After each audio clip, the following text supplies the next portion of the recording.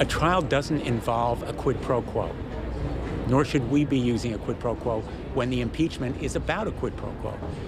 In the normal prosecution and any trial, you pick your witnesses, I pick mine. If they're relevant, each of us gets to put them on. If they want to put on Hunter Biden, they control the votes.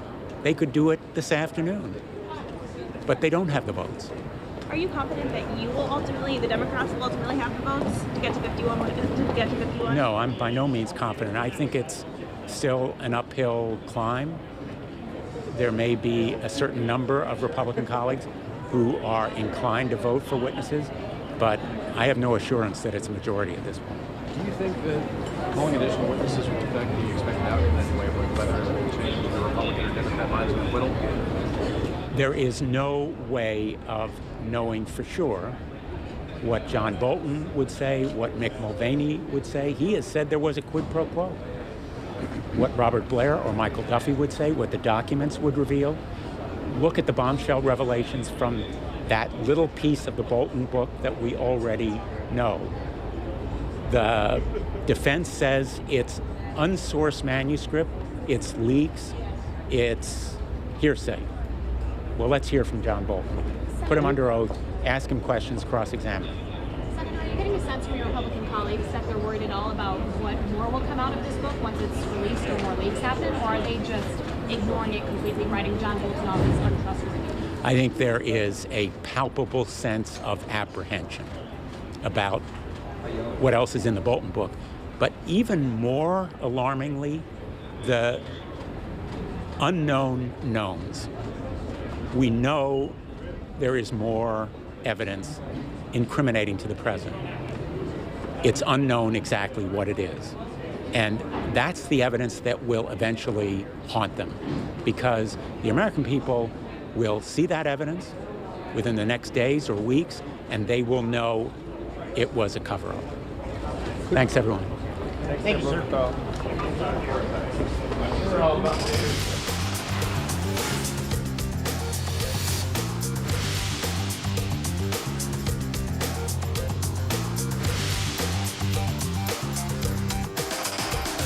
ABC News, straightforward.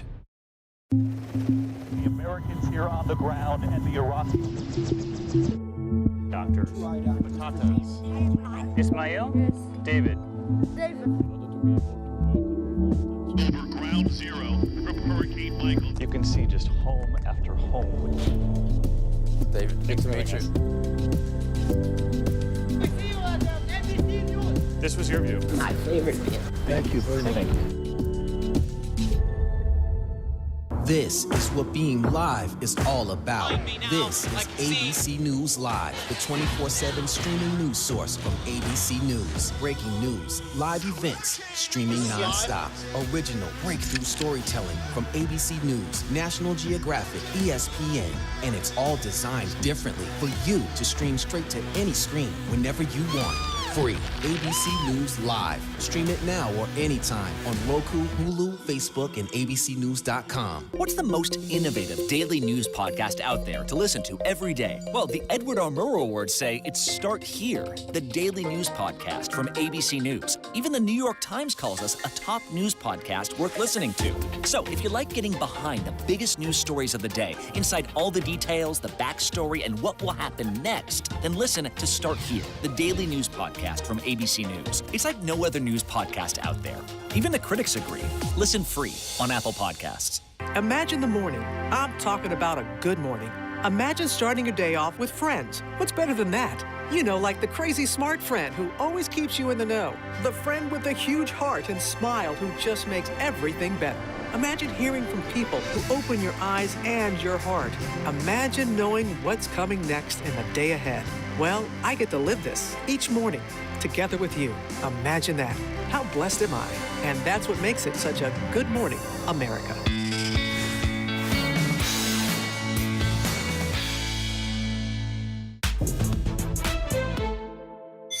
Batman has begun. Filming started this week for The Batman, in which Robert Pattinson will don the fabled cape. Director Matt Reeves tweeted out a picture marking the beginning of production. And recently, while promoting his movie The Lighthouse, Pattinson said he'd been a fan of The Dark Knight since he was a kid. Massive. Like, it's kind of wild. I can't really believe I'm doing it, really. The Batman also stars Zoe Kravitz and Colin Farrell. It's expected in theaters June 2021. Tonight on ABC, go behind the scenes of the recent royal drama, Royal Divide. Harry, Meghan, and the Crown will attempt to shed some light on what led the Duke and Duchess of Sussex to break with the royal family. Do you think they walked away or were they pushed away? Deborah Roberts hosts Royal Divide tonight on ABC. Seems people want to watch art imitate life. In the wake of all the news about coronavirus, a movie about the outbreak of a deadly disease is back on the charts. 2011's Contagion, starring Gwyneth Paltrow and Matt Damon, hit number 10 Tuesday on Apple's iTunes movie rental chart, sharing space with current hits including Joker and Parasite. It's extremely rare for a 9-year-old movie to crack the top 10. And happy birthday today to media mogul Oprah Winfrey. She's 66, while actor Tom Selleck is 75. And that's what's happening in Hollywood. I'm Jason Nathanson, ABC News, Los Angeles.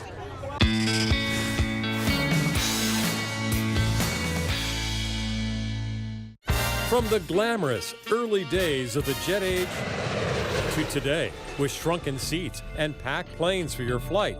But what is the future of flight? Will you travel supersonic or on the edge of space? I'm David Curley. Let's get you up to speed. Plane makers, NASA, and others are all imagining greener and faster flight. While the Concorde, that supersonic jet of the past, has been retired, several companies are now working on new supersonic aircraft. And then we talked to the science guy to see what he thinks is in our future. You're an aerospace engineer. You cut your teeth doing jetliners and work on jetliners. I've worked on 747s, and as I like to say, David, I was very well supervised. Don't worry. Are we going to be flying the same way we are today in the same kind of craft? People decided that the environmental effects of sonic booms are really undesirable. Planes come and go from a busy airport about every minute. If you had a sonic boom every minute, you would think that was troubling. This new supersonic effort is called the Quiet Boom, trying to design aircraft that break the sound barrier, but quietly. And then there are the new design efforts, the blended wing among them. The shapes of the wings are more efficient. That's got potential. And then the other thing is the materials. I don't want to scare everybody, but modern planes are made of plastic. There's a lot of reinforced carbon fiber. So by making planes lighter weight, they become more efficient. And what about that idea of near space air travel?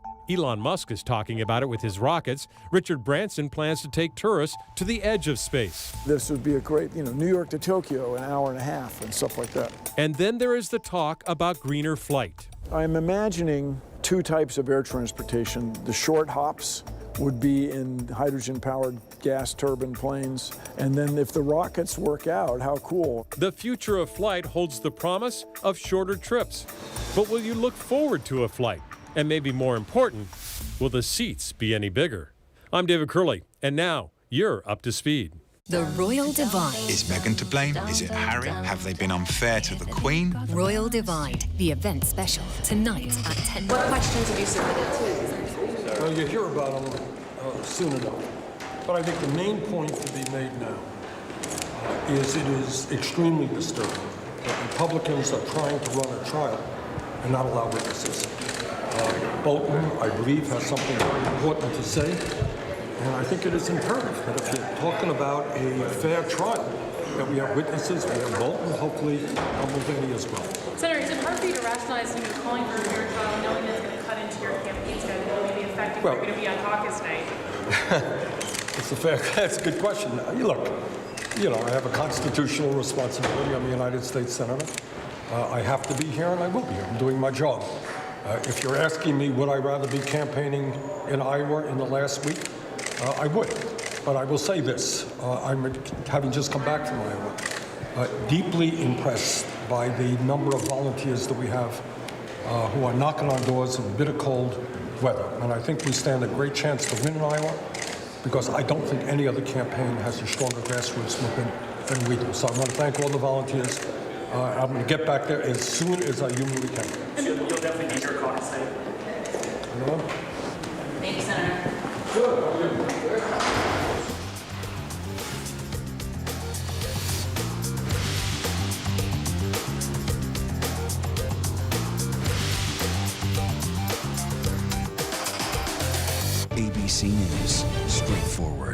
In times like these, the news-making events happen here. ABC News. President Trump meeting face-to-face with one of the world's most brutal dictators, Kim Jong-un. The president. Do you trust him? I do trust him, yeah. I think he trusts me, and I trust him. Ivanka Trump. I have to ask you about your emails. Your father had taken Hillary Clinton to task for this. There just is no equivalency. So the idea of lock her up doesn't apply to you? No.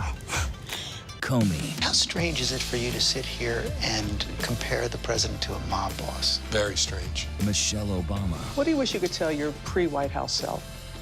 Whew. Melania Trump. Do you think there's still people there that he can't trust? Yes. Still working now? Yes. Michael Cohen. So he's still lying? Yes. It's a big statement. And now, in a year with so much on the line, we're right there. Good evening tonight from Washington, a very busy news night. America's #1 news source, ABC News, straightforward.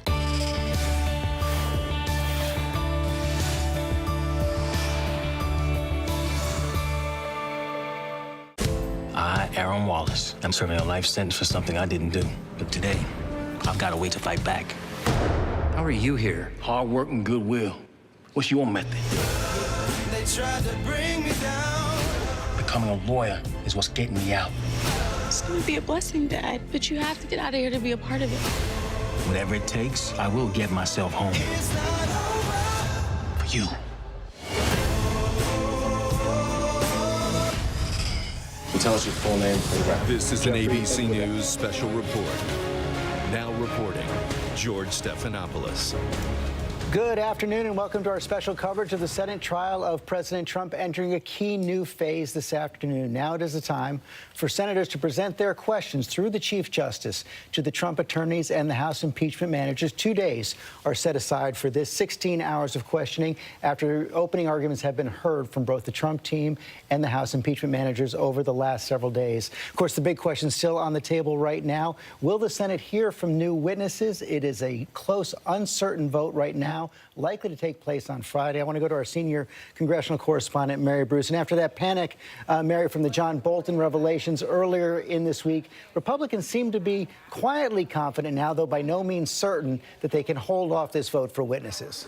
Exactly, George. And there is a sense in the halls here this morning that we're in a bit of a holding pattern. There is a lot of tension and unease still here in the Capitol today, and we certainly are seeing the pressure campaign in full effect. Senator Lisa Murkowski, one of those who we have been discussing so much, who is on the fence about the question of calling additional witnesses. She spent 20 minutes earlier this morning huddling with the Republican leader, Mitch McConnell, in his office. I can tell you she was in no mood to talk to reporters when she left, and notably, she still wouldn't say if she was undecided. We just spotted her again heading into the cloakroom saying she has additional questions that she is still trying to get into the mix just moments before they're set to take the floor for this next phase of questioning. And George, we're also eyeing another name, Bill Cassidy of Louisiana. He is someone who doesn't normally stick out his neck like this. He doesn't have a reputation like that here on the Hill, but he genuinely seems torn this morning. The challenge, of course, for Mitch McConnell, who right now doesn't have enough votes to block additional witnesses, but there is a slight sense of some optimism among some Republican leaders that they may be able to hold the line. But, George, there's still a lot of time between now and this vote on Friday, and it's why this next phase is so critical. Because now both... Well, yes, and we should actually walk everybody through the process, the way it's going to happen right now. The senators still can't speak in this impeachment trial. They're going to be submitting the written questions, signing those questions, submitting them to the Chief Justice, who will then read them, alternating between questions to the president's team and the House impeachment managers. I want to bring in John Karl from the White House as well. And, John, one of the wild cards going into these last 48 hours, of course, the president, who's just on a tirade against John Bolton. Yeah, this is something else. The president is savagely attacking his former national security advisor. Take a look at this tweet, and this is just one of several. He says, for a guy who couldn't get approved for ambassador to the UN years ago, who couldn't get approved for anything since, begged me for a non-Senate approved job. This is really quite remarkable. He also says that if he hadn't fired Bolton, Bolton, by the way, denies the president fired him. He says he quit, that we'd be in World War VI by now, which, of course, raises the question as to why the president gave him one of the most sensitive and important jobs, perhaps the most important job in the West Wing besides president or chief of staff. Why would he give a person who couldn't get hired or couldn't get approved for anything else? And remember, John Bolton served in that role, George, for 17 months. As the president's national security advisor. But now the president is in all-out war with him. And something that makes a lot of the Republican senators uneasy, Lindsey Graham, who is the president's stalwart supporter here, put out a statement saying that the attacks on John Bolton do not help and may encourage people to want to call him as a witness. He's urging the White House and the president to stop attacking Bolton.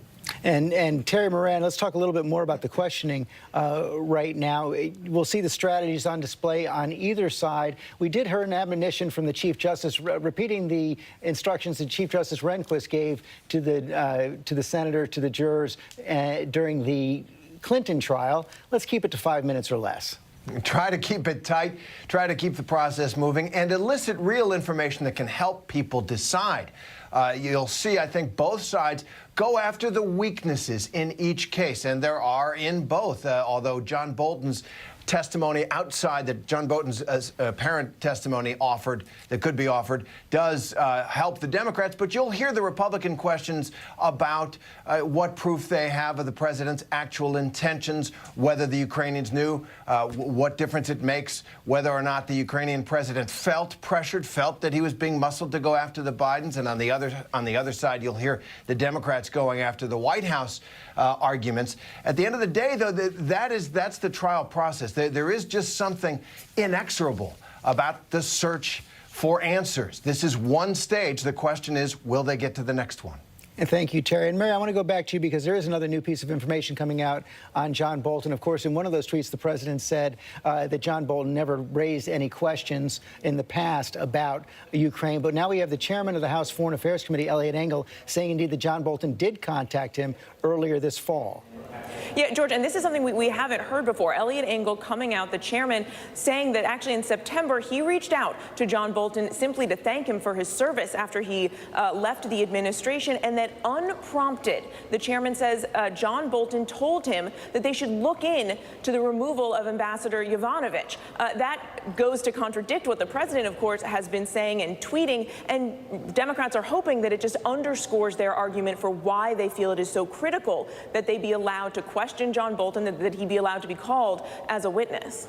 Thank you, Mary. I'm here with our panel here in New York as well. I want to bring in Heidi Heitkamp, former Democratic senator from North Dakota. You served there with many of the senators who are making these decisions over the next 48 hours. Talk about the pressures, the cross pressures these senators might be under right now. I think that everybody understands how important this process is, how it is critically important that they approach it with the decorum. But at the end of the day, they're each, if you do some rough math, and let's say each question is going to take about 10 minutes to ask and get a response, you've got about one per senator. Right. And so they're going to use that time very judiciously. You know that there's a number of them who have caucused, who said, you ask this question, I'll ask this question, or we'll jointly ask this question. And so I think it's going to be probably a fair number of them will be writing gotcha questions, things that will elevate their political perspective. But what I'm really interested in is the number of questions that you're going to get from people like Angus King and Tim Kaine that will be very well thought out, very legally based, and I think could, in fact, provide some amount of persuasion on the witness issue. Of course, we're only going to know these questions came from the senators because they signed them. They're going to be read by the Chief Justice. But you also worked closely with a lot of these moderates who are now thinking about whether or not to vote for witnesses, including Susan Collins, Lisa Murkowski of Alaska, and of course, Lamar Alexander. Yeah, it's always really, really tough. You can bolt from your party on a substantive question, but it's really hard on a procedural question. You know, that is a level at which it looks like more betrayal than if you actually have a different judgment about outcome. And I think this question about whether we're going to see witnesses is a procedural question and adds to a lot of pressure that I know that Lisa Murkowski will feel, that Susan Collins will feel, and hopefully people like Pat Roberts and Lamar Alexander. My take on this is Lamar Alexander right now is the linchpin. If Lamar would decide that that witnesses are unnecessary, I doubt very much whether you would see a vote for witnesses. You might lose 2 Republicans on that vote. But that would be it. Yeah, and so if Lamar goes to Mitch and says, look, you know, the integrity of the Senate, which Lamar is an institutionalist, the integrity of the Senate is at risk here. We need to be able to look not only forward, but in the rearview mirror. How are we going to look in the arc of history? And you know, if in fact John Bolton didn't say any of these things, then maybe we should put him on, basically put him on the stand, ask him those questions. You know, it's interesting what Lindsey's getting at is Lindsey Graham. Yeah, Lindsey Graham is getting at is that look, you are not helping your cause by taking on Bolton because you are elevating the conflict. And when you elevate the conflict, then people really want to know. Thank you. And John, we're getting some new word from the White House on the Bolton book. Yeah, this is on the review, the security review, to see if there's any classified information on the book that Bolton is required to go through before it can be published. And the National Security Advisor has written a letter to Bolton's attorney telling him that the book contains significant amounts of classified information, including top secret information. And here's the key line, George. It says the manuscript may not be published or otherwise disclosed without the deletion of this classified information. So from the National Security Council, we have a directive going to John Bolton telling him that his book, at least in its current form, may not be published. One of the things John Bolton, through his publishers, had said that, in fact, he was very careful about not using classified information. So this could turn into a real fight. This could turn into a real fight. And as you know, George, classified information can be pretty broadly defined. And I'm sure that what Bolton will argue here is that this is very broadly defined. He did make clear that in writing his book, he was careful not to include classified information, at least as he saw it. But now he is faced with a directive telling him that in its current form, he simply cannot publish this book. And if you take this letter at face value, he may also be in trouble for the fact that he wrote it and it went to his publisher and to his book agents, because this is they're accusing him of having top secret information. That's the kind of information you can't disclose to anybody who doesn't have a clearance to see it. One final question on this. Of course, there would be nothing that would stop John Bolton, if he chose to, given this letter, from coming out today, tomorrow, the day after, next Monday, and giving an interview telling everything he knows. John Bolton could come right here, right now, and talk to us, and he would be fully open to do that. If he disclosed classified information over the course of an interview, there could potentially be consequences, but as he has said, he has no intention of disclosing classified information. He is free to come out and speak publicly. And Cecilia Vega, our senior White House correspondent, this is all coming amid questions on who in the White House actually has seen this Bolton manuscript. Questions on who in the White House has seen this. We still don't know to the extent that people in the president's legal team also have seen this, whether they say that they have not reviewed it, but we don't know if they've been briefed on it, so they're using sort of some squirrely language there. But I do think heading into today, George, it's worth remembering the big picture as we talk about whether or not we're going to hear from witnesses and everything that is on the line for these four very vulnerable senators right now. The Democrats still need 20 Republicans in order to remove and convict the president. That's a long way to go if they're going to get there. Well, and that's assuming they hold every Democrat, which is not certain right now. There are a few Democrats who are at least considering right now the possibility that they might vote to acquit on either one or the second article. Mary, you're getting information from Capitol Hill on the possibility that Bolton's book is being deep-sixed? Yeah, well, George, I had actually spoken to some Democrats about this before the White House came out with this statement, and no surprise here, Democrats said to me at the time that if this were true, that the White House was trying to somehow block the publication of this book, that would be deeply concerning. I was speaking with Senator Mark Warner at the time, and he said that you don't have to be a legal commentator to draw the conclusion that if the president doesn't want this book out there may be facts in this book that don't go along with the president's case. I suspect you will see Democrats trying to fight back against this pretty fiercely, George. Okay, Mary, thank you. And Pierre, one other wrinkle that we're seeing today, Lev Parnas, who, of course, we've seen that long tape. He's the associate of Rudy Giuliani, who's been indicted by the Southern District of New York, has that tape where President Bush is on, Trump, is on tape talking about firing Marie Yovanovitch. He's actually showing up in the chamber today to make the point that he should be seen as a witness as well.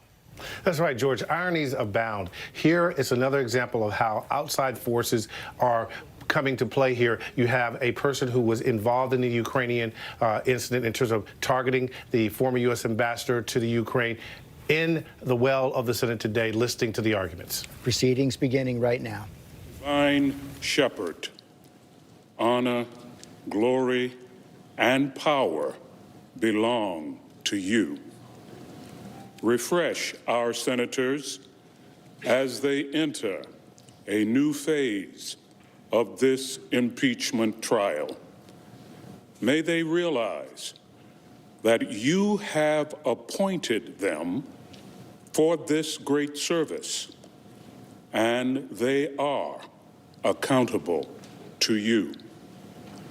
Lord, empower them to labor today with the dominant purpose of pleasing you, knowing that it is never wrong to do right. Give them resiliency in their toil as they remember your promise that they will reap a bountiful harvest if they don't give up. Help them to follow the road of humility that leads to honor as they find their safety in trusting you. We pray in your majestic name. Amen. Amen. Please join me in reciting the Pledge of Allegiance to the flag. I pledge allegiance to the flag of the United States of America and to the republic for which it stands, one nation, under God, indivisible, with liberty and justice for all.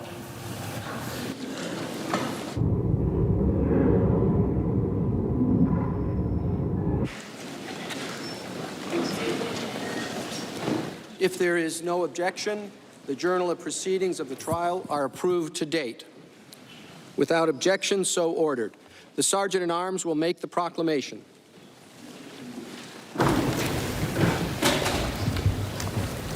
Hear ye, hear ye, hear ye.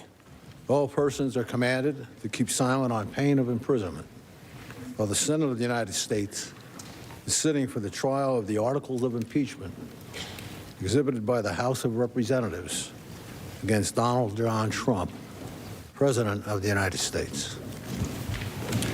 The Majority Leader is recognized. Today, the Senate will conduct up to 8 hours of questions to the parties delivered in writing to the Chief Justice. As a reminder, the two sides will alternate, and answers should be kept to 5 minutes or less. The majority side will lead off with a question from the senator from Maine. Mr. Chief Justice. The senator is recognized. I send a question to the desk. That was Senator Susan On behalf Collins of myself, Senator Murkowski, and Senator Romney. Of course, the three Republican moderates most open to witnesses to date. This is a question for the counsel for the president. If President Trump had more than one motive for his alleged conduct, such as the pursuit of personal political advantage, rooting out corruption, and the promotion of national interests, how should the Senate consider more than one motive in its assessment of Article 1?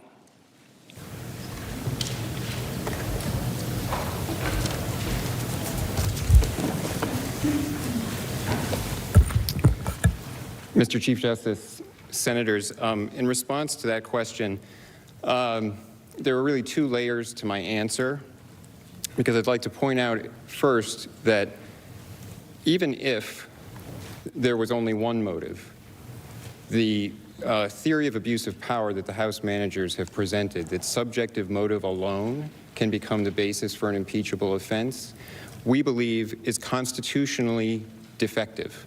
It is not a permissible way to frame a claim of an impeachable offense under the Constitution.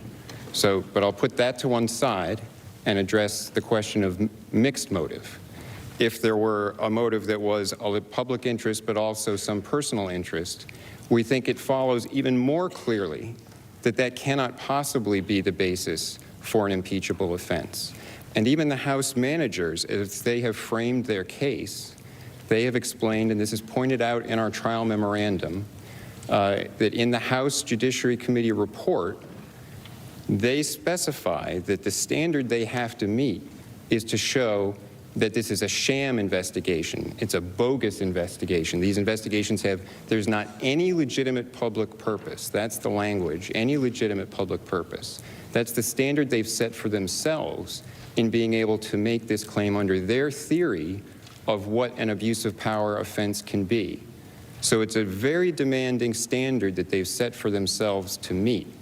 And they've even said they came up and they talked a lot about the Bidens. They talked a lot about these issues in 2016 election interference, because they were saying there's not even a scintilla of any evidence of anything worth looking into there. And that's the standard that they would have to meet, showing that there's no possible public interest and the president couldn't have had any smidgen even of a public interest motive, because they recognize that once you get into a mixed motive situation, if there's both some personal motive but also a legitimate public interest motive, it can't possibly be an offense. Because it would be absurd to have the Senate trying to consider, well, was it 48% legitimate interest and 52% personal interest, or was it the other way? Was it 53% and 40%? You can't divide it that way. And that's why they recognize that to have even a remotely coherent theory, the standard they have to set for themselves is establishing there is no possible public interest at all for these investigations. And if there is any possibility, if there is something that shows a possible public interest, and the president could have that possible public interest motive, that destroys their case. So once you're into mixed motive land, it's clear that their case fails. There can't possibly be an impeachable offense at all. And think about it, all elected officials, to some extent, have in mind how their conduct, how their decisions, their policy decisions will affect the next election. There's always some personal interest in the electoral outcome of policy decisions. And there's nothing wrong with that. That's part of representative democracy. And to go start saying now that, well, if you've got a part motive that's for your personal electoral gain, that that's somehow going to become an offense, it doesn't make any sense. And it's totally unworkable. And it can't be a basis for removing a president from office. So the bottom line is, once you're into any mixed motive situation, once it is established that there is a legitimate public interest that could justify looking into something, just asking a question about something, the manager's case fails, and it fails under their own terms. They recognize that they have to show no possible public interest. There isn't any legitimate public interest. And they've totally failed to make that case. I think we've shown very clearly that both of the things that were mentioned, 2016 election interference and the Biden-Burisma situation, are things that raise at least some public interest. There's something worth looking at there. It's never been investigated in the Biden situation. Lots of their own witnesses from the State Department said that on its face, it appears to be a conflict of interest. It's at least worth raising a question about. asking a question about it. And there is that public interest, and that means their case absolutely fails. Thank you. Thank you, counsel. The Democratic leader is recognized. Mr. Chief Justice, I send the question to the desk.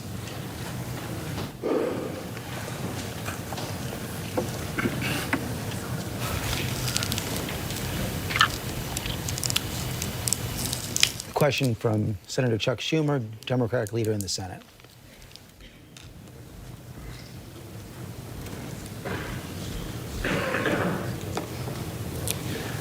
The Democratic leader asks of the House managers. John R. Bolton's forthcoming book states that the president wanted to continue withholding $391 million in military aid to Ukraine until Ukraine announced investigations into his top political rival and the debunked conspiracy theory about the 2016 election. Is there any way for the Senate to render a fully informed verdict in this case without hearing the testimony of Bolton, Mulvaney, and the other key eyewitnesses, or without seeing the relevant documentary evidence?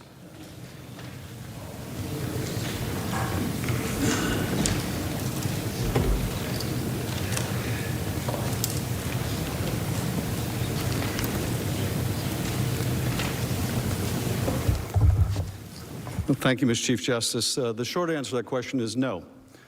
There's no way to have a fair trial without witnesses. And when you have a witness who is as plainly relevant as John Bolton, who goes to the heart of the most serious and egregious of the president's misconduct, who has volunteered to come and testify to turn him away, to look the other way, I think is deeply at odds with being an impartial juror. I would also add in response to the last question that if any part of the president's motivation was a corrupt motive, if it was a causal factor in the action to freeze the aid or withhold the meeting, that is enough to convict. It would be enough to convict under criminal law. But here there's no question about the president's motivation. And if you have any question about the president's motivation, it makes it all the more essential to call the man who spoke directly with the president, that the president confided in and said he was holding up this aid because he wanted Ukraine to conduct these political investigations that would help him in the next election. If you have any question about whether it was a factor, the factor, a quarter of the factor, all of the factor, there is a witness, a subpoena away who can answer that question. But the overwhelming body of the evidence makes it very clear. On July 26th, the day after that phone call, Donald Trump speaks to Gordon Sondland. That's that conversation at Ukraine restaurant. And what does Gordon Sondland, what is the president's question of Gordon Sondland the day after that call? Is he going to do the investigations? Now, counsel, the president would have you believe the president was concerned about burden sharing. Well, he may have had a generic concern about burden sharing in other contexts. But here, the motivation was abundantly clear. On that phone with Gordon Sondland, the only question he wanted an answer to was, is he going to do the investigation? Now, bear in mind, he's talking to the ambassador to the European Union. What better person to talk to if his real concern was about burden sharing than the guy responsible for Europe's burden sharing? But did the president raise this at all? Of course not. Of course not. And if you have any question about it at all, you need to hear from his former national security advisor. Don't wait for the book. Don't wait till March 17th when it is in black and white to find out the answer to your question. Was it all the motive, some of the motive, or none of the motive? Now, we think, as I mentioned, the case is overwhelmingly clear without John Bolton, but if you have any question about it, you can erase all doubt. Now, let me show a video, underscore number 2, slide 2, how important this is. As House managers, really, their goal should be to give you all of the facts, because they're asking you to do something very, very consequential. And ask yourself, given the facts you heard today that they didn't tell you, who doesn't want to talk about the facts? Who doesn't want to talk about the facts? Impeachment shouldn't be a shell game. They should give you the facts. Last video, which is even more important and on point for Mr. Bolton. Number 3.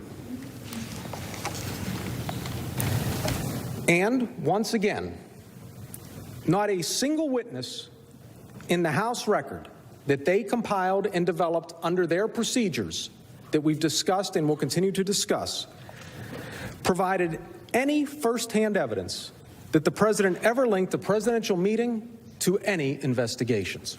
Anyone who spoke with the president said that the president made clear that there was no linkage between security assistance and investigations. No, that's not correct, right?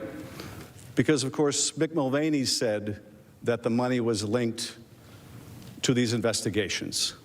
He said, in acknowledging a quid pro quo, they do it all the time and we should just get over it. Gordon Sondland also said, the president said, on the one hand, no quid pro quo, but also made it clear that Zelensky had to go to the mic and announce these investigations. Thank you. Thank you, Justice.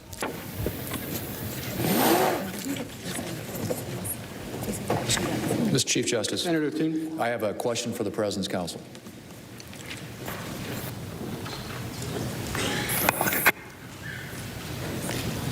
Senator John Thune, Republican of South Dakota, excuse me. Thank you, Heidi. Member of the Senate, Republican leadership.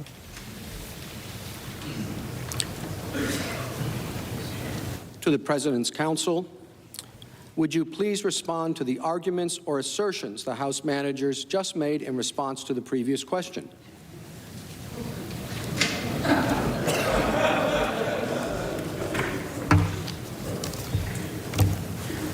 Mr. Chief Justice, Senators, a couple of points that I'd like to make. Manager Schiff suggested that there was no evidence the president was actually interested in burden sharing because he didn't apparently, according to David Hale, raise it in the telephone conversation that he had with Gordon Sondland that Hale claims to have overheard at a restaurant in Kiev.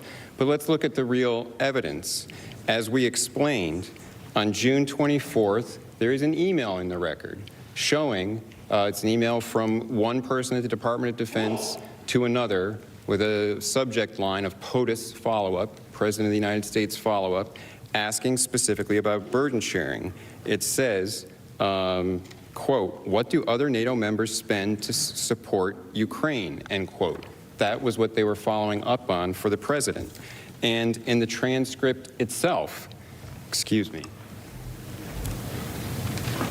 in the transcript of the July 25th call itself, the president asked, he said, we spend a lot of effort and a lot of time for Ukraine, much more than the European countries are doing, and they should be helping you more than we are.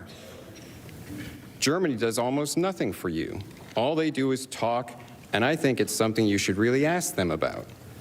And he goes on to say that he talks to Angela Merkel about it, and that they're not really doing as much as the United States is doing. He's raising burden sharing, and President Zelensky agreed with him. Now, Manager Schiff also suggested that there is evidence of some connection between the military assistance and investigations into 2016 election interference because of a statement that Acting Chief of Staff Mulvaney made at a press conference. But that it's been clear in the record since that press conference that what he was saying was garbled and or misunderstood, and he immediately clarified and said on that day, quote, the president never told me to withhold any money until the Ukrainians did anything related to the server, end quote. And similarly, he issued a statement just the other day making clear again that he said, this is from his counsel, so it's phrased in the third person, Nor did Mr. Mulvaney ever have a conversation with the president or anyone else indicating that Ukrainian military aid was withheld in exchange for Ukrainian investigation of Burisma, the Bidens, or the 2016 election. That is Mr. Mulvaney's statement. Lastly, on to the point of whether this chamber should hear from Ambassador Bolton. And I think it's important to consider what that means, because it's not just a question of, well, should we just hear one witness? That's not what the real question is going to be. For this institution, the real question is, what is the precedent that is going to be set for what is an acceptable way for the House of Representatives to bring an impeachment of a president of the United States to this chamber? And can it be done in a hurried, half-baked, partisan fashion without, they didn't even subpoena John Bolton below. They didn't even try to get his testimony. And to insist now that this body will become the investigative body, that this body will have to do all the discovery, and that this institution will be effectively paralyzed for months on end because it has to sit as a court of impeachment, while now discovery is done because it would be Ambassador Bolton. And if they're going to be witnesses, then the president would have to, in order, they said fair trial, fair adjudication, then the president would have to have his opportunity to call his witnesses. And there'd be depositions, and this would drag on for months. And then that's the new precedent. Then that's the way all impeachments operate in the future. The House doesn't have to do the work. They do it quick, they throw it over the transom, and this institution gets derailed and has to deal with it. And that should not be the way, that should not be the precedent that is set here for the way this body will have to handle all impeachments in the future. Because if it becomes that easy for the House to do it, they'll be doing it a lot. Thank you. Thank you, counsel. The senator from Massachusetts. Send a question to the desk.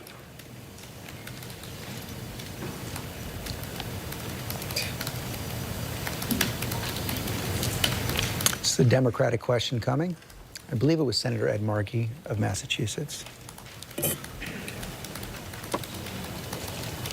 Question from Senator Markey to the House managers.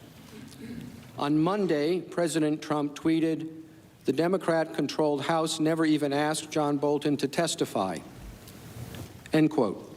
So that the record is accurate, did House impeachment investigators ask Mr. Bolton to testify?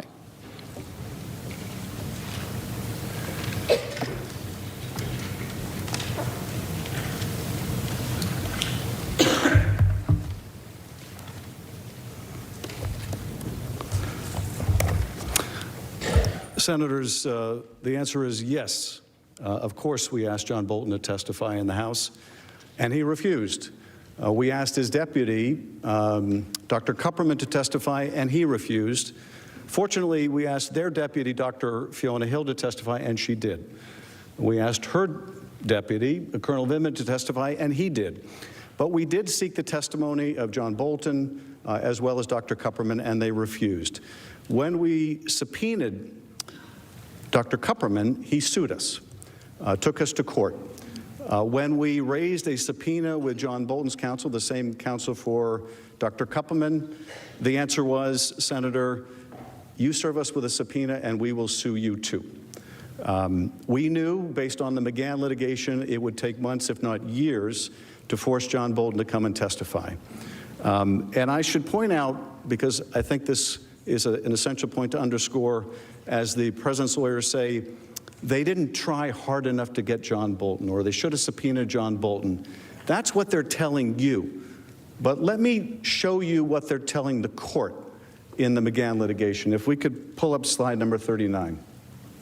This is the president's lawyers in court in the McGahn litigation.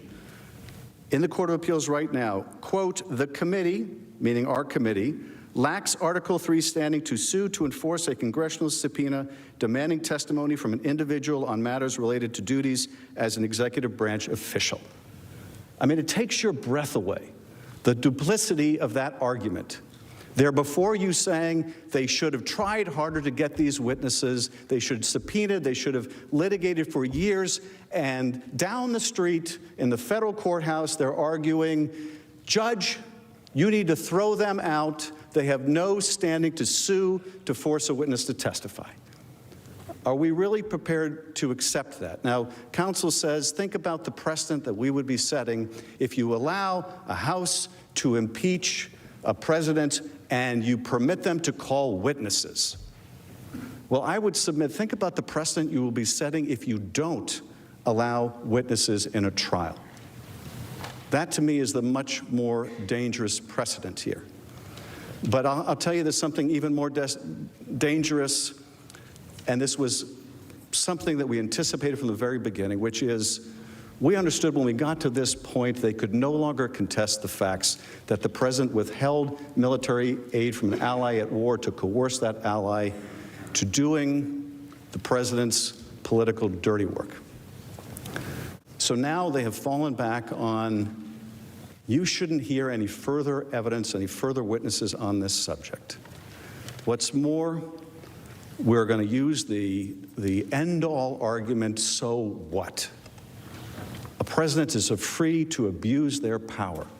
We're going to rely on a constitutional theory, a fringe theory, that even the advocate of which says is outside of the consensus of constitutional law, to say that a president can abuse his power with impunity.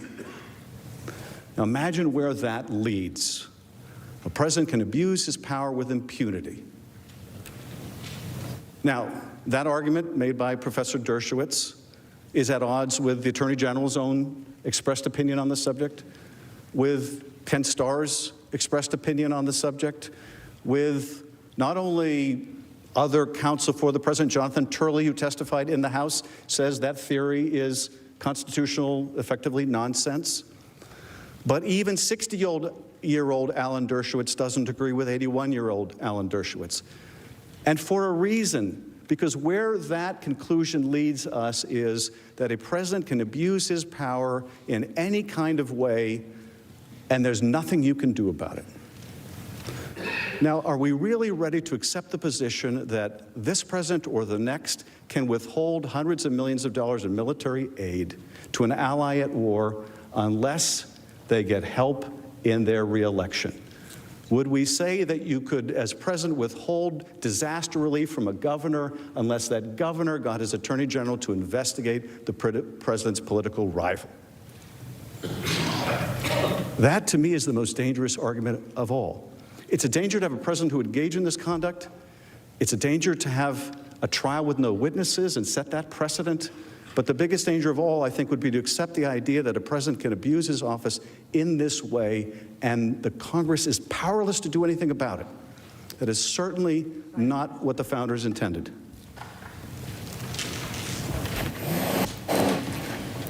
Mr. Chief Justice. The senator from Tennessee. Thank you, Mr. Chief Justice. I send a question to the desk on my behalf and also joined by Senators Loeffler, Lee, Kramer, and McSally. Senator Marsha Blackburn of Tennessee offering a question on behalf of several Republican senators.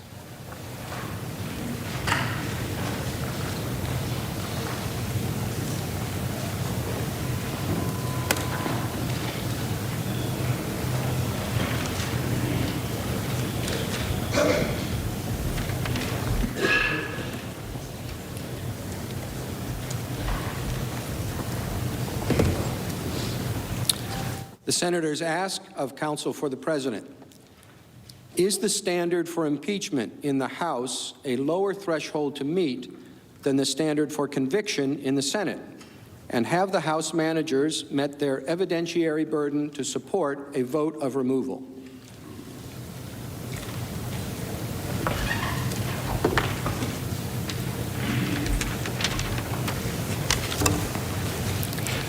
Mr. Chief Justice, Senators, the standard in the House, of course, the House is not making a final determination in the structure of the Constitution. An impeachment is simply an accusation. And as in most systems where there is simply an accusation being made, the House does not have to adhere to the same standard that is used in the Senate. In most instances, House members have suggested in debates on articles of whether or not to approve articles of impeachment that they should have clear and convincing evidence, in the view of the members voting on it, that there was some impeachable offense, and that is all. Some not even that standard. And so it is simply enough evidence that an accusation can be made. It is definitely a lower standard than the standard that has to be met here on a trial for an ultimate verdict. The Constitution speaks in terms of a conviction in the Senate. And as both Professor Dershowitz and Judge Starr pointed out in their comments, everywhere in the Constitution that there's any mention of impeachment, it is spoken of in terms of the criminal law. The offenses that define the jurisdiction for the Senate sitting as a court of impeachment are treason, bribery, and high crimes and misdemeanors. The Constitution speaks of a conviction upon being convicted in the Senate. It speaks of all crimes being tried by jury except in cases of impeachment, again suggesting notions of the criminal law. And as we pointed out in our trial memorandum, all of these textual references make it clear that the standards of the criminal law should apply in the trial, certainly to the extent of the burden and standard of proof to be carried by the House managers, which means proof beyond a reasonable doubt. And it is very clear that there is not any requirement for proof beyond a reasonable doubt simply for the House to vote upon articles of impeachment. There's a very much higher standard at stake here. As we pointed out in our trial memorandum, the mere accusation made by the House comes here with no presumption of regularity at all in its favor. The Senate sits as trier of both fact and law, reviewing both factual and legal issues de novo, and the House managers are held to a standard of proving proof beyond a reasonable doubt of every element of what would be a cognizable, impeachable offense. Here, they have failed in their burden of proof. They have also failed on the law. They have not stated in the articles of impeachment anything that on its face amounts to an impeachable offense.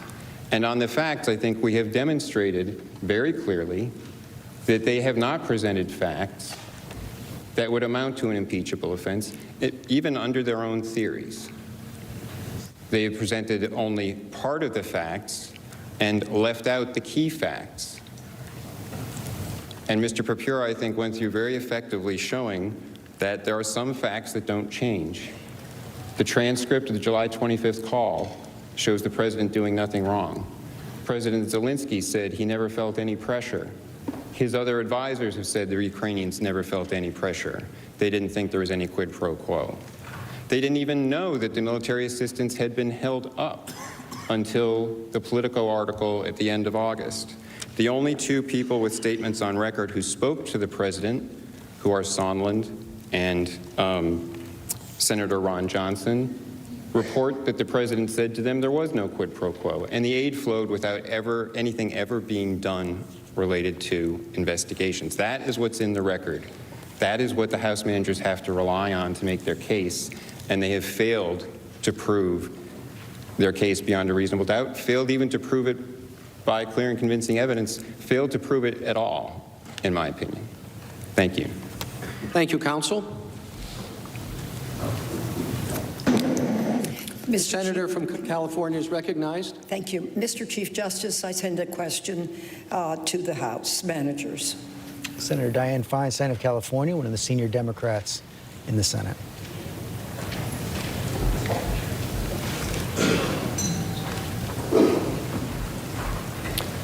Senator Feinstein asks the House managers. The President's counsel stated that, quote, there is simply no evidence anywhere that President Trump ever linked security assistance to any investigations, end quote. Is that true?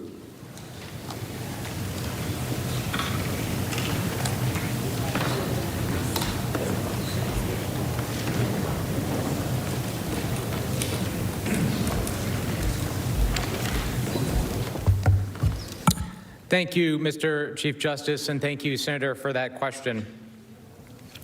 The President's counsel is not correct. There is, in fact, overwhelming evidence that the President withheld the military aid directly to get a personal political benefit to help his individual political campaign. There's a few points that I'd like to submit for your consideration.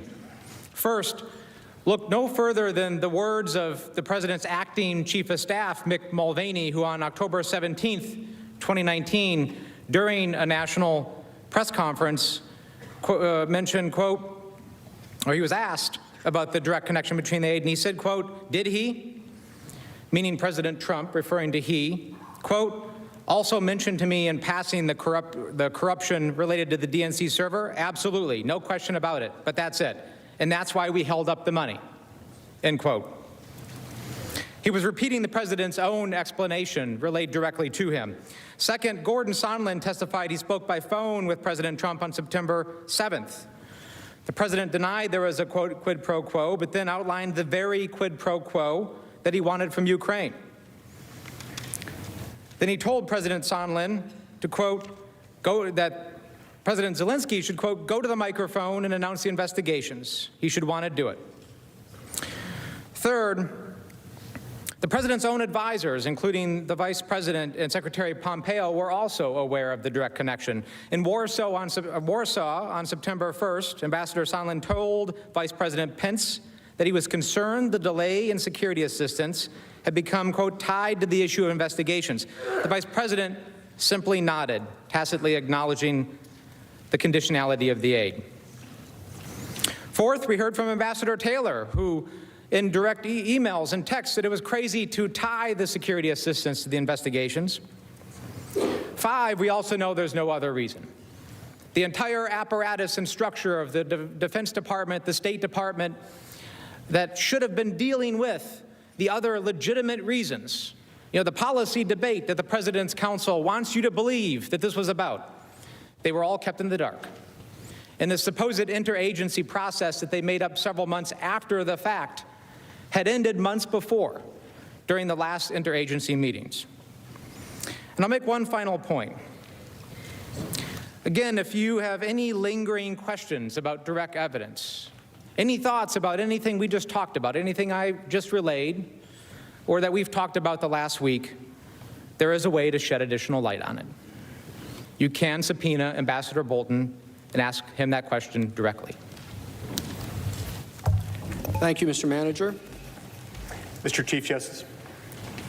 Senator from Utah. I send a question to the desk.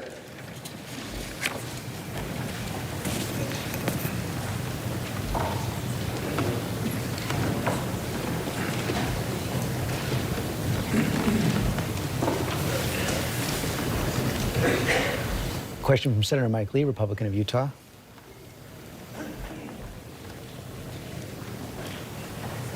Senator Lee asks of counsel for the President.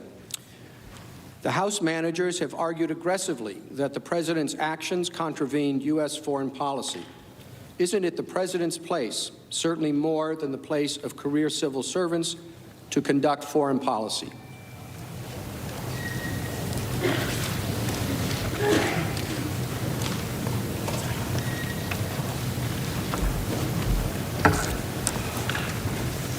Thank you, Mr. Chief Justice, Senators, and thank you for that question. It is definitely the President's place to set U.S. foreign policy, and the Constitution makes this clear. Article 2, Section 1 vests the entirety of the executive authority in a President of the United States. And it's critically important in our constitutional structure that that authority is vested solely in the President, because the President is elected by the people every 4 years. That's what gives the President democratic legitimacy to have the powers that he is given under the Constitution. Our system is somewhat unique in the very broad powers that are assigned to the executive, but it works and it makes sense in a democratic system precisely because he is directly accountable to the people for the policies that he sets. Those who are staffers in the executive branch bureaucracy are not elected by the people. They have no accountability, and they have no legitimacy or authority that comes from an election by the people. And so it's critically important to recognize the President sets foreign policy. Of course, within some constraints, there's roles for Congress in foreign affairs to some extent.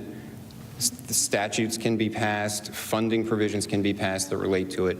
But the Supreme Court has recognized time and again that the president is, as the court said in Curtis Wright, the sole organ of the nation in foreign affairs. So he sets foreign policy. And if staffers disagree with him, that does not mean that the president is doing something wrong. And this is a critical point, because this is one of the centerpieces of the abuse of power theory that the House managers would like this body to adopt. And that is that they are going to impeach the president based solely on his subjective motive. The premise of their case is the objective actions that were taken were perfectly permissible and within the president's constitutional authority. But if his real reason, if we get inside his head and figure it out, then we can impeach him. And the way that they have tried to explain that they can prove that the president had a bad motive is they say, well, we compare what did the president want to do with what the interagency consensus was. And I mentioned this the other day. They say that the president defied and confounded every agency in the executive branch. That's a constitutionally incoherent statement. The president cannot defy the agencies within the executive branch that are subordinate to him. It is only they who can defy the president's determinations of policy. And so what this all boils down to, really, is it shows that this case is built on a policy difference, and a policy difference where the president is the one who gets to determine policy because he's been elected by the people to do that. And we're right now only a few months away from another election where the people can decide for themselves whether they like what the president has done with that authority or not. And that's the way disputes about policy like that should be resolved. It's not legitimate to say that there's some interagency consensus that disagrees with the president, and therefore we can show he did something wrong, and therefore he could be impeached. That's an extraordinarily dangerous proposition, because it lacks any democratic legitimacy whatsoever. It's contrary to the Constitution, and it should be rejected by this body. The president is the one who gets to set foreign policy because that's the role assigned to him in the Constitution. And it was even Lieutenant Colonel Vindman, who had complained about the July 25th call, himself ultimately agreed that it was only a policy difference. It was a policy concern that he raised about the call. That's not enough to impeach a president of the United States. Thank you. Thank you, counsel. The senator from New Hampshire. Mr. Chief Justice, I send a question to the desk. Senator Jeanne Shaheen of New Hampshire.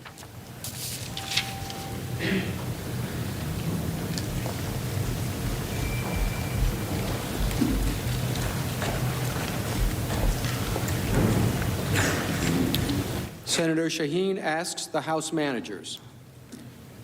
The President's counsel has argued that the alleged conduct set out in the articles does not violate a criminal statute and thus may not constitute grounds for impeachment as high crimes and misdemeanors. Does this reasoning imply that if the President does not violate a criminal statute, he could not be impeached for abuses of power, such as ordering tax audits of political opponents, suspending habeas corpus rights, indiscriminately investigating political opponents, or asking foreign powers to investigate members of Congress?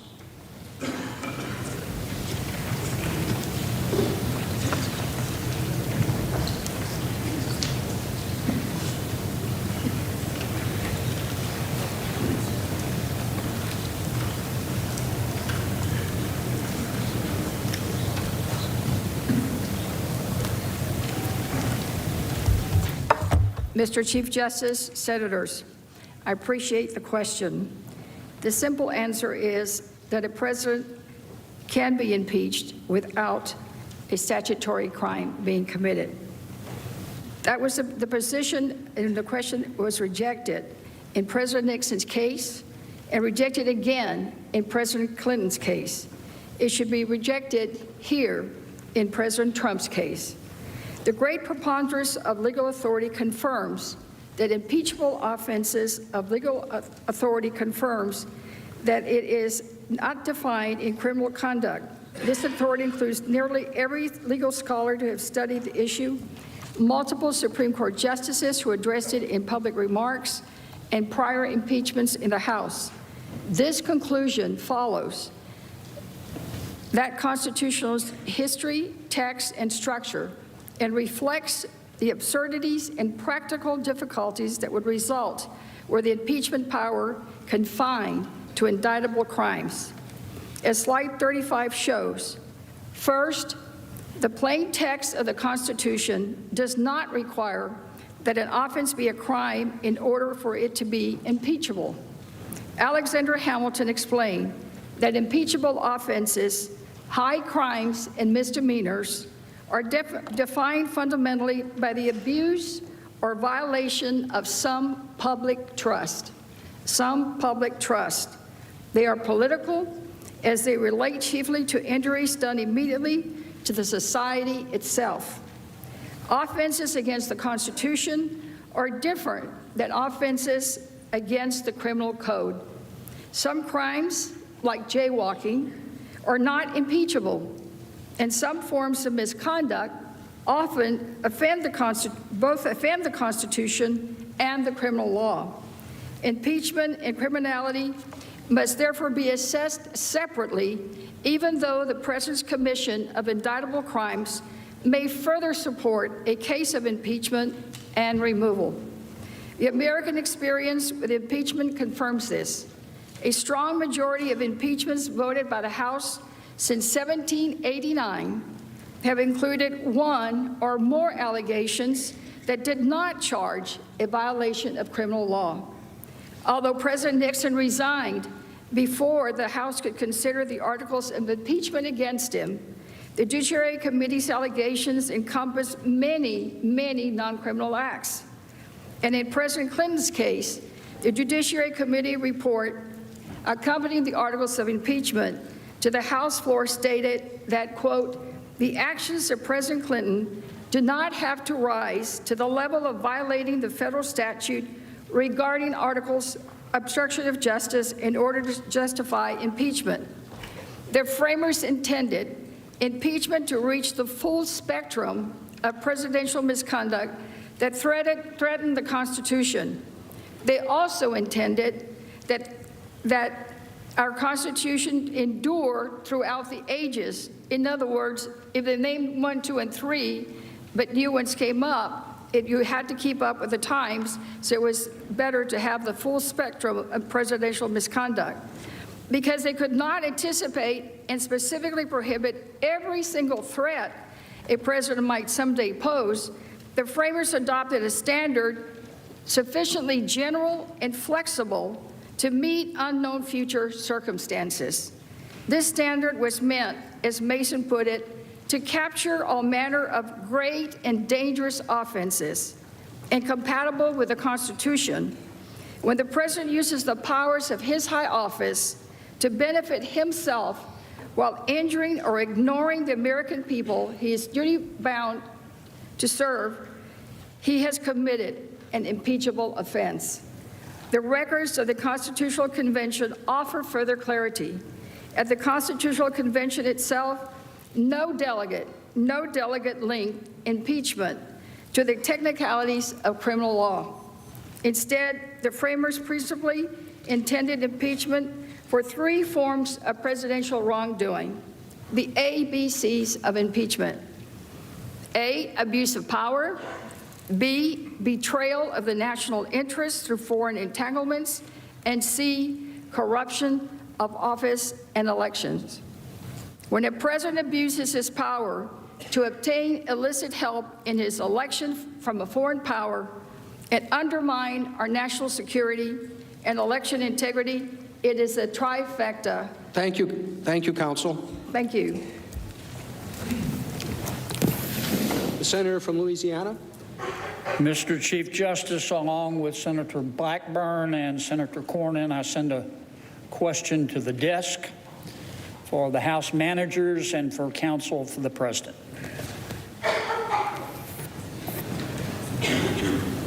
In the case of such a question addressed to both sides, they will split the 5 minutes equally.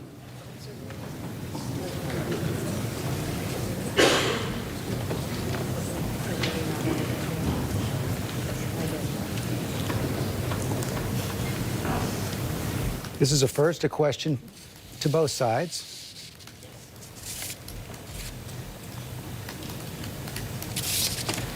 The senators ask, why did the House of Representatives not challenge President Trump's claims of executive privilege and/or immunity during the House impeachment proceedings? We'll begin with the House managers.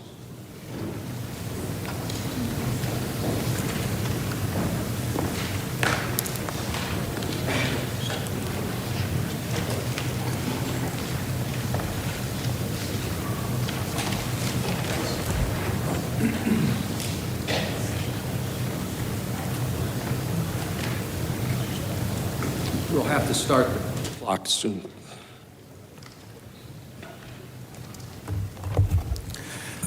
Mr. Chief Justice, distinguished senators, thank you for your question. The answer is simple. We did not challenge any claims related to executive privilege because, as the President's own counsel admitted during this trial, the President never raised the question of executive privilege. What the President did raise was this notion of blanket defiance, this notion that the executive branch, directed by the President, could completely defy any and all subpoenas issued by the House of Representatives, not turn over documents, not turn over witnesses, not produce a single shred of information in order to allow us to present the truth to the American people.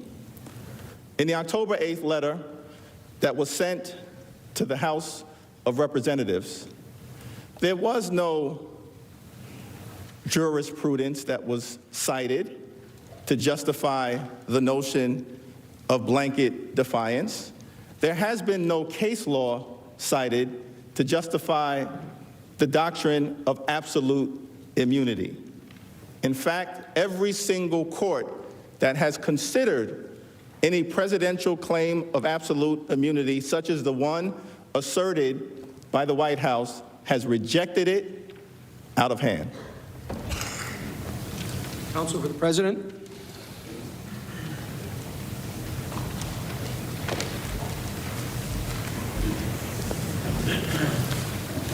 Mr. Chief Justice, Senators, thank you for that question. Let me frame this partly in response to what Manager Jeffries said, and I went through this before. The idea that there was blanket defiance and no explanation and no case law from the White House is simply incorrect. I put up slides showing the letters, a letter from October 18th that explained specifically that the subpoenas that had been issued by the House because they were not authorized by a vote from the House were invalid. And there was a letter from the White House counsel saying that. There was a letter from OMB saying that. There was a letter from the State Department saying that. There were specific rationales given, citing the cases, Watkins, Roomley, and others, explaining that defect. The House, Manager Schiff, chose not to take any steps to correct that. We also pointed out other defects. We asserted the doctrine of absolute immunity for senior advisors to the president, which has been asserted by every president since the 1970s. They chose not to challenge that in court. We also explained the problem that they didn't allow agency counsel to be present at depositions. They chose not to challenge that in court. These were specific legal reasons, not blanket defiance, right? That's just a misrepresentation of the record. And there was no attempt to have that adjudicated in court. And the reason that there was no attempt is that the House Democrats were just in a hurry. They had a timetable. One of the House managers said on the floor here, they had no time for courts. They had to impeach the president before the election. So they had to have that done by Christmas. That's why the proper process wasn't followed here, because it was a partisan and political impeachment that they wanted to get done all around timing for the election. Thank you. Thank you, counsel. Senator from Vermont.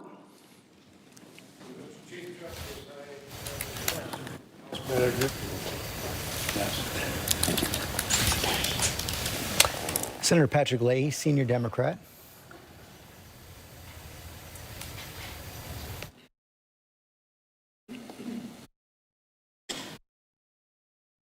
Senator Leahy asks the House managers.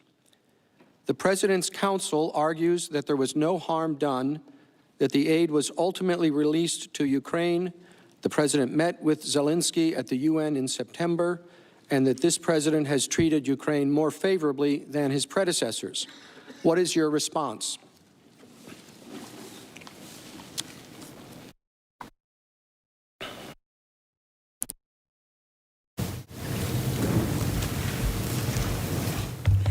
Mr. Chief Justice and Senator, thank you so much for your question. Contrary to what the White House counsel has said or has claimed, that there was no harm, no foul, that the aid eventually got there,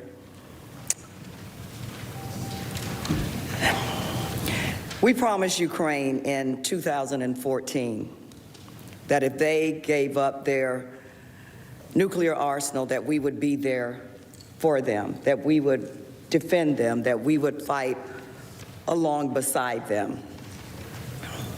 15,000 Ukrainians have died.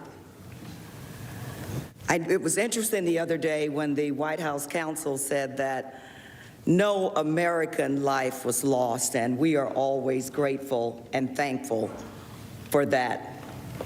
But what about our friends? What about our allies in Ukraine? According to Diplomat Holmes and Ambassador Taylor, that our Ukrainian friends continue to die on the front lines, those who were fighting for us, fighting Russian aggression. When you fight Russian aggression, when the Ukrainians have the ability to defend themselves, they have the ability to defend us. The aid, although it did arrive, it took the work of some senators in this room who had to pass additional laws to make sure that the Ukrainians did not lose out on $35 million additional dollars. And contrary to the president's tweet that all of the aid arrived and that it arrived ahead of schedule, that is not true. All of the aid has not arrived. And let's talk about what kind of signal withholding the aid for no legitimate reason. The president talked about burden sharing, but nothing had changed on the ground.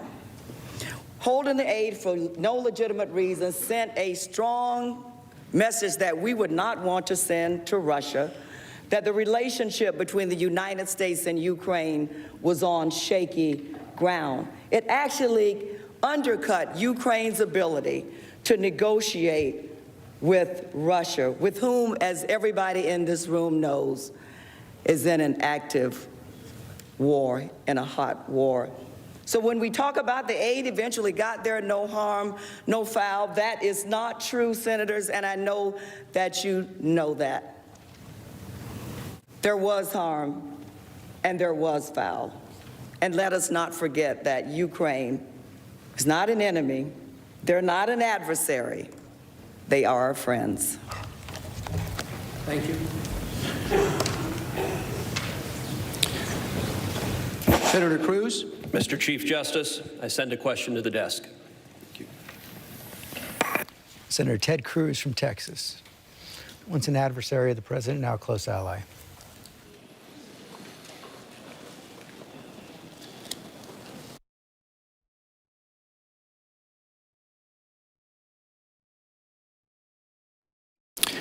The question is addressed to counsel for the president. As a matter of law, does it matter if there was a quid pro quo? Is it true that quid pro quos are often used in foreign policy?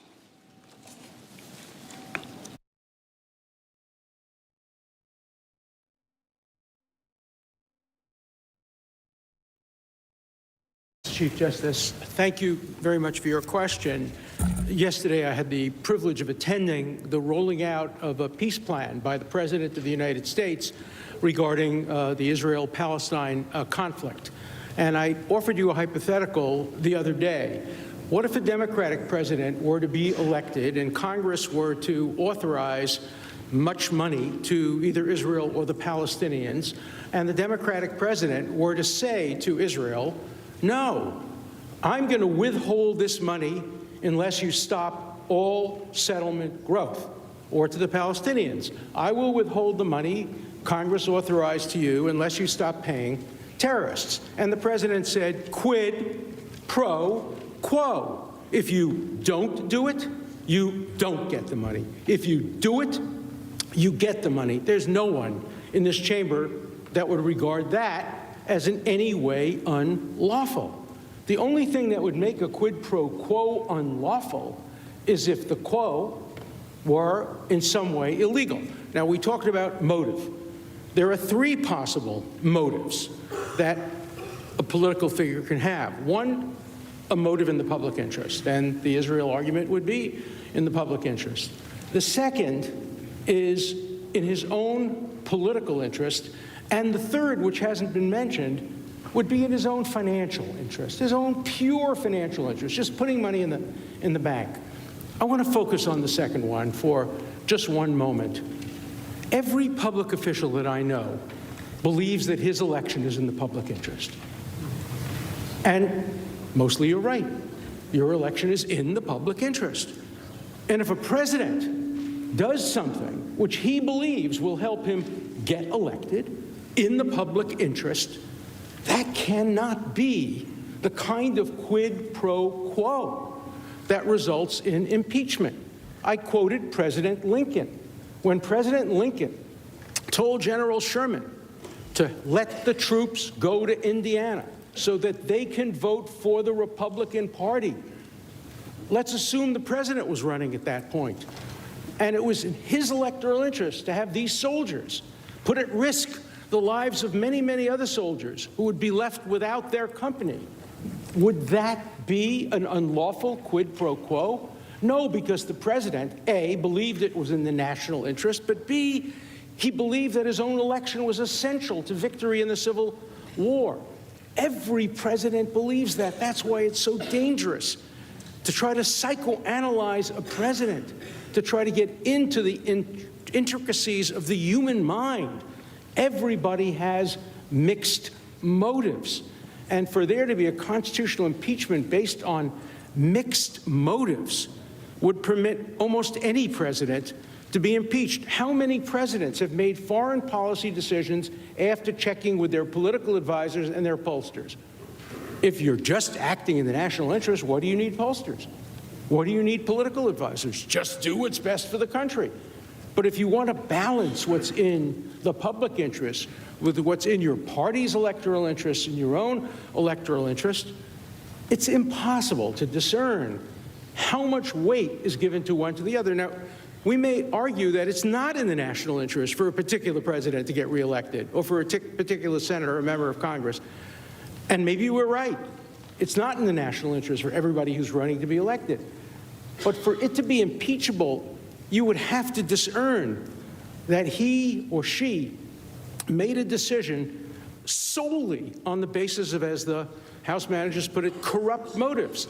And it cannot be a corrupt motive if you have a mixed motive that partially involves the national interest, partially involves electoral, and does not involve personal pecuniary interests. And the House managers do not allege that this decision, this quid pro quo, as they call it, and the question is based on the hypothesis there was a quid pro quo, I'm not acting the facts, they never allege that it was based on pure financial reasons. It would be a much harder case if a hypothetical president of the United States said to a hypothetical leader of a foreign country, unless you build a hotel with my name on it, and unless you give me $1 million kickback, I will withhold the funds. That's an easy case.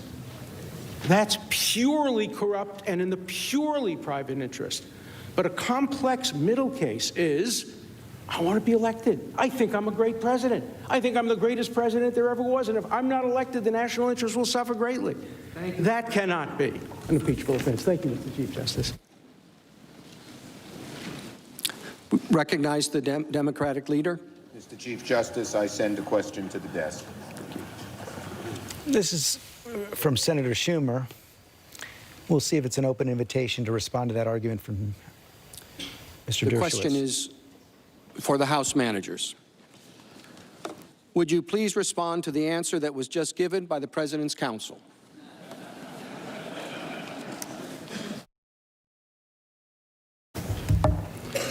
I would be delighted. There are two arguments that Professor Dershowitz makes.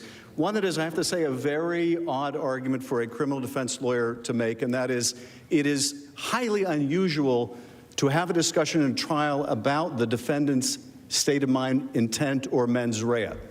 In every courtroom in America, in every criminal case, or almost every criminal case, except for a very small sliver that are strict liability, the question of the defendant's intent and state of mind is always an issue. So this is nothing novel here. You don't require a mind reader. In every criminal case, and I would assume in every impeachment case, yes, you have to show that the president was operating from a corrupt motive, and we have. But he also makes an argument that all quid pro quos are the same and all are perfectly copacetic. Now, some of you said earlier, well, if they could prove a quid pro quo over the military, now that would be something. Well, we have. So now the argument shifts to all quid pro quos are just fine, they're all the same. Well, I'm going to apply Professor Dershowitz's own test.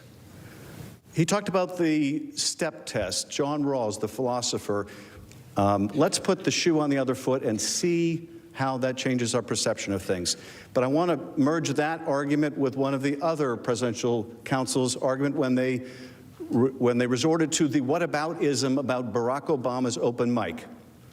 Now, that was a very poor analogy, I think you'll agree, but let's use that analogy and let's make it more comparable to today and see how you feel about this scenario.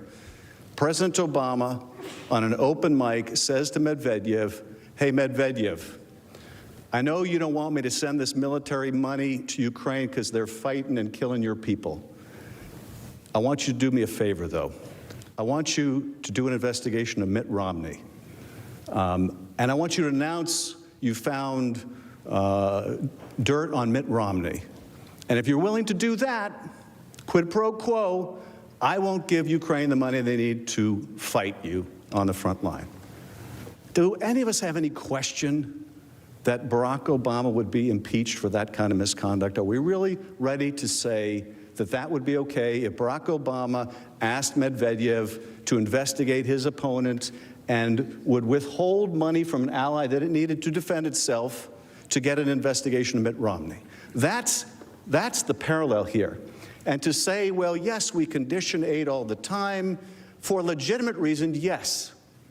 For legitimate reasons, you might say to a governor of a state, hey, governor of a state, you should chip in more towards your own disaster relief.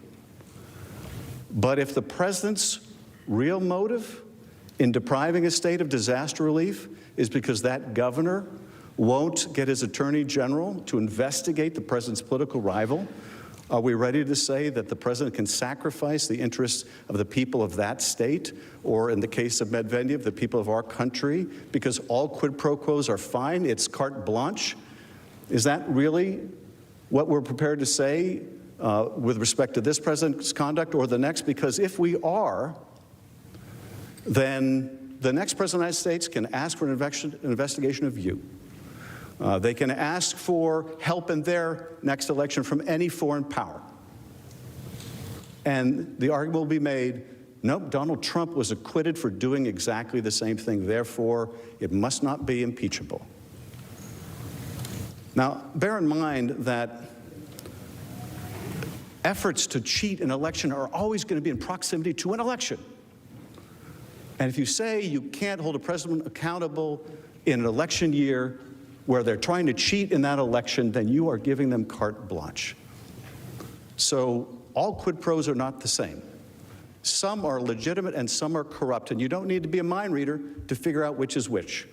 For one thing, you can ask John Bolton. Thank you, Mr. Manager. Mr. Chief Justice, Senator from Iowa. I send a question to the desk. Senator Charles Grassley, the senior Republican in the Senate.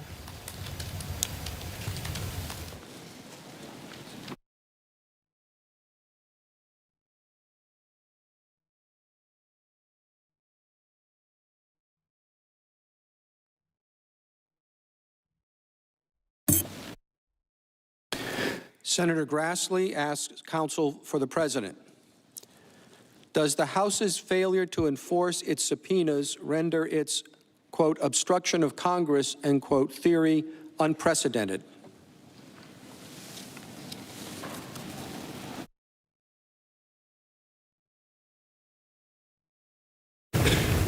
Mr. Chief Justice, Senators, the answer is yes. As far as I am aware, there has never been a prior instance in which there's been an attempt, even in the House, as in the Nixon proceeding, never mind in the Clinton proceeding, which actually left the House and came to the Senate, to suggest that there can be obstruction of Congress when there hasn't been anything beyond simply issuing a subpoena, getting resistance, and then throwing up your hands and giving up and saying, oh, well, that's obstruction. In the Clinton situation, most of the litigation was with the independent counsel, and there were privileges asserted and litigation again and again. But the point is that the issues about the privileges were all litigated, and they were resolved before things came to this body. Similarly, in the Nixon impeachment proceeding within the House, a lot of investigation had been done by the special counsel, and there was litigation over assertions of privileges there in order to get at the tapes, and some tapes or transcripts had already been turned over. But again, there was litigation about the assertion of the privilege in response to the grand jury subpoena that then fed into the House's proceedings. So it would be completely unprecedented for the House to attempt to actually bring a charge of obstruction into the Senate where all they can present is, well, we issued a subpoena and there were legal grounds asserted for the invalidity of the subpoena, and there were different grounds as I've gone through. I won't repeat them all in detail here, but some were because the subpoenas were just invalid when issued because there was no vote. Some is that the subpoenas for witnesses were invalid because senior advisors to the president had absolute immunity from compulsion. Some were that they were forcing executive branch officials to testify without the benefit of agency counsel and executive branch counsel with them. So the various reasons asserted for the invalidity and the defects in various subpoenas, and then no attempt to enforce them, no attempt to litigate out what the validity or invalidity might be, but just bring it here as an obstruction charge is unprecedented. And I'll note the House managers have said, and I'm sure that they will say again today, that, well, but if we had gone to court, the Trump administration would have said that the courts don't have jurisdiction over those claims. Now, that is true. In some cases, there's one being litigated right now related to the former counsel to the president, Don McGahn. The Trump administration position, just like the position of the Obama administration, is that an effort by the House to enforce a subpoena in Article 3 court is a non-justiciable controversy. That is our position, and we would argue that in court. But that's part of what would have to be litigated. That doesn't change the fact that the House managers can't have it both ways. And I want to make this clear. The House managers want to say that they have an avenue for going to court. They're using that avenue for going to court. They actually told the court in McGahn that once they reached an impasse with the executive branch, the courts were the only way to resolve the impasse. And as I explained the other day, there are mechanisms for dealing with these disputes between the executive and Congress. The first is an accommodations process. They didn't do that. We offered to do that in the White House counsel's October 8th letter. They didn't do accommodations. If they think they can sue, they have to take that step because the Constitution, the courts have made clear, require incrementalism in disputes between the executive and the legislative branch. So if they think that the courts can resolve that dispute, that's the next step. They should do that and have that litigated. And then things can proceed on to a higher level of confrontation. But to jump straight to impeachment, to the ultimate constitutional confrontation, doesn't make sense. It's not the system that the Constitution requires, and it is unprecedented in this case. Thank you. Thank you, counsel. The senator from Michigan. Thank you, Mr. Chief Justice. I send a question to the desk.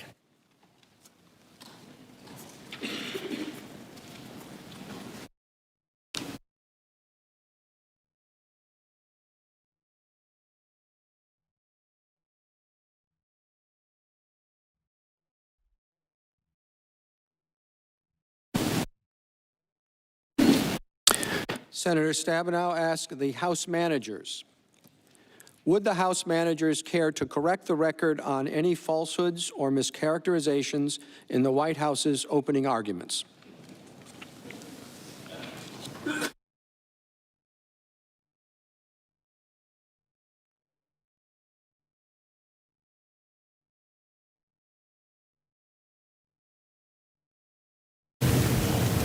Mr. Chief Justice and Senators, thank you for that question.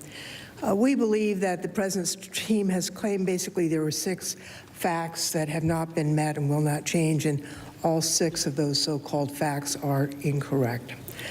Let's be clear, on July 25th, that's not the whole evidence before us, even though it includes devastating evidence of the President's scheme. President Trump's intent was made clear on the July 25th call, but we had evidence of information before the meetings with Mr. Bolton, the text message to Mr. Zelensky's people telling him he had to do the investigations to get what he wanted, all of this evidence that makes us understand that phone call even more clearly. Now, the President's team claimed that Mr. Zelensky and other Ukrainians said they never felt pressure to open investigations. Now, of course, they didn't say that publicly. They were afraid of the Russians finding out. But Zelensky said privately that he didn't want to be involved in U.S. domestic politics. He resisted announcing the investigations. He only relented and scheduled the CNN meeting after it became clear that he was not going to receive the support that he needed and that Congress had provided in our appropriations. That's the definition of pressure. Now, Ukraine, the President's lawyers say, didn't know that Trump was withholding the security assistance until it was public. Many witnesses have contested that, including the open statement by Olena Zirkle, who was then the deputy foreign minister of Ukraine, that they knew about the President's hold on the security matters. And in the end, everyone knew it was public. And after it was, Ukraine did relent and schedule that testimony. Fourth, they said no witnesses said security was conditioned on the investigations. Not so. Mulvaney, we had other witnesses talking about the shakedown for the security assistance. But the important thing is that you can get a witness who talked to the President firsthand about what the President thought he was doing. Ultimately, of course, the funds, or at least some of them, were released. But the White House meeting that the President promised 3 different times still has not occurred. So, and we still don't have the investigation of the Bidens. Getting caught doesn't mitigate the wrongdoing. The President's unrepentant, and we fear he will do it again.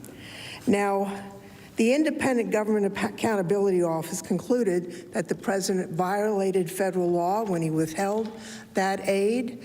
That misconduct is still going on. All the aid has not yet been released.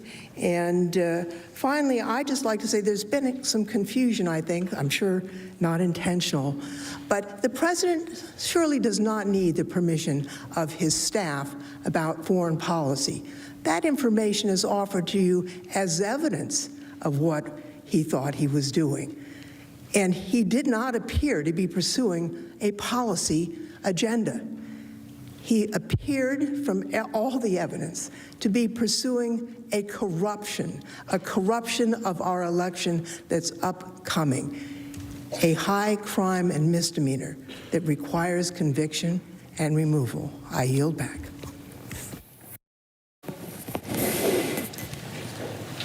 Mr. Chief Justice. The senator from Arkansas.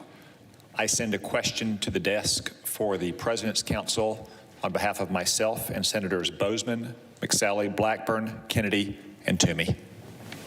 I'm Cotton from Arkansas on behalf of several senators.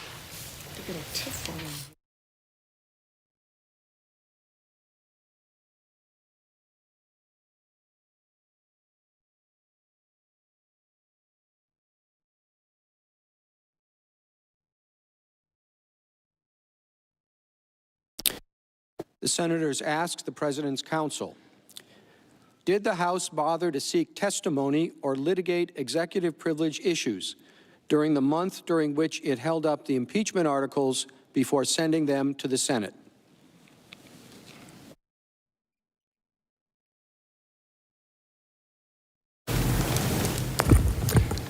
Mr. Chief Justice, Senators, no, the House did not seek to litigate any of the privilege issues during that time. In fact, they filed no lawsuits arising from this impeachment inquiry to seek to contest the bases that the Trump administration gave for resisting the subpoenas, the basis for why those subpoenas were invalid. And when litigation was filed by one of the subpoena recipients, that was Dr. Charles Kupperman, the Deputy National Security Advisor, he went to the court and sought a declaratory judgment saying, President's told me I shouldn't go. I have a subpoena from the House saying I should go. Please, courts, tell me what are my obligations. And that was filed, I believe, around October 25th. It was towards the end of October. Very shortly, within a few days, the court had set an expedited briefing schedule and scheduled a hearing for December 10th that was supposed to hear both preliminary motions to dismiss, but also the merits issues. So they were going to get a decision after a hearing on December 10th that would go to the merits of the issue. The House managers withdrew the subpoena. The House of Representatives decided they wanted to moot out the case so they wouldn't get a decision. So no, the House has not pursued litigation to get any of these issues resolved. It's affirmatively avoided getting any litigation. And that seems to be, at least in part, based on, if you look at the House Judiciary Committee report, their assertion that under the sole power of impeachment assigned to the House believes that the Constitution assigns, I believe the exact words are, it gives the House the last word, something to that effect. And I mentioned this the other day. This is the new constitutional theory that because they have the sole power of impeachment, in their view, it's actually the paramount power of impeachment. And all other constitutionally based privileges or rights or immunities or roles even of the other branches, both the judiciary and the executive, fall away. And there is nothing that can stand in the way of the House's power of impeachment. If they issue a subpoena, the executive has to respond. And it can't raise any constitutionally based separation of powers concerns. If you do, that's obstruction. The courts have no role. The House has the sole power of impeachment. And that's a very dangerous construct for our Constitution. It suggests that once they flip the switch onto impeachment, there's no check on their power, on what they want to do. And that's not the way the Constitution is structured. The Constitution requires, when there are interbranch conflicts, that there be an accommodation process, that there be attempts to address the interests of both branches. And the House has taken the position, and in other litigation, the McGahn litigation, they're telling the courts are the only way to resolve these issues. And they brought that case in August. They already have a decision from the district court. They have an appeal in the D.C. Circuit. It was argued on January 3rd. A decision could come any day. That's pretty fast for litigation. But they've decided in this impeachment they don't want to do litigation. And again, it's because they had a timetable. One of the House managers admitted on this floor they had to get the president impeached before the election. They had no time for the courts, for anyone telling them what the rules were. And they had to get it done by Christmas, and that's what they did. And then they waited around for the month before bringing it here. And I think that shows you what's really behind the claims of, oh, it's urgent, then it's not urgent. It's urgent when it's our timetable to get done by Christmas. It's not so urgent when we can wait for a month because we want to tell the Senate how to run things. It's all a political charade. And that's part of the reason, a major reason, that the Senate should reject these articles of impeachment. Thank you. Thank you, counsel. Justice. The senator from New Mexico. Thank you for the recognition, Mr. Chief Justice. I send a question to the desk. Senator Udall from New Mexico.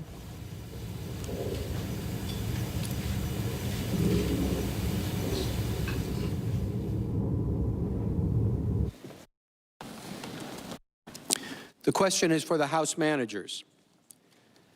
Please address the President's counsel's argument that House managers seek to overturn the results of the 2016 election and that the decision to remove the President should be left to the voters in November.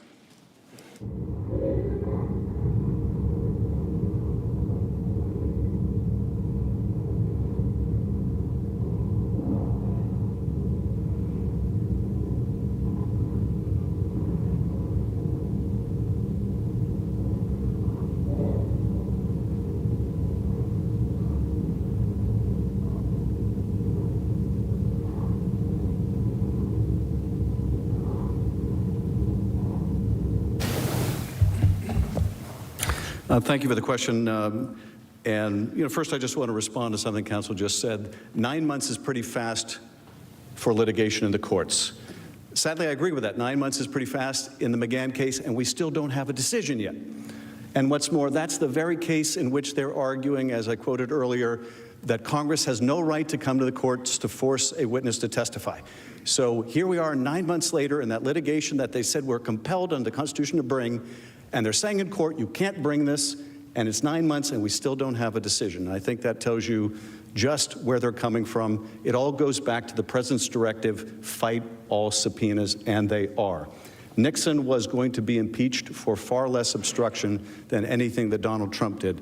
Now, the argument, well, if you impeach a president, you are overturning the results of the last election and you're tearing up the ballots in the next election. Okay, if that were the case, there would be no impeachment clause in the Constitution. Because by definition, if you're impeaching a president, that president is in office, has won an election. Clearly, that's not what the founders had in mind. What they had in mind is if the president commits high crimes and misdemeanors, you must remove him from office. It is not voiding the last election, it is protecting the next election. Indeed, the impeachment power was put in the Constitution not as a punishment, that's what the criminal laws are for, but to protect the country. Now, if you say you can't impeach a president before the next election, what you're really saying is you can only impeach a president in their second term. Okay, if that were going to be the constitutional requirement, the founders would have put in the Constitution, a president may commit whatever high crimes and misdemeanors that he wants as long as it's in the first term. That is clearly not what any rational framer would have written, and indeed they didn't. And they didn't for a reason. The founders were concerned that, in fact, the object of a president's corrupt scheme might be to cheat in the very form of accountability that they had prescribed, the election.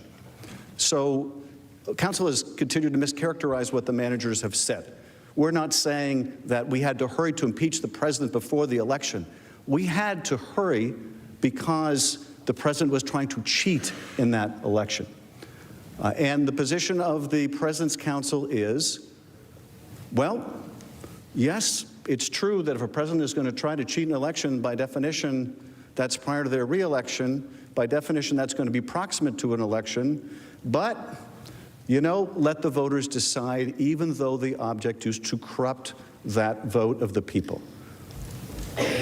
That cannot be what the founders had in mind. One of the things I said at the very open of this proceeding is, yes, we're to look to history. Yes, we're to try to divine the intent of the framers, but we are not to leave our common sense at the door. The issue isn't whether this is his first term or his second.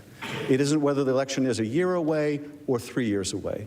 The issue is, did he commit a high crime and misdemeanor? Is it a high crime and misdemeanor for a president of the United States to withhold hundreds of millions of dollars in aid to an ally at war to get help, illicit foreign interference in our election? If you believe that it is, it doesn't matter what term it is. It doesn't matter how far away the election is, because that president represents a threat to the integrity of our elections, and more than that, a threat to our national security. As we have shown by withholding that aid, and I know the argument, no harm, no foul, we held aid from an ally at war. We sent a message to the Russians when they learned of this hold that we did not have Ukraine's back. We sent a message to the Russians as Zelensky was going into negotiations with Putin to try to end that war, that Zelensky was operating from a position of weakness because there was a division between the President of the United States and Ukraine. That's immediate damage. That's damage done every day. That damage continues to this day. The damage the President does in pushing out the Russian conspiracy theories were identified during the House proceedings, and you've heard in the Senate, as Russian intelligence propaganda.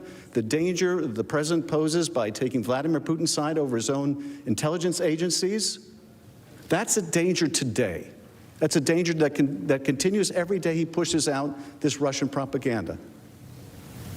The framers, if they meant impeachment only to imply in a second term, would have said so, but that would have made the Constitution a suicide pact. That's not what it says, and that's not how you should interpret it. Thank you. The senator from Ohio. Desk. Thank you. Senator Rob Portman.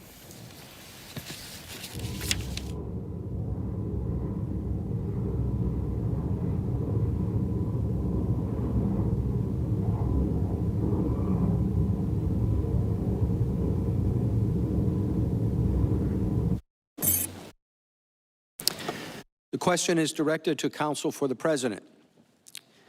Given that impeachment proceedings are privileged in the Senate and largely prevent other work from taking place while they are ongoing, please address the implications of allowing the House to present an incomplete case to the Senate and request the Senate to seek testimony from additional witnesses.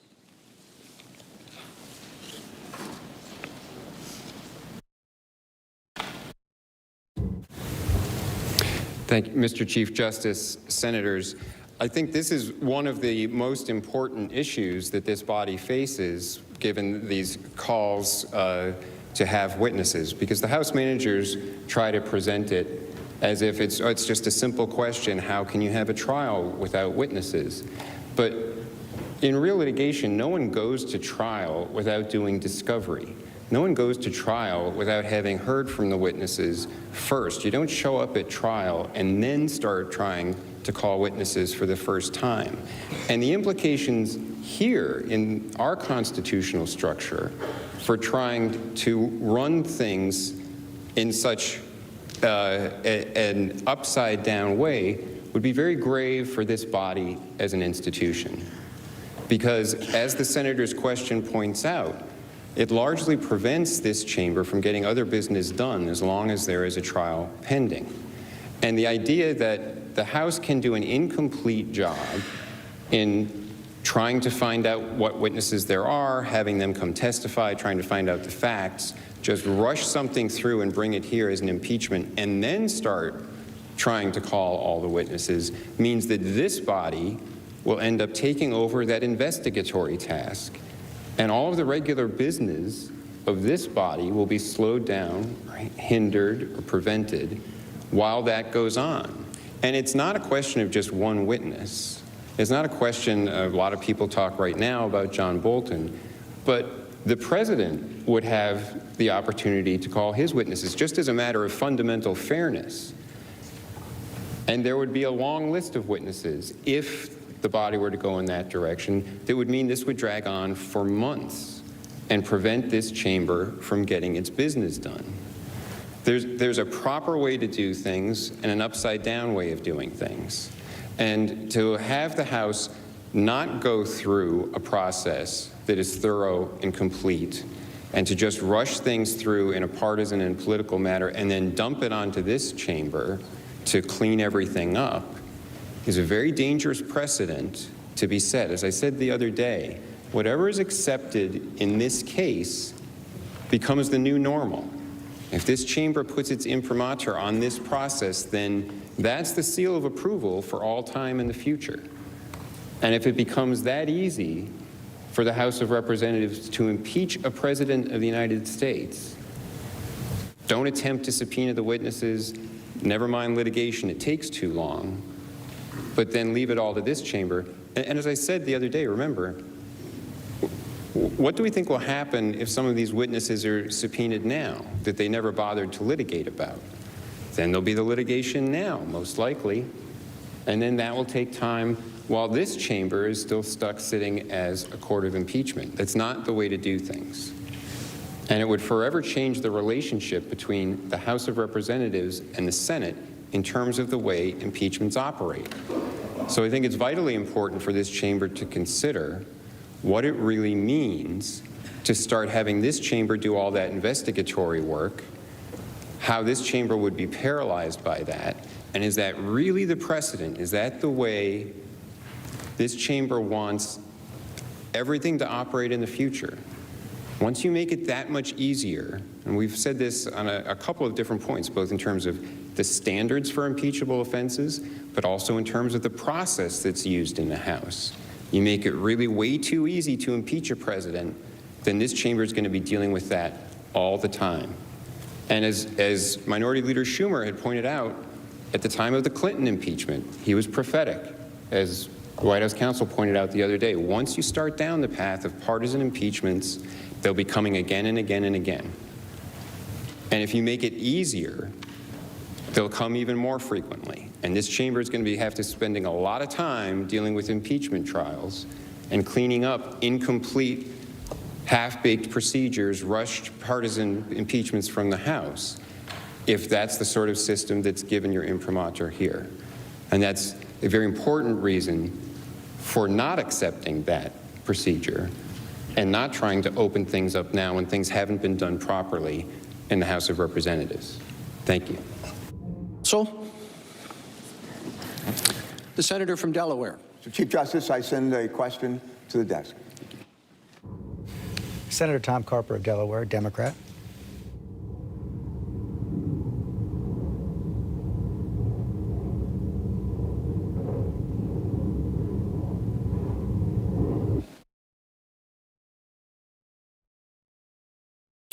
The question is for the House managers. Some have claimed that subpoenaing witnesses or documents would unnecessarily prolong this trial. Isn't it true that depositions of the 3 witnesses in the Clinton trial were completed in only 1 day each?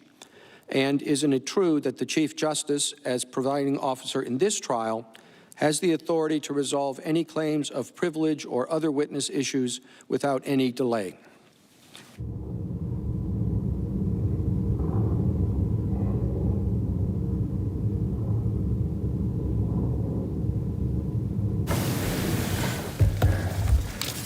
Mr. Chief Justice, the answer is yes. What is clear, based on the record that was compiled by the House of Representatives, where up to 5 depositions per week were completed, that this can be done in an expeditious fashion. It's important to note that the record that exists before you right now contains strong and uncontroverted evidence that President Trump pressured a foreign government to target an American citizen for political and personal gain as part of a scheme to cheat in the 2020 election and solicit foreign interference. That is evidence from witnesses who came forward from the Trump administration, including individuals like Ambassador Bill Taylor, West Point graduate, Vietnam War hero, including individuals like Ambassador Sondland, who gave $1 million to President Trump's inauguration, respected national security professionals like Lieutenant Colonel Alexander Vindman, as well as Dr. Fiona Hill. 17 different witnesses, Trump administration employees, troubled by the corrupt conduct that took place as alleged and proven by the House of Representatives. But to the extent that there are ambiguities in your mind, this is a trial. A trial involves witnesses. A trial involves documents. A trial involves evidence. That is not a new phenomenon for this distinguished body.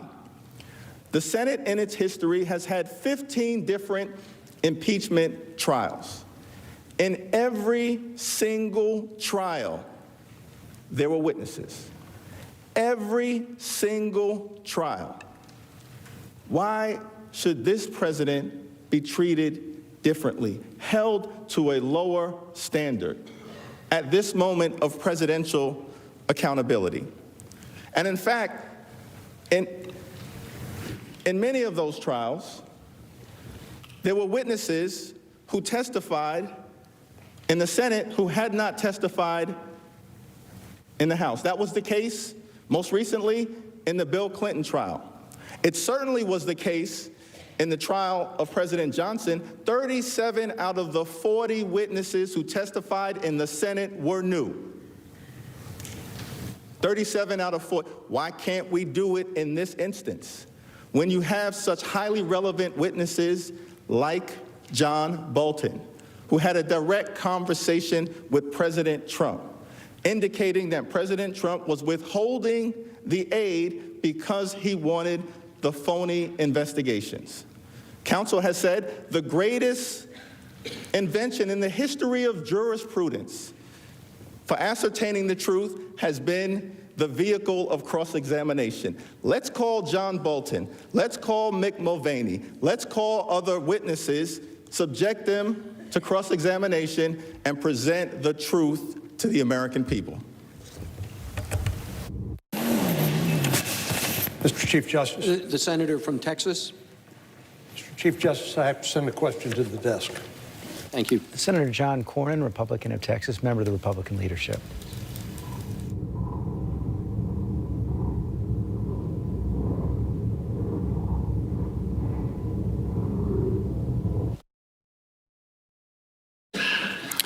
Senator Cornyn asks counsel for the president, what are the consequences to the presidency, the president's constitutional role as the head of the executive branch, and the advice the president can expect from his senior advisors if the Senate seeks to resolve claims of executive privilege for subpoenas in this impeachment trial without any determination by an Article III court?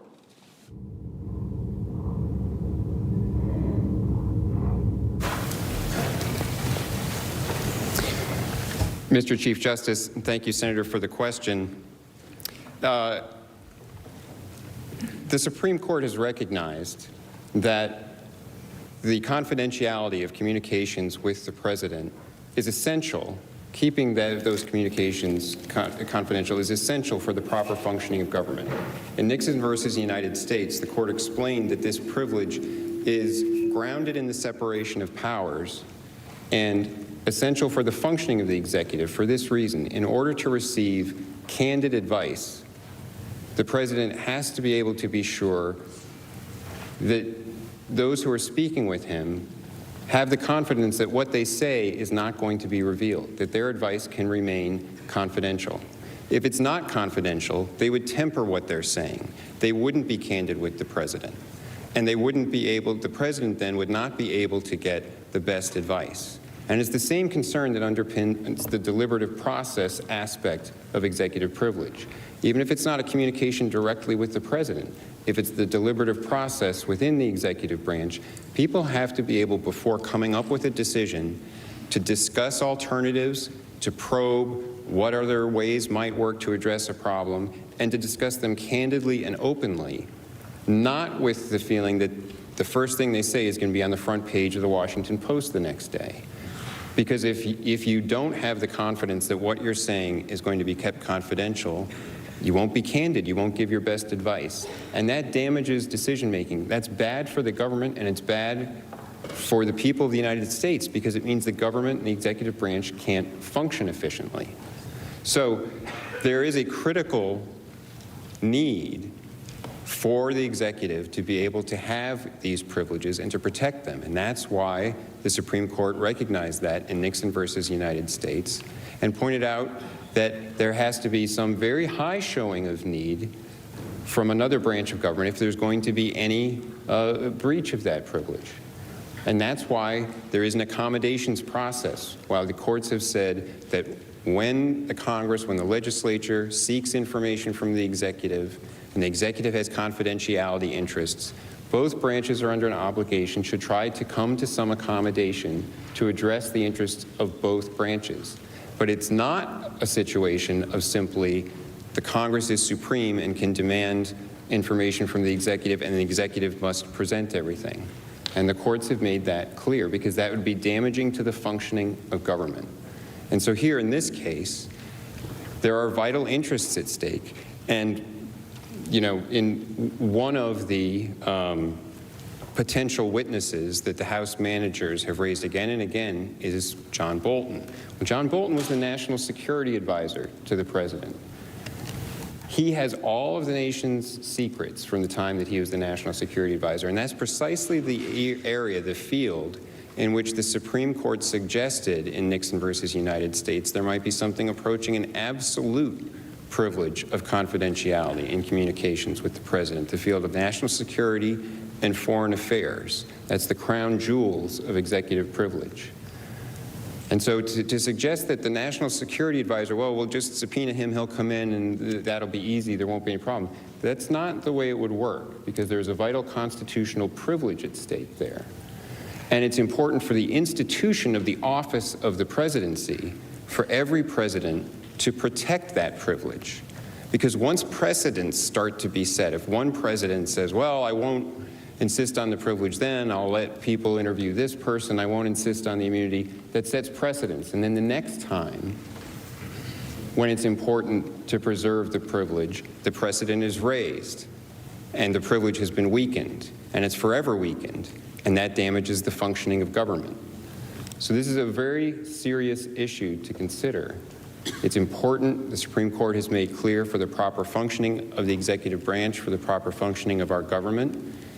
And there would be grave issues raised attempting to have a national security advisor to the president come under subpoena to testify. And that would all have to be dealt with, and that would take some time before things would continue.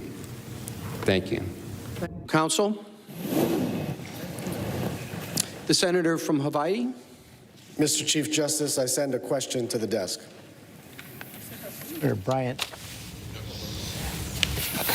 Senator Brian Schatz, Democrat of Hawaii.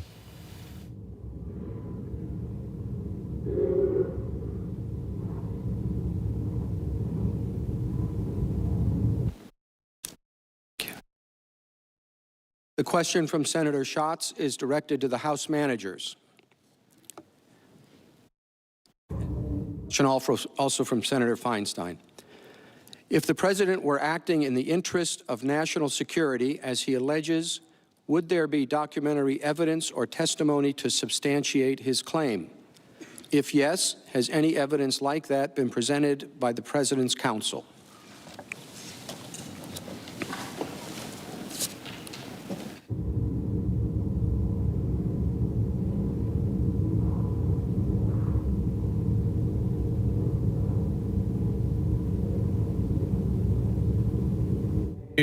Thank you, Mr. Chief Justice. Thank you, Senators, for the question. The answer is yes. Right? There are well-established processes, mechanisms, and agencies in place to pursue valid and legitimate national security interests of the United States, like the National Security Council, like the National Security Advisor, as in Ambassador John Bolton, and many other folks within the State Department and the Department of Defense. And as we have well established over the last week, none of those folks, none of those agencies that would have been involved in having that deliberation, reviewing that evidence, having that discussion, were incorporated into any type of interagency review process during the vast majority of the time that we are talking about here. From the time of the president's call on July 25th to the time the hold was lifted, those individuals, those agencies were in the dark. They didn't know what was happening. And more so, not only were they in the dark, but the president violated the law by violating the Impoundment Control Act to execute his scheme. None of that suggests a valid, legitimate policy objective. More so, the president himself and his counsel is bringing at issue the question of documents and witnesses.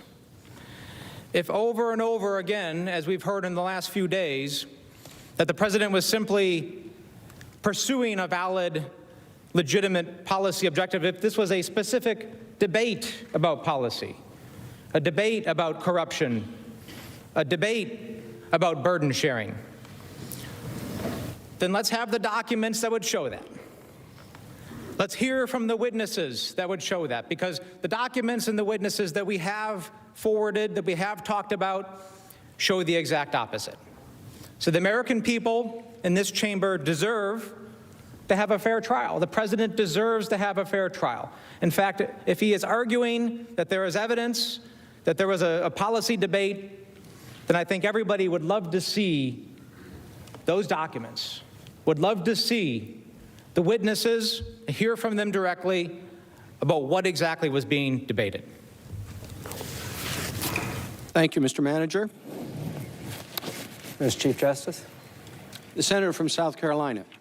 I send a question to the desk for myself and Senator Cruz. Thank you. Senator Lindsey Graham, Republican of South Carolina, strong ally of President Trump.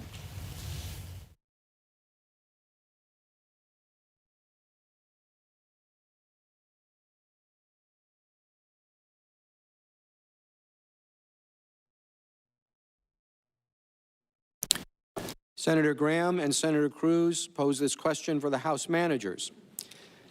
In Mr. Schiff's hypothetical, if President Obama had evidence that Mitt Romney's son was being paid $1 million per year by a corrupt Russian company and Mitt Romney had acted to benefit that company, would Obama have authority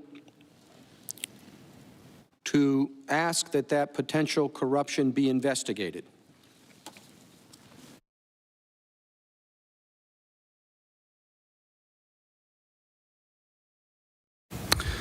Well, first of all, the hypothetical is a bit off because it presumes that in that hypothetical that President Obama was acting corruptly, or there was evidence he was acting corruptly with respect to his son. But nonetheless, let's take your hypothetical on its terms. Would it have been impeachable if Barack Obama had tried to get Medvedev to do an investigation of Mitt Romney, whether it was justified or unjustified? The reality is, for a president to withhold military aid from an ally, or in the hypothetical, to withhold it to benefit an adversary, to target their political opponent is wrong and corrupt, period. End of story. And if you allow a president to rationalize that conduct, rationalize jeopardizing the nation's security, to benefit himself because he believes that his opponent should be investigated by a foreign power, that is impeachable. Now, if you have a legitimate reason to think that any U.S. person has committed an offense, there are legitimate ways to have an investigation conducted. There are legitimate ways to have the Justice Department conduct an investigation. Now, I would suggest to you that for a president to turn to his Justice Department and say, I want you to investigate my political rival, taints whatever investigation they do. Presidents should not be in the business of asking even their own Justice Department to investigate their rivals. The Justice Department ought to have some independence from the political desires of the president. And one of the deeply troubling circumstances of the current presidency is you do have a president of the United States speaking quite openly, urging his Justice Department to investigate his perceived enemies. That should not take place either. But under no circumstances do you go outside of your own legitimate law enforcement process to ask a foreign power to investigate your rival, whether you think there's cause or you don't think there's cause. And you certainly don't invite that foreign power to try to influence an election to your benefit. It's remarkable to me that we even have to have this conversation. I mean, our own FBI director has made it abundantly clear, and it shouldn't require an FBI director to say this, that if we were approached with an offer of foreign help, we should turn it down. We should, of course, certainly not solicit a foreign country to intervene in our election. And whether we think there's grounds or we don't, the idea that we would hold our own country's security hostage by withholding aid to a nation at war to either damage our ally or help our adversary because they will conduct an investigation into our opponent, I can't imagine any circumstance where that's justified. And I can't imagine any circumstance where we would want to say the President of the United States can target his rival, can illicit foreign help in an election, can help him cheat, and that's okay. Because that will dramatically lower the bar for what we have a right to expect in the President of the United States, and that is they're acting in our interests. So I would say it's wrong for President of the United States to be asking for political prosecutions by his own Justice Department. I would say it's wrong for President of the United States to ask a foreign power to engage in an investigation of his political rival, but particularly where, as we have shown here, there is no merit to that investigation is even more egregious. And you know there's no merit to it because he didn't even want the investigation. And the more accurate parallel, Senator, would be if Barack Obama said, I don't even need you, Russia, to do the investigation. I just want you to announce it. Because that betrays the fact there was no legitimate basis, because the president didn't even need the investigation done. He just wanted it announced. And there is no legitimate explanation for that except he wanted their help in cheating in the next election. Thank you, Mr. Manager. The senator from Michigan. Mr. Chief Justice, I send a question to the desk. Thank you. Scott, right. Senator Gary Peters of Michigan, Democrat. Thank you.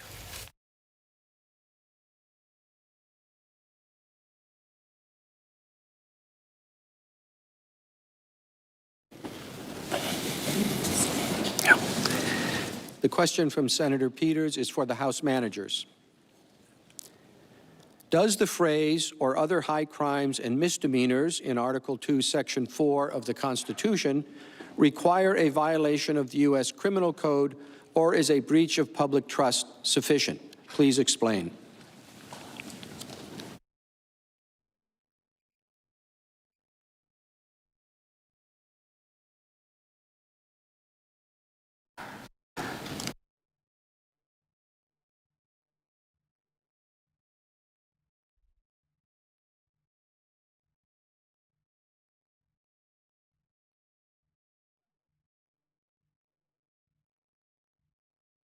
Framers were very clear that abuse of power is an impeachable offense. In explaining why the Constitution must allow impeachment, Edmund Randolph warned that, quote, the executive will have great opportunities of abusing his power. Alexander Hamilton described high crimes and misdemeanors as offenses which proceed from the abuse or violation of some public trust. The framers also described what it meant. It was impeachable for a president to abuse his pardon power to shelter people he was connected with in a suspicious manner. Future Supreme Court Justice James Iredell said the president would be liable to impeachment if he'd acted from some corrupt motive or other, or if he was willfully abusing his trust. As was later stated in a treatise summarizing centuries of common law, abuse of power occurs if a public officer entrusted with definite powers to be exercised for the benefit of the community wickedly abuses or fraudulently exceeds them. So when the framers said this, that abuse of power was impeachable, it wasn't just an empty, meaningless state. Remember, the founders had been participating with overthrowing the British government, a king who was not accountable. They incorporated the impeachment power into the Constitution late, actually, in the drafting of the Constitution. They knew that they were giving the president many powers, and they specified if he abused them, that those powers could be taken away. Now, the prior articles that the Congress has had on impeachment did not include specific crimes. President Nixon was charged with abusing his power, targeting political opponents, engaging in a cover-up. Now, there was conduct specified. Some of it was clearly criminal, some of it was not. But it was all impeachable because it was corrupt and it was abusing his power. In the House Judiciary Committee, we had witnesses called by both Republicans and Democrats, and the Republican-invited constitutional law expert, Jonathan Turley, testified unequivocally that it is possible to establish a case for impeachment based on a non-criminal allegation of abuse of power. Every presidential impeachment, including this one, has included conduct that violated the law, but each presidential impeachment has included the charges directly under the Constitution. It's important to note that a specific criminal law violation was not in the minds of the founders, and it wouldn't make any sense today. You could have a criminal law violation. You could deface a post office box. That would be a violation of federal law. We would laugh at the idea that that would be a basis for impeachment. That is not abuse of presidential powers. It might be a crime. And yet you could have activities that are so dangerous to our Constitution that are not a crime that would be charged as an impeachable offense because they are an abuse of power. That's what the framers worried about. That's why they put the impeachment clause in the Constitution, and frankly, they opined that because of the impeachment clause, no executive would dare exceed their powers. Regrettably, that prediction did not prove true, which is why we are here today with President Trump having abused his broad powers to the detriment of our national interest for a corrupt purpose, his own personal interests. Thank you. Thank you, counsel. Mr. Chief Justice. Oh, Senator, thank you. Thank you, Mr. Chief Justice.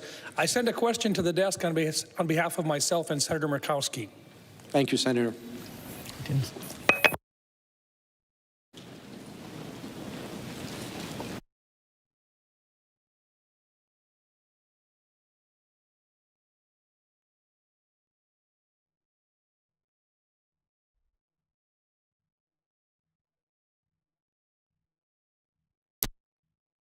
Senators ask counsel for the President.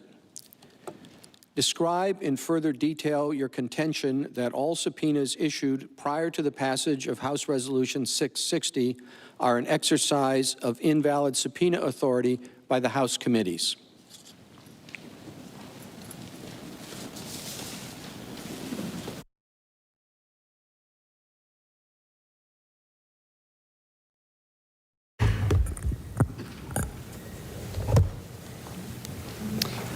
Mr. Chief Justice, thank you, senators, for that question. As I explained the other day, this contention is based on a principle that has been laid out in several Supreme Court cases, explaining that the Constitution assigns powers to each house of the legislative branch, to the House of Representatives or to the Senate. And in particular, the language of the Constitution is clear in Article 1 that the sole power of impeachment is assigned to the House. That's to the House of Representatives as a body. It's not assigned to any committee, to a subcommittee, or to any particular member of the House. And in cases such as Rumley versus United States and the United States versus Watkins, the court has been called, there are disputes about subpoenas. They're not specifically in the impeachment context, but they establish a general rule, a principle, that whenever a committee of either body of Congress issues a subpoena to someone and that person resists the subpoena, the courts will examine what was the authority of that committee or subcommittee to issue that subpoena? And it has to be traced back to some authorizing rule or resolution from the House of Representatives itself, for example, in a House subcommittee. And the courts will examine, the Supreme Court has made clear that that is the charter of the committee's authority. It gets its authority solely from an action by the House itself. That requires a vote of the House, either to establish the committee by resolution or to establish by rule the standing authority of that committee. And if the committee cannot trace its authority to a rule or a resolution from the House, then its subpoena is invalid. And the Supreme Court's made clear in those cases such subpoenas are null and void because they're ultra vires. They're beyond the power of the committee to issue. They can't be enforced. And our point here is very simple. There is no standing rule in the House that provides the committees that were issuing subpoenas here under the leadership of Manager Schiff the authority to use the impeachment power to issue subpoenas. Rule 10 of the House defines the legislative jurisdiction of committees. It doesn't mention the word impeachment even once. And so no committee under Rule 10 was given the authority to issue subpoenas for impeachment purposes. And this has always been the case in every presidential impeachment in the history of the nation. There has always been a resolution from the House first to authorize a committee to use the power of impeachment before it attempted to issue compulsory process. So in this case, there was no resolution from the House. The authority, the sole power of impeachment, remained with the House of Representatives itself. And Speaker Pelosi, by herself, did not have authority merely by talking to a group of reporters on September 24th to give the powers of the House to any particular committee to start issuing subpoenas. So the subpoenas that were issued were invalid when they were issued. And then 5 weeks later, on October 31st, when the House finally adopted House Resolution 660 that authorized from that point, purported to authorize at least from that point, the issuance of subpoenas, nothing in that resolution addressed the subpoenas that had already been issued. It didn't even attempt, it didn't purport to say the ones that have already been issued, we're going to try to retroactively give authority for that. It's a separate question whether that could have been done legally. They didn't even attempt to do it. And this is all explained in the opinion from the Office of Legal Counsel, which is in our trial memorandum attached as Appendix C. And it's a very detailed and thorough opinion, 37 pages of legal reasoning, but it explains all of this. The basic principle that applies generally, the history that it has always been done this way. There has always, in every presidential impeachment, been an authorizing resolution from the House, and the fact that there was none here. So there was no authority for those subpoenas. And that means that 23 subpoenas that were issued were invalid. And this was explained, as I pointed out the other day, in letters from the administration to the committees, a letter from the White House, from OMB, I think the State Department, and in very specific terms, it set out this rationale. So that is the basis on which those subpoenas were invalid, and they were properly resisted by the administration. Thank you. Thank you, counsel. The senator from Pennsylvania. Mr. Chief Justice, I send a question to the desk. Thank you. Casey from Pennsylvania, Democrat.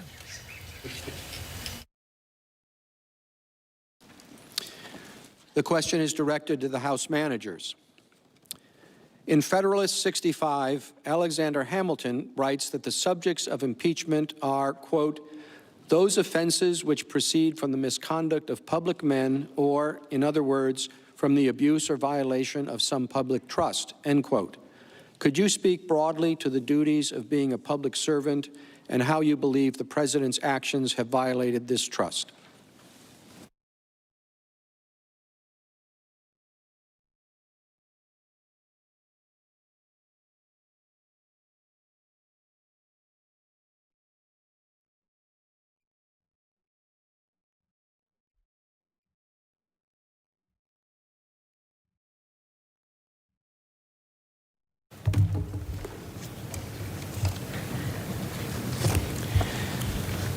Mr. Chief Justice, members of the Senate, President Trump used the powers of his office to solicit a foreign nation to interfere in our elections for his own benefit.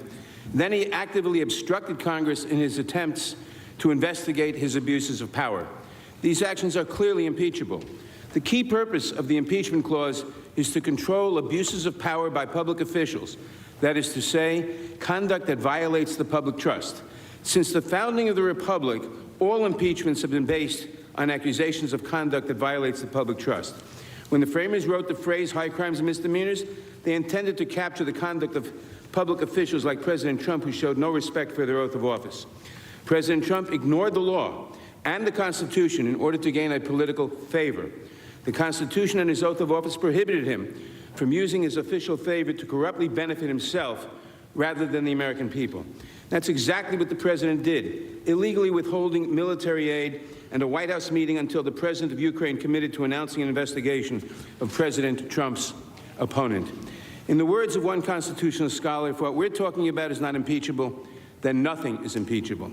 This is precisely the misconduct that the framers created the Constitution, including impeachment, to protect against.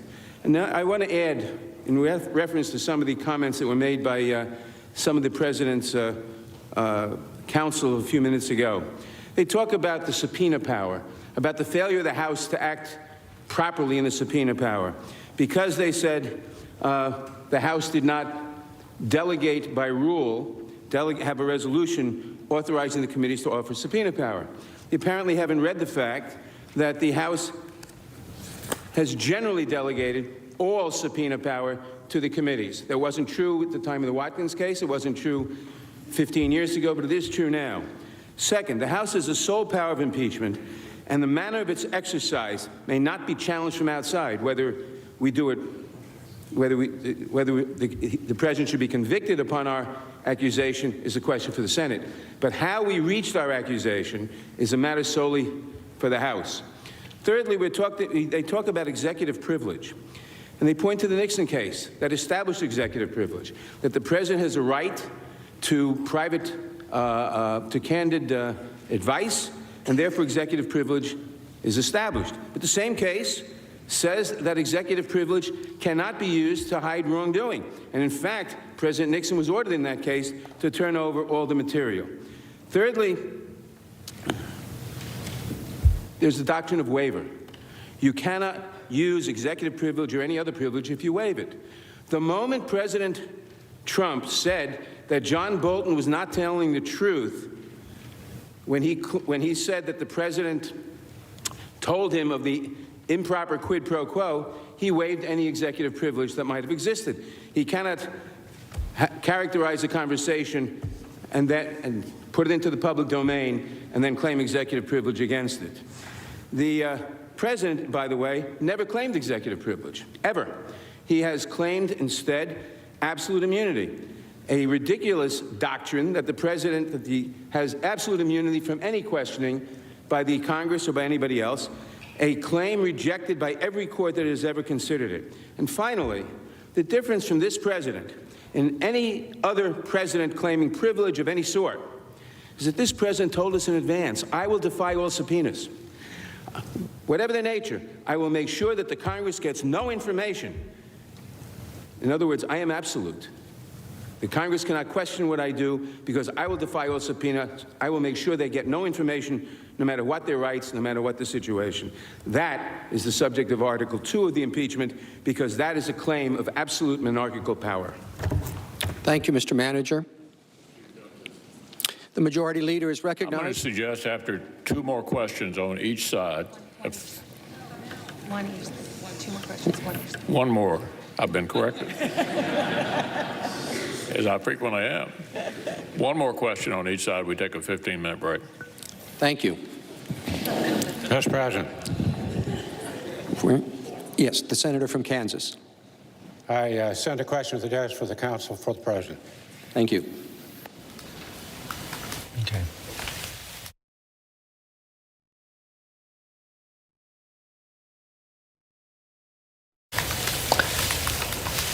Senator Pat Roberts, Republican of Kansas.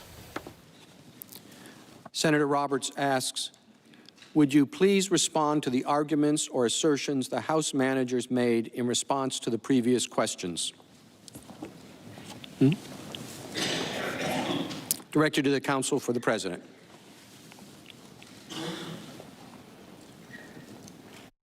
Mr. Chief Justice, members of the Senate, I want to respond to a couple. First, with regard to the question or the issues that have been raised as it relates to witnesses, it's important to note that in the Clinton impeachment proceeding, the witnesses that actually gave deposition testimony were witnesses that had either been interviewed by deposition in the House proceedings, grand jury proceedings, and it was specifically, it was Sid Blumenthal, Verdun Jordan, and Monica Lewinsky. The new witnesses were not being called. That's because the House, in their process, moved forward with a full investigation. That did not happen here. There was another statement that was raised by Mr. Chairman Schiff, Manager Schiff, regarding the Chief Justice could make the determination on executive privilege. And again, with no disrespect to the Chief Justice, the idea that the presiding officer of this proceeding could determine a waiver or the applicability of executive privilege would be quite a step. There's nothing historic precedent, there's no historic precedent that would justify it. But there's something else. If we get to the point of witnesses, then, for instance, if one of the witnesses to be called were by the President's lawyers was Adam Schiff, in the role basically of Ken Starr. Ken Starr presented the report, made the presentation before the House of Representatives, had about 12 hours of questioning, I believe, is what Judge Starr had.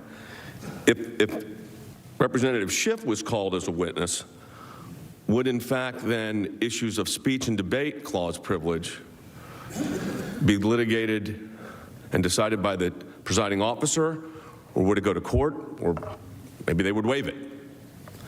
But those would be the kind of issues that would be very, very significant.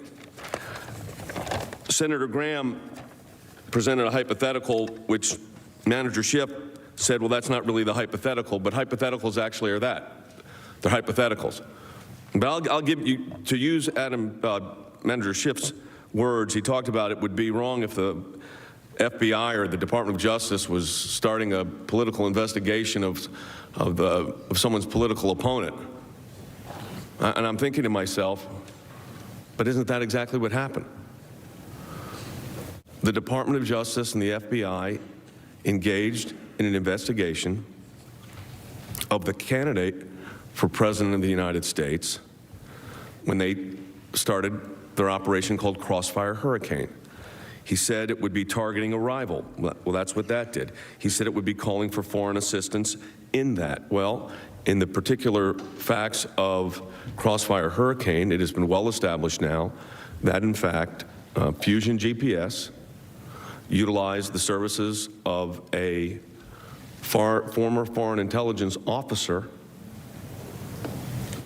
Christopher Steele, to put together a dossier, and that Christopher Steele relied on his network of resources around the globe, including in Russia and other places, to put together this dossier, which then James Comey said was unverified and salacious, but yet it was the basis upon which the Department of Justice and the FBI obtained FISA warrants, and this was in 2016, against a rival campaign. So we don't have to do hypotheticals. That's precisely the situation. But to take it an additional step, this idea that a witness will be called, if this body decides to go to witnesses, that a witness will be called, would be a violation of fundamental fairness. Of course, if witnesses are called by the House managers through that motion, well, the President's counsel would have the opportunity to call witnesses as well, which we would.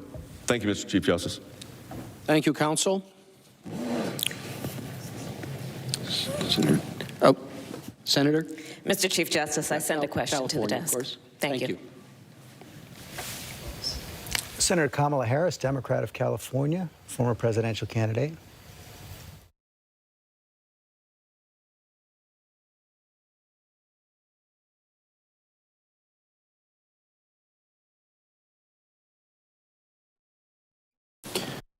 The question from Senator Harris is for the House managers. President Nixon said, quote, "When the president does it, that means that it is not illegal," end quote. Before he was elected, President Trump said, quote, "When you're a star, they let you do it. You can do anything," end quote. After he was elected, President Trump said that Article 2 of the Constitution gives him, quote, "the right to do whatever he wants as president," end quote.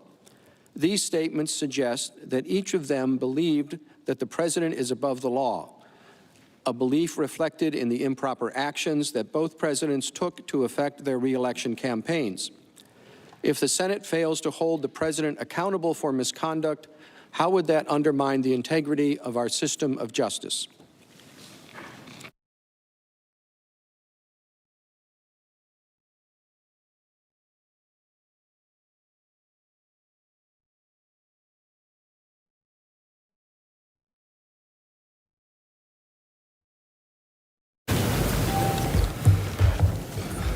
Mr. Chief Justice, Senators, I think this is exactly the fear. I think if you look at the pattern in this president's conduct and his words, what you see is a president who identifies the state as being himself.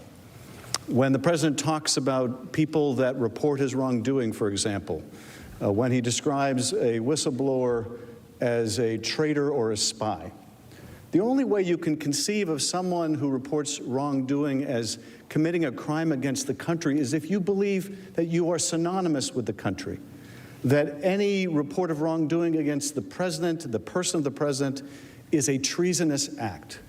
It is the kind of mentality that says under Article 2, I can do whatever I want, that I'm allowed to fight all subpoenas. Now, counsel has given a variety of explanations for the fighting of all subpoenas. They might have a plausible argument if the administration had given hundreds of documents but reserved some and made a claim of privilege, or the administration has said, we'll allow these witnesses to testify, but with these witnesses, with these particular questions, we want to assert a privilege. But of course, that's not what was done here. What we have instead is a shifting series of rationales and explanations and duplicitous arguments, some made in court and some made here. You have the argument that the subpoenas aren't valid before the House resolution, and then with respect to subpoenas issued after the House resolution, like to Mulvaney, well, those are no good either. You have the argument made that we have absolute immunity, and the court that addresses this says, no, you don't. You're not a king. That argument may be thought of with favor by various presidents over history. It has never been supported by any court in the land. There's no constitutional support for that either. Documents that are being released right now as we sit here, and it's a mystery to the country and it's a mystery to some of us, how are private litigants able to get documents through the Freedom of Information Act that the administration has withheld from Congress? If they were operating in any good faith, would that be the case? And of course, the answer is no. What we have instead is we're going to claim absolute immunity even though the court says that doesn't exist. Now, they said, well, the House withdrew the subpoena on Dr. Kupperman. Why would they withdraw the subpoena on Dr. Kupperman when he was only threatening to tie you up endlessly in court? Now, we suggested to counsel for Dr. Kupperman that if they had a good faith concern about testifying, if this was really good faith and it wasn't just a stratagem to delay, if it wasn't just part of the president's wholesale fight all subpoenas, they didn't need to file separate litigation because there was actually a case already in court involving Don McGahn on that very subject that was ripe for decision. Indeed, the decision would come out very shortly thereafter. And we said, let's just agree to be bound by what the McGahn court decides.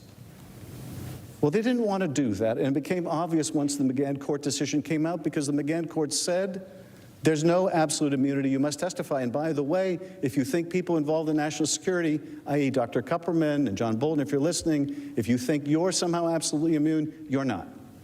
So did Dr. Kupperman said, well, now I have the comfort I needed because the court has weighed in? The answer is, of course not.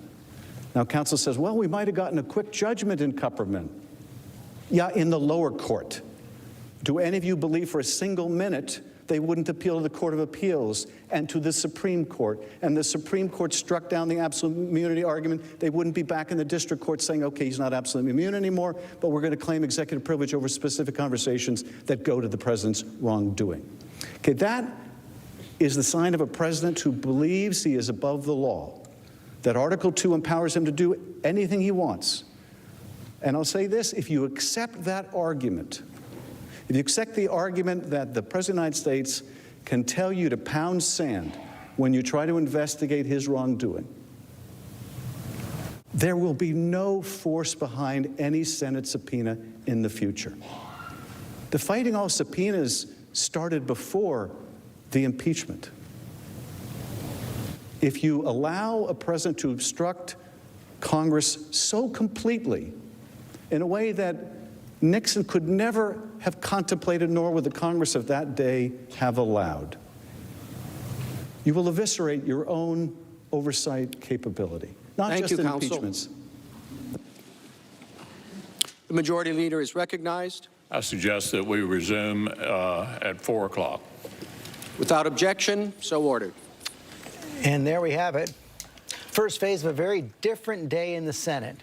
26 questions coming from senators submitted to the Chief Justice, then presented to the House impeachment managers and the president's legal team. The first sense of real argument inside the chamber in the Senate trial. And I want to go to our senior congressional correspondent, Mary Bruce, for more on that. You could tell, I know you were in the chamber for much of this period, there was a lot more activity inside the chamber today. Yeah, George, it is clearly a very different day, very different tone in the chamber. And the political theater here is just fascinating. You can see all of the Senate has certainly perked up. Everyone is paying very close attention, and there is a lot of activity amongst the senators between them as they are going over their cards, whispering to each other, clearly trying to edit their questions. And George, I was particularly struck by the difference between the two lead tables. The Democrats' table, the House managers, is a flurry of activity. Their papers strewn everywhere. Now, they had told us that they were prepping for essentially every single possible question they could come up with, and you can tell that. They each have a giant binder that's meticulously organized into different sections sitting in front of them. When a question it comes their way, they then quickly scramble to try and get to the right section and get up to make their response. The president's defense team, their table, much calmer, quieter. They are sharing a couple notes, but often you'll see one of the president's lawyers get up and respond without any notes or papers in front of them whatsoever. Of course, so much of what we have heard, George, seems to be aimed at those key Republican senators who are leaning towards calling witnesses. Much of the Democrats' Q&A has been about John Bolton and the role that he plays here. And of course, we saw that very first question going to three of those senators, Senators Romney, Collins, and Murkowski. They delivered that first question. They sure did, Mary. And Terry Moran, I want to pick up on that point because Patrick Philbin, the White House Deputy Counsel, certainly seemed to have his core audience in mind, keeping unity among Republican senators by consistently hitting the theme, the Democratic House didn't do their job, you shouldn't do it for them. Well, not only the White House counsel, but I counted at least half a dozen questions, and not just from Republicans, from Senator Kennedy and Cornyn on the Republican side, but also from Senator Markey on the Democratic side on procedure. Did the House do its job? That was really the main topic in some ways of this first section of questions.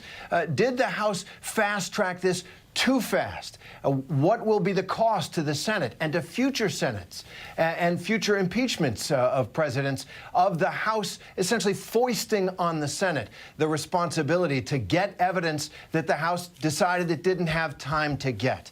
And I think you see once again the cost of Speaker Nancy Pelosi's fast-track strategy made even more dramatic in contrast with the fact that we now know the evidence is out there. There's evidence from Lev Parnas that was available to House investigators. John Bolton's book was written, and at the White House, he had said he had wanted to testify. And there are groups that are getting evidence through FOIA requests as well. The Democrats decided they needed to get this done. They needed to get this done on a political timetable, and yet still then there was that 33-day pause where Speaker Pelosi tried the kind of clerical gambit of not transferring the actual articles of impeachment, hoping to put pressure on the senators. And here we are on the day when they should perhaps be arguing about the guilt of the president. So much of today was arguing about the conduct of the House and its impact on this trial and on future trials. And it is a very high cost decision. And you saw Adam Schiff defending that at the end. One point on that, it was, I think John Bolton's book didn't go to the White House until December 30th. But John Karl, I want to also bring to you, but for most of the questioning, Republicans asked questions of the president's lawyers, Democrats asked questions of the House impeachment manager. One exception was when Lindsey Graham tried to take on the hypothetical raised by Adam Schiff. What would happen if President Obama, he was asking, Lindsey Graham came back at him and saying, if President Obama had asked the Russians to investigate Mitt Romney in 2012, if Mitt Romney's son had taken some kind of a Russian contract, and Adam Schiff seemed eager to jump up and take on that argument. Yeah, it seemed like Lindsey Graham was a question from Lindsey Graham and from Ted Cruz, and it seemed like they thought they had this clever way to go at the House managers and suggest, that of course they would think it would be okay if President Obama wanted an investigation, if Mitt Romney's son had gotten money from a corrupt Russian company. But the answer seemed to ricochet back onto to Cruz and Lindsey Graham. What Adam Schiff said at the end of it is, under no circumstances would you go outside of your own legitimate law enforcement process to ask a foreign power to investigate your rival, whether you think there was cause or not. But it was interesting, George, because that was the only time, at least by my count here, that a question went to the other side. Throughout this entire question period, Republicans have been asking questions, teed up softballs for the president's legal team. Democrats have been asking questions, teed up softballs for the House managers, which is a little distressing. You would expect that they would have pointed questions of the other side. Instead, they seem to be giving their side opportunities to articulate more talking points instead of actually trying to get information. Yeah, they don't want to give the other side a chance to take the floor right there. I want to bring in Melissa Murray, constitutional law professor at NYU. Probably the argument getting the most attention online after today is Alan Dershowitz. I think he only took the floor once today, and he was basically making the argument that a president can't be impeached for soliciting or coercing a foreign power for helping the election because he, by definition, believes his re-election is in the national interest. It was actually broader than that. He said any action that a president undertakes in pursuit of his re-election is in the public interest. And I think most constitutional law scholars would say that is a breathtakingly broad statement, one that certainly does not cohere with a constitution that was meant to identify a limited form of government. So that was an issue. Dershowitz and Philbin also talked about this issue of mixed motives, the idea that politicians routinely pursue the public interest but also want to stay in office, so they have their own personal interests at stake too. And that's certainly the case. But again, what they were saying was that any time the personal and the political intersect, it is in the public interest. And again, that seems to strike me as too broad. They seem to be diametrically opposed arguments. On the one hand, the Democrats are saying if there's any corrupt, improper motive, then it's impeachable. And the White House was saying if there's any proper motive, it's not impeachable. Well, it sort of goes back. The place where we typically see mixed motive arguments is in the employment discrimination context, where an employer may say, well, there's lots of reasons so-and-so was fired. It wasn't because of this improper thing, but it's actually because of this, or maybe it's a little because of this improper thing, but mostly because of this. And there's a burden shifting that goes back and forth between the two sides. If there is an improper motive, then the burden shifts to the other litigant to show that, in fact, the proper motive was the dominant reason for the action undertaken. Here, if you want to do that kind of burden shifting, what you really need is more witnesses to actually show what is the predominant interest at stake underneath this action, and that's what we don't have. And the Democrats kept coming back to that. Barbara Comstock, you worked with the Republicans during the Clinton impeachment. It did seem, picking up on that argument from Melissa, that when the White House was arguing, they've been doing this outside the chamber as well. They're arguing if you bring in more witnesses, you're basically opening up a Pandora's box. You're going to gum up the Senate, paralyze the Senate for a year, and that clearly seems to be striking a chord, particularly Republicans up for re-election this year. Exactly. And while I do support having witnesses, and I think history deserves to have more information in the record, I think the fact that you're seeing kind of this subdued response that the president's lawyers have had today, despite the president starting this day out very fiery and wanting to see some fireworks, I think they realize they have the votes now to not have witnesses, and they are just trying to quietly finish this, politely do this. And I think Nancy Pelosi from the start did make this easy by having what she said she'd never have, a partisan impeachment. She, sent this over in a rush timeline, as Terry pointed out, And now she has given the Republicans that opportunity. I think they filed the letter with John Bolton's lawyer today to say, hey, we'd have to go through so many things. You can't put this book out yet, just to show this is going to drag on. And we already know how it's going to end. And I think you're going to see more of these Republicans say, listen, we believe John Bolton.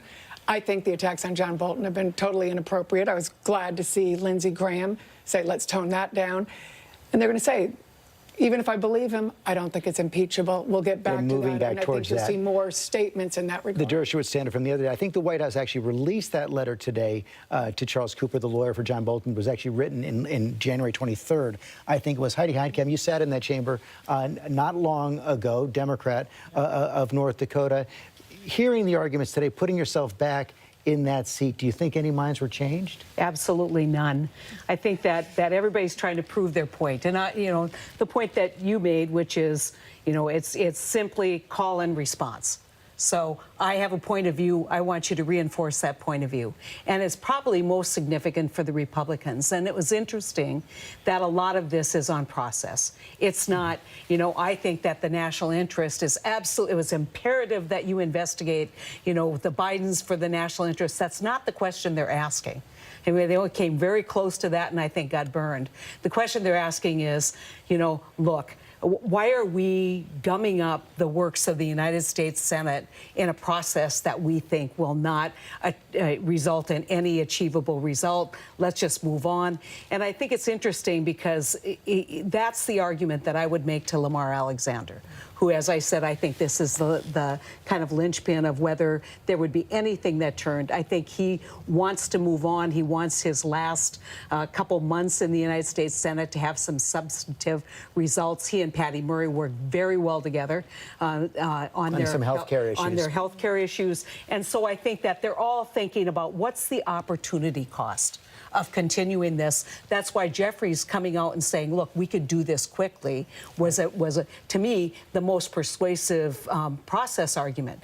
Clinton, it was done quickly in the Clinton impeachment. We could do it quickly. We'll get this thing done and you'll be on your way. I think the Republicans are up against the gun for one real reason. He does not want to walk into the House chamber under a trial. Yep. And February 4th will be the State of the Union. He wants this completed. They want this put behind. And to the other members, when you say, oh, Cory wants this, or, Senator Tillis wants this, Cory Gardner, they want this over as soon as possible. One of the things that happened this won't be over. It's going to continue to drip out through the Justice Department through other ways. Getting more on the floor that you can talk about positively. One of the reasons why Kavanaugh vote was so dangerous for those of us who are moderate, it came so close to the election. They want to, the American public memory is put yourself, short. I mean, let's say you're Cory Gardner running for re-election in Colorado. He's pretty much come out now and said, I'm going to vote against witnesses. What do you say going to the election? Colorado's a purple state, when you've got 66, 75% of the country saying they thought witnesses should have been called. What he's saying is, I absolutely cannot afford to lose the hardcore Republican base. And one thing that Dean Heller, who did this kind of approach avoidance stuff with the administration, where he said, I'm against the administration, that quickly came back in line, that hurt Dean Heller. And I think that was a lesson for people like Cory Gardner, which is solidify your base, hope that you get an opponent who is, you can label as far left, and then just run to the middle on issues like wind power or whatever. And anything else. And of course, Dean Heller was a Republican senator who lost re-election last time around. Cecilia Vega, with two exceptions. We saw Alan Dershowitz come out once, Jay Sekulow coming out at the very end of the questioning. All the questions done by someone most Americans have never seen before, Pat Schiffel, Deputy White House Counsel. Yeah, he is, I think, slowly or quickly perhaps becoming the unsung hero for the Trump legal team today and leading up to today. As you said, he's the Deputy White House Counsel, and his background has really been described as somebody who's got these impeccable conservative legal credentials. He clerked for Clarence Thomas. He came up in this law firm that was run by Ken Starr, along with Pat Cipollone, the other lawyer on the team. But, really he's serving a purpose for the White House team right now. They believe, according to our sources, that the Republican senators and the senators in that room really like his just the facts, ma'am approach versus this kind of flashy Fox News secular style that we're seeing that is for this audience of one that we keep talking about. They believe he is winning them over with this argument, as Heidi was just saying, that he really made, that he's warning, a persuasive argument for many in the room there, that if this goes on, this is going to stretch through to the next year. This is going to become all-consuming for senators in that room who are up for re-election, who are facing a 2020 campaign right now, and this is the last thing they want to hear. And so this is the last thing they want to do. This is a very persuasive argument that they're banking on him winning over the people in that room, not just the base viewers who are watching at home. And Pierre, thank you, Cecilia. And Pierre Thomas, so to pick up on Barbara Comstock's point, a lot of the senators in that room, a lot of the Republican senators want this over with quickly. The president wants it over with quickly. He wants to go give that State of the Union address next Tuesday. But the story is going to continue. The story will continue, and there are a lot of outside factors that will play out even once the trial is over, one way or the other. And one of those things we've talked about numerous times over the course of this trial is there's an ongoing case in the Southern District of New York which involves one of the key issues at trial here, which is the circumstances of the firing of the U.S. ambassador to the Ukraine. We had one of the key players in that on Capitol Hill today. Lev Parnas showed up on Capitol Hill today. We don't think he got inside of the Senate today to listen to the trial because he was wearing basically a GPS monitor because he's under indictment. But again, that shows you that there will be additional information potentially coming out which will affect what the public thinks about it, and the senators who vote one way or the other will have to deal with those facts. And to pick up on that, John Carl, what does John Bolton do if, let's say, sometime around 6 or 7 o'clock on Friday night, the Senate decides no more witnesses, we're not going to hear from John Bolton? He's been under attack by the president for the last several days. What's your, as someone who's known him for a while, what's your best guess? I know it's just a guess on how he'll respond. Well, two things. One, I think that this whole issue of the classification of his book and the letter he received from the National Security Council warning him that the book does have, in the view of the NSC lawyers, does have classified information and that he should not publish it. I also know it seems that letter seems to be something of an effort to intimidate him, an effort to keep him from going forward and going public. I also know, though, George, that the title of John Bolton's very first book was Surrender is Not an Option. He is not somebody known from backing away from a fight or being intimidated. I suspect that John Bolton has made it very clear he wants to talk, he wants to be heard. I don't think he will be silenced, even if the Senate ultimately does not have him testify. I think he will find another way to get the message out. And Mary Bruce, on that point, I'm sorry, we're just getting something else in my ear right now. On that point, the House Democrats have been very careful not to say what they will do with John Bolton if indeed he's not called in the Senate. But of course, they could subpoena him as well. And as we talked about just before the questioning today, the House Foreign Affairs Committee Chairman Eliot Engel has now come out saying he's had a conversation with John Bolton in September about just these issues. Yeah, George, Democrats do have some other options here. Of course, they aren't eager to talk about them because they're still going full steam ahead, hoping that they can get Bolton called as a witness here in the next few days. And so while they do have options, it's not something that they're highlighting, but he certainly could be subpoenaed to come into the House. It is not something that they have ruled out at all. And since Bolton has made clear he's willing to testify if subpoenaed in the Senate, presumably he would also be willing to do the same in the House. George, just another thing worth mentioning that's going on right now on the Senate floor just above me here. This is not over yet, obviously, and while we are seeing many Republicans increasingly confident that they will be able to muster enough votes not to call any additional witnesses, we are seeing this pressure campaign continue. Our colleague Catherine Falders just spotted Lisa Murkowski huddling with Susan Collins on the Senate floor, and then John Thune, of course, the Republican whip whose job it is to try essentially to get her to join them, interrupted their conversation. The three of them were seen huddling, and at the end of that, Murkowski was overheard saying that she's keeping him on his toes. So, George, just a sign of where things stand right now. That is a very good sign of where things stand. And I love that image of people watching each other on the Senate floor, figuring out almost like a high school lunchroom, which conversation do I want to be part of right now. Melissa Moran, on a different point, though, if indeed the Republicans are right now that they seem to be moving towards no witnesses, what would it mean for constitutional precedent to have an impeachment trial for the first time with no witnesses? Well, again, it would be unprecedented. Every other impeachment of a sitting president has involved witnesses. Indeed, most impeachments of judges have involved witnesses. So, again, to have this case play out in the Senate without any sort of witness testimony seems unorthodox at best. Definitely unprecedented. And again, it goes back to this question of motive. Everyone keeps talking about what was the president trying to do.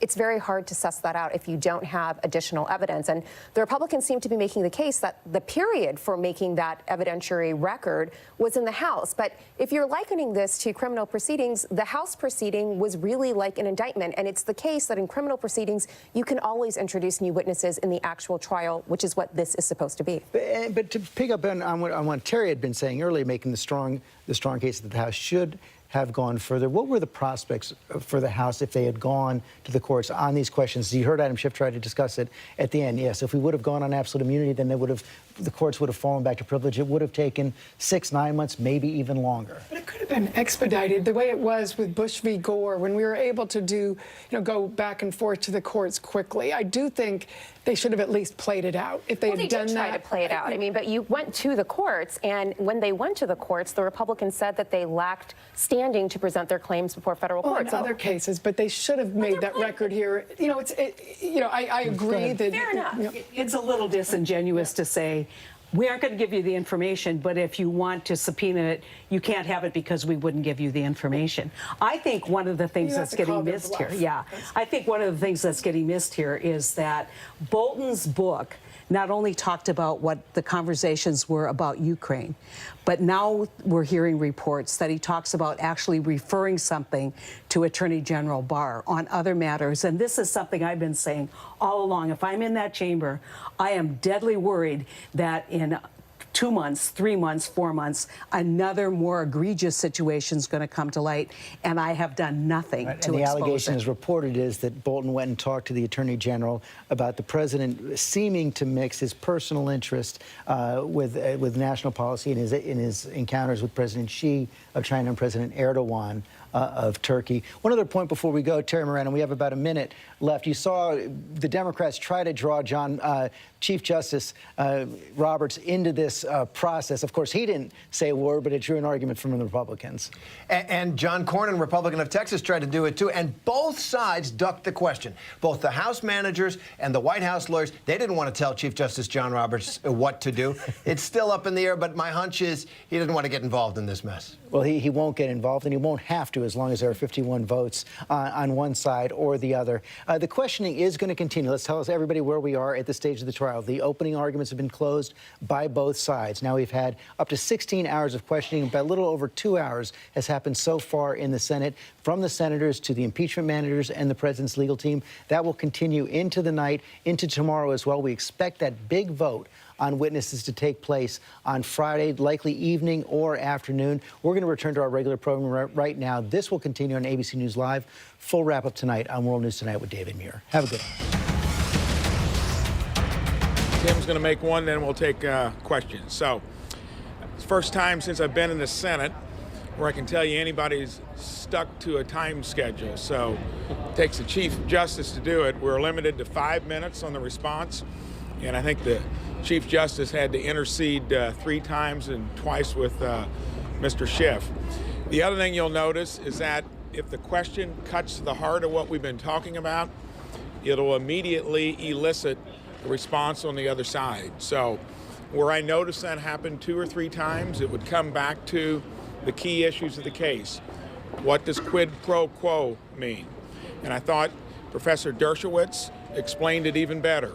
There's a public interest, there's a political interest, and he cited a Lincoln example, and there'd be a pure financial interest, which would be 3 different things. And that, of course, this didn't involve the latter, but that it was being litigated as what are the motives, and mixed motives cannot be discerned. You cannot raise that to the level of a quid pro quo. And then the final thing I'll say is when witnesses, which I'm sure you're going to have questions about that. That was the other thing that kind of dominated the questions. I did not hear anything new or revelational It was taking the things that we've talked about through all these hours and trying to focus in on them. And I'll just add to that, I thought Alan Dershowitz did a really good job in laying out, distilling the importance of the quid pro quo conversation, though it's not really a part of the impeachment process. I would say as well that this part has been a fairly informative day, listening to the back and forth conversations through questions of senators, but we're happy to answer some questions. Do Republicans have the votes to oppose calling witnesses in the trial? You know, I think you saw yesterday in the papers all over the country that the answer is not yet. I think the questions that you heard today, led off by Susan Collins, is seeking more information that may help us get to the place where there may not be witnesses. But at this point, it's obvious that we don't have the votes yet. But what about a scenario where you could have enough votes for witnesses, but then it turns into where Senator Romney, Senator Collins have both said a 1-on-1 or 2-on-2, which Democrats don't want? Could we be into a scenario then where you say, oh, we want witnesses, and then nothing ends up happening? Both sides sort of get what they want in the end? I think you're going to have 51 senators will make the decision on whether or not we have witnesses, and those 51 senators will have to be thoroughly invested in that position. So I don't think you'll have folks who are vacillating back and forth. Senator, most of your colleagues, with few exceptions, have been directing questions to the president's attorneys, but no one has appeared to challenge any of the facts laid down by the House managers. Is there going to be more of an attempt to poke holes in their case, or should we expect to hear just more and more questions eliciting many of the things that the President's counsel said over the past few days? Okay, so I was among the group that got together on trying to see what we were going to do with questions in the first place. And I think, first of all, we just had 2 hours of 16. So you'll see that this will probably evolve and it'll focus in on maybe what you're talking about. And you've noticed, almost without exception, any question from one side has been aimed at their side, and only a time or two was it the opposite. And that is simple, just like it would be in any debate or any type of courtroom consideration. You want to control the dynamic. I think that could change as we go on, but so far that's what you've seen, and that's why. I think it's highly unlikely that you'll see either side asking questions of the other side. The truth of the matter is you don't want to give someone an opportunity just to drone on forever without actually answering the question. So that even if you have a question for the House managers and you're a Republican, the chances are very high you're going to ask the president's team. So you're not really interested Yes, in sir. hearing from them? I'm sorry, I forgot your latest.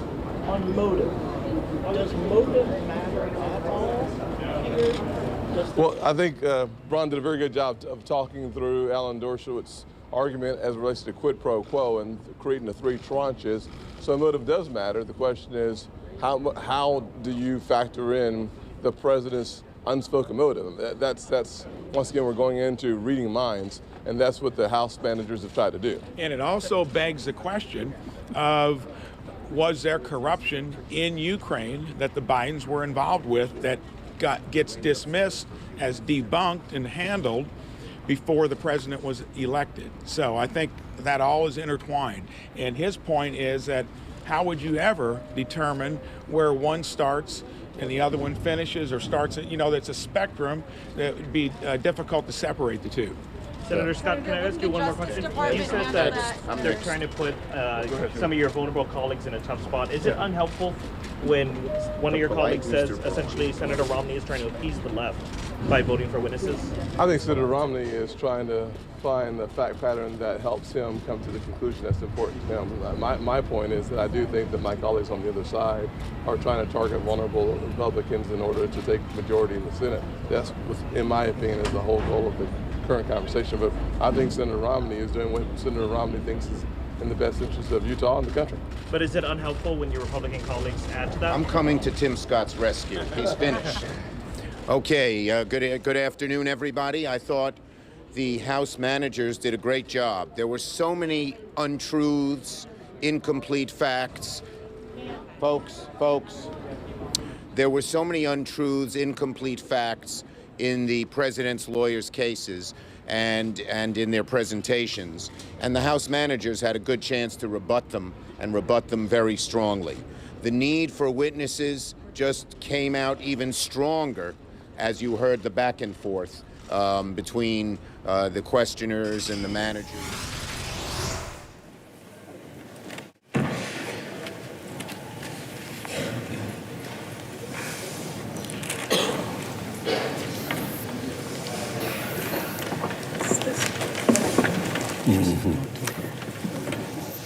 Mr. Chief Justice, I have a question for the President's Counsel, and it's co-sponsored by Senators Rounds, Wicker, Ernst, Blackburn, Tillis, Kramer, Cotton, Sullivan, and McSally, all members of the Senate Armed Services Committee.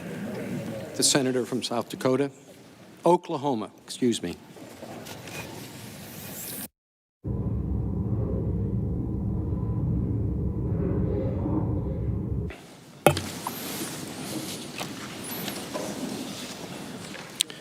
The senators ask the following question of the counsel for the president. Mr. Cipollone, as members of the Senate Armed Services Committee, we listened intently when Manager Crow was defending one of Senator Schumer's amendments to the organizing resolution last week, as he explained how he had firsthand experience being denied military aid when he needed it during his service.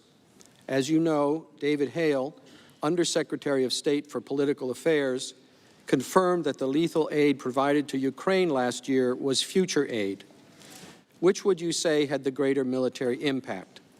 President Trump's temporary pause of 48 days on future aid that will now be delivered to Ukraine, or President Obama's steadfast refusal to provide lethal aid to Ukraine for 3 years, more than 1,000 days, while Ukraine attempted to hold back Russia's invasion and preserve its sovereignty?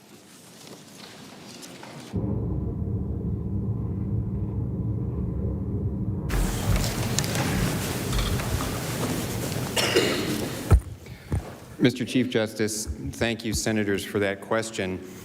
And I think it was far more serious and far more jeopardy for the Ukrainians, the decision of the Obama administration to not use the authority that was given by Congress, that many of you all and many members of the House of Representatives voted for, giving the U.S. government the authority to provide lethal aid to the Ukrainians, and the Obama administration decided not to provide that aid. And multiple witnesses who were called in the House by the House Democrats testified that the United States policy towards Ukraine got stronger under the Trump administration, in part largely because of that lethal aid. Ambassador Yovanovitch, Ambassador Volker, others also testified that U.S. policy in providing that aid was greater support for Ukraine than what was provided in the Obama administration, particularly the provision of Javelin anti-tank missiles, which they explained were lethal and would kill Russian tanks and change the calculus for aggression for the Russians in the Donbass region in the eastern portion of Ukraine, where that conflict is still ongoing. In terms of the pause, the temporary pause on aid here, the testimony in the record, put aside what the House managers have said about their speculation, and they know what it's like to be denied aid.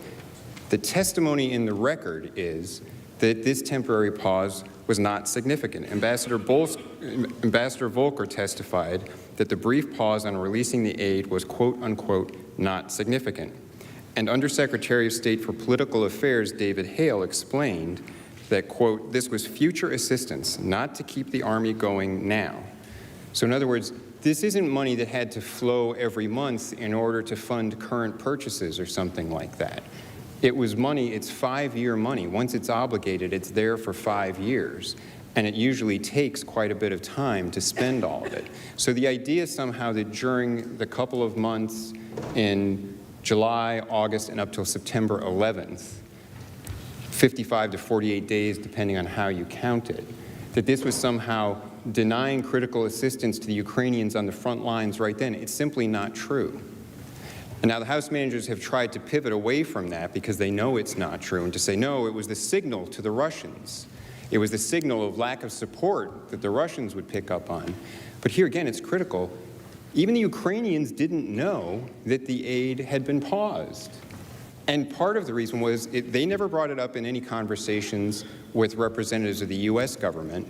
And as Ambassador Volker testified, representatives of the U.S. government didn't bring it up to them because they didn't want anyone to know. They didn't want to put out any signal that might be perceived by the Russians or by the Ukrainians as any sign of lack of support. It was kept internal to the U.S. government. They've pointed to some emails that someone at the Department of Defense or Department of State, Laura Cooper, received from unnamed embassy staffers suggesting that there was a question about the aid. But her testimony was she couldn't even remember what the question really was, and she didn't want to speculate. There's not evidence that any decision makers in the Ukraine government knew about the pause. And just the other day, another article came out, I believe it was from at the time, the Foreign Minister Daniluk, explaining that when the Politico article was published on August 28th, there was panic in Kiev because it was the first time they realized there was any pause on the aid. So that was not something that was providing any signal either to the Ukrainians or the Russians because it wasn't known. It was 2 weeks later, after it became public, that the aid was released. The testimony in the record is that the pause was not significant. It was future money, not for current purchases, and it was released before the end of the fiscal year. They point out that some of it wasn't out the door by the end of the fiscal year. That happens every year. There's some percentage that doesn't make it out the door by the end of the year. And again, it's 5-year money. It's not like it's all going to be spent in the next 30, 60, 90 days anyway. So the fact there was a little fix, Congress passed a fix to allow that $35 million to be spent. Something similar happens for some amount almost every year, and it was not affecting current purchases. It wasn't jeopardizing anything at the front lines. There's no evidence about that in the record. The evidence is to the contrary. Thank you. Thank you, counsel. Mr. Chief Justice. Senator from Maine. Mr. Chief Justice, I have a question for both sets of counsel, which I'm sending to the desk.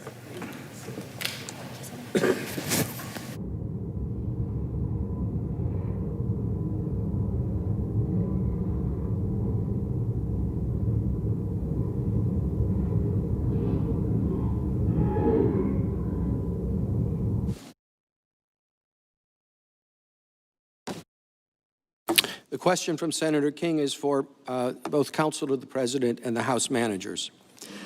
President Trump's former Chief of Staff, General John Kelly, has reportedly said, quote, "I believe John Bolton," end quote, and suggests Bolton should testify, saying, quote, "If there are people that could contribute to this, either innocence or guilt, I think they should be heard," end quote.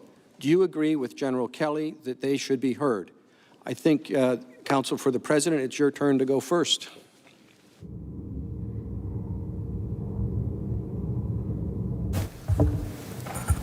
Thank you, Mr. Chief Justice, members of the Senate. This was a bit of a topic that I discussed yesterday, and that was the information that came out in the New York Times piece about what is purportedly in a book by Ambassador Bolton. Now, as I've said, the idea that a manuscript that's not in the book, there's not a quote from the manuscript in the book, this is a perception of what the statement might be. There have been very forceful statements, not just from the President, but from the Attorney General. The Department of Justice stated that while the Department of Justice has not reviewed Mr. Bolton's manuscript, the New York Times account of this conversation grossly mischaracterizes what Attorney General Barr and Mr. Bolton discussed.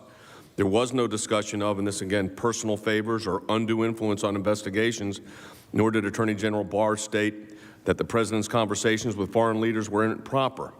So again, that goes to some of the allegations that were in the article.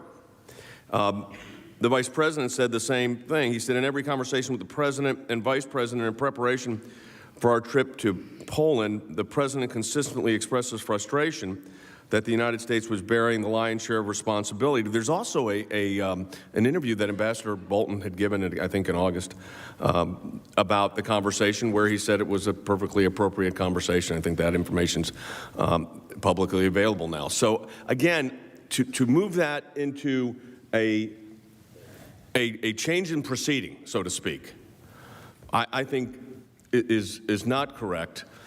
The evidence that has already been presented, a accusation that if you get into witnesses, I'll do this very briefly, if we get down the road on the witness issues, let's be clear.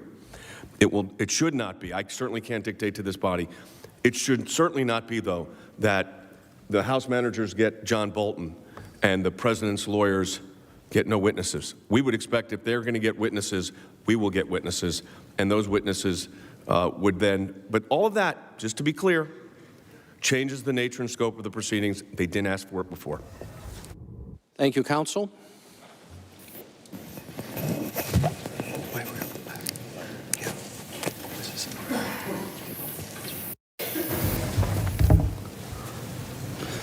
Senator Justice, what's the significance of the president's former chief of staff saying that he believes John Bolton and implicitly does not believe the president, that Bolton should testify?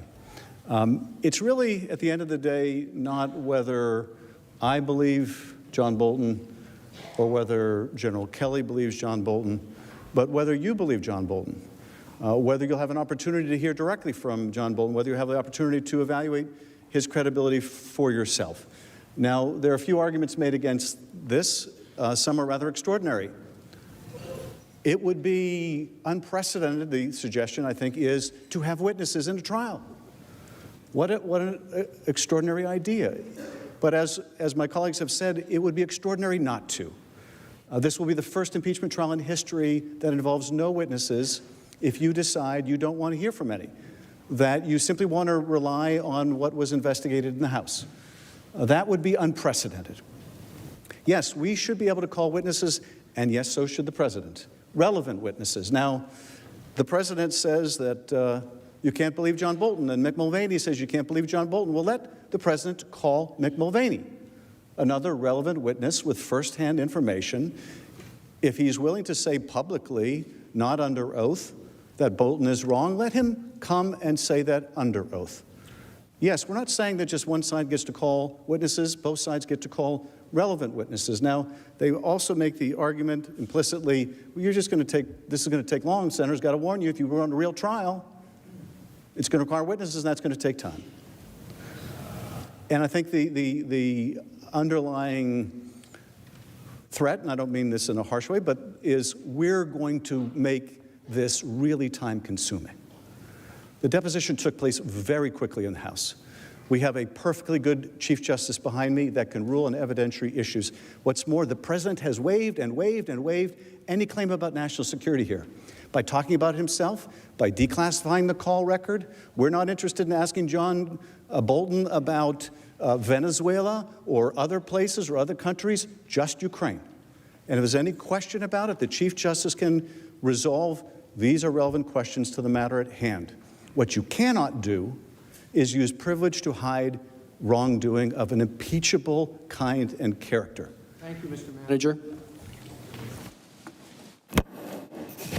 The Senator from Utah. I send a question to the desk on behalf of myself and Senators Cruz and Hawley.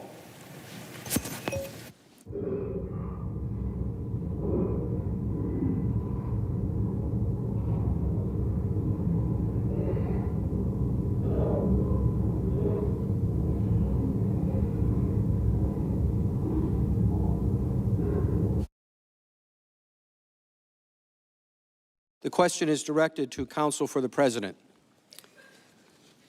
Is it true that Sean Misko, Abigail Grace, and the alleged whistleblower were employed by or detailed to the National Security Council during the same time period between January 20, 2017 and the present? Do you have reason to believe that they knew each other? Do you have any reason to believe that the alleged whistleblower and Misko coordinated to fulfill their reported commitment to, quote, do everything we can to take out the president, end quote?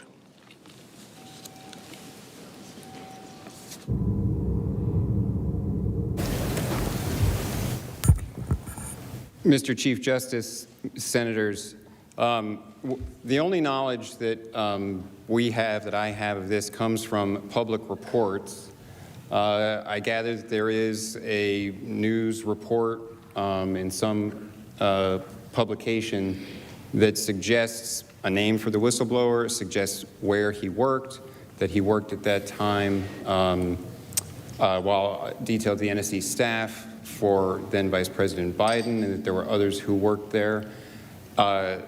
We have no knowledge of that other than what's in those public reports, and I don't want to get into speculating about that. It is something that, to an unknown extent, may have been addressed in the testimony of the Inspector General of the intelligence community before Chairman Schiff's committees, but that testimony, contacts with the whistleblower, contacts between members of Manager Schiff's staff and the whistleblower are shrouded in secrecy to this day. We don't know what the testimony of the ICIG was. It remains secret. It has not been forwarded. We don't know what Manager Schiff's staff's contact with the whistleblower have been and what connections there are there. It's something that would seem to be relevant since the whistleblower started this entire inquiry, but I can't make any representations that we have particular knowledge of the facts suggested in the question. We know that there was a public report suggesting connections and prior working relationships between certain people. Not something that I can comment on other than to say that there's a report there. We don't know what the ICIG discussed. We don't know what the ICIG was told by the whistleblower. Other public reports about inaccuracies in the whistleblower's report to the ICIG. We don't know the testimony on that. We don't know the situation of the contacts, coordination, advice provided by Manager Schiff's staff to the whistleblower. That all remains unknown, but something that obviously, to get to the bottom of motivations, bias, how this was all, this inquiry was all created, could potentially be relevant. Thank you. Thank you, counsel. Yes. The senator from New Mexico. Mr. Chief Justice, I send a question to the desk for the President's counsel.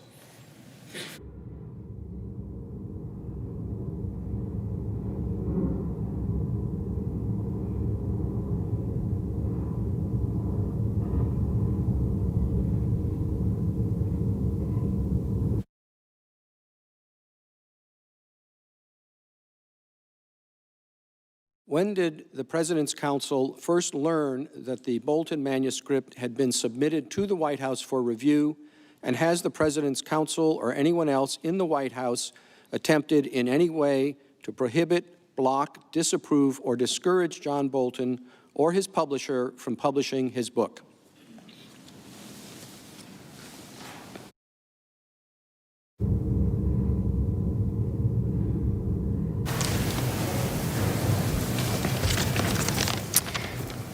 Thank you, Mr. Chief Justice, and thank you, Senator, for the question. At some point, I don't know off the top of my head the exact date. The manuscript had been submitted to the NSC for review. It is with career NSC staff for review. The White House counsel's office was notified that it was there. The NSC has released a statement explaining that it has not been reviewed by anyone outside NSC staff. In terms of the second part of the question, has there been any attempt to prevent its publication or to block its publication? I think that there was some misinformation put out into the public realm earlier today, and I can read for you a relatively short letter that was sent from NSC staff to Charles Cooper, who is the attorney for Mr. Bolton, on January 23rd, which was last week. Which says, "Dear Mr. Cooper, thank you for speaking yesterday by telephone. As we discussed, the National Security Council Access Management Directorate has been provided the manuscript submitted by your client, former Assistant to President John Bolton, for pre-publication review. Based on our preliminary review, the manuscript appears to contain significant amounts of classified information.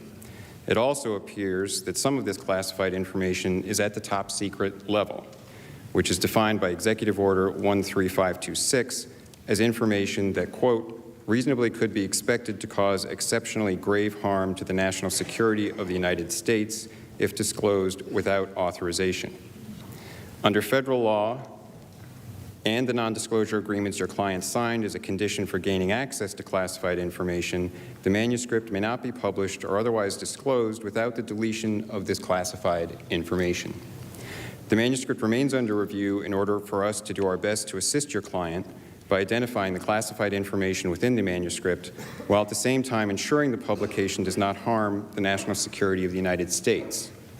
We will do our best to work with you to ensure your client's ability to tell his story in a manner that protects U.S. national security. We will be in touch with you shortly with additional, more detailed guidance regarding next steps that should enable you to revise the manuscript and move forward as expeditiously as possible. Sincerely, and then the signature of the career official. So it is with the NSC doing their pre-publication review. Through his lawyer, Ambassador Bolton was notified that the manuscript he submitted contains a significant amount of classified information, including at the top secret level, so that in its current form, it can't be published, but that they will be working with him as expeditiously as possible to provide guidance so it can be revised and so that he can tell his story. And that was the letter from the NSC that went out. Thank you. Thank you, counsel. Mr. Chief Justice. Oh, the senator from Iowa. Mr. Chief Justice, I send a question to the desk on behalf of myself and Senators Burr, McSally, Daines, Moran, Young, and Sass.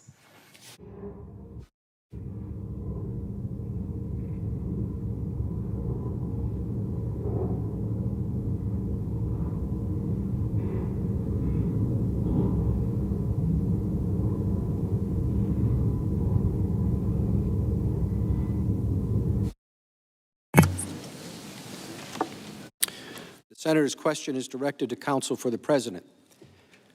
Is it true the Trump administration approved supplying Javelin anti-tank missiles to Ukraine?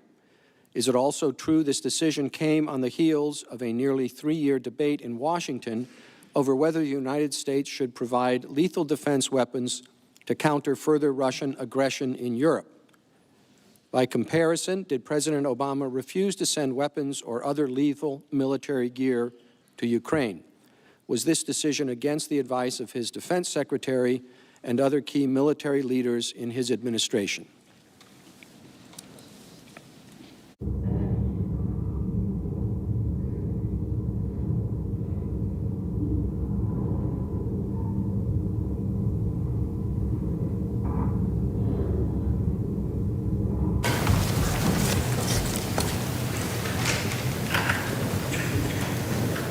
Mr. Chief Justice, thank you, Senators, for the question. Yes, the Trump administration made the decision to provide Javelin anti-tank missiles, and there was a significant debate about that for some time. Authorization had been granted by Congress, and many of you voted for that statutory authorization during the Obama administration to provide lethal assistance to Ukraine. But the Obama administration decided not to provide that. It was only the Trump administration that made that lethal assistance available. And there was a significant amount of testimony in the House proceedings that President Trump's policy towards Ukraine was actually stronger. Ambassador Volker explained that America's policy toward Ukraine has been strengthened under President Trump, and that each step along the way in the decisions that got to the Javelin missiles being provided was made by President Trump. It is something that has substantially strengthened our relationship with Ukraine and strengthened their ability to resist Russian aggression. Ambassador Yovanovitch said that President Trump's decision to provide lethal weapons meant that our policy actually got stronger over the last 3 years, and she called it very significant. In another point to make in relation to this is, again, that the pause, the temporary pause that took place over the summer, is something that the Ukrainian Deputy Defense Minister described as being so short that they didn't even notice it. So President Trump's policies across the board have been stronger than the prior administrations in providing defensive capability, lethal defensive capability, to the Ukrainians. And I think that that's significant. The specific part of the question, Senators, whether it was contrary to the advice of the President's Defense Secretary and others, I believe that that is accurate. It was against the advice of the Secretary of Defense. It was President Trump's decision to provide this lethal assistance, and that has been made public in the past. Thank you. Thank you, counsel. Senator Feinstein. Thank you, Mr. Chief Justice. I send a question to the desk on behalf of Senator Carper, Coons, Hirono, Leahy, Tester, Udall, to the House managers, and on behalf of myself. Thank you.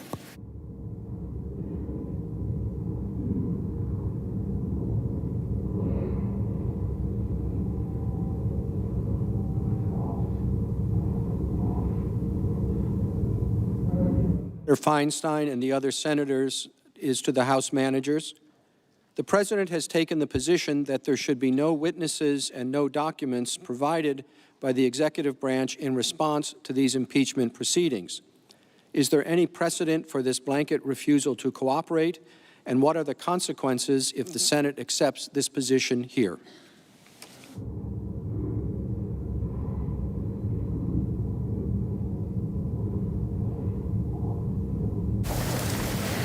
Mr. Chief Justice and Senators, President Trump has taken really an extreme measure to hide this evidence from Congress. No president has ever issued an order to direct a witness to refuse to cooperate in an impeachment inquiry before this.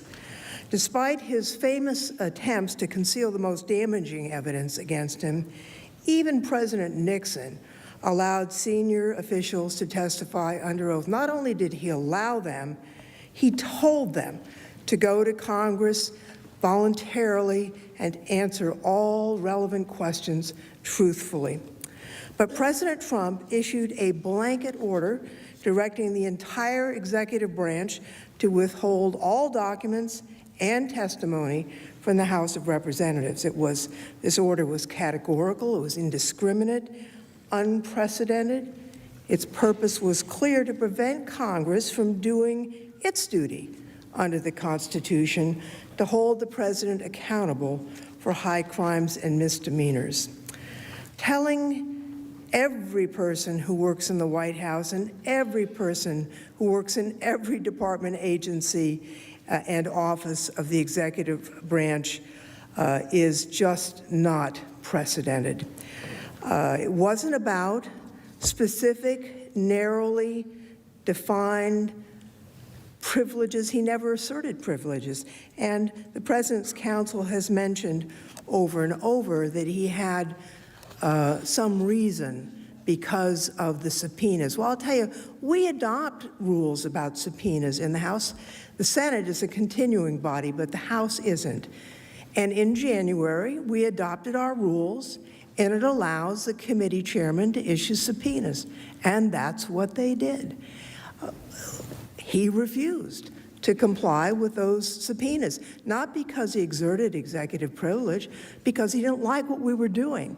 He tried to say it was invalid, but it was valid, and actually, he doesn't have the authority to be the arbiter of the rules of the House. The House is the sole arbiter of its rules when it comes to impeachment. Now, this refusal to give testimony documents, it's still going on. We still have former or current administration officials who are refusing to testify. We would not allow this in any other context. If a mayor said, I'm not going to answer your subpoenas, they'd be dealt with harshly if it was to cover up misdeeds and crimes as we have here. So mayors have actually gone to jail for doing that. If we allow the president to avoid accountability by simply refusing to provide any documents, any witnesses, unlike every single president who preceded him, we're opening the door not just to eliminating the impeachment clause in the Constitution, Try doing oversight. Try doing oversight, senators, and we're thinking about that in the House. If the president can just say, we're not sending any witnesses, we're not sending any documents, we don't have to, we don't like your processes, we have a wholesale rejection of what you're doing. That's not the way our Constitution was created, where each body has a responsibility. There's a sharing of power. And I know you, cherish the responsibility that we have. That will be eviscerated if the president's complete stonewalling is allowed to persist and be accepted by this body. You have to act now in this moment of history. I yield back. Thank you. Mr. Chief Justice. Senator from West Virginia. Thank you. I send a question to the desk for the President's Counsel.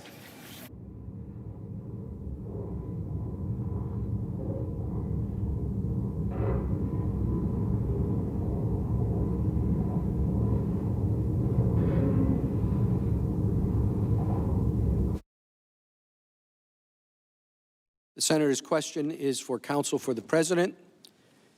You said that Ukrainian officials didn't know about the pause on aid until August 28, 2019, when it was reported in Politico.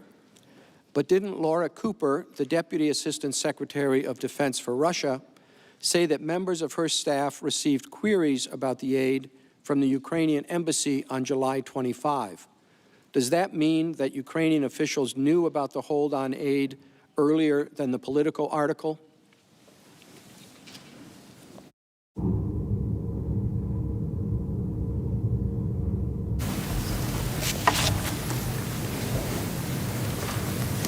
Mr. Chief Justice. Members of the Senate, Senator, thank you for your question. It does not mean that.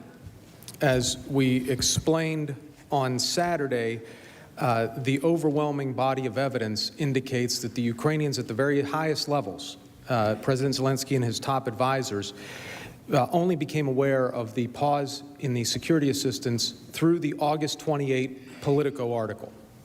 I addressed on Saturday, and so those comments will stand, the emails from the Deputy Assistant Secretary of Defense, Laura Cooper, testified about previously. What she had said was that her staff had gotten emails from someone at the State Department who had had some sort of conversation with Ukrainian officials here that somehow related to the aid at a time prior to August 28.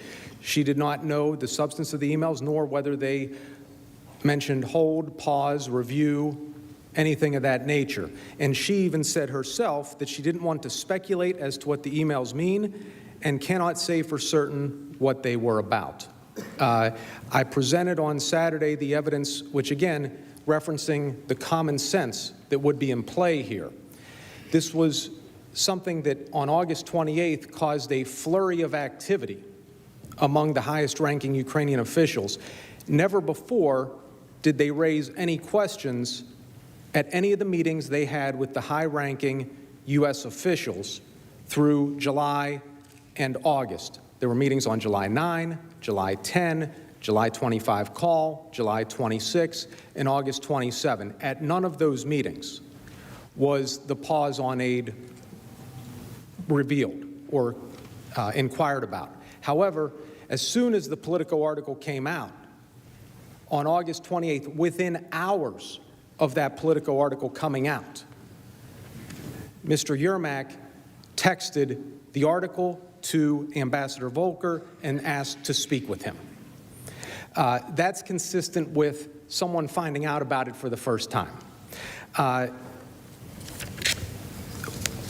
The Ukrainians have also made statements that they learned about it for the first time, and then Mr. Philbin just referenced an article that came out yesterday in the Daily Beast, which was an interview with Mr. Daniluk, who was at the time a very high-ranking defense official with the Ukrainians. And this is interesting, and I'm going to read this article because I think it's important, and I suggest it to the Senate if they wish to have something to consider further on this.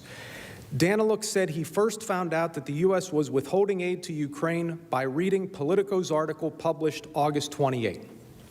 U.S. officials and Ukrainian diplomats, including the country's foreign minister, Elena Zerkal, have said publicly that Kiev was aware that there were problems as early as July. And that's the article that they've mentioned in the statement that the House members have mentioned. Here's Mr. Daniluk. I was really surprised and shocked because just a couple of days prior to that, I actually had a meeting with John Bolton. Actually, I had several meetings with him, and we had extensive discussions. The last thing I'd expected to read was an article about military aid being frozen, Daniluk said. After that, I was trying to get the truth. Was it true or not true? Daniluk said that it was a panic inside the Zelensky administration after the initial news broke, saying Zelensky was convinced there had been some sort of mistake. That's President Zelensky. Daniluk put in calls to the National Security Council and asked other officials in Washington what to make of the news, again on August 28th, or right after August 28th. The next time we met in September, it was in Poland for the commemoration of the beginning of the Second World War, the Warsaw meeting we've discussed previously. Daniluk said, adding that he met with Bolton on the sidelines of the commemoration. I had my suspicions. There was a special situation with one of our defense companies that were acquired by the Chinese, and the U.S. was concerned about this. Bolton actually made the public comments about this as well. So somehow I linked this to things and tried to understand, okay, maybe this could be related to this. So not only did they not know until August 28th, when they did find out, they didn't link it to any investigations. Where's the quid pro quo? If this is such the forefront of their minds, such pressure on them that the Ukrainians have to do these investigations to get the aid, when the aid was held up, they didn't think it was connected to the investigations. Thank you, counsel. Thank you, Mr. Chief Justice. The senator from Maryland. Mr. Chief Justice, I have a question on behalf of Senator Baldwin and myself I sent to the desk.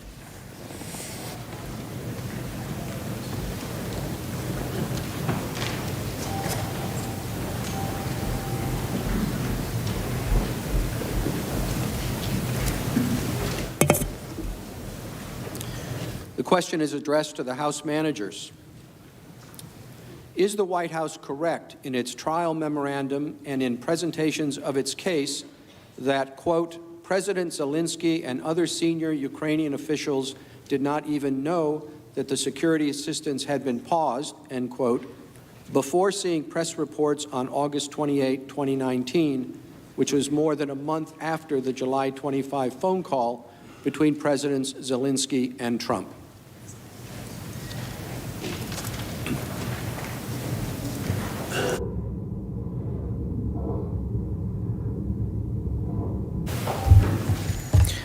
Thank you, Chief Justice and Senators, for the question. The answer is no.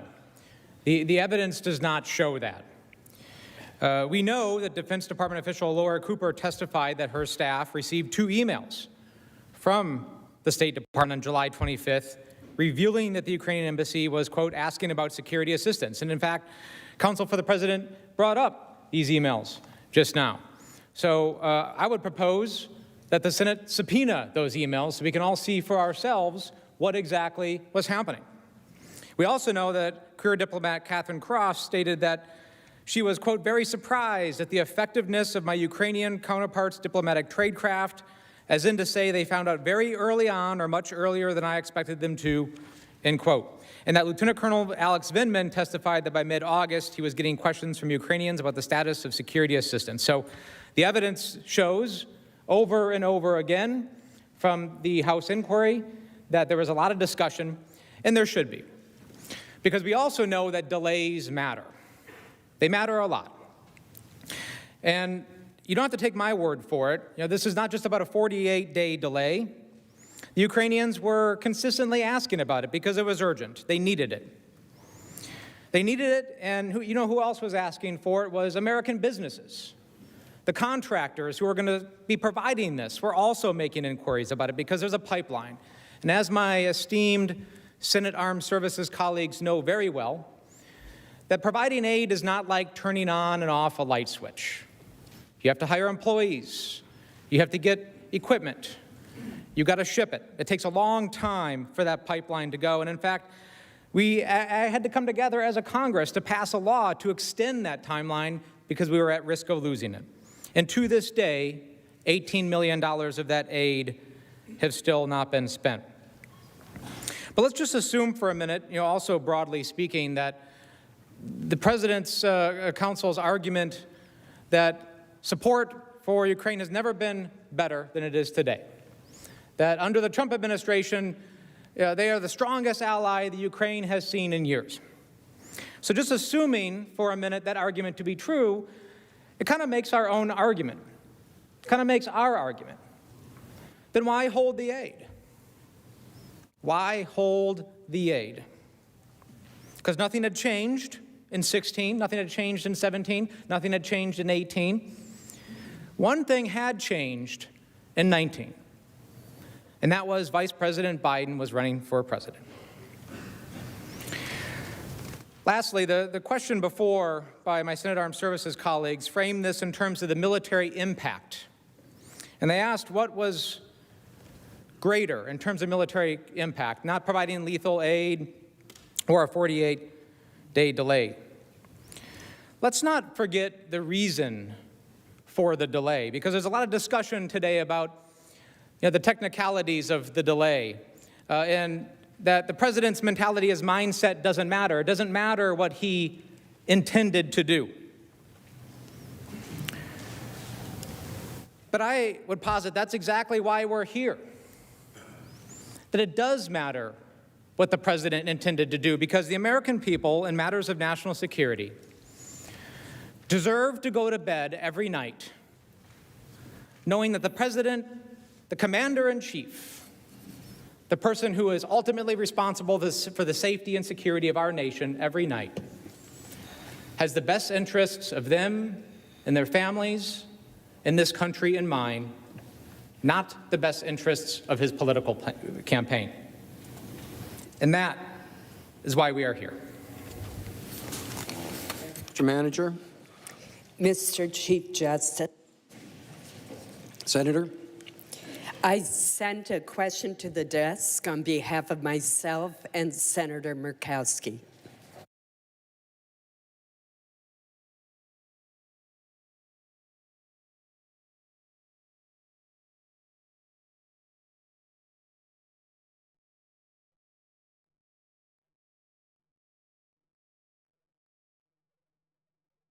The question is to counsel for the President. Witnesses testified before the House that President Trump consistently expressed the view that Ukraine was a corrupt country. Before Vice President Biden formally entered the 2020 presidential race in April 2019, did President Trump ever mention Joe or Hunter Biden in connection with corruption in Ukraine to former Ukrainian President Poroshenko or other Ukrainian officials, President Trump's cabinet members or top aides or others? If so, what did the President say to whom and when?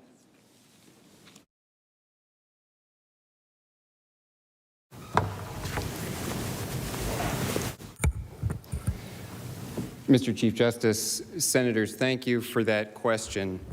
Of course, I think it's important at the outset to frame the answer by bearing in mind I'm limited to what's in the record, and what's in the record is determined by what the House of Representatives sought. It was their proceeding. They were the ones who ran it. They were the ones who called the witnesses. So part of the question refers to conversations between President Trump and other cabinet members and others like that. There's not something in the record on that. It wasn't thoroughly pursued in the record. So I can't point to something in the record that shows President Trump at an earlier time mentioning specifically something related to Joe or Hunter Biden. It is in the record that he spoke to President Poroshenko twice about corruption in the Ukraine, both in June of 2017 and again in September of 2017. But there is other information publicly available and in the record that I think is important for understanding the timeline and understanding why it was that the information related to the Bidens and the Burisma affair came up when it did. So one important piece of information to bear in mind is President Poroshenko was the person that Joe Biden himself, on the tapes we've seen, went to have the prosecutor fired. So as long as President Poroshenko was still in charge in Ukraine, he was the person that Joe Biden had spoken to get the prosecutor Shokin fired when Shokin was looking into, according to public reports, looking into Burisma. As long as he was still the president in Ukraine, questioned the utility of raising an incident in which he was the one who was taking the direction from Vice President Biden to fire the prosecutor. So when you have an election in April of 2019, and you have a new president, President Zelensky, who is run on an anti-corruption platform, and there is a question, is he really going to change things? Is there going to be something new in the Ukraine? It opens up an opportunity to start looking really at anti-corruption issues and raising questions. Now, the other important thing to understand in the timeline is that we've heard a lot about Rudy Giuliani, the president's private lawyer, and what was he interested in Ukraine, and what was his role? Well, as we know, it's been made public, Mr. Giuliani, as the president's private lawyer, had been asking a lot of questions in the Ukraine dating back to the fall of 2018. And in November 2018, he said publicly he was given some tips about things to look into. He gave a dossier to the State Department in March of this year. Remember, Vice President Biden announces his candidacy in April 25th. In March, Rudy Giuliani gave documents to the State Department, including interview notes from interviews he conducted both with Shokin and with Yuri Lutsenko, who was also a prosecutor in the Ukraine. And those interview notes are from January 23rd and January 25th, 2019, so months before Vice President Biden announced any candidacy. And it goes through in these interview notes, Shokin explaining that he was removed at the request of Mr. Joseph Biden, the vice president. And it explains that he had been investigating Burisma and that Hunter was on the board. And it raises all of the questions about that. So it was Mr. Giuliani who had been, as Jane Raskin explained the other day as counsel for the president here, Mr. Giuliani's counsel for the president is looking into what went on in Ukraine. Is there anything related to 2016? Are there other things related there? And he's given this information, tips about this, and starts pursuing that as well. And he's digging into that in January of 2019. We know that Mr. Giuliani is the president's private counsel. I can't represent specific conversations they had. They would be privileged. But we do know from testimony that the president said in a May 23rd Oval Office meeting with respect to Ukraine, talk to Rudy. Rudy knows about Ukraine. So the president, it seems from that, gets information from Mr. Giuliani. Months before Vice President Biden announced his candidacy, Mr. Giuliani is looking into this issue, interviewing people and getting information about it. In addition, in March of 2019, articles began to be published.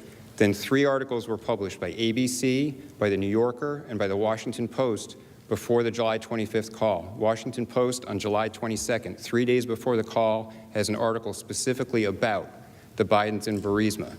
That's what makes it suddenly current, relevant, probably to be in someone's mind. So that's the timeline. Mr. Chief Justice. Senator from California. Thank you. I sent a question to the desk on behalf of Senator Patty Murray and myself.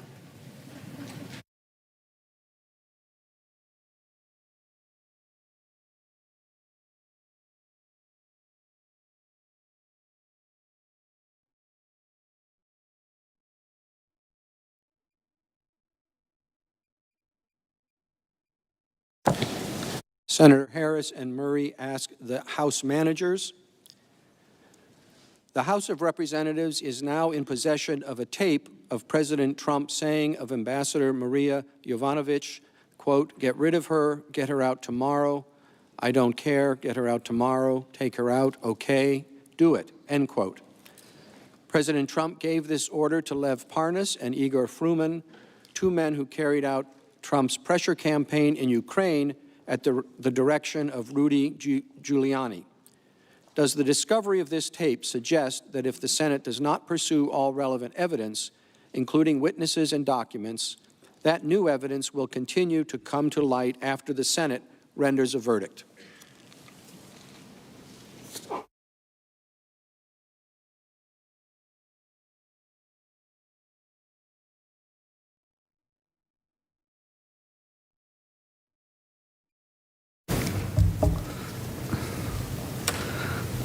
The answer is yes. What we have seen really over the last several weeks since the passage of the articles in the House of Representatives is every week, indeed, sometimes every day, there is new information coming to light. We know there's going to be new information coming to light on March 17th when the Bolton book comes out. That is, if the NSC isn't successful in redacting it or preventing much of its publication. And on that issue, I do want to mention one other thing in response to the question about the Bolton manuscript and what did the White House lawyers know. Because I listened very carefully to the answer to that question, and maybe you listened more carefully than I did. What I thought I heard them say in the answer to that question, what did they know about the manuscript and when did they know it? Their statement was very precisely worded. The NSC unit reviewing the book did not share the manuscript. Well, that's a different question than whether the White House lawyers found out what's in it. Because you don't have to circulate the manuscript to have someone walk over to the White House and say, you do not want John Bolton to testify. Let me tell you, you do not want John Bolton to testify. You don't need to read his manuscript because I can tell you what's in it. So the denial was a very carefully worded one. I don't know what the White House lawyers knew and when they knew it, but they did represent to you repeatedly that the president never told a witness that he was freezing the aid to get Ukraine to do these investigations. And we know that's not true. You know that from the witnesses we've already heard from, but we also know, at least if the reporting is correct, and you should find out if it is, that John Bolton tells a very different story. So there are going to continue to be revelations, and members of this body on both sides of the aisle are going to have to answer a question each time it does. Why didn't you want to know that when it would have helped inform your decision? In every other trial in the land, you call witnesses to find out what you can. Again, we're not a court of appeals here. We are the trial court. We're not confined to the record below. There is no below. Counsel says, in answer to the senator's question about whether Donald Trump ever brought up the Hunter Biden problem with President Poroshenko in the past, and says, well, we're confined to the record before us. You're not confined to the record in the House, nor is the president. The president could call witnesses if they existed. There's nothing to prevent them from saying, as a matter of fact, tomorrow we're going to call such and such, and they're going to testify that indeed Donald Trump brought up Hunter Biden to President Poroshenko. There's nothing prohibiting them from doing that. But at the end of the day, we are going to continue to see new evidence come out all the time. But among the most significant evidence, we know what that's going to be.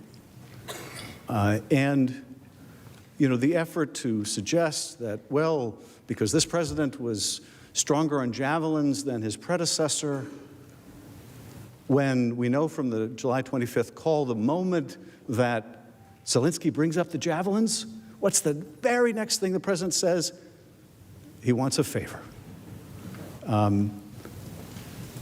The question is, why did he stop the aid? Why did he stop the aid this year and no prior year? Was it merely a coincidence? Are we to believe it was merely a coincidence that it was the year that Joe Biden was running for president? Are we to believe that of all the companies and all the land, of all the gin joints and all the land in Ukraine, that it was just Hunter Biden walking into this one? That was the reason why that he was interested in Burisma, was just a coincidence that involved the son of his opponent. But look, more and more is coming out. Let's make sure that you learn whatever you feel you need to know to render a judgment now, when it can inform your decision, and not later. Thank you, Manager. Mr. Chief Justice. The senator from Nebraska. I send a question to the desk on behalf of myself, Senator Crapo, and Senator Risch. Thank you.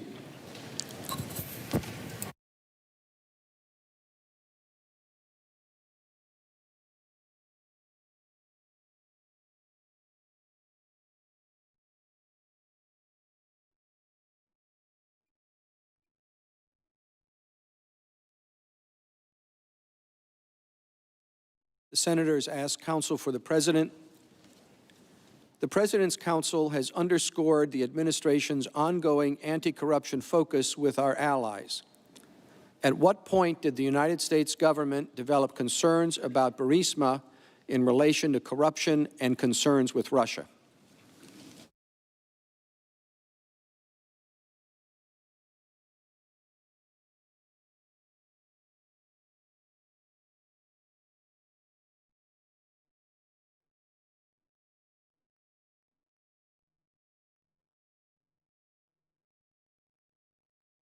That question, and I think it bears on the answer that I was last giving to the last question.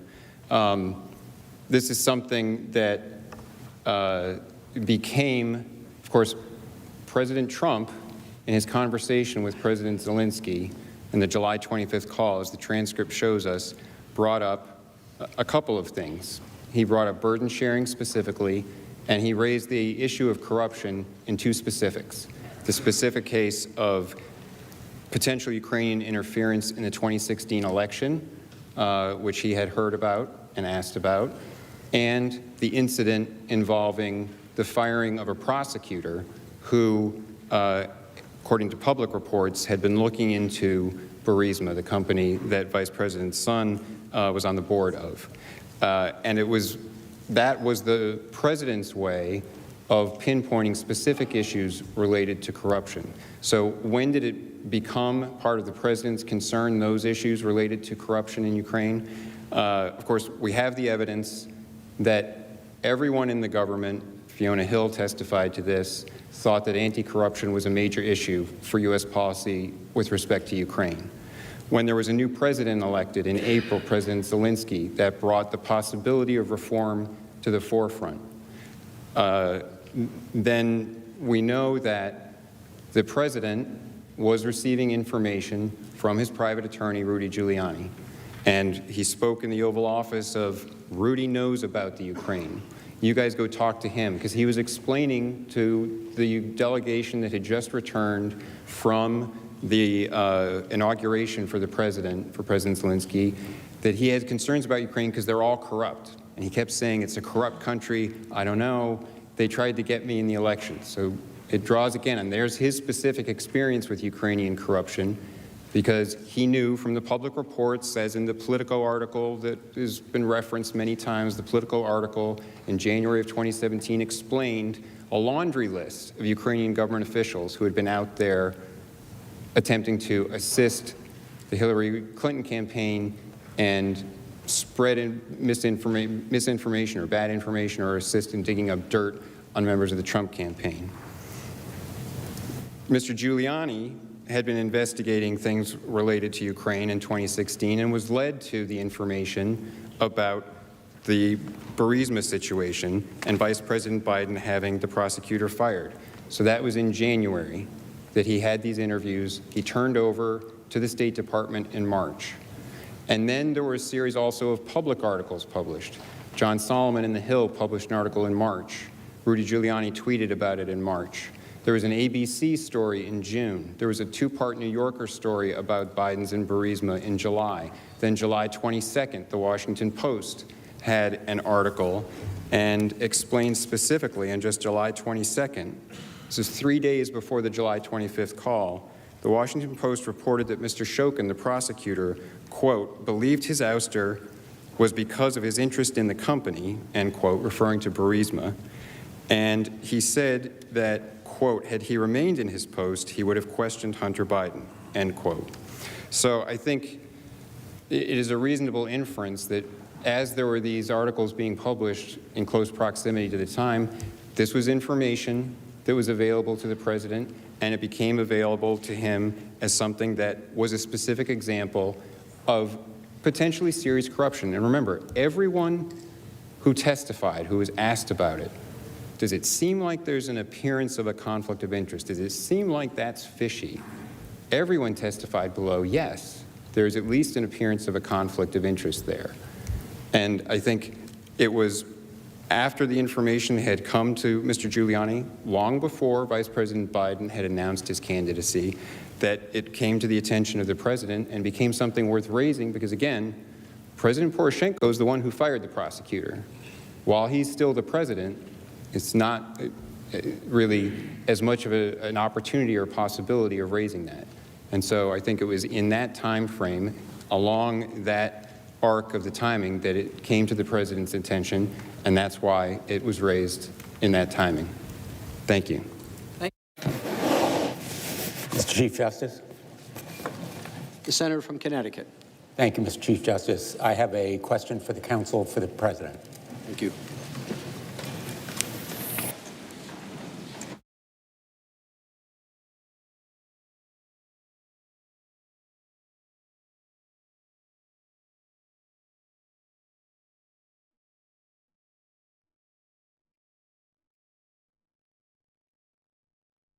Senator Blumenthal asks, did anyone in the White House or outside the White House tell anyone in the White House counsel's office that publication of the Bolton book would be politically problematic for the president?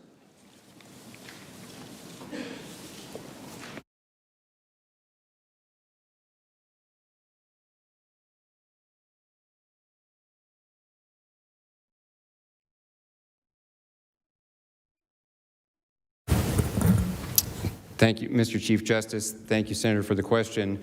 No one from inside the White House or outside the White House told us that the publication of the book would be problematic for the president.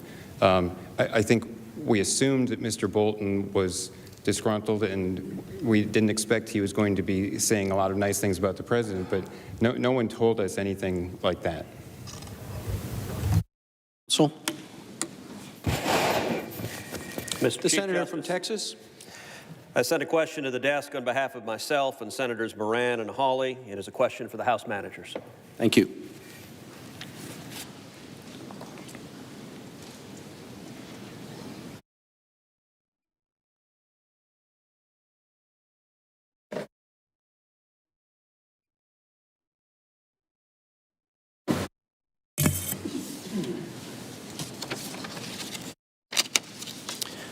The question from the senators to the House managers. An August 26, 2019 letter from the Intelligence Community Inspector General to the Director of National Intelligence discussing the so-called whistleblower stated that the Inspector General identified some indicia of an arguable political bias on the part of the complainant in favor of a rival political candidate. Multiple media outlets reported that this likely referred to the whistleblower's work with Joe Biden. Did the so-called whistleblower work at any point for or with Joe Biden? If so, did he work for or with Joe Biden on issues involving Ukraine? And did he assist in any material way with the quid pro quo in which then Vice President Biden has admitted to conditioning loan guarantees to Ukraine on the firing of the prosecutor investigating Burisma?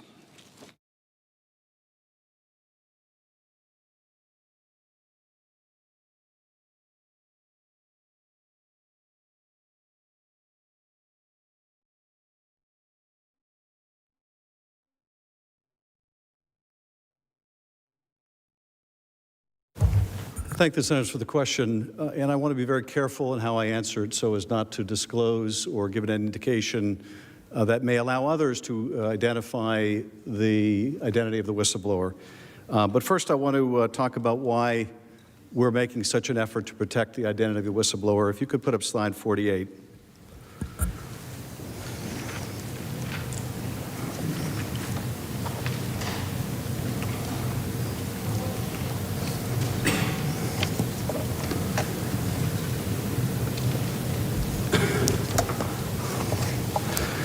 This slide shows, and it may be difficult for some of you to read, so let me try to, actually, if you could hand me a copy of that as well.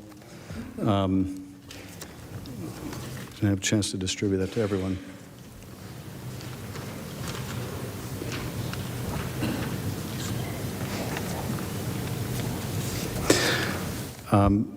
It's not just that we view the protection of whistleblowers as important. Members of this body have also made strong statements about just how important it is to protect whistleblowers. Senator Grassley said this person appears to have followed the whistleblower protection laws and ought to be heard out and protected. We should always work to respect whistleblowers' requests for confidentiality. Senator Romney, whistleblowers should be entitled to confidentiality and privacy because they play a vital function in our democracy. Senator Burr, we protect whistleblowers, we protect witnesses in our committee. Even my colleague, the ranking member, Mr. Nunes, we want people to come forward, and we will protect the identity of those at all cost. This has been a bipartisan priority and one that we have done our best to maintain. So I want to be very careful, but let me be clear about several things about the whistleblower. First of all, I don't know who the whistleblower is. I haven't met them or communicated with them in any way. The committee staff did not write the complaint or coach the whistleblower what to put in the complaint. The committee staff did not see the complaint before it was submitted to the Inspector General. The committee, including its staff, did not receive the complaint until the night before Acting Director of National Intelligence. We had an open hearing with the Acting Director on September 26, more than 3 weeks after the legal deadline by which the committee should have received the complaint. In short, the conspiracy theory, which I think was outlined earlier, that the whistleblower colluded with the Intel Committee staff to hatch an impeachment inquiry, is a complete and total fiction. This was, I think, confirmed by the remarkable accuracy of the whistleblower complaint, which has been corroborated by the evidence we subsequently gathered in all material respects. So I'm not going to go into anything that could reveal or lead to the revelation of the identity of the whistleblower, but I can tell you, because my staff's names have been brought into this proceeding, that my staff acted at all times with the most complete professionalism. I am very protective of my staff, as I know you are. And I'm grateful that we have such bright, hardworking people working around the clock to protect this country and who have served our committee so well. And it really grieves me to see them smeared, and some of them mentioned here today have concerns about their safety, and there are online threats to members of my staff as a result of some of the smears that have been launched against them. I can tell you there's no one who can understand the plight of Ambassador Yovanovitch more than some of my staff who have been treated to the same kind of smears and now have concerns over their own safety. They acted at all times with the utmost propriety and integrity. Your Senate Intelligence Committee and your chairman and vice chairman can tell you, encourage whistleblowers to come to their committee, and so do we. And when they do, we try to figure out, is their complaint within the scope of jurisdiction of the intelligence community? And if it is, then we suggest they get a lawyer. We suggest they talk to the Inspector General, which is what happened here. The whistleblower did exactly what they should, except for the president. That's unforgivable, because the whistleblower exposed the wrongdoing of the president. In the president's view, that makes him or her a traitor or a spy. And as the president tells us, there's a way we used to treat traitors and spies. You wonder why we don't want to call the whistleblower? Well, first of all, we know firsthand what the whistleblower wrote secondhand in that complaint. There's no need for that whistleblower anymore, except to further endanger that person's life. That, to me, does not seem a worthwhile object for anyone in this chamber, on the other side of this building, in the Oval Office, or anywhere else. Thank you, Mr. Manager. Senator from Rhode Island. Mr. Chief Justice, on my own behalf and on behalf of Senators Blumenthal, Booker, Coons, Klobuchar, Leahy, Markey, Peters, and Udall, I send a question to the desk.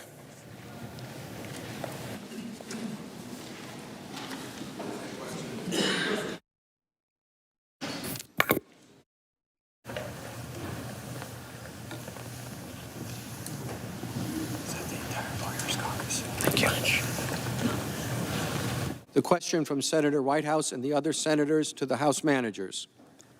The missing witness rule, which dates back to 1893 Supreme Court case Graves versus United States, allows one party to obtain an adverse inference against the other for failure to produce a witness under that party's control with material information. Here, one party, the President, has prevented witnesses within his control from testifying or providing documents. Do the House managers believe senators should apply the missing witness rule here? And if so, what adverse inferences should we draw about the missing testimony and documents?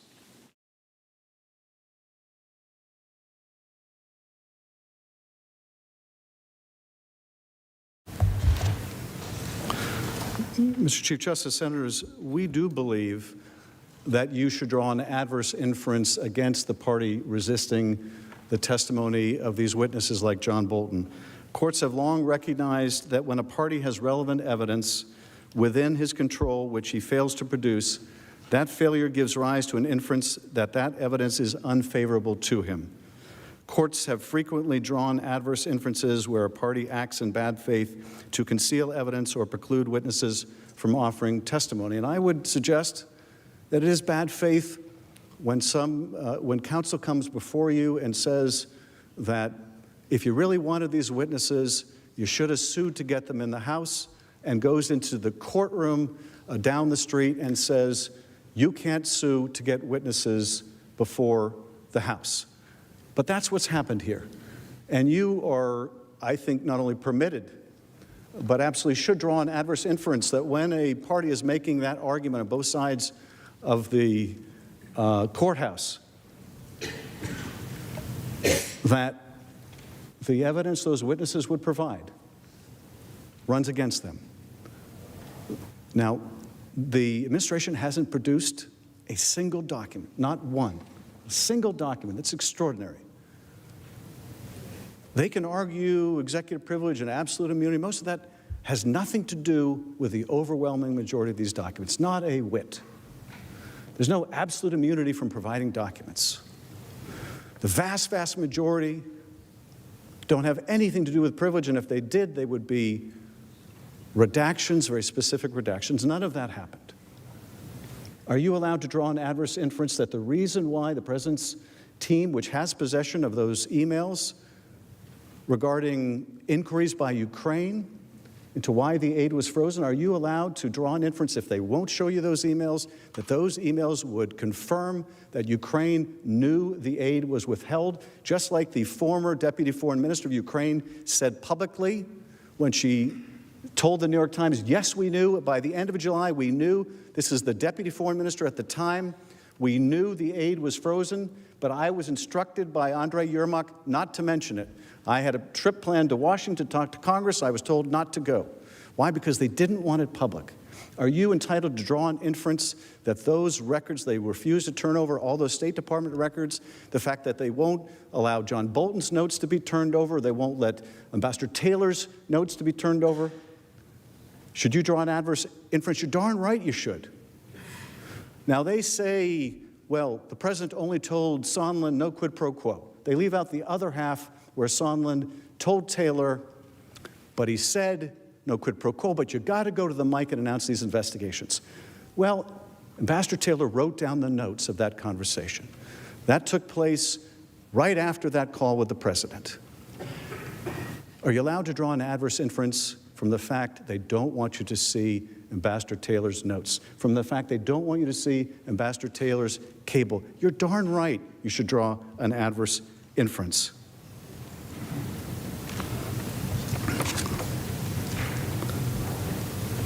And finally,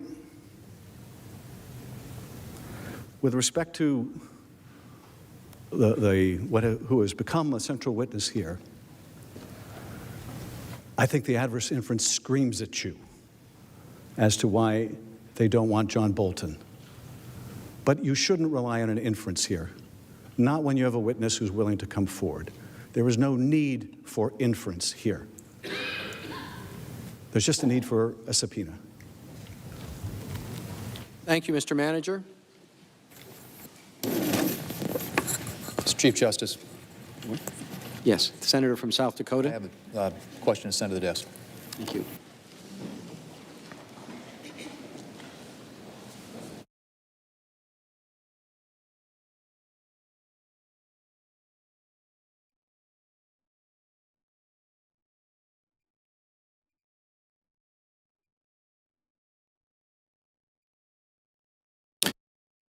Senator Thune's question is for counsel for the president.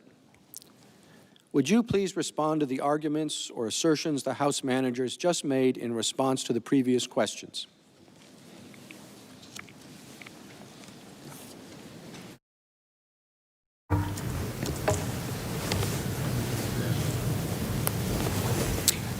Mr. Chief Justice, thank you, Senator, for the question. I haven't read recently the case that was cited about the missing witness rule, so I can't say specifically what's in it, but I am willing to bet that the missing witness rule does not apply when there's been a valid assertion of a privilege or other immunity for keeping the witness out of court. So, for example, if they tried to subpoena the defendant's lawyer and the defendant said, wait, I have attorney-client privilege, you can't subpoena him, they're not going to be able to get an adverse inference from that. And that's critical. Because as I've gone through multiple times, and we keep going back and forth on this, they keep representing that there was a blanket defiance and there was no explanation and there was no legal basis for what the president was doing. And it's just not true. There were letters back and forth. I put them up on the screen. There were specific immunities asserted. There were specific legal deficiencies in the subpoenas that were sent. And this is important because if you're going to impeach the President of the United States, turning square corners and proceeding by the law matters. And for the House managers to come here and say it was blanket defiance, it was unprecedented, that you have to draw an adverse inference against them because they didn't respond to any of our document subpoenas. All of the document subpoenas were issued without authorization. Maybe they disagree with us, but they can't just say, we provided no rationale and you have to draw an adverse inference. There was a specific legal rationale provided. And they didn't try to engage in the accommodation process, and they didn't try to go to court. And now, yes, it's true. Our position is that when they go to the court, Article III courts don't have jurisdiction over that. Their position is Article III courts do have jurisdiction over that. They believe that they can get a court order to require us to comply with a valid subpoena. But they never tried to establish in court that their subpoenas were valid. We have an assertion of a legal deficiency on one side. They think it's different. They don't want to go to court to get it resolved. We have the assertion of absolute immunity from congressional compulsion for senior advisors to the president. It's been asserted by virtually every president since Nixon. They try to say, oh, it's preposterous, it's irrelevant, we don't have to worry about that. Every president since Nixon, virtually, has asserted that. It's only been addressed by 2 district courts, trial-level courts. The first one rejected it, and its decision was stayed by the appellate court, which means the appellate court thought, probably you got it wrong, or at a minimum, it's a really difficult question. We're not sure about that. And the second district court decision is being litigated right now. They're litigating it.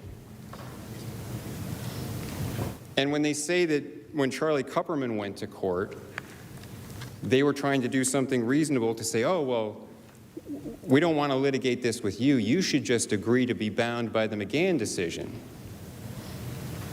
What's the saying, every litigant gets his day in court? Why shouldn't Charlie Kupperman get to have his counsel argue that issue on his behalf? That's what he wanted. He didn't want to say, I'm going to trust it to the other people litigating the other case. I've got my case. I want to make the arguments. But they wouldn't have that, so they mooted out the case. They withdrew the subpoena to moot out the case because they didn't want to go to the hearing in front of Judge Leon on December 10th. They've also pointed out as if it's some outrage that documents have been more readily produced under FOIA than in response to their subpoenas. But what that actually shows is that when you turn square corners and follow the law and make a request to the administration that follows the law, the administration follows the law and responds, and that's right. The documents were produced. Information came out. But they didn't get it because they issued invalid subpoenas and they didn't try to do anything to establish the validity of their subpoenas. If you're going to be sloppy and issue invalid subpoenas, you're not going to get a response. But if some private litigant follows FOIA and submits a FOIA request, they get a response. So to act like the Trump administration has done some blanket denial of everything simply isn't accurate, and there's no basis for any adverse inference because there's a specific privilege or basis for every reason not to produce something. Thank you. Thank you, counsel. Mr. Chief Justice. Yes. Senator from New Hampshire. Thank you, Mr. Chief Justice. I send a question to the desk for the House managers. Thank you.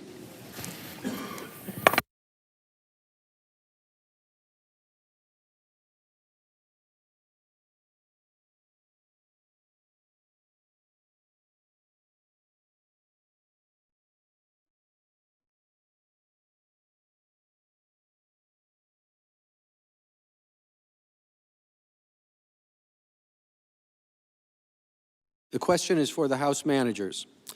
Did Acting Chief of Staff Mick Mulvaney waive executive privilege in his October 17 press conference in which he stated that there was, quote, political influence, end quote, in the Trump administration's decision to withhold aid to Ukraine?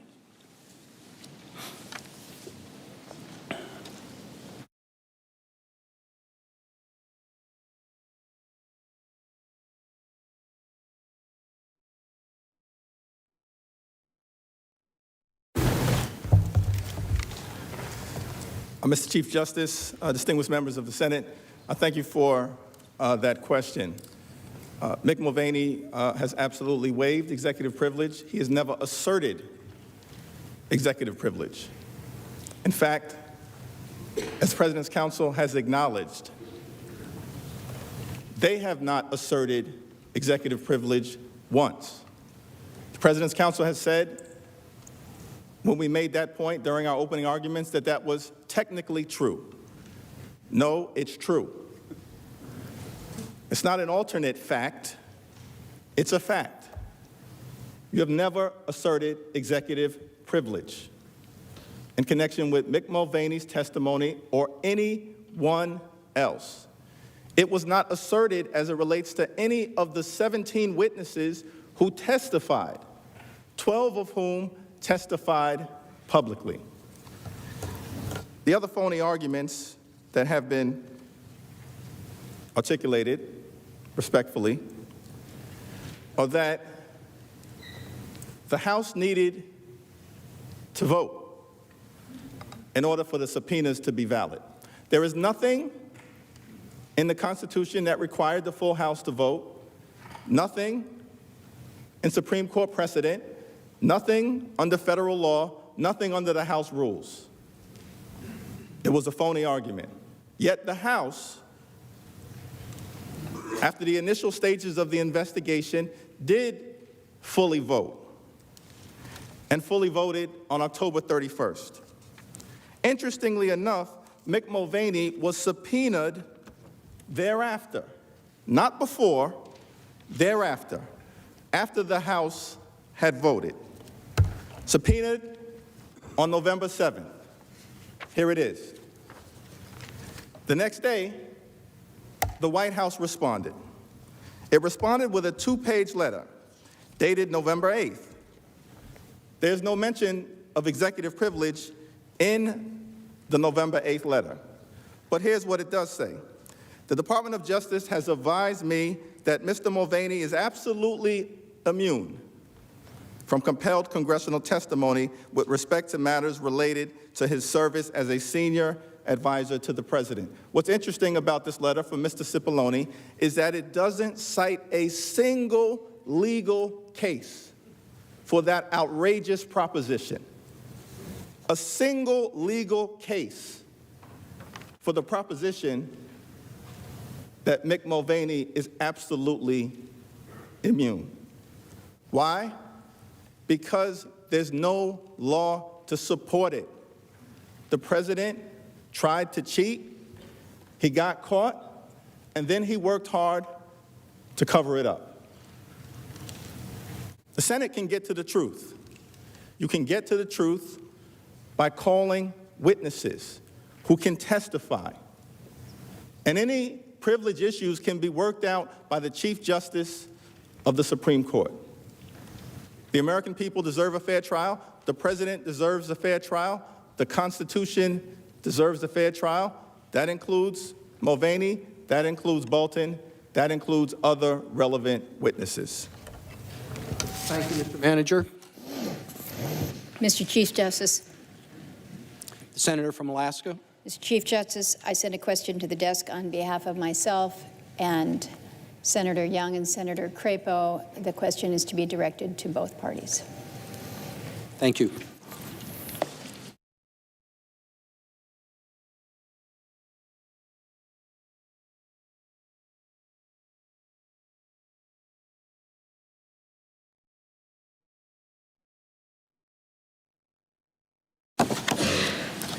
The question directed to Counsel for the President and the House Managers. The Constitution does not specify the standard of proof to be used in trials of impeachment, and the Senate has not adopted a uniform standard by rule. Thus, the standard of proof is arguably a question for each individual senator. In the Clinton trial, and now with President Trump, it appears that Republicans and Democrats apply different standards depending on whether the president is a member of their party. What standard of proof should be used in trials of impeachment? Preponderance of the evidence, clear and convincing, beyond a reasonable doubt, and why? I think it's the turn of the House Managers to go first.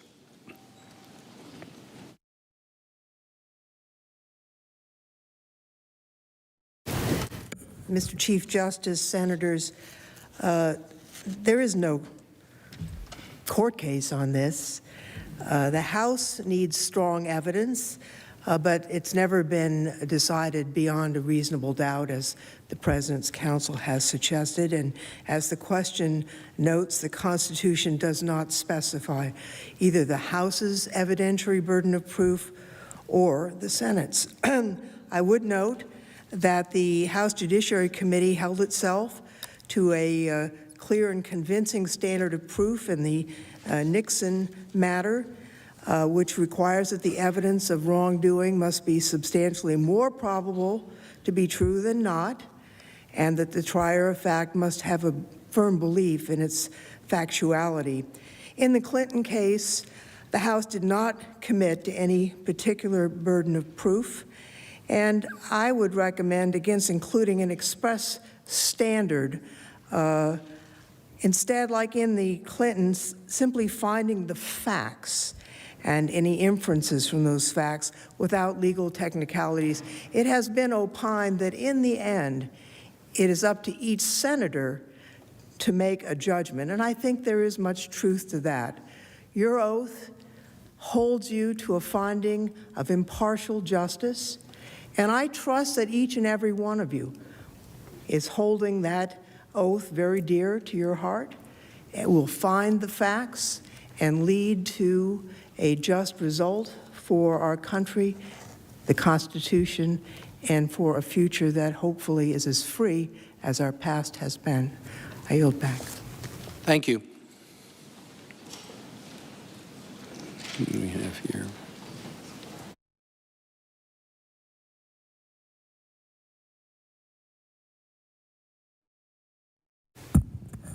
Mr. Chief Justice, Senators, thank you for the question. I think that the Constitution makes it clear in the terms that it speaks of impeachment are all related to the criminal law. It speaks of an offense, it speaks of conviction, it speaks of a trial, in saying that crimes shall be tried by jury except in the case of impeachment. And both that and the gravity of a presidential impeachment, which is an issue of breathtaking importance for the country and could cause tremendous disruption to our government, both counsel in favor of the traditional criminal standard of proof beyond a reasonable doubt. And in the Clinton impeachment, senators, both Republicans and Democrats, repeatedly advocated in favor of that standard. Senator Russ Feingold then said that, quote, "In making a decision of this magnitude, it is best not to err at all." If we must err, however, we should err on the side of respecting the will of the people. Similarly, Senator Barbara Mikulski then said, quote, "The U.S. Senate must not make the decision to remove a president based on a hunch that the charges may be true. The strength of our Constitution and the strength of our nation dictate that the Senate be sure beyond a reasonable doubt." The preponderance standard is wholly insufficient. That means just 50.1%. You think it's a little more likely than not. That's not sufficient to remove the president. Even clear and convincing evidence is not. It has to be beyond a reasonable doubt. As Senator Rockefeller explained at the time of the Clinton impeachment, that means, quote, "It is proven to a moral certainty the case is clear." That is the standard that the senators should apply, because the gravity of the issue before you would not permit applying any lesser standard. Thank you. Counsel?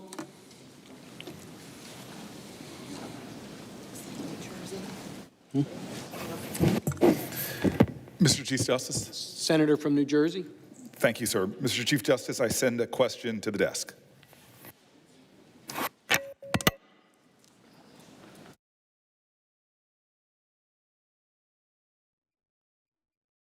Manager. Thank you.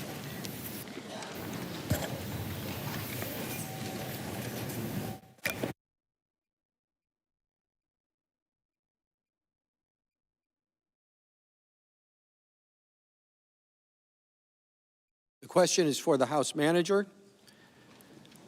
Even if a communication or a document is covered by executive privilege, that privilege can be overcome by showing the evidence is important and unavailable elsewhere. On January 22nd, while this trial was underway, President Trump said, quote, "I thought our team did a very good job, but honestly, we have all the material. They don't have the material," end quote. Can you comment on whether executive privilege allows a president to conceal information from Congress, particularly if the evidence cannot be obtained elsewhere?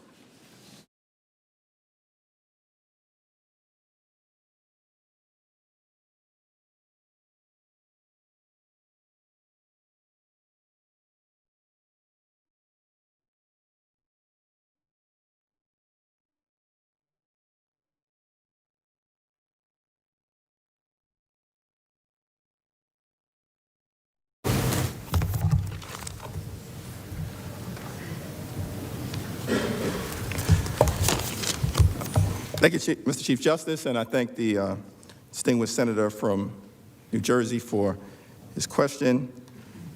President Trump alone has the power to assert executive privilege.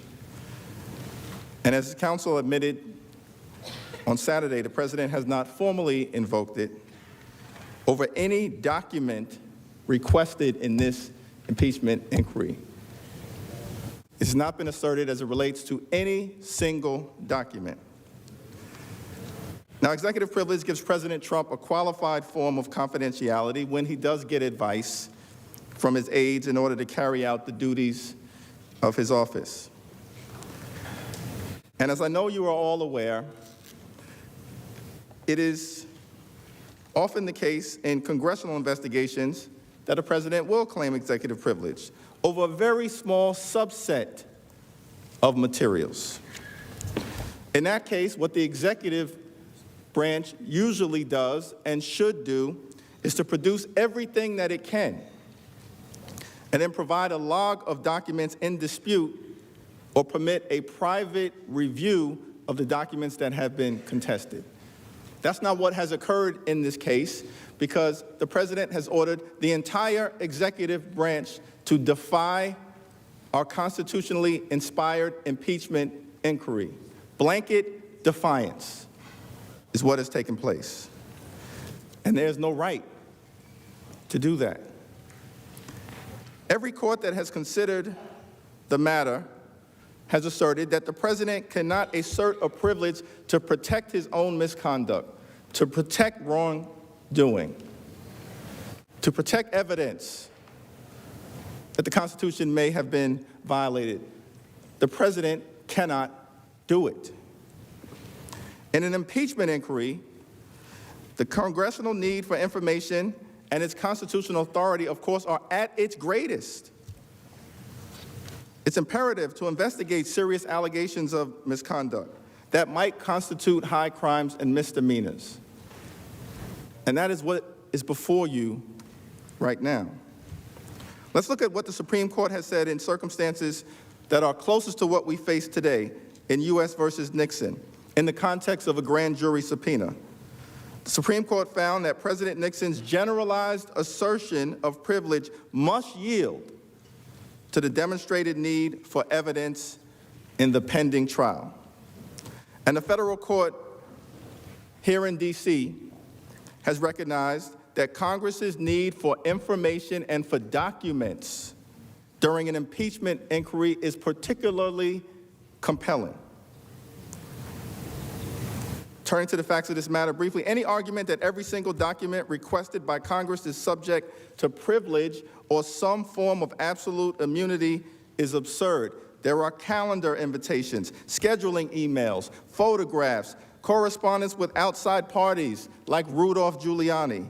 These are all important pieces of evidence for you to consider and are not the type of materials subject to any reasonable claim of executive privilege. If you want a fair trial, it should involve documents. Given the nature of these proceedings, documents like Ambassador Bolton's notes, Lieutenant Colonel Vindman's presidential decision memo should also be provided to you so you can seek the truth, the whole truth, and nothing but the truth. Thank you. Mr. Manager. Mr. Chief Justice. Senator from Louisiana.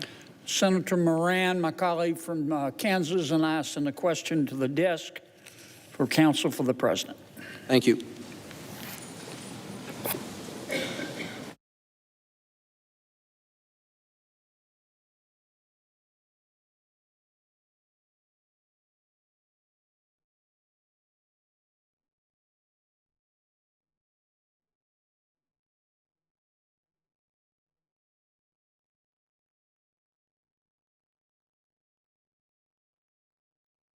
The question for counsel for the President is, what did Hunter Biden do for the money that Burisma Holdings paid him?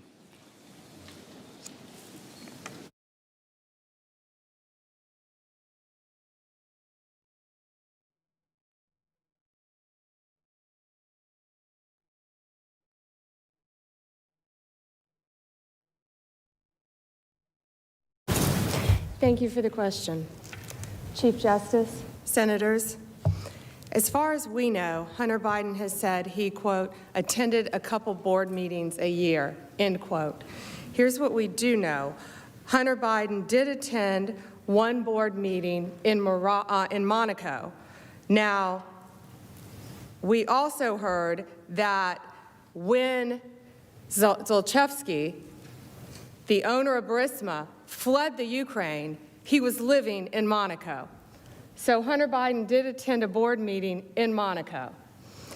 We also know that Hunter Biden went to Norway on a fishing trip, and he took his daughter and his nephew. So he took two of Joe Biden's children with him on a fishing trip to Norway with Zlochevsky, and that is as much as we know, other than his statement that he attended one or two board meetings. Factually, that is what he said, and the timeline shows that, again, Devin Archer was on the board with him, and then Hunter Biden remained on the board, but factually in the record, that is as much as we know that he did involving Burisma and Zlochevsky. The Norway trip was June of 2015. He remained on the board until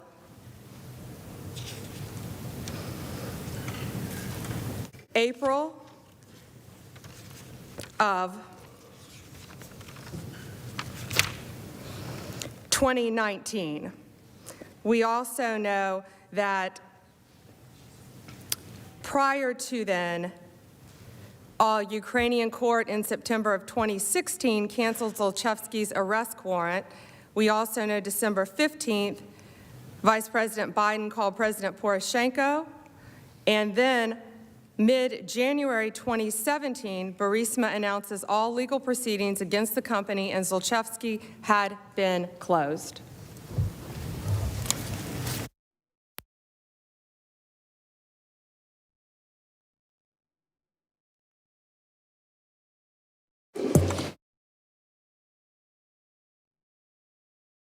Democratic leader is recognized.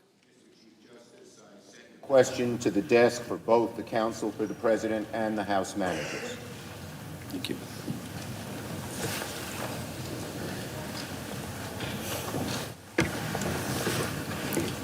The question reads as follows. The House managers say the president demands absolute immunity. The president's counsel disputes this. Can either of you name a single witness or document to which the president has given access to the House when requested? I believe it's time for counsel for the president to go first.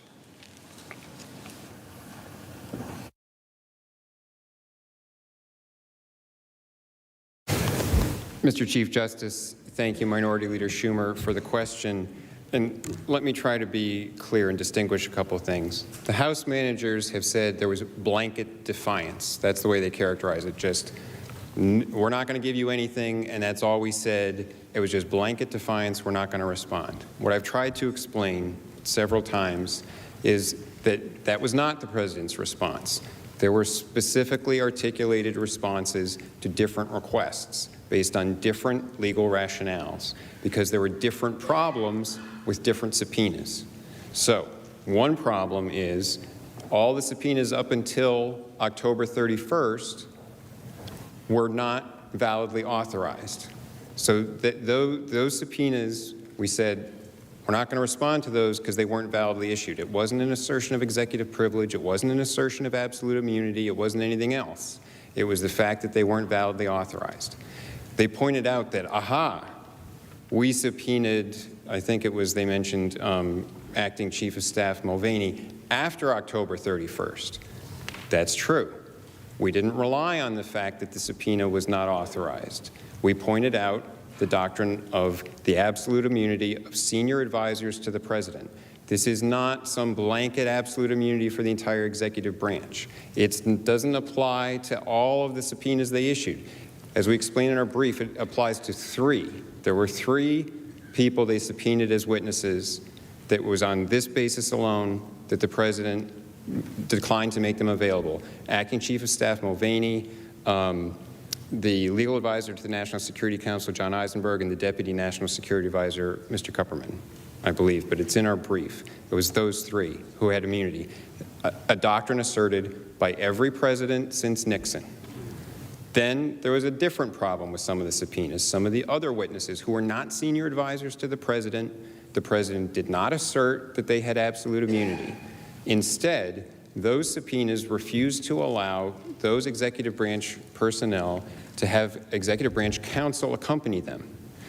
And there's an OLC opinion. It's been published. It's online. It's cited in our trial memorandum saying that it is unconstitutional to refuse to allow the executive branch personnel to have the assistance of executive branch counsel to protect privileged information during the questioning. And therefore, it's not valid to force them to appear without that. Thank you, counsel. Thank you.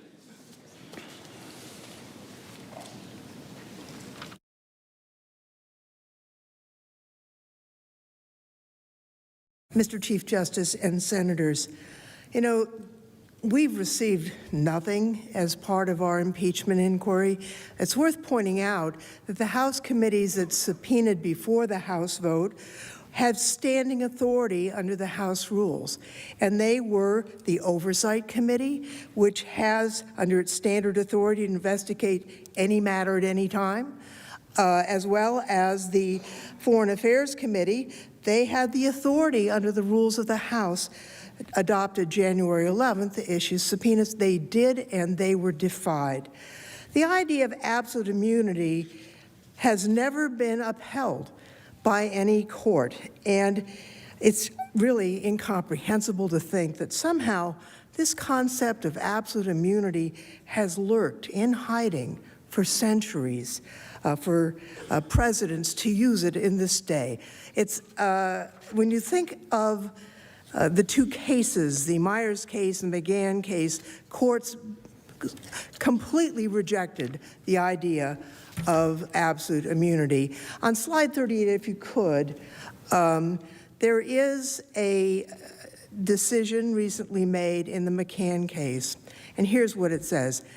Stated simply, the primary takeaway from the past 250 years of recorded American history is that presidents are not kings. That's the judge's words, not mine. Compulsory appearance by dint of a subpoena is a legal construct, not a political one, and per the Constitution, no one is above the law. The president is not permitted by the Constitution or by the law to assert any kind of absolute immunity. That does not exist in America. And as the judges pointed out, that would be something that a king would assert. I'm not saying that, but I will say this. It's something our founders set up our checks and balances to prevent. Nobody has absolute power in our system of government, not the Senate and House, not the president, not the judiciary. This is unprecedented and just wrong as a matter of law and as a matter of the Constitution. Thank you. Thank you. Justice. Senator from Georgia. Thank you, Mr. Chief Justice.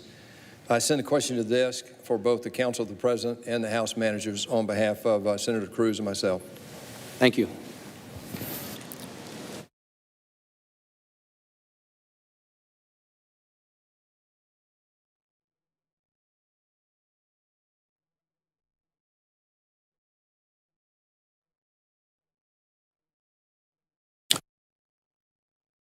The question is, you refuse to answer the question on political bias. Are the House managers refusing to tell the Senate whether or not the so-called whistleblower had an actual conflict of interest? There are 7 billion people on planet Earth. Almost all had no involvement in Biden's quid pro quo.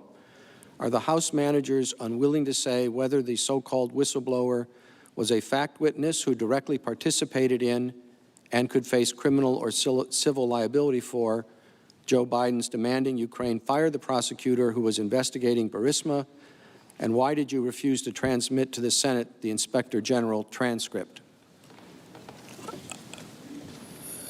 Which side is, it's addressed to both sides. I think perhaps the House managers could go first.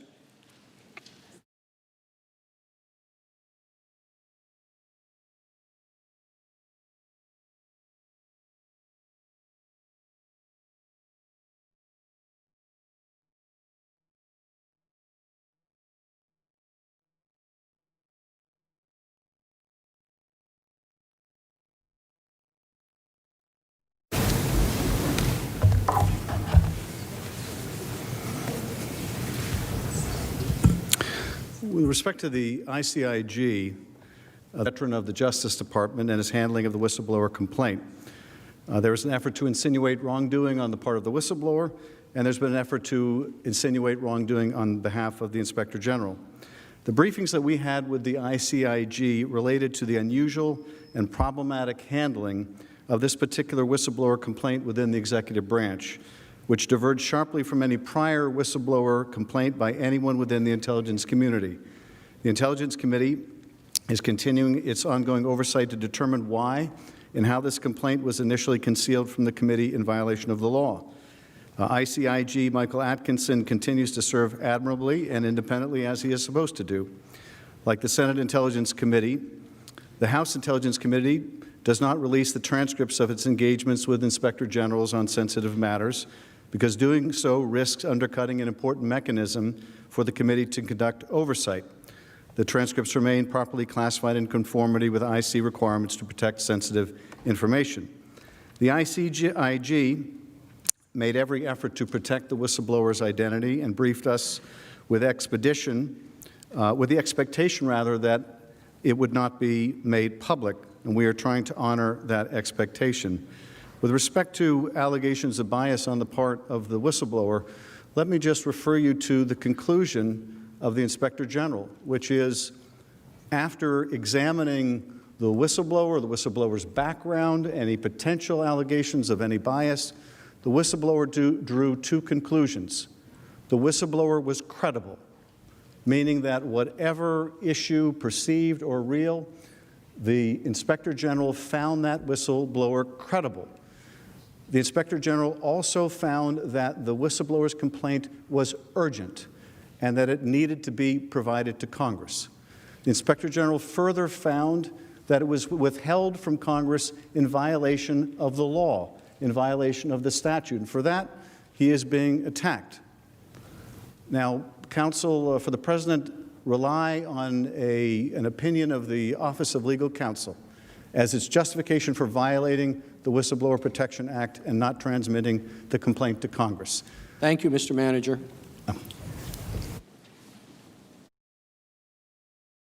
Mr. Chief Justice, members of the Senate, on page 5 of the Inspector General's report, it states, although the Inspector General's preliminary review identified some indicia of arguable political bias on the part of the complainant. Now, that's in the actual statement. He goes on to say, involving a rival political candidate, such evidence did not change his view about the credible nature of the concern or what appears to be credible. But to argue that it does not include an issue of political bias, the Inspector General himself says that that's, in fact, at least that they said that their preliminary reviews indicate some political bias. Now, there's been reports in the media that the individual may have worked for Joe Biden when he was vice president. He may have had some area under his watch involving Ukraine. But I also thought it was just interesting that managership just talked about the importance of how they control the process as it relates to whistleblower reports because of the sensitive nature of those. Do we not think that the sensitive nature of information shared by the President's most senior advisors should not be subject to the same type of protections? Well, of course, it has to be. Thank you. Thank you, counsel. Mr. Chief Justice, I sent a question to the desk for both the President's counsel and the House managers. Thank you.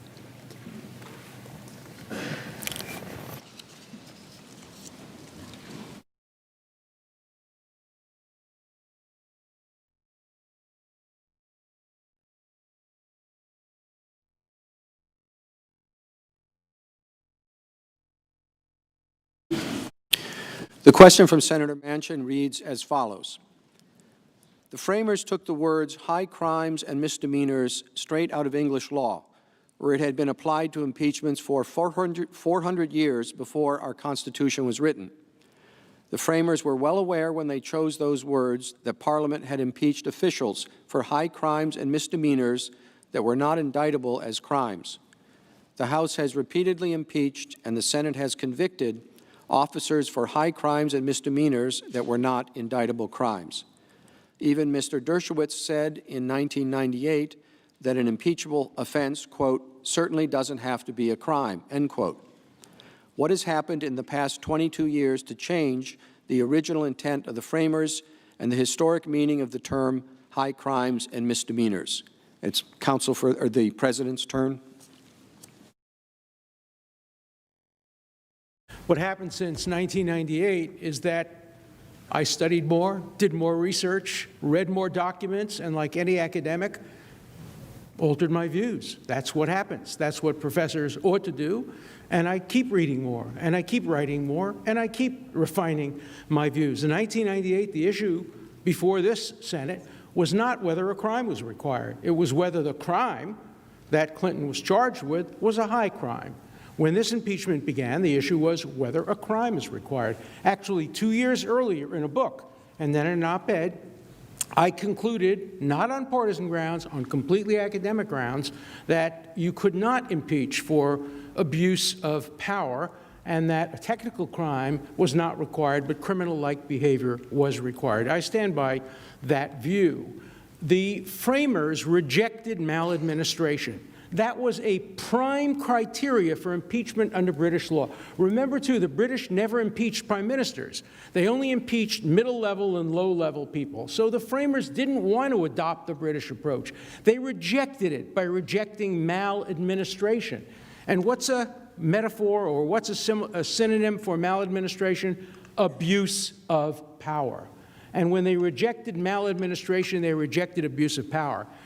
Mr. Congressman Schiff asked a rhetorical question, can a president engage in abuse of power with impunity? In my tradition, we answer questions with questions, and so I would throw the question back. Can a president engage in maladministration with impunity? That's a question you might have asked James Madison had you been at the Constitutional Convention. And he would say, no, a president can't engage in that with impunity, but it's not an impeachable crime. Maladministration is not impeachable, and abuse of power is not impeachable. The issue is not whether a crime is required. The issue is whether abuse of power is a permissible constitutional criteria, and the answer from the history is clearly, unequivocally no. If that had ever been put to the framers, they would have rejected it with the same certainty they rejected maladministration. Thank you.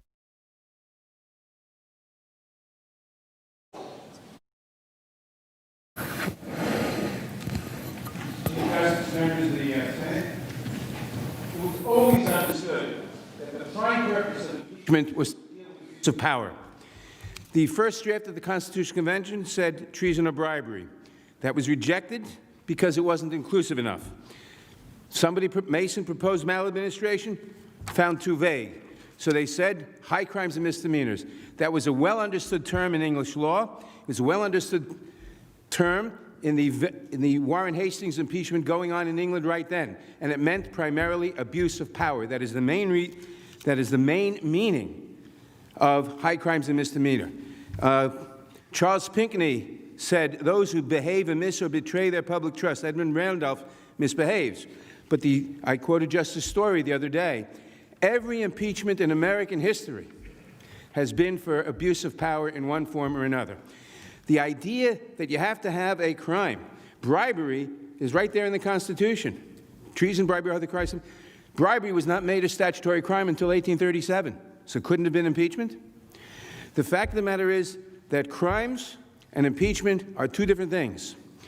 Impeachments are not punishments for crimes. Impeachments are protections of the Republic against the president who would abuse his power, who would agonize power, who would threaten liberty, who would threaten the separation of powers, who would threaten the powers of the Congress, who would try to arrogate power to himself. That is why punishment upon conviction for impeachment only goes to removal from office. Can't put him in jail, as you could for a crime. You can't fine him, as you could for a crime.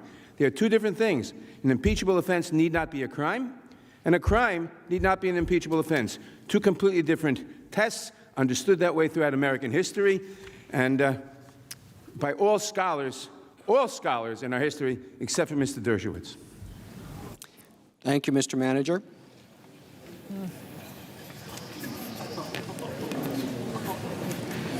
The senator from North Carolina. Mr. Chief Justice, I send a question to the desk for the counsel of the President.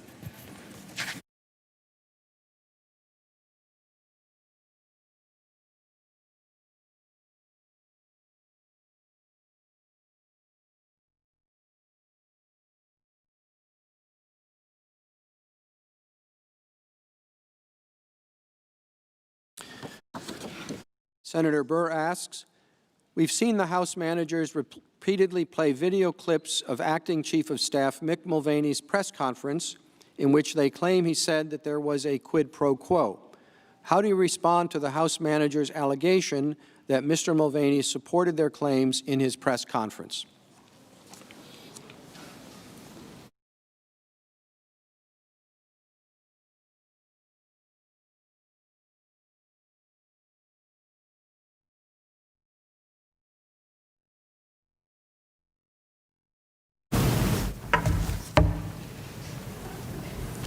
Mr. Chief Justice, members of the Senate, Senator, thank you for the question. We respond as Mr. Philbin did earlier today with that, which is Mr. Mulvaney has issued two statements, one after his press conference and then one Monday after the New York Times article concerning Mr. Bolton's alleged statements in his manuscript.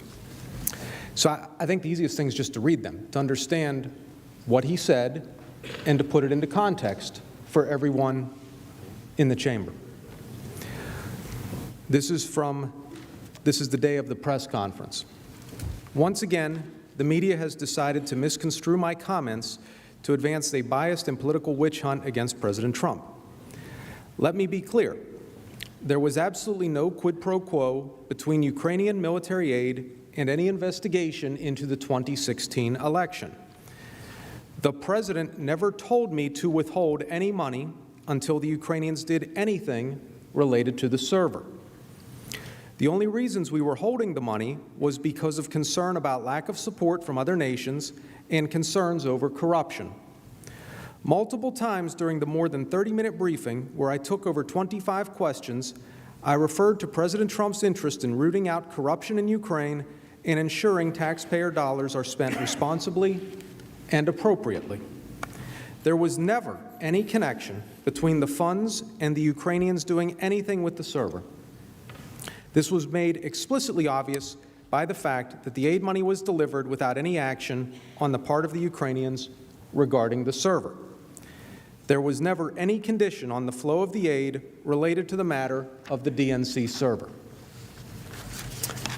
Then, on January 27th, which was Monday, there was a statement from Bob Driscoll, who is Mr. Mulvaney's attorney. And I'll read it in its full. The latest story from the New York Times, coordinated with a book launch, has more to do with publicity than the truth. John Bolton never informed Mick Mulvaney of any concerns surrounding Bolton's purported August conversation with the President. Nor did Mr. Mulvaney ever have a conversation with the President or anyone else indicating that Ukrainian military aid was withheld in exchange for a Ukrainian investigation of Burisma, the Bidens, or the 2016 election. Furthermore, Mr. Mulvaney has no recollection of any conversation with Mr. Giuliani resembling that reportedly described in Mr. Bolton's manuscript, as it was Mr. Mulvaney's practice to excuse himself from conversations between the President and his personal counsel to preserve any attorney-client privilege. So I wanted to read those statements in full so that everyone had the full context. Even after Mr. Philbin referenced the statement after the press conference, the House managers again came back and said Mr. Mulvaney indicated or admitted there was a quid pro quo. That's not true. If Mr. Mulvaney misspoke or if the words were garbled, he corrected it that day and has been very clear. Thank you. Thank you, Mr. Chief Justice. So, Mr. Chief Justice. the senator from Maryland. Mr. Chief Justice, I send a question to the desk for the President's counsel and the House managers.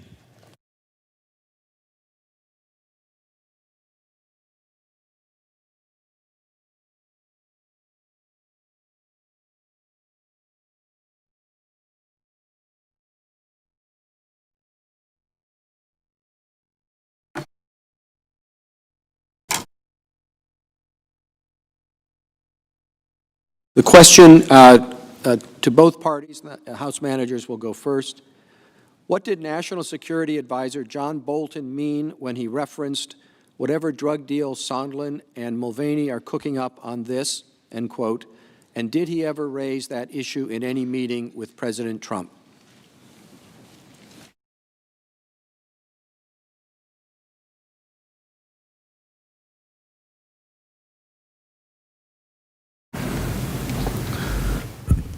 Mr. Chief Justice, Senators, when John Bolton, and this is according to Dr. Hill's testimony, brought up the drug deal, it was in the context of a July 10th meeting at the White House. There were two meetings that day.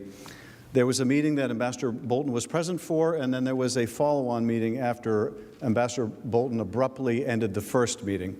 In the first meeting, the Ukrainians naturally wanted to raise the topic of getting the White House meeting that President Zelensky so desperately wanted. And after raising the issue, at some point, Ambassador Sondland said, no, we've got a deal. They'll get the meeting once they announce the investigations. And this is the point where Ambassador Bolton stiffened. Now, you can look up Dr. Hill's exact words. I'm paraphrasing here. But this is the point where Ambassador Bolton stiffens and he ends the meeting.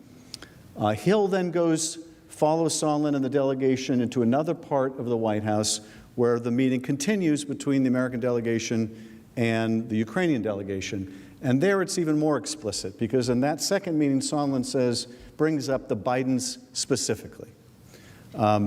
Hill then goes to talk to Bolton and informs him what's taken place in the follow-on meeting.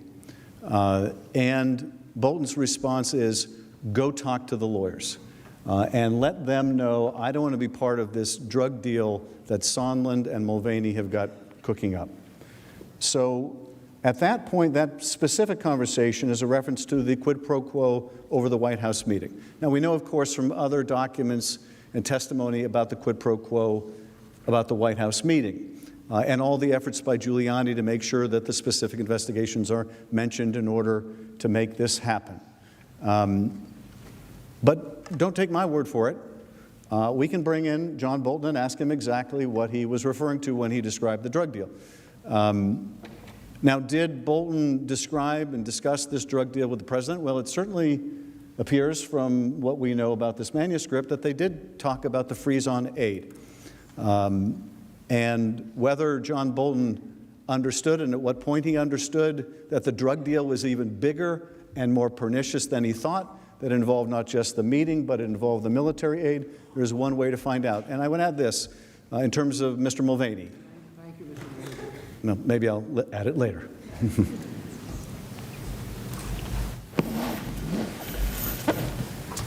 Mr. Chief Justice. As 2.5 minutes. Thank you, Mr. Chief Justice. Thank you, Senator, for the question. The question asks about what Ambassador Bolton meant in a comment that is reported as hearsay by someone else saying what he supposedly said. What we know is that there are conflicting accounts of the July 10th meeting at the White House. Dr. Hill says that she heard Ambassador Sondland say one thing. He denies that he said that. Dr. Hill says she went and talked to Ambassador Bolton, and Bolton said something to her about what was said in the meeting where he wasn't there, but he was saying something about it, calling it a drug deal. And what he meant by that, I'm not going to speculate about. It's a hearsay report of something that he said about a meeting that he wasn't in, characterizing it some way. And I'm not going to speculate about what he meant by that. Thank you. The senator from North Dakota. Thank you, Mr. Chief Justice. I have a question for myself, also for Senator Portman and Senator Boozman. And it's for the President's Counsel, and I'm sending it to the desk.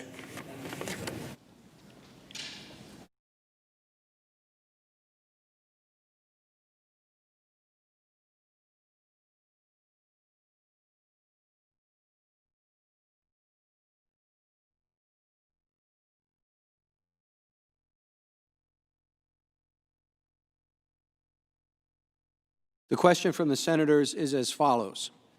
In September of 2019, the security assistance aid was released to Ukraine. Yet the House managers continue to argue that President Trump conditioned the aid on an investigation of the Bidens. Did the Ukrainian president or his government ultimately meet any of the alleged requirements in order to receive the aid?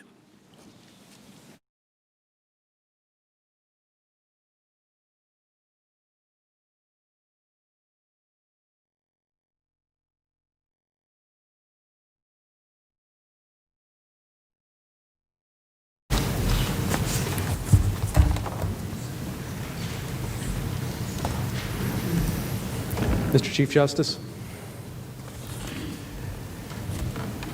Thanks, Senator, for the question. And the very short answer is no. But I'll explain. And I think that's clear. And I think we demonstrated in our presentations on Friday and Monday that the aid was released, the aid flowed. There was a meeting at the UN General Assembly. There was a meeting previously scheduled in Warsaw, precisely as President Zelensky had suggested, and there was never any announcement of any investigations undertaken regarding the Bidens, Burisma, the 2016 election. No statements made, no investigations announced began by the Ukrainian government. Thank you. Thank you, counsel. Mr. Chief Justice. The senator from Virginia. Mr. Chief Justice, I send a question to the desk for the House managers.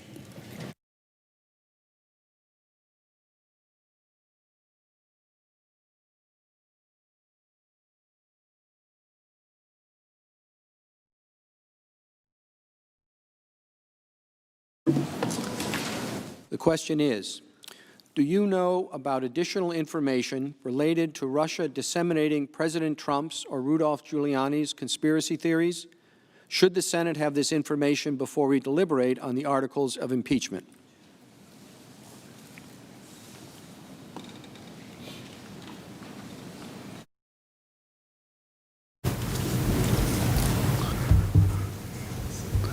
Mr. Chief Justice, Senators, I think there are three categories of relevant material here. The first you do have access to, and that is the supplemental testimony of Jennifer Williams. And I would encourage you all to read it. I think it sheds light very specifically on the Vice President and what he may or may not know vis-a-vis this scheme. So I would encourage you to read that submission. There is a second body of intelligence that the committees have been provided that is relevant to this trial that you should also read. And we should figure out the mechanism that would permit you to do so because it is directly relevant to the issues we are discussing and pertinent. There's a third category of intelligence, too, which raises a very different problem, and that is that the intelligence communities are for the first time refusing to provide to the Intelligence Committee. And that material has been gathered. We know that it exists, but the NSA has been advised not to provide it. Now, the director says that this is the director's decision, but nonetheless there is a body of intelligence that is relevant to requests that we have made that is not being provided. And that raises a very different concern than the one before this body, and that is, are now other agencies like the intelligence community that we require to speak truth to power, that we require to provide us the best intelligence, now also withholding information at the urging of the administration? And that is, I think, a deeply concerning and new phenomenon. That problem we've obviously had with other departments that have been part of the wholesale obstruction, but it now is rearing its ugly head with respect to the IC. But the shorter answer to the question on, apart from Jennifer Williams, are there other relevant materials? The answer is yes. And I would encourage that you and we work together to find out how you might access them. Thank you, Mr. Manager. Mr. Majority Leader. Mr. Chief Justice, the next two questions, one from each side, will be the last before we break for dinner. I would ask that following the next two questions, the Senate stand in recess for 45 minutes. Thank you. Senator from Alabama. I send a question to the desk. Thank you.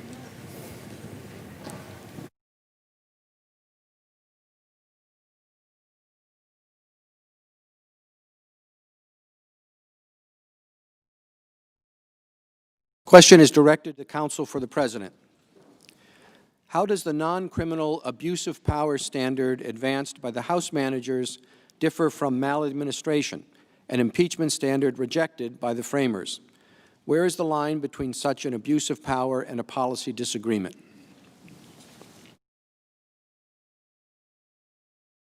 Thank you very much for that question, because that question, I think, hits the key to the issue that's before you today.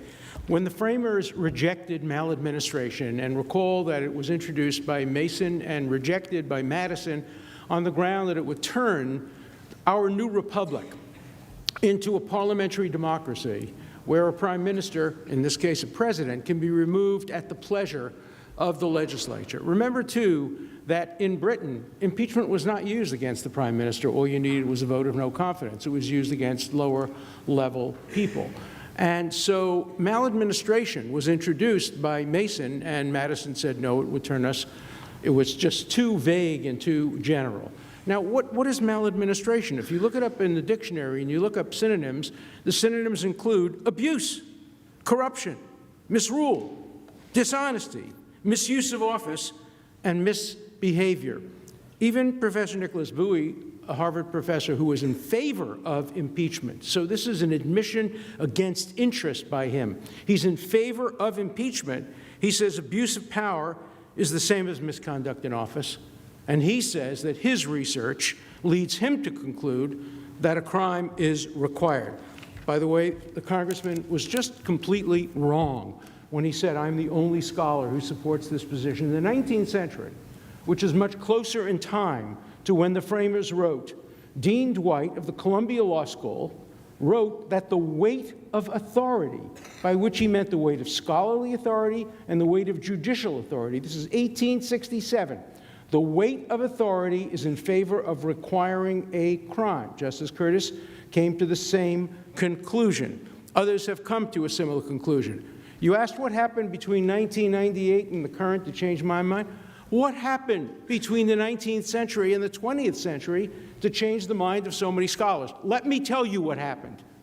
What happened is that the current president was impeached.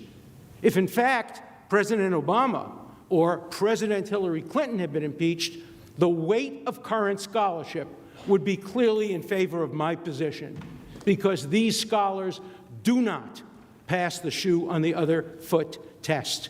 These scholars are influenced by their own bias, by their own politics, and their views should be taken with that in mind.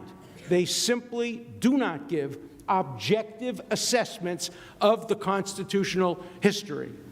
Professor Tribe suddenly had a revelation himself. At the time when Clinton was impeached, he said, oh, the law is clear. You cannot charge a president with a crime while he's the sitting president. Now we have a current president. Professor Tribe got woke. And with no apparent new research, he came to the conclusion, oh, but this president can be charged while sitting in office. That's not the kind of scholarship that should influence your decision.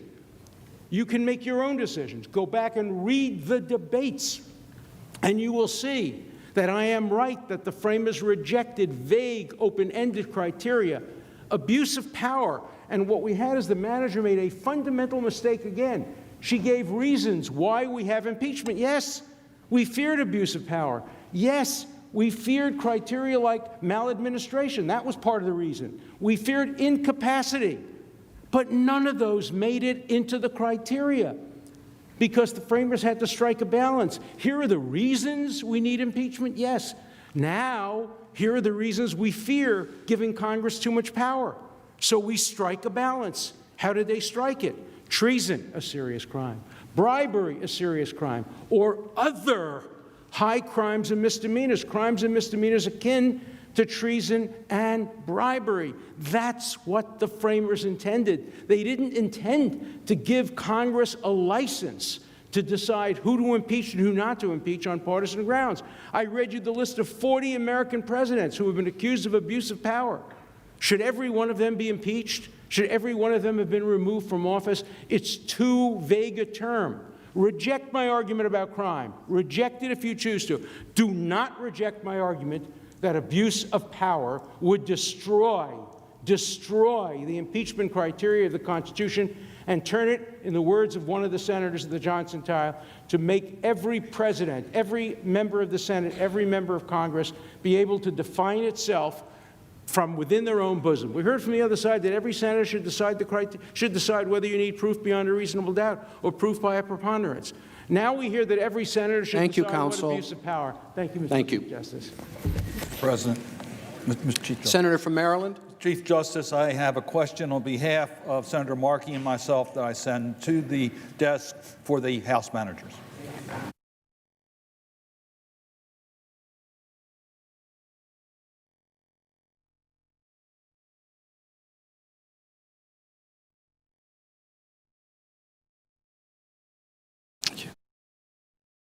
The question is as follows. Supreme Court Justice Byron White, in a concurring opinion in Nixon versus United States, 1993, acknowledged that the Senate, quote, has very wide discretion in specifying impeachment trial procedures, end quote, but stated that the Senate, quote, would abuse its discretion, end quote, if it were to, quote, insist on a procedure that could not be deemed a trial by reasonable judges, end quote. If the Senate does not allow for additional evidence and the testimony of key witnesses with firsthand knowledge of President Trump's actions and intentions, would a reasonable judge conclude these proceedings constitute a constitutionally fair trial?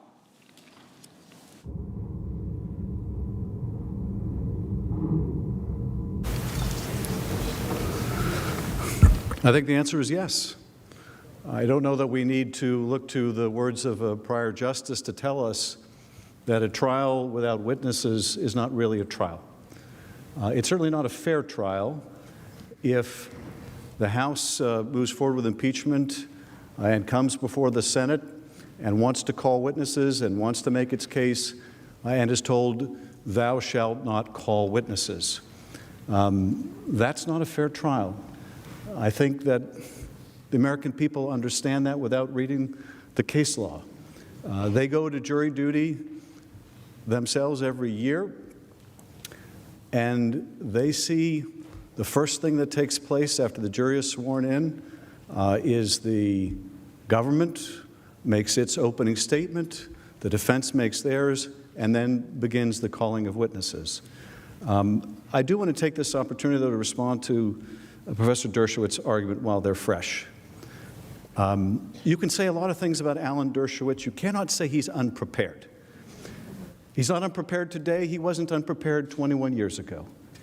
And to believe that he would not have read 21 years ago what Mason had to say or Madison had to say or Hamilton had to say, I'm sorry, I don't buy that. I think 21 years ago he understood that maladministration was rejected, but so was a provision that confined the impeachable offenses to treason and bribery alone was rejected. I think the Alan Dershowitz from 21 years ago understood that, yes, while you can't impeach for a policy difference, you can impeach a president for abuse of power. That's what he said 21 years ago. Nothing has changed since then. I don't think you can write off the consensus of constitutional opinion by saying they're all never Trumpers. All the constitutional law professors, in fact, let's play a snippet from Professor Turley, who was in the House defending the president, and see what he had to say recently. On abuse of power, in my view, it's clear. You can impeach a president for abuse of power. You can impeach a president for non-criminal conduct. Okay, now, we can't argue plausibly that his position is owing to some political bias, right? I mean, just a few weeks ago, he was in the House arguing the case for my GOP colleagues that the president shouldn't be impeached. Now, he did say, well, if you could actually prove these things, and you could prove, as indeed we have, that the president abused his power by conditioning military aid to help his reelection campaign, yes, that is an abuse of power. You can't impeach for that kind of abuse of power. And that's exactly what we have here. We're not required to leave our common sense at the door. If we're to interpret the Constitution now as saying that a president can abuse their power, and I think the professor suggested before the break that he can abuse his power in a corrupt way to help his reelection and you can't do anything about it. You can't do anything about it because if he views it as in his personal interest, that's just fine. He's allowed to do it. None of the founders would have accepted that kind of reasoning. In fact, the idea that the core offense that the founders protected against, that core offense is abuse of power, is beyond the reach of Congress through impeachment, would have terrified the founders. I mean, you can imagine any number of abuses of power. A president who withholds aid from another country at war as a thank you for that adversary allowing him to build a Trump Tower in that country. Okay, that may not be criminal, but are we really going to say that we're going to have to permit a president of the United States to withhold military aid as a thank you for a business proposition? Now, counsel acknowledges that a crime's not necessary, but something akin to a crime. Well, we think there's a crime here of bribery or extortion, conditioning of official acts for personal favors. That is bribery. It's also what the founders understood as extortion. And you cannot argue, even if you argue, well, under the modern definition of bribery, you've got to show such and such. You cannot plausibly argue that it's not akin to bribery. It is bribery, but it's certainly akin to bribery. But that's the import of what they would argue, that no, the president has a constitutional right. Under Article 2, he can do anything he wants. He can abuse his office and do so sacrificing our national security, undermining the integrity of the elections, and there's nothing Congress can do about it. Thank you, Mr. Manager.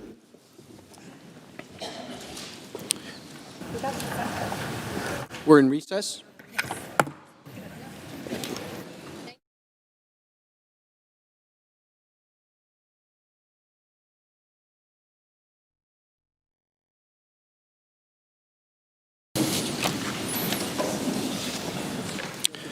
The senators ask the following question of the counsel for the president. Mr. Cipollone, as members of the Senate Armed Services Committee, we listened intently when Manager Crow was defending one of Senator Schumer's amendments to the organizing resolution last week, as he explained how he had firsthand experience being denied military aid when he needed it during his service. As you know, David Hale, Undersecretary of State for Political Affairs, confirmed that the lethal aid provided to Ukraine last year was future aid. Which would you say had the greater military impact? President Trump's temporary pause of 48 days on future aid that will now be delivered to Ukraine, or President Obama's steadfast refusal to provide lethal aid to Ukraine for 3 years, more than 1,000 days, while Ukraine attempted to hold back Russia's invasion and preserve its sovereignty?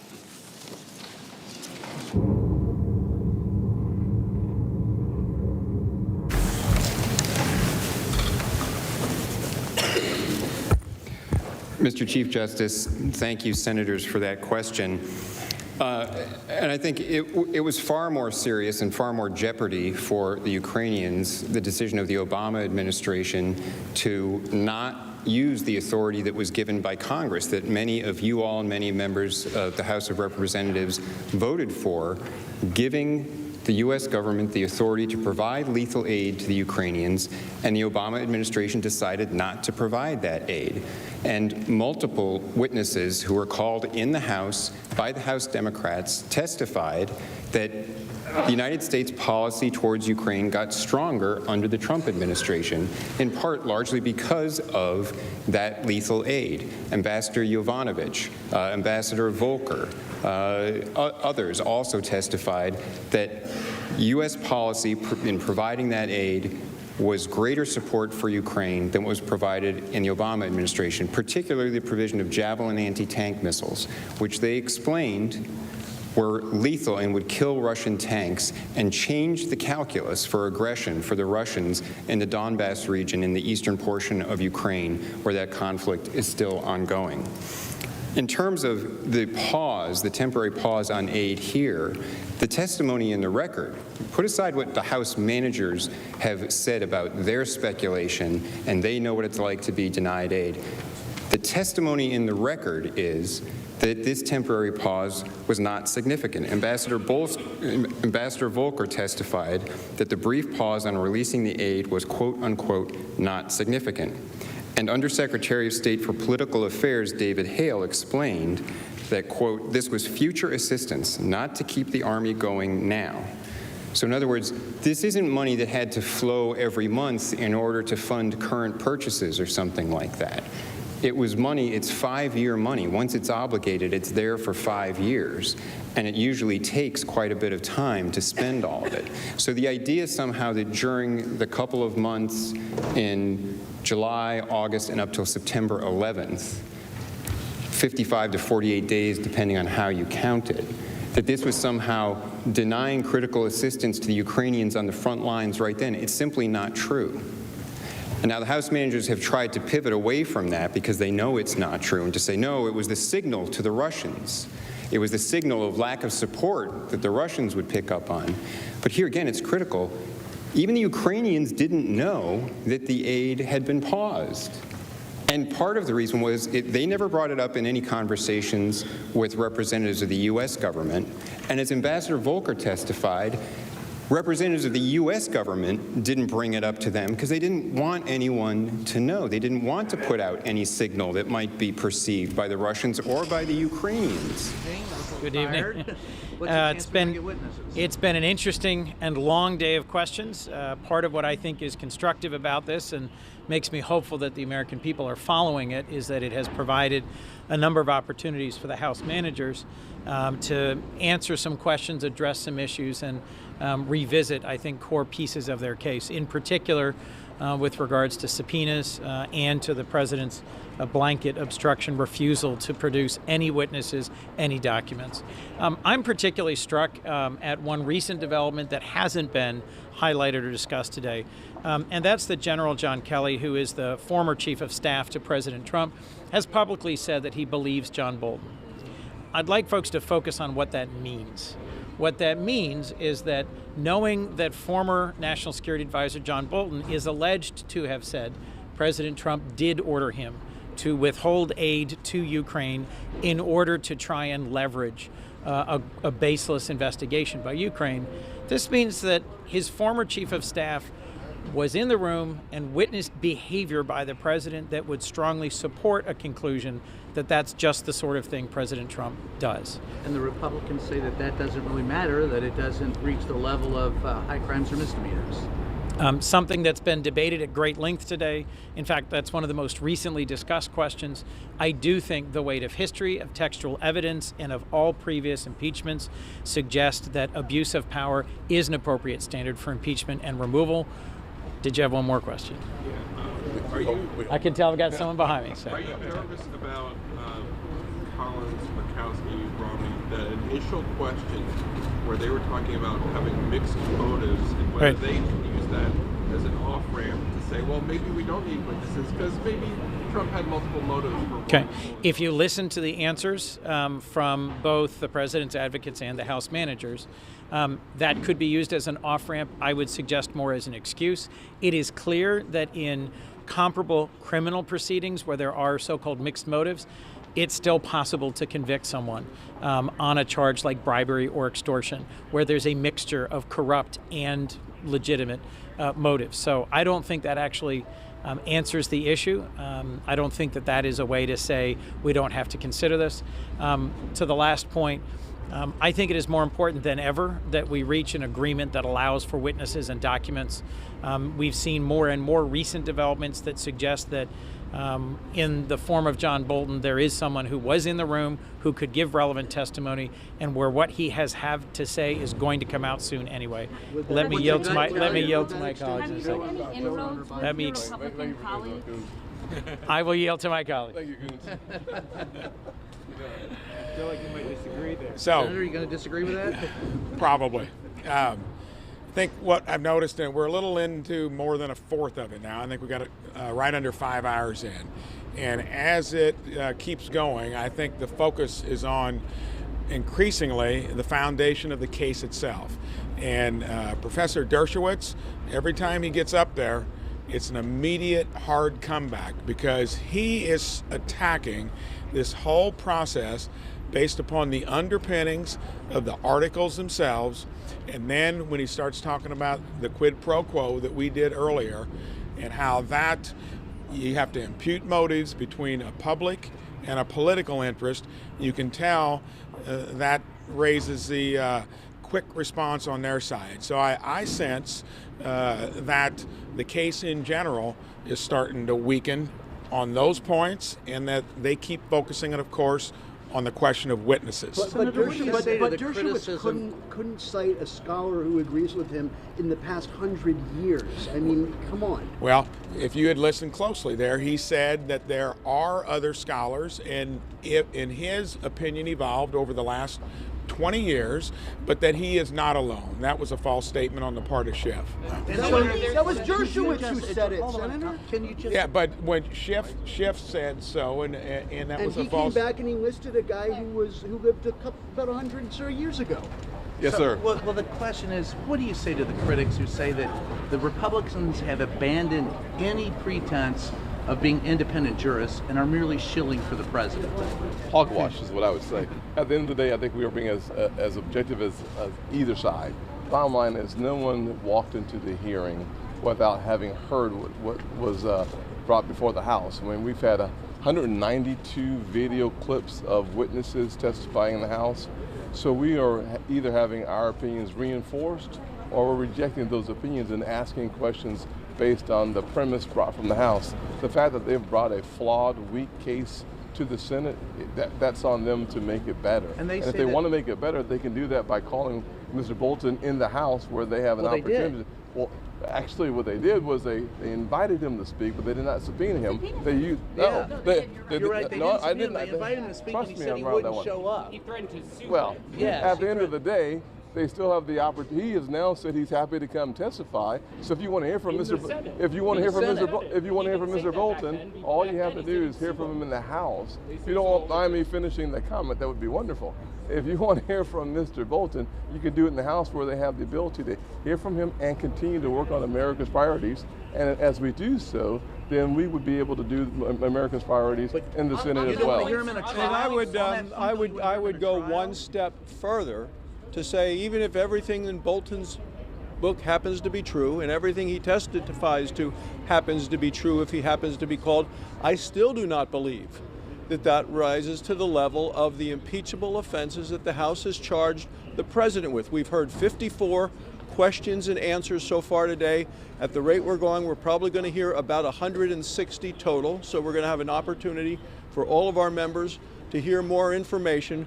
But I am committed to go to the end of the day on Friday and cast a vote to say I'm ready to go to final judgment. I don't see a need for any additional witnesses. America has heard enough. Most people don't realize that under this system, the Senate can do no other work until we are through with impeachment, which means working on the cost of drugs, working on the highway bill, working on many of the priorities of the American people. So a majority of Americans today are saying this is a waste of time because they know that the president is not going to be removed, and they know that this is an election year, and they say, you have more important things to do actually to advance the country than what we're doing by sitting here in a trial of impeachment. 75% of Americans want to hear from witnesses. I gave you all the time you wanted.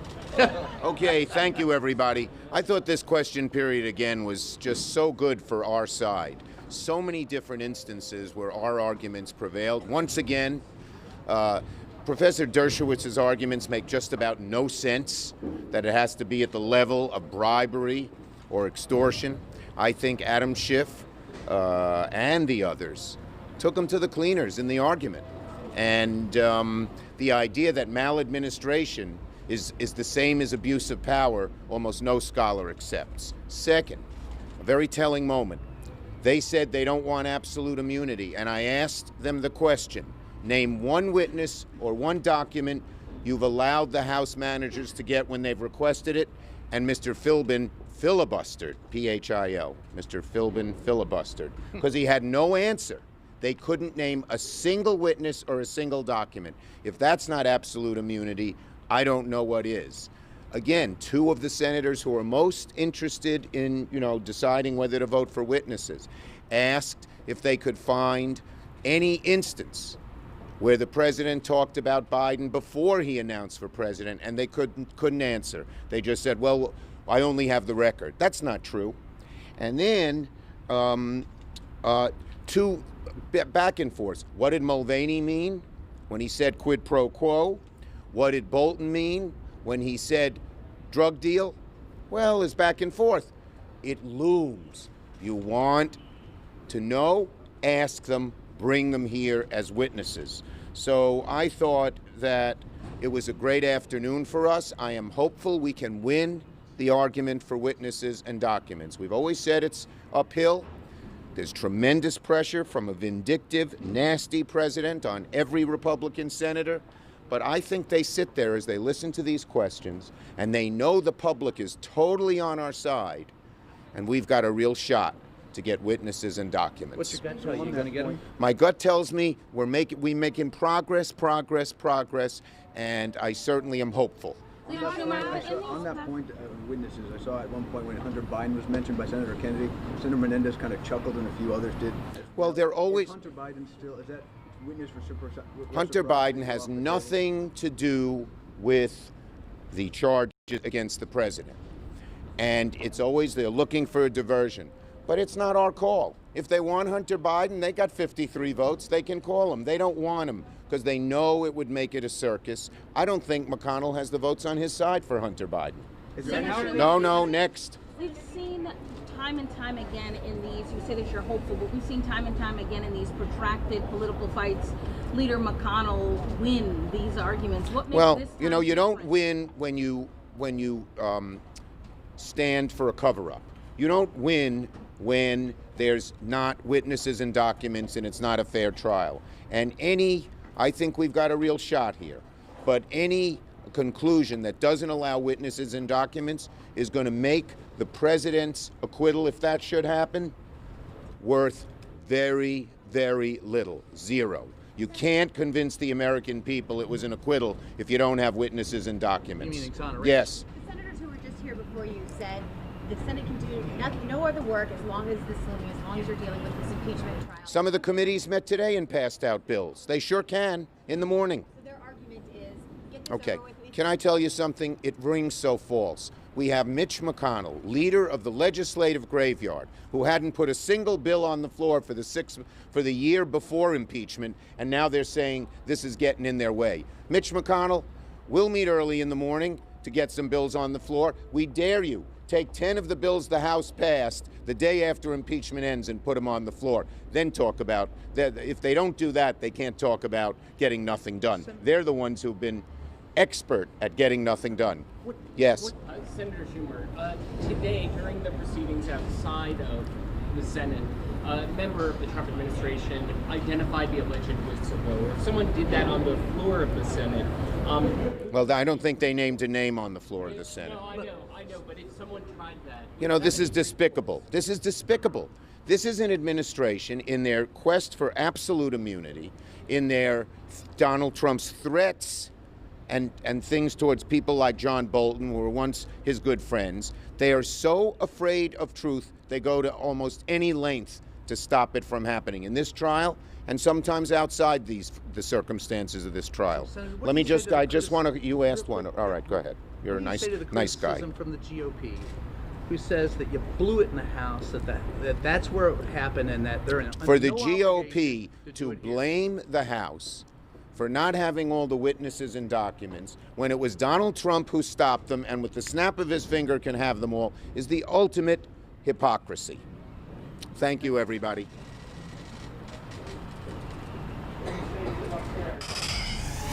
Quick reaction to the questions that have been asked so far. Have the answers been satisfactory to you? I am absolutely floored by the proposition that a person in public office can do anything to be reelected and it's okay. That can't be true. That's apparently their view, that a public official can do anything as long as it's not a crime to be reelected and it's okay. I cannot accept that idea. Nor can I accept the idea that witnesses and documents should continue to be barred. I think brick by brick, the case has been built that John Bolton calling this extortion a drug deal, labeling the bribery as something that is unacceptable, really has to be met by testimony. So reading his manuscript, would that not be enough for you? A manuscript cannot be questioned or cross-examined or put under oath. The manuscript is in no way acceptable. It has to be John Bolton, and as well his notes, other documents like Taylor's notes and the internal communications from Ukraine to the State Department. If the White House lawyers are so confident that they are speaking the truth, they should give us the evidence. And right now, they're just in denial. They're living in a bubble, an Alice in Wonderland, where they can continue to deny the truth, seemingly without any consequences, and saying to the American people, there's no abuse of power impeachable as long as there's no crime. A public official can do anything to be reelected as long as there's no technical violation of the statute. What did you think of the answer that the House managers gave in terms of the bias of the whistleblower? The bias of the whistleblower really is irrelevant as long as the information is reliable, which it has proven to be.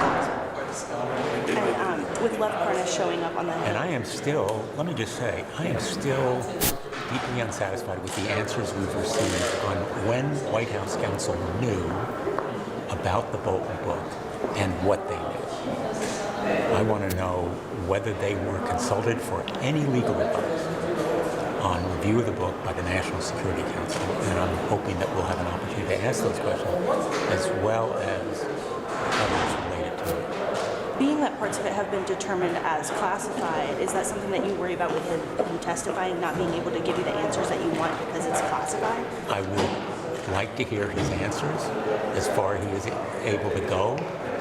If some of the answers have to be provided in a classified setting, we should hear them that way. We are entitled to classified top secret information. We hear it all the time in a closed setting. We should hear all of that information, and it should be immediately. Senator, will this have been a waste of time if you don't get witnesses? We have an obligation to do this proceeding. We should make it full and fair. If there is no witness and no document, it will not be in any way full or fair, and it will be rejected by the American people. If there is a vote to acquit the president, it will be worthless. It will have no trust or credibility. Either way, the outcome of this trial will have no trust or credibility if there are no witnesses and documents. Thank you. Thank you. If I could get a quick reaction, are you satisfied with Alan Dershowitz's defense of how his views have changed? No. And in fact, what I heard him say is that if the president thought that his re-election is really good for the country, that he can do all of these things and it'll be fine. So that was a very bizarre argument in my view. But his conclusion that abuse of power is not an impeachable offense is something that most scholars do not agree with. And for him to simply say that's because they're all anti-Trumpers, it's just so ridiculous. But one thing that is very clear in my mind is that the president's team continued to make the case for why in a fair trial you need evidence, why you need relevant witnesses and relevant documents. Because, for example, when they were asked, well, what did Bolton mean by this drug deal? Oh, they don't know. What about Mulvaney totally going the other way regarding what happened? Well, blah, blah, blah. So, you know what? Both of them should be called as witnesses. So we're up to 50-something questions now. What's left? What else do we have to ask? There may be slight nuances. I couldn't even tell you. But, you know, I'm listening to all the answers. But one conclusion I've drawn is that they make it really clear why actually witnesses and documents are necessary for us to get the full picture, especially as it's the Republicans who have been saying we want direct testimony. So what do you make of Lev Parnas showing up on the Hill today? What does that add to his case for being called? I have no idea. You should talk to his lawyer. Okay. So the last couple hours would be the fact that Dershowitz got up again and talked about the foundation of the case, but mostly about the fact you can't use abuse of power. And that is needling them every time they come back with a question of witnesses. So I think that's where the case is now. We're already getting into repeating similar questions, and we're just a little more than a fourth through. So I think it tells us where their soft spot is, the foundation of the case and this idea of abuse of power. Any questions? What do you make of Lev Parnas showing up today? I don't. You don't think that he's trying to make a case that he should be called as a witness? No. Any other questions? Are you satisfied with the answers you've heard today? Yeah, I think there have been some intriguing answers to some of the questions, but I think the questions really do question the foundation of the case, which is really important for the American people to have an opportunity to not only hear the question, but hear the response from both sides. I think Kennedy's question that really was bifurcated the time between or split the time between the House managers and the White House counsel was an important question. So I think we're starting to see more of the basic foundation of the case illuminated so that the person at home watching this process can have confidence in the conclusion. You feel like the Very reminiscent of the Kavanaugh hearing, where when the case started to plateau and weaken, remember it was delay and more witnesses. I think we're seeing that same parallel. Yeah, I think you're right. Thank you. South Dakota. Oklahoma. Well, I'm absolutely speechless in discovering that I can do anything I want to be reelected, and nothing wrong with it. Not impeachable as long as I'm doing it to be reelected, because that's the definition of public interest. That cannot be the law. And I think that what we've seen is the White House taking such an extreme position, far more overreaching than they need to do. And the other point that I would make is that I think that the 75% of the American people that think we need witnesses and documents has probably risen to 80, maybe 85 after this argument today. The idea that we can finish this trial without John Bolton as a witness is absolutely preposterous. After they characterize his facts as unsourced manuscript or leaks or hearsay, and they complain about lack of evidence, if they want to have anything like a full fair proceeding, we need John Bolton and we need Mick Mulvaney. The idea that what he said was garbled and corrected. Anybody listening to that press conference has to know what he was saying, because he said, get over it. And I really think that this trial has been reduced to an absurdity if there are no witnesses and documents, and there will be more coming out day by day, domino by domino, drip by drip. We're going to see more of the truth emerge, and it will haunt my Republican colleagues. Senator, would you talking about the need for Bolton? Obviously, Republicans can subpoena anyone they want 51 votes, but would you support some sort of agreement to pair off witnesses? No, there should be no agreement. I've done quite a few trials. We don't trade witnesses. You get your witness, I get my witness. The key question is a witness relevant? Do they have admissible information? Do they have eyes and ears on something that is germane and relevant to the trial? That's the criterion That should be it. The Republicans have the power to call anybody they want. They can call 15 witnesses tomorrow if they can get 51 votes. The question should be, will they support witnesses who really have something relevant to say? Nobody could be more relevant and important than John Bolton and Mick Mulvaney, as well as Robert Blair and Mike Duffy. They have eyes and ears on the president.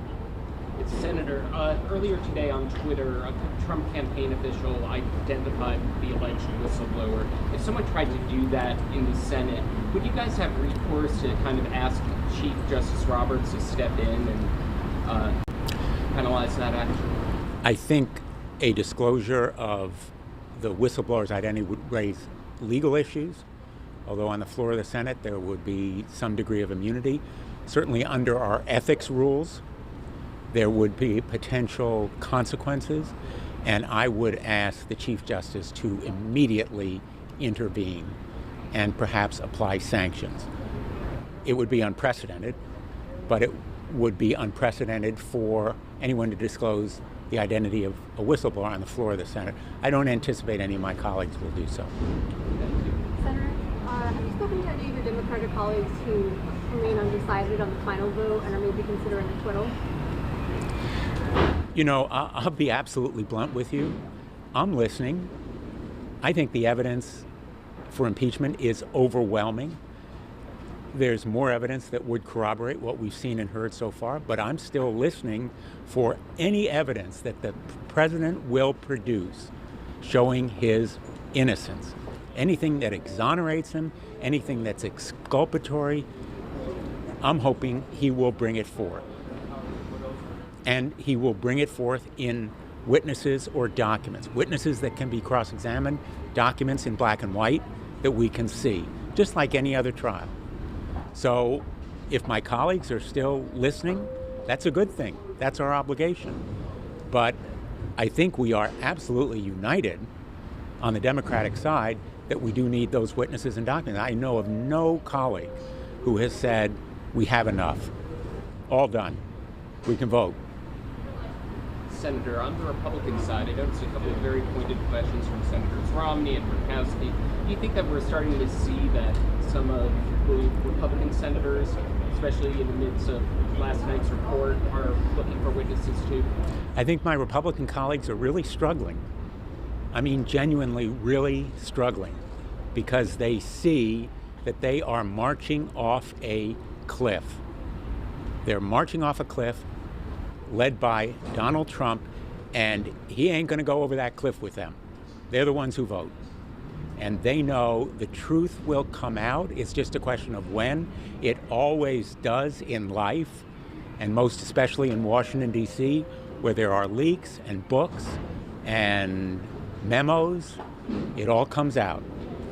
And it will be probably enough before the next election to have huge consequences for them. So they're going to be haunted by history. If they refuse to see and hear the truth, they cannot complain about what they can't see if they put blinders on. That's what they're doing right now, putting blinders on. And the American people are going to know it before the next election. On that note, Senator, specifically, Senators Collins and Murkowski raised a question about when the Trump administration started looking into the Biden, specifically trying to set up that timeline. What did you make of that question? I was confused by the question. I think they're trying to address the issue of, did the president's interest in the Bidens begin just when he announced for president? But I'll tell you, as a former United States attorney and a state attorney general, I'll tell you what one of the most profoundly meaningful facts to come out in this trial so far is for me. The Department of Justice, our chief law enforcement agency, either declined or was never asked to look into the Bidens.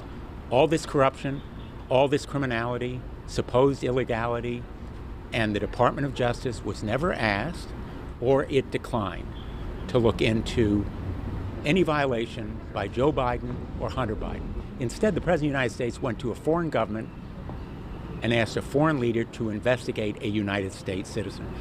That shocks me. Is that something you'd be willing to submit as a question to the president's legal team? Well, we have limited amounts of time. It may well be a question that we submit.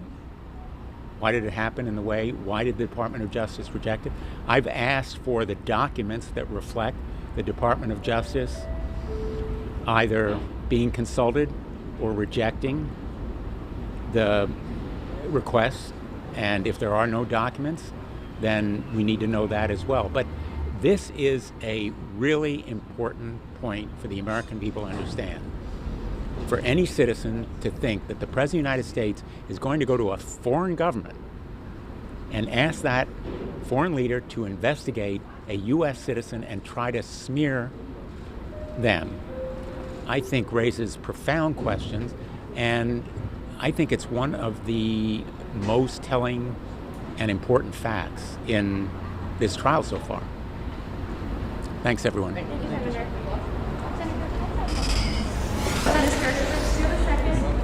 Sure. So just so far, what do you make of the back and forth tonight? Good questions. A lot of very probing questions. Some good answers on both sides. I wish there were more adversarial questions. That is, I wish one side would ask more questions of the other instead of feeding questions to the same side. I don't think that brings out as much information as if the questions were, and some were, and those got the best answers, I think, when somebody from one side asks a hard question for somebody on the other side. But when people ask questions to people on the same side, it's not as effective in bringing out hard points. So, but I think it's very, very informative. I think the senators have been asking terrific questions, very smart questions, questions that go right to the core of everything. So I think it's a good, from a professor's. Evening, Senator. How are you? Good evening. I think we've had a lively afternoon. And I think we've seen yet again that the House manager's case doesn't stand up to scrutiny. In the House of Representatives, the House managers were able to put on a one-sided trial, excluding defense witnesses and only focusing on prosecution witnesses. Here in the Senate, I think there were a number of notable moments in the questioning period. One notable moment is that Adam Schiff, not once but twice, refused to answer if the so-called whistleblower had an actual conflict of interest. The Inspector General told us there was reason to think he had partisan bias in favor of a rival political candidate. But when Adam Schiff was asked whether the so-called whistleblower had an actual conflict of interest and whether he was a fact witness, whether he directly participated in Joe Biden's threatening the government of Ukraine, blocking $1 billion in military aid, and demanding that Ukraine fire the top prosecutor who was investigating Burisma, 2 times, Mr. Schiff refused to answer that question. It was also notable, on most other questions, Mr. Schiff would get up there and riff freely, share his thoughts on a whole host of areas. But when it came to being asked under oath about whether the whistleblower had a clear conflict of interest, was directly involved in Joe Biden's potential corruption, whether the whistleblower himself could have faced potential civil or criminal liability for his direct involvement, Mr. Schiff went utterly silent and refused to answer it. There was a second particularly revealing exchange, which is Mr. Schiff offered a hypothetical. Mr. Schiff said, would Barack Obama have been able to ask Russia to investigate Mitt Romney? And I think one of the more important exchanges was a question that Lindsey Graham and I together asked Adam Schiff and said, okay, let's take your hypothetical that you suggested it. Look, of course, Barack Obama or any president would not be justified in asking for an investigation if there was no basis for the investigation. But that's not what happened here. And so Senator Graham and I suggested making the hypothetical apply to the current circumstances. Specifically, would Obama, if he had evidence that Mitt Romney's son was receiving $1 million a year from a corrupt Russian company, number one, and number two, that Mitt Romney had in his official capacity acted to benefit that corrupt company that was paying his son $1 million a year. Would President Obama have had the legal authority to ask for an investigation? Now, the answer to that is obviously yes. Mr. Schiff refused to answer that. He danced and bobbed and weaved and said he wouldn't answer that, but that's the circumstance. And this entire case comes down to one very simple question. Does a president have the authority to investigate corruption when there is credible evidence of corruption? The House managers have tried to lay out a case that there's no basis whatsoever to suspect corruption. Well, we've seen the evidence of Burisma and Hunter Biden and Joe Biden that at very minimum provided a basis to ask, investigate this, and Mr. Schiff refused to engage in that. Yes? Senator, what is your reaction to Dershowitz's argument that he can effectively just go after a president's political rival, the U.S. interest? Well, I think that's right. I think Professor Dershowitz, when he presented his argument to the Senate, I think it was a powerful argument, and he went through a litany. He listed, I think it was 40 presidents who've been accused of abuse of power, the standard the House managers are setting out. Those included George Washington, they included John Adams, they included John Quincy Adams, they included Thomas Jefferson, who his political rivals said when he made the Louisiana Purchase that it was an abuse of power. And under the House manager's standard, every one of those presidents could have been impeached. That's not what the framers meant for impeachment to be. I also think it was notable, Professor Dershowitz tonight responded to a question I asked, which is there's been a lot of discussion about was there a quid pro quo, wasn't there a quid pro quo? And the question I asked is, as a matter of law, the legal question before the Senate, does it matter if there was a quid pro quo or not? And isn't it true that quid pro quos are often employed in foreign policy? And Professor Dershowitz rightly pointed out that we engage in quid pro quos all the time. That's not the question.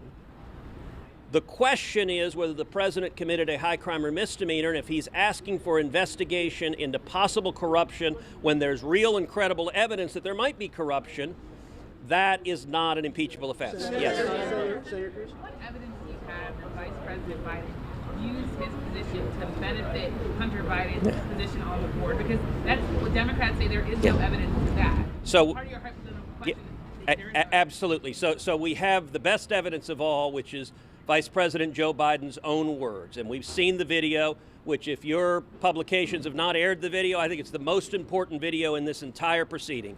It is the video of Joe Biden bragging. And he's proud of this, where he's bragging that he told the president of Ukraine, number one, that he would block $1 billion in foreign aid, American loan guarantees to Ukraine, unless and until he fired the prosecutor who was investigating Burisma. And Joe Biden ends that video. Let me finish the answer. Joe Biden ends that video with saying, "And son of a bitch, he was fired." Now, Joe Biden is admitting, but some would say that Biden's actions made it that the corruption was actually looked into more, not less. That could be, but I'll tell you one institution that didn't say that was the New York Times. The New York Times had reported just weeks earlier that prosecutor was investigating Burisma. And to be clear, look, the House managers have argued there was zero basis to investigate. When you got a guy being paid $1 million a year, and he doesn't know anything about oil and gas, he doesn't have any apparent involvement in Ukraine, that certainly raises the question of corruption. And Joe Biden was the point person for Ukraine, and when he got the prosecutor fired, that happened because, by the way, you want a quid pro quo, the one admitted quid pro quo is what Joe Biden admitted to on film, and that, at a minimum, provided a reasonable basis to say this ought to be investigated. Senator, but it wasn't just Joe Biden who wanted the prosecutor fired. It was the UK, the EU, the IMF, the World Bank, and a whole bunch of our allies. Are you saying that they were all in on this scheme? And also, can you tell me how many members of ExxonMobil's board have oil and gas experience? So let's take your question. Look, as far as I know, the UK, the IMF, and other players didn't have a son on the board getting paid $1 million a year. And when it comes to corruption, you know, it is really astonishing to see the House managers talk about cover-up, and at the same time go all in on being desperate to cover up any evidence of Burisma's and Hunter Biden's and Joe Biden's potential corruption. And you know, I saw as I was walking down here that Chuck Schumer, I saw as I was walking down here that Chuck Schumer had said to the press, well, I don't think the Republicans have the votes to call Hunter Biden. That really speaks volumes how desperate Democrats are to block Hunter Biden. Let me tell you, Chuck's wrong on that.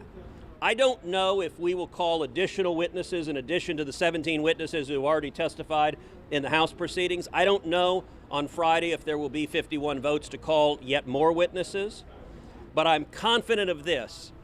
If there are additional witnesses, if the Democrats get their wish to call John Bolton as the 18th witness in this matter, I am confident we're not going to do the kind of one-sided partisan show that the House did. We're going to be fair to both sides, which means if we call John Bolton, I promise you we're calling Hunter Biden too.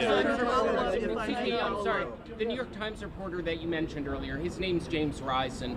Are you aware that James Risen completely contradicted what you're saying that he said, commenting on this article, that his words have been twisted, the 2015 article? You know, it's not surprising to see the press engaged in situational ethics, and right now, one of the reasons that the American people, I think, have lost trust in a lot of the press is because so many of the press are desperately just repeating whatever the Democratic narrative is. The headline in that New York Times story talked about the vice president, his son, and prosecuting a corrupt Ukrainian company. And the New York Times reported the fact that the prosecutor was investigating Burisma. Now, I get today the media wants to pretend none of that existed, but if you look at Burisma, and by the way, Burisma was a company that was through and through corrupt. If you look at how Burisma was founded, the oligarch that founded Burisma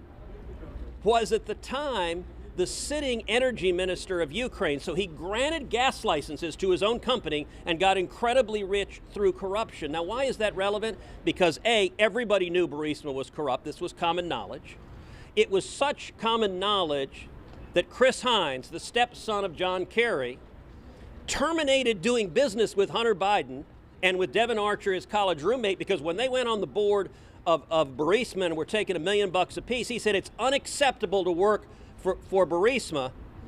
John Kerry's son-in-law could tell that, but yet at the same time, Joe Biden was perfectly happy to remain the decision maker on Ukraine policy. That raises real questions of corruption. All right, thank you, guys. Criticism that you all have abandoned independence to be a show for the president. Answer is one. So I'll make a very brief statement. I will share my thoughts about today and what's going to happen Friday, tomorrow.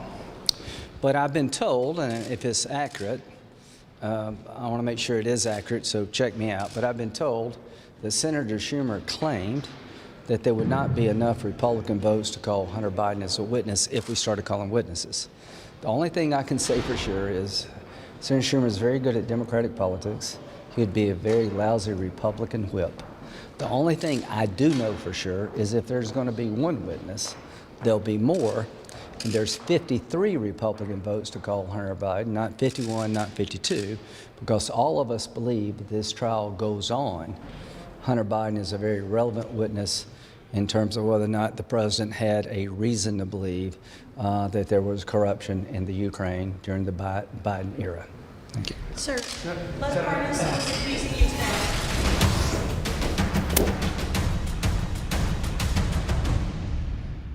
South Dakota. Oklahoma, excuse me.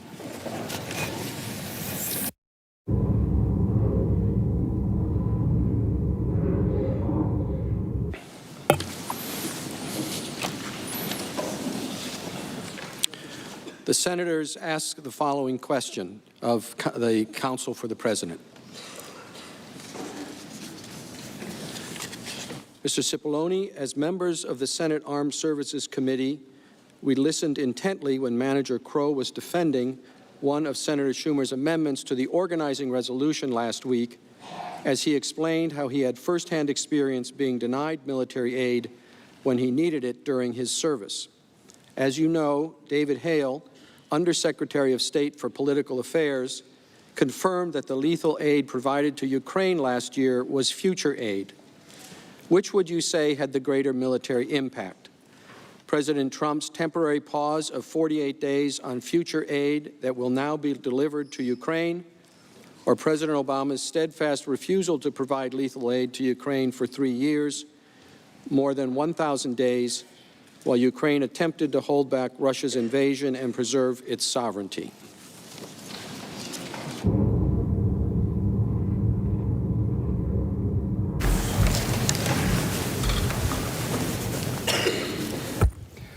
Mr. Chief Justice, thank you, senators, for that question.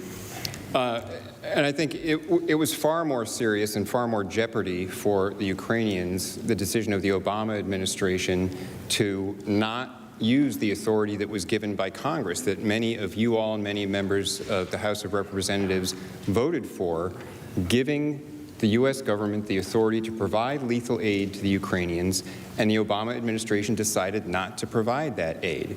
And multiple witnesses who were called in the House by the House Democrats testified that the United States policy towards Ukraine got stronger under the Trump administration, in part largely because of that lethal aid. Ambassador Yovanovitch, Ambassador Volker, others also testified that U.S. policy in providing that aid was greater support for Ukraine than what was provided in the Obama administration, particularly the provision of Javelin anti-tank missiles, which they explained were lethal and would kill Russian tanks and change the calculus for aggression for the Russians in the Donbass region in the eastern portion of Ukraine, where that conflict is still ongoing. In terms of the pause, the temporary pause on aid here, the testimony in the record, put aside what the House managers have said about their speculation, and they know what it's like to be denied aid. The testimony in the record is that this temporary pause was not significant. Ambassador Volker testified that the brief pause on releasing the aid was, quote unquote, not significant. And Undersecretary of State for Political Affairs David Hale explained that, quote, this was future assistance, not to keep the Army going now. So in other words, this isn't money that had to flow every month in order to fund current purchases or something like that. It was money, it's 5-year money. Once it's obligated, it's there for 5 years. And it usually takes quite a bit of time to spend all of it. So the idea somehow that during the couple of months in July, August, and up till September 11th, 55 to 48 days, depending on how you count it, that this was somehow denying critical assistance to the Ukrainians on the front lines right then. It's simply not true. And now the House managers have tried to pivot away from that because they know it's not true, and to say, no, it was the signal to the Russians. It was the signal of lack of support that the Russians would pick up on. But here again, it's critical. Even the Ukrainians didn't know that the aid had been paused. And part of the reason was they never brought it up in any conversations with representatives of the U.S. government. And as Ambassador Volker testified, representatives of the U.S. government didn't bring it up to them because they didn't want anyone to know. They didn't want to put out any signal that might be perceived by the Russians or by the Ukrainians as any sign of lack of support. It was kept internal to the U.S. government. They've pointed to some emails that someone at the Department of Defense or Department of State, Laura Cooper, received from unnamed embassy staffers suggesting that there was a question about the aid. But her testimony was she couldn't even remember what the question really was, and she didn't want to speculate. There's not evidence that any decision makers in the Ukraine government knew about the pause. And just the other day, another article came out, I believe it was from at the time, the Foreign Minister Daniluk, explaining that when the Politico article was published on August 28th, there was panic in Kiev because it was the first time they realized there was any pause on the aid. So that was not something that was providing any signal either to the Ukrainians or the Russians because it wasn't known. It was 2 weeks later, after it became public, that the aid was released. The testimony in the record is that the pause was not significant. It was future money, not for current purchases, and it was released before the end of the fiscal year. They point out that some of it wasn't out the door by the end of the fiscal year. That happens every year. There's some percentage that doesn't make it out the door by the end of the year. And again, it's 5-year money. It's not like it's all going to be spent in the next 30, 60, 90 days anyway. So the fact that there was a little fix, Congress passed a fix to allow that $35 million to be spent. Something similar happens for some amount almost every year, and it was not affecting current purchases. It wasn't jeopardizing anything at the front lines. There's no evidence about that in the record. The evidence is to the contrary. Thank you. Thank you, counsel. Mr. Chief Justice.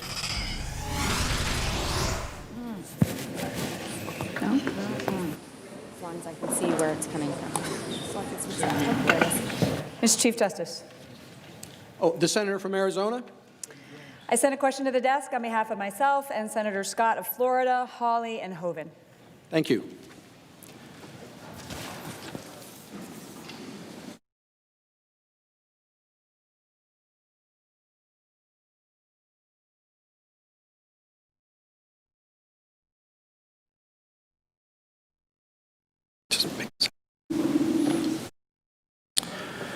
The question is for counsel for the president from Senator McSally, Senator Scott from Florida, Senator Hawley, and Senator Hoeven. Chairman Schiff just argued that, quote, we think there's a crime here of bribery or extortion or, quote, something akin to bribery, end quote. Do the articles of impeachment charge the president with bribery, extortion, or anything akin to it? Do they allege facts sufficient to prove either crime? If not, are the House manager's discussion of crimes they neither alleged nor proved appropriate in this proceeding?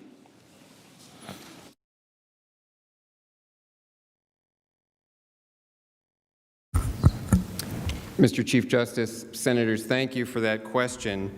And no, the articles of impeachment do not charge the crime of bribery, extortion, or any other crime. And that's a critical point because, as the Supreme Court has explained, no principle of procedural due process is more clearly established than that of notice of the specific charge and a chance to be heard in a trial of the issues raised by that charge are among the constitutional rights of every accused. That was the Supreme Court in Cole versus Arkansas. And the court has also explained that for over 130 years, a court cannot permit, it has been the rule that a court cannot permit a defendant to be tried on charges that are not made in the indictment against him. That is the rule in the criminal law, and it is also the case for impeachments. It is the House's responsibility to make an accusation, and a specific accusation in articles of impeachment. The House had the opportunity to do that, and they did that. And the charges that they put in the articles were abuse of power on a vague standard that they made up and obstruction of Congress. They put some discussion about other things in a House Judiciary Committee report, but they did not put that in the articles of impeachment.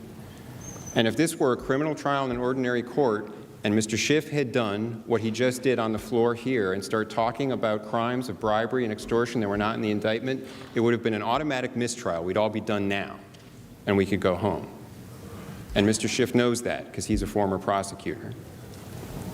It is not permissible for the House to come here failing to have charged, failing to have put in articles of impeachment any crime at all, and then to start arguing that actually, oh, we think there is some crime involved, and actually, we think we actually proved it, even though we provided no notice we were going to try to prove that. It's totally impermissible. It's a fundamental violation of due process.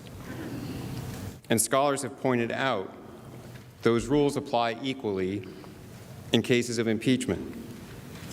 Charles Black and Philip Bobbitt explained in their work, Impeachment, a handbook that is regarded as one of the authorities collecting sources of authority on impeachments. They said, quote, the senator's role is solely one of acting on the accusations, the articles of impeachment, voted by the House of Representatives.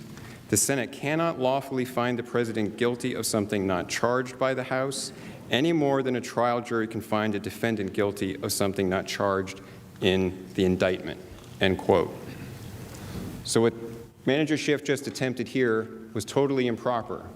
It would have resulted in a mistrial in any court in this country. And there is nothing that has been introduced in the facts that would satisfy the elements of a crime of extortion or bribery either. And to attempt, after making their opening, after not charging anything in the articles that is a crime, after not specifying any crime, after providing no notice that they're going to attempt to argue a crime, in the question and answer session to try to change the charges that they've made against the President of the United States and to say that actually there's bribery and extortion is totally unacceptable. It's not permissible. And this body should not consider those arguments. They were not permissible bounds for argument. They're not included in the articles of impeachment, and they should be ignored. Thank you. Thank you, Counsel. Yes, the senator from New Mexico. Thank you for the recognition, Mr. Chief Justice. Mr. Chief Justice, I have sent a question to the desk. I'm joined in this question by Senators Blumenthal, Leahy, and Whitehouse. Thank you.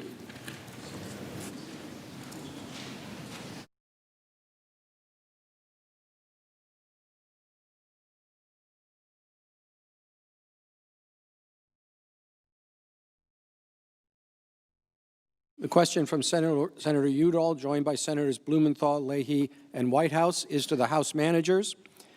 The President's counsel has argued that Hunter Biden's involvement with Burisma created a conflict of interest for his father, Joe Biden.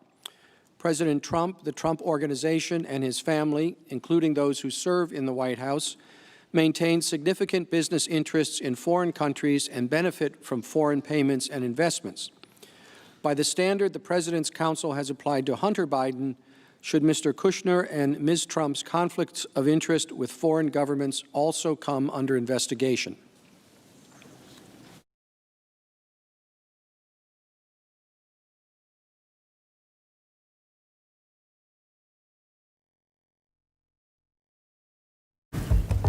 Mr. Chief Justice, and to the senators, thank you so much for that question. Let me just preface what I'm about to say with this statement. This has been a tough few days. It's been a trying time for each of us and for our nation. But I just want to say this in response to the question that has been posed. I stand before you as the mother of 3 sons. I'm sure that many of you in this chamber have children, sons and daughters, and grandchildren that you think the world of. My children's last name is Demings.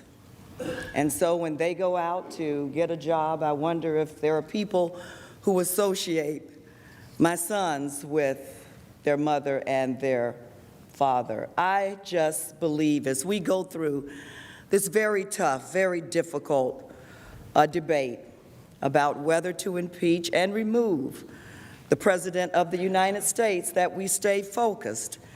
The last few days we've seen many distractions. Many things have been said to take our minds off of the truth, off of why we're really here. In my former line of work, I used to call it working with smoke and mirrors. Anything that will take your attention off of what's painfully obvious, what's there in plain view. The reason why we're here has nothing to do with anybody's children, as we've talked about. The reason why we're here is because the President of the United States, the 45th President, used the power of his office to try to shake down, I'll use that term because I'm familiar with it, a foreign power to interfere into this year's election. In other words, the President of the United States tried to cheat and then tried to get this foreign power, this newly elected president, to spread a false narrative that we know is untrue about interference in our election. That's why we are here, and it really would help, I believe, the situation if the Attorney General, perhaps the Department of Justice, who's been pretty silent, would issue a ruling or an opinion about any person of authority, especially the President of the United States, using or abusing that authority to invite other powers into interfering in our election. And so, Mr. Chief Justice, I will just close my remarks as I began them. Let us stay focused. This doesn't have anything to do with the president's children or the Biden's children. This is about the president's wrongdoing. Thank you. Thank you. Senator from Idaho. Mr. Chief Justice, on behalf of myself, Senator Risch, Senator Cruz, Graham, Braun, Moran, and Bozeman, I send a question to the desk for the Counsel for the President.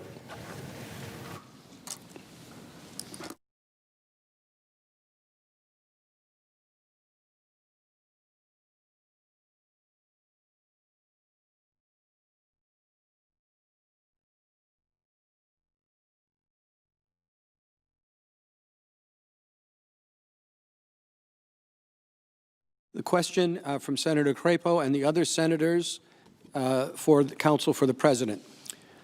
Does the evidence in the record show that an investigation in the Burisma Biden matter is in the national interest of the United States and its efforts to stop corruption?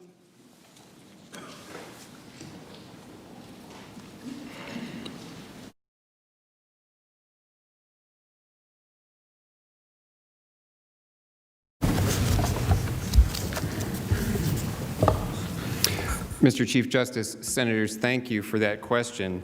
And the straightforward answer is yes, the evidence does show that it would be in the interest of the United States. In fact, the evidence on that point is abundant. Here's what we know.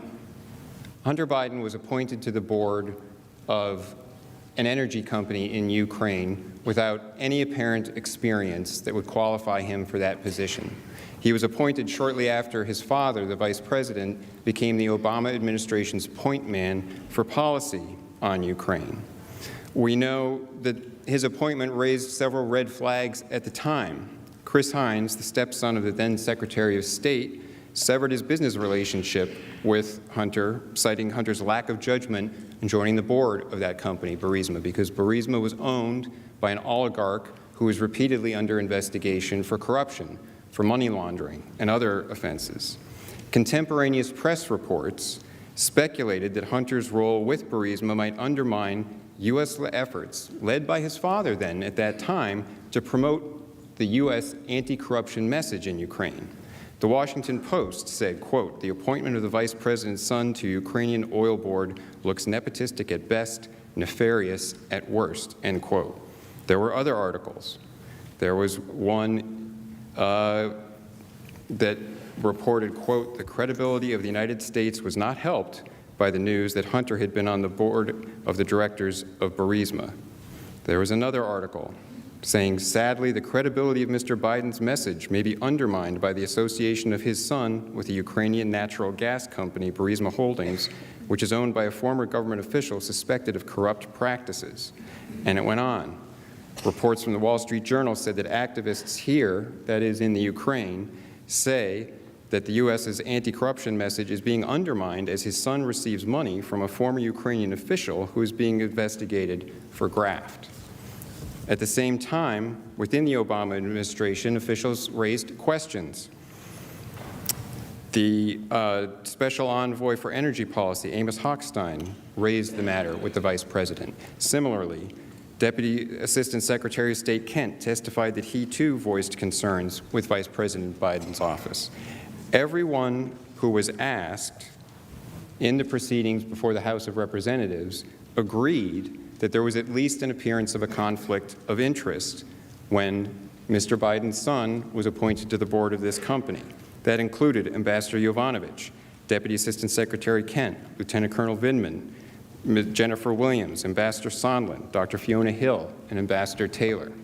They all agreed there was an appearance of a conflict of interest. And even in the transcript of the July 25th telephone call, President Zelensky himself acknowledged the connection between the Biden and Burisma incident, the firing of the prosecutor who reportedly had been looking into Burisma, when Vice President Biden openly acknowledged he leveraged $1 billion in U.S. loan guarantees to make sure that that particular prosecutor was fired. He openly acknowledged it was an explicit quid pro quo. You don't get $1 billion in loan guarantees unless and until that prosecutor is fired. My plane's leaving in 6 hours, he said on the tape. And when the President Trump, raised this in the July 25th call, President Zelensky recognized that this related to corruption. And he said, the issue of the investigation of the case, and he's referring to the case of Burisma, is actually the issue of making sure to restore the honesty, so we will take care of that. And he later said in an interview that he recognized that President Trump had been saying to him, things are corrupt in Ukraine, and he was trying to explain, no, we're going to change that. There's not going to be corruption. So that explicit exchange in the July 25th call shows that President Zelensky recognized that that Biden-Burisma incident had an impact on corruption and anti-corruption. And so it was definitely undermining the U.S. message on anti-corruption, and it was a perfectly legitimate issue for the President to raise with President Zelensky to make clear that the United States did not condone anything that would seem to interfere with legitimate investigations and to enforce the proper anti-corruption message. Thank you. Thank you, counsel. Senator from Illinois. Thank you.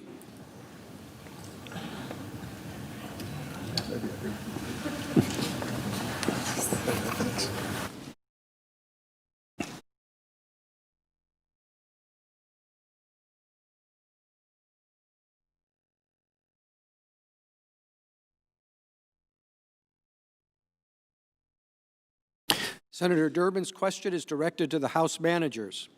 Would you please respond to the answer that was just given by the President's counsel?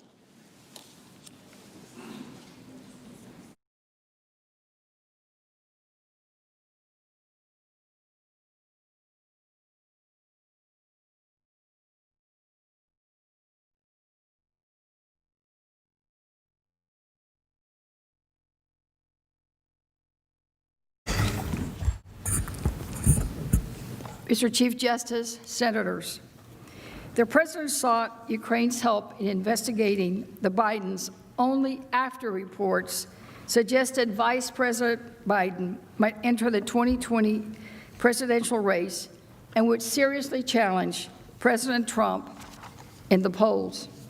President Trump had no interest in Biden's Obama-era Ukraine work in 2017 or 2018, when Biden was not running against him for president. None of the 17 witnesses in the impeachment inquiry provided any credible evidence, no credible evidence, to support the allegation that former Vice President Biden acted inappropriately in any way in Ukraine.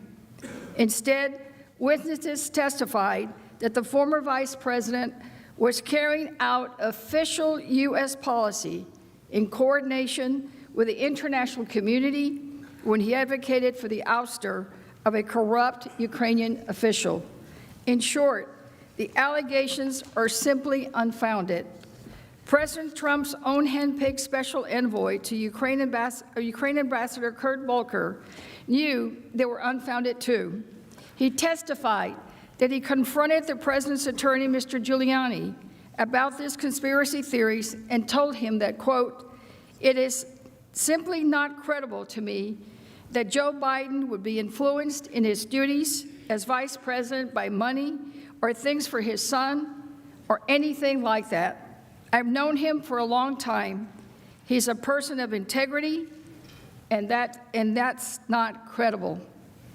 Giuliani acknowledged that he did not find one of the sources of these allegations, a former Ukrainian prosecutor, to be credible. So even Giuliani knew the allegations were false. Our own Justice Department confirmed that the president never spoke to the Attorney General about Ukraine or any investigation into Vice President Biden. If President Trump genuinely believed that there was a legitimate basis to request Ukraine's assistance in law enforcement investigations, there are specific formal processes that he should have followed. Specifically, he could have asked the DOJ to make an official request for assistance through the Mutual Legal Assistance Treaty. It's worth noting The president only cares about Hunter Biden to the extent that he is the vice president's son, and therefore a means through which to smear a political opponent. But President Trump specifically mentioned Vice President Biden in asking for the removal of the former prosecutor on that July 25 call. That is what he wanted, not an investigation into Hunter Biden. This is yet another reason you know that there is no basis for investigating Vice President Biden. Can we get slide 52 up? The timing shows clearly that despite the fact that this conduct occurred in 2015, it wasn't until Vice President Biden began consistently beating Trump in national polls in the spring of 2019 by significant margins that the president targeted Biden. He was scared of losing. The president wanted to cast a cloud over a formal political opponent. This wasn't about any genuine concern of wrongdoing. The evidence proves that this was solely about the president wanting to make sure that he could do whatever it took to make sure that he could win. So he froze the critical money to Ukraine to coerce Ukraine to help him attack his political opponent and secure his reelection. Well, the President of the United States cannot use our taxpayer dollars to pressure a foreign government to do his personal bidding. No one is above the law. Thank you. Back. The senator from South Carolina. Thank you, sir. I send a question to the desk on behalf of myself, Senators Crapo and Graham, for the White House Counsel.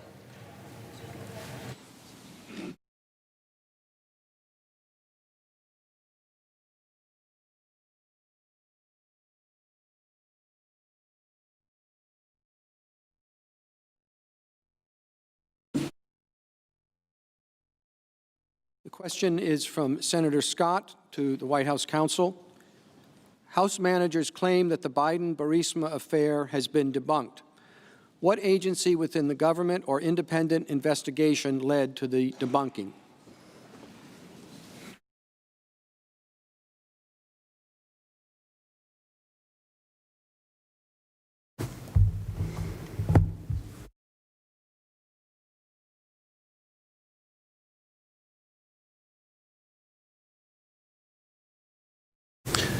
Mr. Chief Justice, members of the Senate, there is no evidence in the record about any investigation, let alone debunked, sham, discredited, or as Manager Jeffries told you tonight, phony. The House managers haven't cited any evidence in the record because none exists. A couple of days ago, I read to you a quote and statements from Vice President Biden dealing with corruption in Ukraine. What I didn't tell you was he made those statements before the Ukrainian parliament directly. He spoke about the historic battle of corruption. He spoke about fighting corruption, specifically in the energy sector. He spoke about no sweetheart deals. He said oligarchs and non-oligarchs must play by the same rules. Corruption siphons away resources from the people. It blunts economic growth, and it affronts the human dignity. Those were Vice President Biden's words. So the real question is this: is corruption related to the energy sector in Ukraine run by a corrupt Ukrainian oligarch who was paying our Vice President's son and his son's business partner millions of dollars for no apparent legitimate reason, while his father was overseeing our country's relationship with Ukraine, merit any public inquiry, investigation, or interest? The answer is yes. And simply by saying it didn't happen is ridiculous. And with all due respect to the House managers inciting to our children, the message to our children, especially when you're overseeing a corruption and trying to root it out in another country, is to make sure your children aren't benefiting from it. That's what should be happening. Not to sit there and say that it's okay. The House managers don't deny that there's a legitimate reason to do an investigation. They just say it was debunked, it's a sham, it's illegitimate, but they don't tell you when it happened. And we all remember the email that Chris Hines sent. Keep this in mind. He is the stepson of the then Secretary of State, John Kerry. He sends an official email to the State Department, to the Chief of Staff, to John Kerry, and his special assistant. The subject is Ukraine. There's no question when you look at that email that it's a warning shot to say, I don't know what they're doing, but we're not invested in it. He's taking a giant step back. And think about the words, and remember the video that we saw about Hunter Biden. What did he say? I'm not going to open my kimono. I'm not going to open my kimono when he was asked how much money he was making. In 1 month alone, Hunter Biden and his partner made almost as much as every senator and congressman, just in 1 month alone, what you earn in a year. And you don't think that merits inquiry? Does anyone here think, when they say it's a debunked investigation that didn't happen, that we wouldn't remember if there was testimony of Hunter Biden, Joe Biden, Secretary of State John Kerry, his stepson, their business partner, his chief of staff, and his special assistant? How can you tell the American people it doesn't merit inquiry when our vice president's son is supposedly doing this for corporate transparency in Ukraine? He's going to oversee the legal department of a Ukrainian company? He's going to help them, and if you look at his statement that I read to you beforehand, there's another part of it from October of 2019. If you want to know whether he thought it dealt with outside of Ukraine in just the Burisma, he says he was advising Burisma on its corporate reform initiatives, an important aspect of fueling Burisma's international growth and diversity. And listen to this statement by Hunter Biden's attorney. Vibrant energy production, particularly natural gas, was central to Ukraine's independence and to stemming the tide of Vladimir Putin's attack on the principles of a democratic Europe. Do you think he understood when he was getting the millions of dollars what his father was doing? The only problem is that statement didn't come out till October of 2019. Only when the news story started to break, only when the House managers raised these issues did people start to talk about it. Tell us where we saw Joe Biden, Hunter Biden, John Kerry testify about it. Tell us where you did it when you did your impeachment hearings. I don't remember seeing that testimony. I don't remember seeing the bank records. We put the bank records in front of you, and the people are entitled to know what exactly was going on. Thank you, counsel. The senator from Oregon. Thank you, Mr. Chief Justice. On behalf of the senator from New Mexico, Martin Heinrich, and myself, I have a question to send to the desk. Thank you.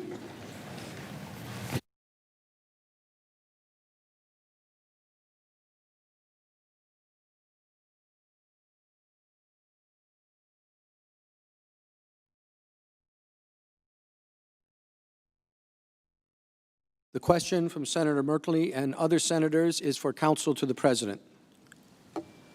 Please clarify your previous answer about the Bolton manuscript. When exactly did the first person on the President's defense team first learn of the allegations in the manuscript? Secondly, Mr. Bolton's lawyer publicly disputes that any information in the manuscript could reasonably be considered classified. Was the determination to block its publication on the basis that it contains classified information made solely by career officials, or were political appointees in the White House counsel's office or elsewhere in the White House involved?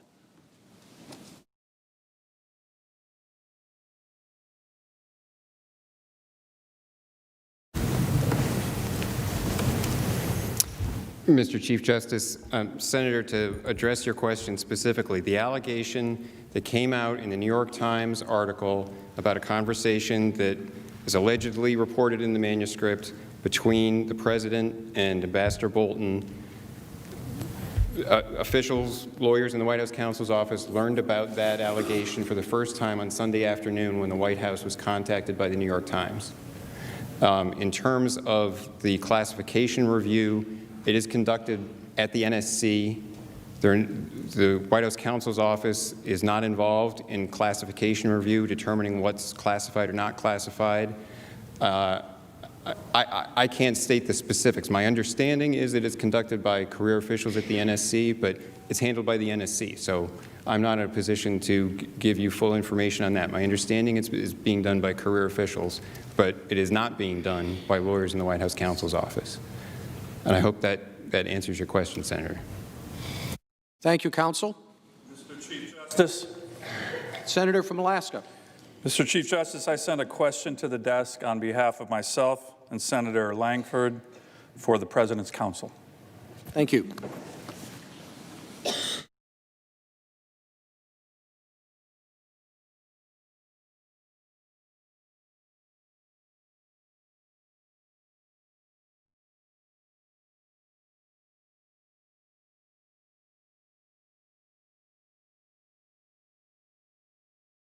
Question from Senator Sullivan and Langford to the counsel for the President.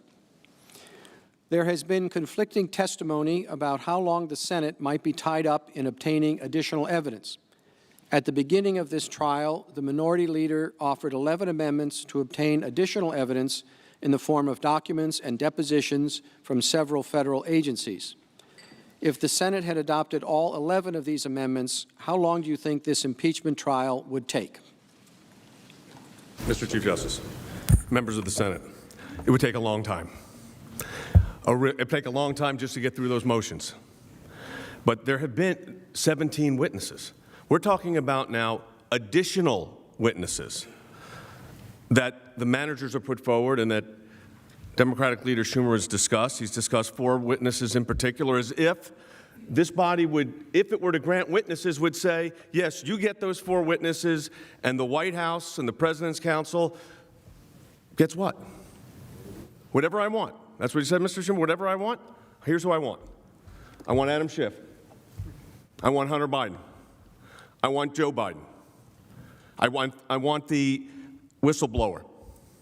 I want to also understand there may be additional people within the House Intelligence Committee that have had conversations with that whistleblower.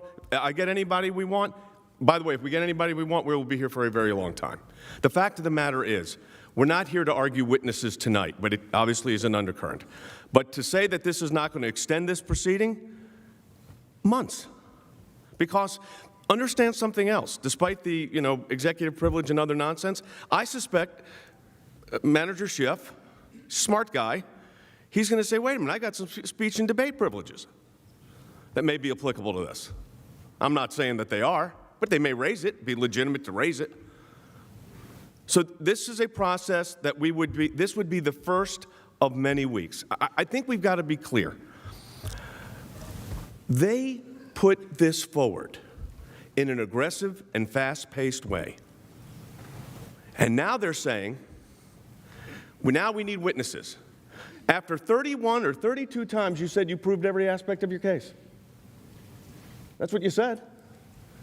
Well, you didn't. You said he just said he did. Well, then I don't think we need any witnesses. Thank you. Thank you, counsel. Yeah, the senator from New Jersey. Mr. Chief Justice, I sent a question to the desk.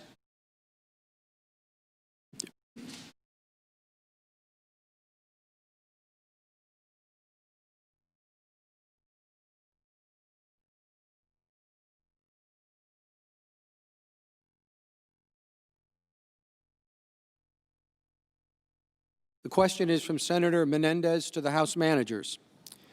President Trump has maintained that he withheld U.S. security assistance to Ukraine because he was concerned about corruption. Yet his purported concern about corruption did not prevent his administration from sending congressionally appropriated assistance to Ukraine more than 45 times between January 2017 and June 2019, totaling more than $1.5 billion. So why did the President suddenly become concerned about corruption in early 2019?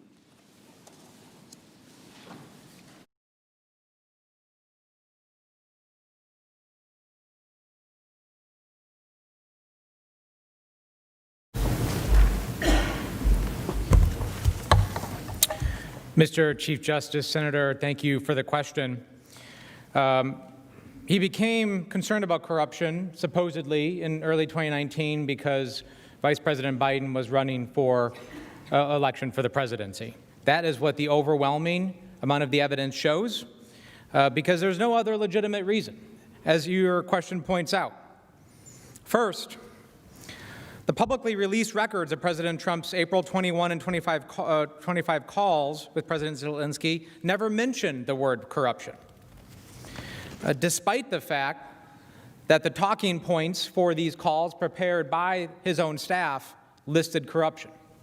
Second, in May 2019, the State and Defense Department certified to Congress Ukraine had, quote, taken substantial actions for the purposes of decreasing corruption, end quote, and met the anti-corruption benchmarks this very body has established when it appropriated $250 million of those funds. Third, by the time of the July 25th call, President Zelensky had already established his anti-corruption bona fides, having introduced a number of reform bills in Ukraine. Fourth, on July 26th, the day after his call with President Zelensky, President Trump spoke to Ambassador Sondland, who was in Ukraine. The one question the president asked Ambassador Sondland was not about corruption, but about whether or not President Zelensky was going to do the investigations. Fifth, the released aid, as your question points out, Senator, the president released the aid in 2017 and in 2018. And he released it in 2019 only after having gotten caught. In the words of Lieutenant Colonel Vindman and other witnesses, the conditions on the ground had not changed. So, we're hearing a lot tonight about the concerns about corruption, Burisma, Russia, but the facts still matter here. We are here for one reason and one reason only.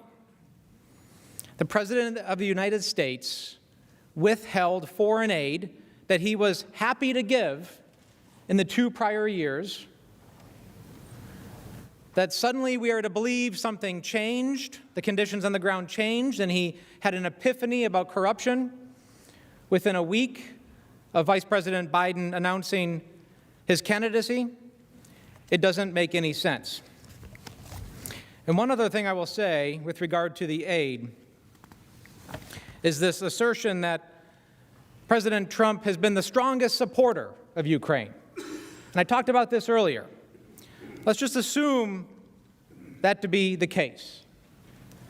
And if it is the case, as the President's counsel has contended over and over again, then there is, of course, no reason to withhold the aid because nothing has changed. This leads us inevitably only to one conclusion, and that is that the President of the United States used taxpayer dollars, the American people's money, to withhold aid from an ally at war to benefit his political campaign.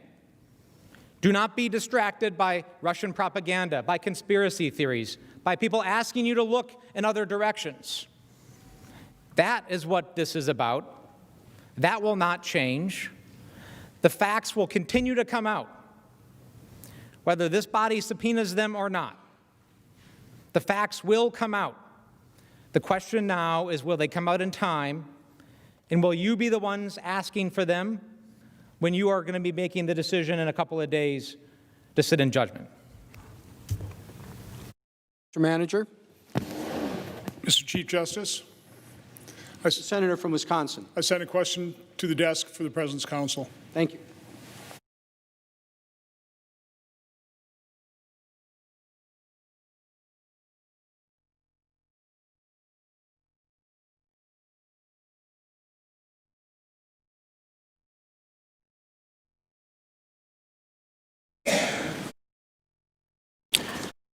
Question from Senator Johnson for the President's counsel. If House managers were certain it would take months to litigate a subpoena for John Bolton, why shouldn't the Senate assume lengthy litigation and make the same decision as the House made, reject a subpoena for John Bolton? Mr. Chief Justice, members of the Senate, I think that's precisely the point. And the fact is that if, in fact, we are to go down that road of a witness or witnesses that had national, in the case of Ambassador Bolton, high-ranking NSA. This is an individual that's giving the president advice at the highest level. The Supreme Court's been very consistent on that. That's where privileges are at their highest level. The presumed privilege, actually, is what the Supreme Court has said. And in a situation like this, I think we're going down a road, if the Senate goes this road, of a lengthy proceeding with a lot more witnesses. And then I want to ask this question and just plant it as a thought. Is that going to be the new norm for impeachment? You put an impeachment together in a couple of weeks. We don't like what the president did. We get it through in a 2-day proceeding in front of the Judiciary Committee. We wrap it up and we send it up here and say, now go figure it out. Because that's what this is really becoming. That's what this actually is. So I think if we're looking at the institutional interests that are at stake here, this is a very dangerous precedent. Because what they're doing, what they're saying is basically, well, we have enough to prove our case. That's what managership says, but not really. So we really need more evidence, not because we need it, because we want it. But we didn't want it bad enough when we were in the House, so we didn't get it. So now you issue the subpoena, and then let's duke it out in court and see what happens. It sounds like to me that this is, they're acting like this is some municipal traffic court proceeding. I remind everybody that we're talking about, under their articles of impeachment, they are requesting the removal of the President of the United States. So, you know, they're already saying in the media that there are ongoing investigation. They're going to continue to investigate. So you could be, are we going to be doing this every 3 weeks? Every month except in the summer? There's an election months away. The people should have a right to vote. My colleague Pat Cipollone, the White House counsel, said that. So when I look at all of this, whether it's the late need of witnesses after you said you proved your case, if it's how do privileges apply or not apply, Senator Schumer said we get anybody we want, we'd be here for a very, very long time. That's not good for the United States. Thank you. Thank you, counsel. The Democratic leader is recognized. I have a question.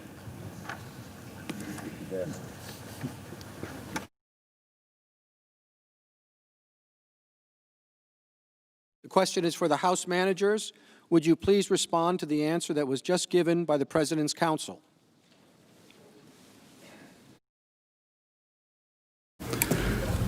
I think we can all see what's going on here, and that is, if the House wants to call witnesses, if you want to hear from a single witness, if you want to hear what John Bolton has to say, we are going to make this endless. We, the President's lawyers, are going to make this endless. We promise you. We're going to want Adam Schiff to testify. We're going to want Joe Biden to testify. We're going to want Hunter Biden. We're going to want the whistleblower.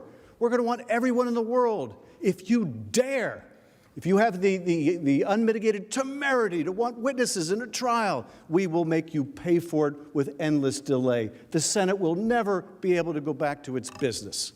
That's their argument. How dare the House assume there will be witnesses in a trial? Shouldn't the House have known when they undertook its investigation that the Senate was never going to allow witnesses? That this would be the first impeachment trial in the history of the Republic with no witnesses? So Mr. Sekulow wants me to testify. I'd like Mr. Sekulow to testify about his contacts with Mr. Parnas or Mr. Cipollone about the efforts to implement the President's fight on all subpoenas. I'd like to ask questions about, well, I'd like to ask questions of the President and put him under oath.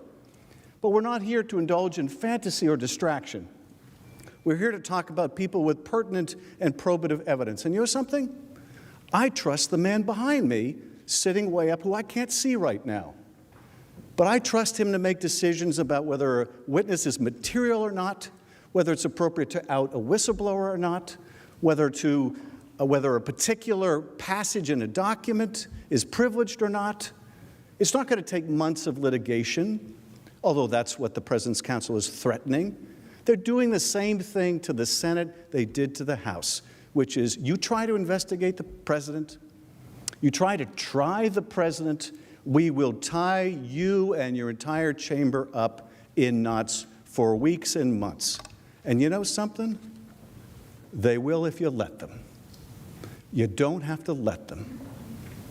You can subpoena John Bolton. You can allow the Chief Justice to make a determination in camera whether something is relevant, whether it deals with Ukraine or Venezuela, whether it's privileged or it isn't, whether it's the privilege is being misapplied to hide criminality or wrongdoing. We don't have to go up and down the courts. We've got a perfectly good Chief Justice sitting right behind me who can make these decisions in real time.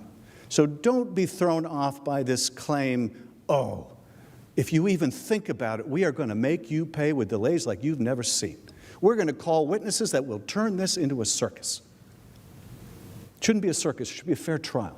You can't have a fair trial without witnesses. I think when I was asked that question before, I answered the affirmative when it meant the negative. You can't have a fair trial without witnesses. And you shouldn't presume that when a House impeaches, the Senate trials from now on will be witness-free, will be evidence-free. That's not what the founders intended. If it was, they would have made you the Court of Appeals, but they didn't. They made you the triers of fact. They expected you to hear for witnesses. They expected you to evaluate their credibility. Don't take my word for it about John Bolton. Look, I'm no fan of John Bolton, although I like him a little more than I used to. But you should hear from him. You should want to. Don't take General Kelly's view for it. Make up your own mind, whether you believe him or Mick Mulvaney, whether you believe John Bolton or the president. Make up your own mind. Yes, we proved our case, counsel. We proved it overwhelmingly. But you chose to contest the fact that the president withheld military aid to coerce an ally. You chose to contest it. You chose to make John Bolton's testimony relevant, pertinent. If you had stipulated the president did as he is charged, then you might make the argument that you're making here. But you haven't. You've contested it. And now you want to say, but the Senate shall not hear from this witness. That's not a fair trial. It's not even the appearance of fairness. You can't have a fair trial without basic fairness. Thank you, Mr. Manager. Mr. Chief Justice, The senator from Louisiana. I send a question to the desk on behalf of myself and Senator Risch.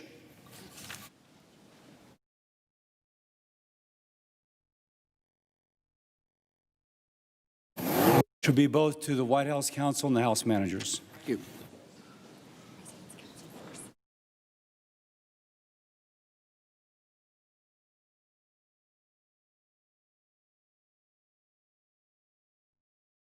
Question from Senator Cassidy and Senator Risch for both parties, beginning with the President's counsel first. We saw a video of Mr. Nadler saying, quote, "There must never be a narrowly voted impeachment or an impeachment supported by one of our major political parties and opposed by the other. Such an impeachment will lack legitimacy, will produce divisiveness and bitterness in our politics for years to come, and will call into question the very legitimacy of our political institutions," end quote.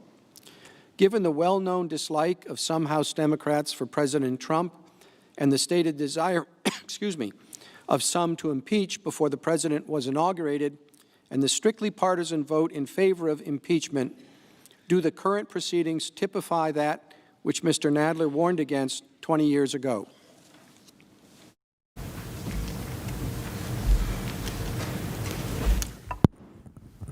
Mr. Chief Justice, Senators, thank you for the question. The simple answer is yes. These are exactly the sort of proceedings that Manager Nadler warned against 20 years ago. It is a purely partisan impeachment, and it has been clear that at least some factions on the other side of the aisle, on the Democratic side of the aisle, have been intent on finding some way to impeach the President from the day he was sworn in and even before the day he was sworn in. And that's dangerous for our country. To allow partisan venom and enmity like that to take hold and become the the norm for driving impeachments is exactly what the framers warned against. It's in Federalist number 65. Hamilton warned against it. He warned against persecution by an intemperate and designing majority in the House of Representatives, and that's exactly what the framers did not want impeachment to turn into. And yet, that is clearly what it is turning into here. And both Manager Nadler and Democratic Leader Schumer, in the video that we saw, were prescient in forewarning that if we start to go down this road, I mean, one thing that seems to be sure in Washington is that what goes around comes around. If it's done once to one party, it'll happen again from the other party to the other party once the office of the presidency change hands. And then we'll be in a cycle. It'll get worse and worse, and there'll be more and more. And every president will be impeached. That's not what the framers intended, and this body shouldn't allow it to happen here. Thank you. Counsel?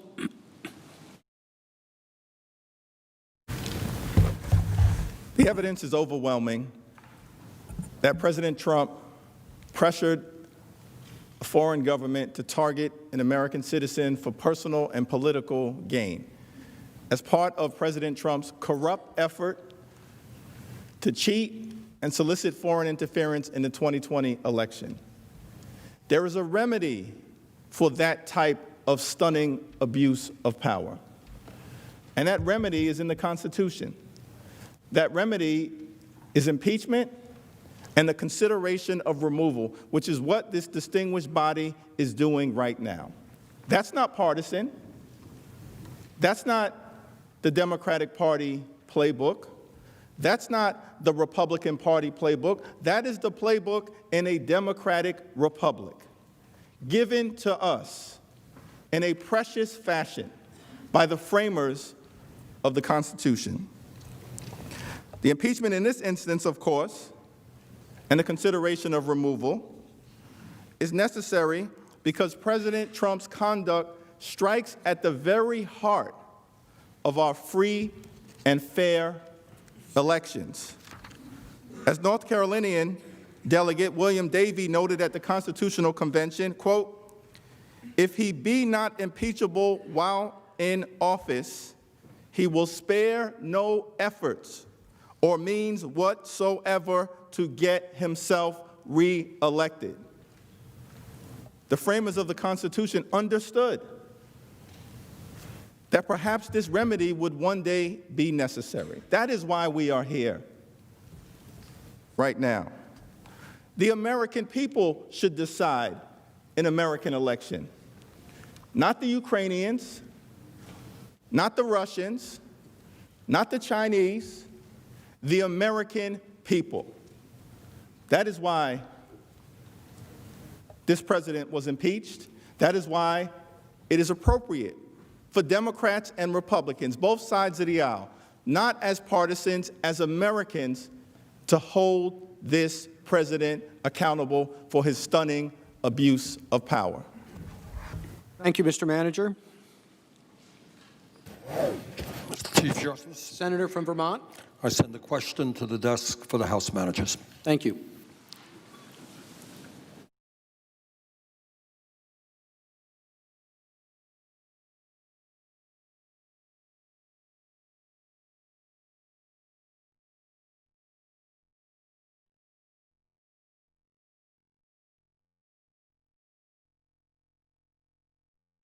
Senator Sanders asks the House managers, Republican lawyers have stated on several occasions that two people, Senator Johnson and Ambassador Sondland, were told directly by President Trump that there was no quid pro quo in terms of holding back Ukraine aid in exchange for an investigation into the Bidens.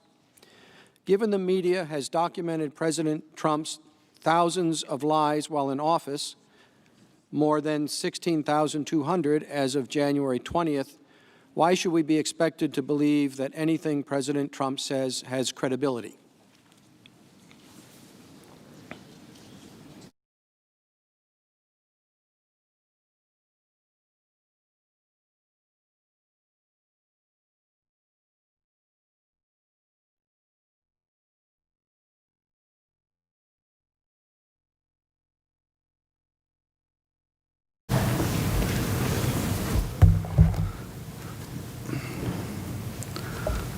Well, I'm not quite sure where to begin with that question, except to say that if every defendant in a trial could be exonerated just by denying the crime, there would be no trial. It doesn't work that way.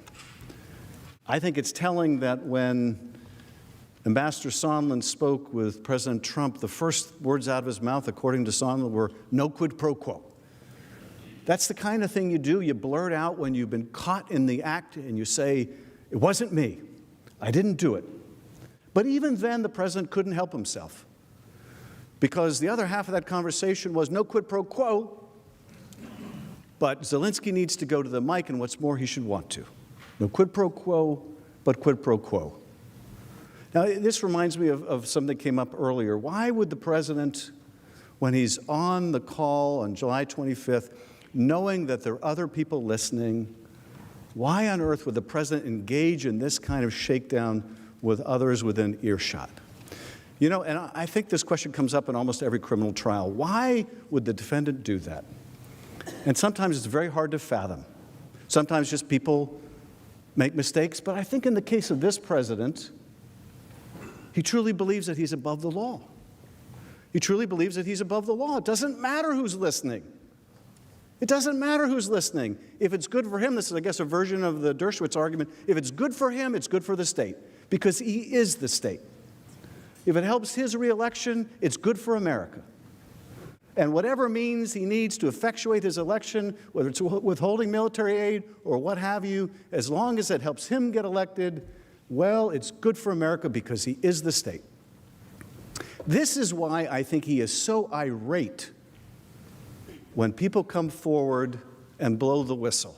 Not just the whistleblower, but people like John Bolton or General Kelly. And you might ask the question, why do so many people who leave this administration, why do they walk away from this president with such a conviction that he is undermining our security, that you cannot believe what he says? I mean, think about this. The president's now former chief of staff, General Kelly, doesn't believe the president of the United States. He believes John Bolton. I mean, can everybody be disgruntled? Can it all be a matter of bias? I think we know the answer. I think we know the answer. I mean, how do you believe a president that the Washington Post has documented so many false statements?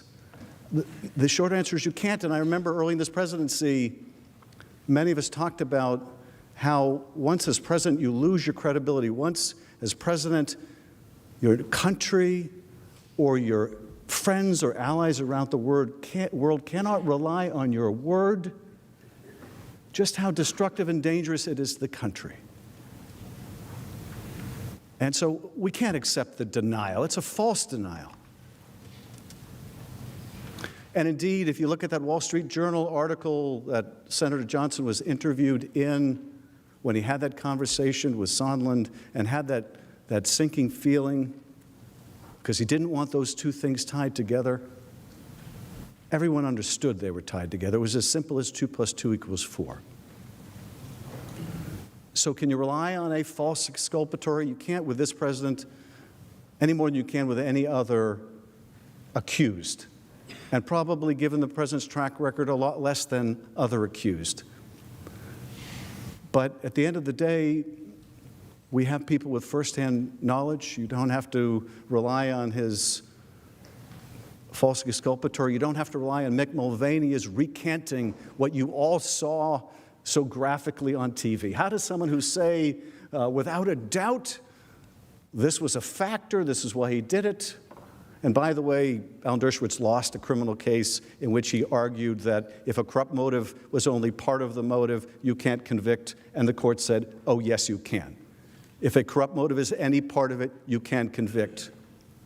So he's lost that argument before. He makes that argument again before this court. It shouldn't be any more availing here than it was there. At the end of the day, though, there's no more interested party here than the President of the United States. And I think we have seen he will say whatever he believes suits his interest. Let's instead rely on the evidence and rely on others, and one is just a subpoena away. Thank you, Mr. Manager. Mr. Chief Justice. Senator from Colorado. I send the question to the desk. Thank you.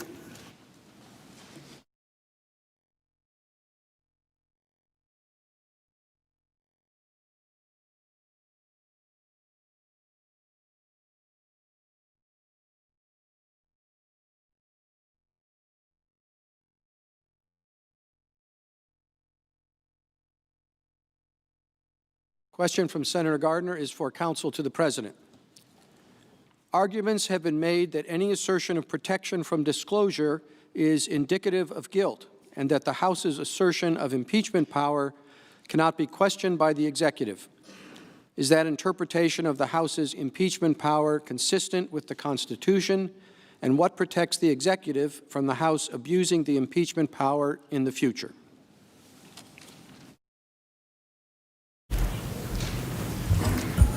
Mr. Chief Justice and Senators, thank you for that question. The House manager's assertion that any effort to assert a privilege, assert a legal immunity, to decline disclosing information is somehow a sign of guilt is not the law. It is actually fundamentally contrary to the law. Legal privileges exist for a reason. We allow people to assert their rights. It's a basic part of the American justice system, and asserting your rights, asserting privileges, immunities, due process rights, even if it means limiting the information that might be turned over to a tribunal, is not and cannot be treated as evidence of guilt. And to the second part of the question, as to the House manager's theory that the power of impeachment means that the President can't resist any subpoena that they issue pursuant to the power of impeachment, it's not consistent with the Constitution. The Constitution gives the House the sole power of impeachment, which means only that the House is the only place, the only part of the government that has that power. It doesn't say that they have a paramount power of impeachment that destroys all other constitutional rights or privileges or immunities. It doesn't mean that executive privilege suddenly disappears. And the House managers a number of times have cited Nixon versus United States. Or I might get it reversed now, United States versus Nixon, the case involving President Nixon. In 1974, the Supreme Court determined that in that particular case, after a balancing of interests, assertions of executive privilege would have to give way. But it did not say that there is just an absolute blanket rule that any time there's an allegation of wrongdoing or that there's some impeachment going on in the background, executive privilege just disappears. That is not the rule from that case. And in fact, even in that context, the court pointed out that there might be an absolute immunity or privilege in the field of foreign relations and national security, which is the field that we're dealing with here. The framers recognized that there could be partisan and illegitimate impeachments. They recognized that the House could impeach for the wrong reasons. They didn't leave the executive branch totally defenseless to that. Executive privilege, immunities rooted in executive privilege, such as the absolute immunity for senior advisors, still applies even in the context of an impeachment. That's part of the checks and balances in the Constitution. They don't fall away simply because the House says, now we want to proceed on impeachment. It's necessary for the proper functioning of the government and the separation of powers for the executive branch to retain that ability to protect confidentiality interests, to protect the prerogatives of the office of the presidency. And for any president to fail to assert those rights and to protect them would do lasting damage to the office of the presidency for the future. And I think that's a critical point to understand, that there is a danger in the legal theory that the House managers are proposing here, because it would do lasting damage to the separation of powers, to the structure of our government, to have the idea be that as soon as the House flips the switch that they want to start proceeding on impeachment, the executive has no defenses and has to open every file and display everything. That's not the way the framers had it in mind, because the executive branch has to have still its defenses for its sphere of authority under the Constitution. That's part of the checks and balances. And before I sit down, I'd just like to close, going back to the senator who asked the question about the review process on the Bolton book. I believe I was clear about this, but I just want to make 100% sure. To the extent the senator was asking for an assurance that only career officials in the NSC review it for classification review, I can't make that assurance because it's an NSC process, and I'm not sure at the levels of the process there might be other reviews. So I didn't intend to give, and I don't want it to be understood as giving that assurance to you. Thank you. Thank you, counsel. The senator from Massachusetts. Mr. Chief Justice, I send a question to the desk for House managers and counsel to the President. Thank you.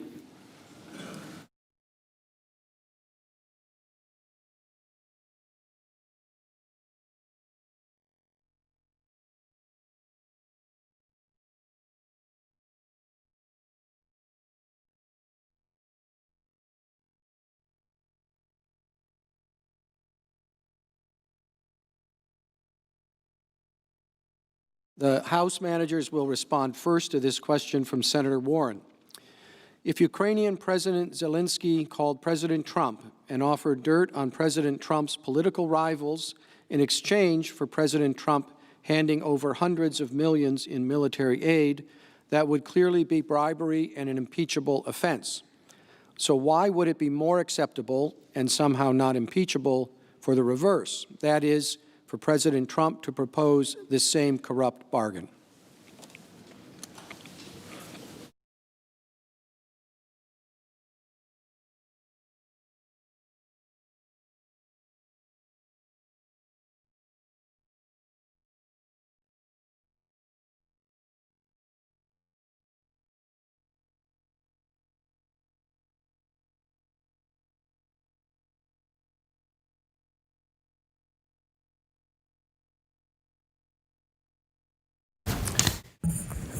Bribery is obviously an impeachable offense.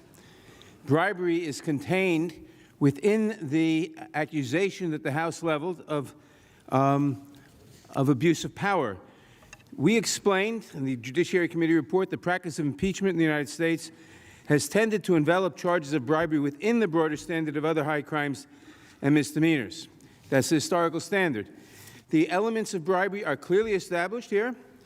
The abuse of power is clearly established when the President of the United States offers something of, extorts a foreign power to get a benefit for himself, withholds military aid in order to get that foreign power to do something that will help him politically. That is clearly bribery, it's clearly an abuse of power, and there's no question about it. Now, by the way, the question was raised earlier as to what the proper standard of proof is. People pointed out the Constitution doesn't say. But the highest standard of proof is beyond a reasonable doubt, and these facts have been proven not beyond a reasonable doubt, beyond any doubt.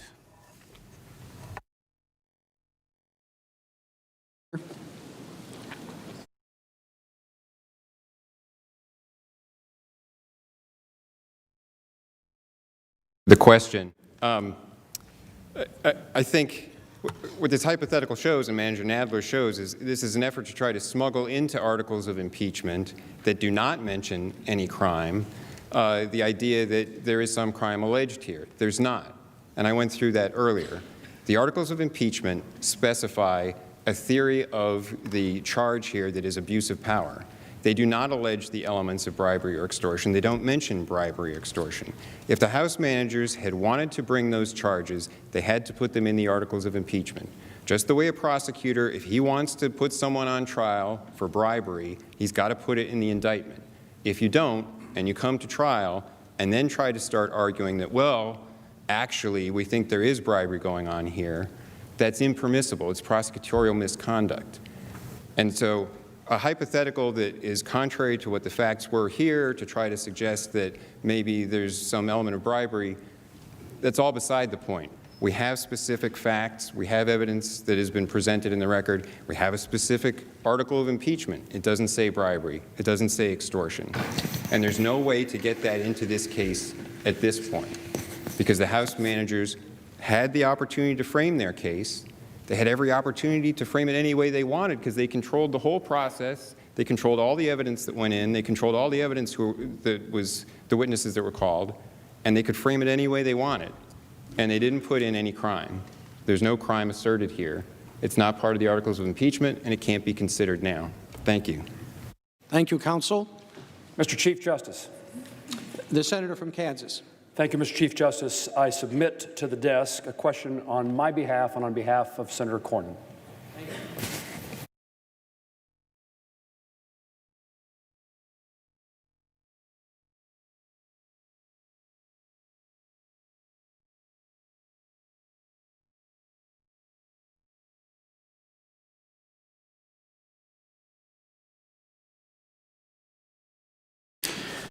The question from Senator Moran and Senator Cornyn is for counsel to the President. Is it true that in these proceedings that the Chief Justice can rule on the issue of production of exhibits and the testimony of witnesses over the objection of either the managers or the President's counsel? Would a determination by the Chief Justice be subject to judicial review?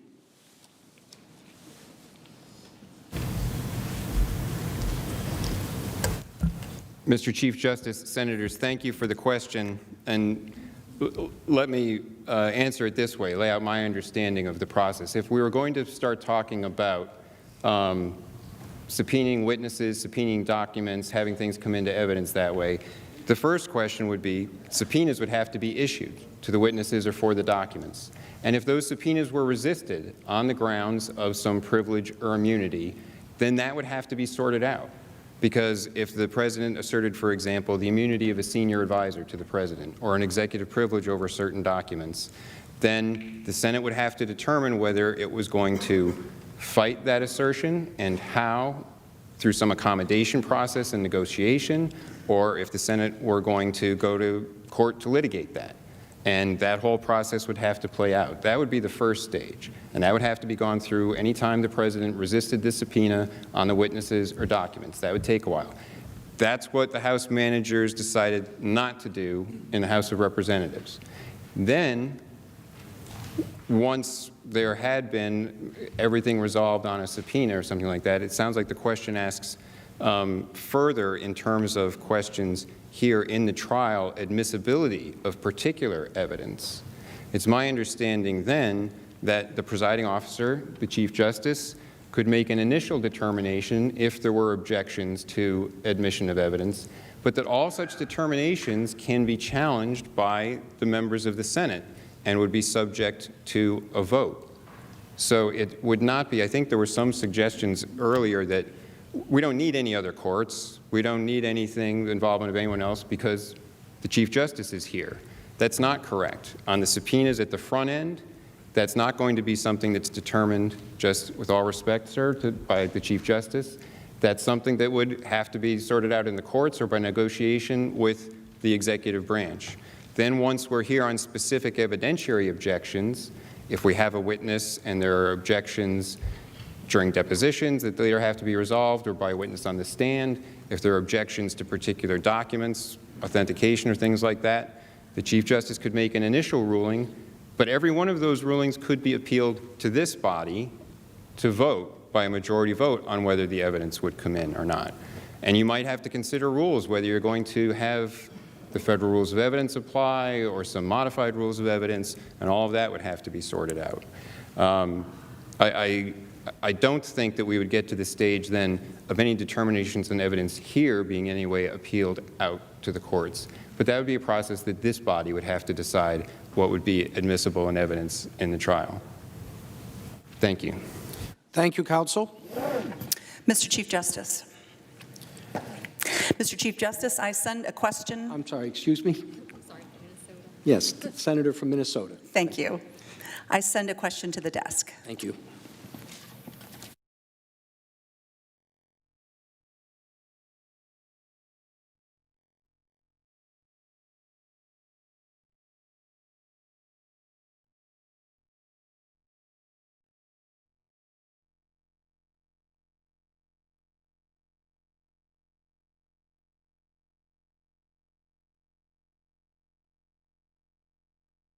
The question from Senator Smith is to the House managers. The President has stated multiple times in public that his actions were perfect, yet he refuses to allow Bolton, Mulvaney, and others to testify under oath. If the President's actions are so perfect, why wouldn't he allow fact witnesses to testify under oath about what he has said publicly?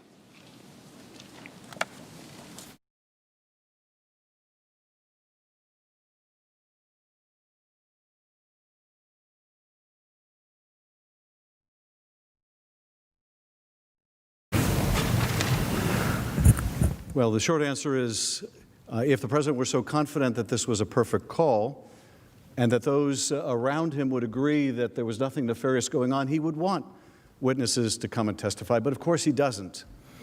He doesn't want his former National Security Advisor to testify. He doesn't want his current Chief of Staff to testify. He doesn't want those that were heading OMB to testify. He doesn't want you to hear from any of them. Now, I think that's pretty indicative that he knows what they have to say. And he doesn't want you to hear what they have to say. He doesn't want you to see any of the myriad of documents that he has been withholding from this body as he did from the House. But I also want to address the last question, if I could.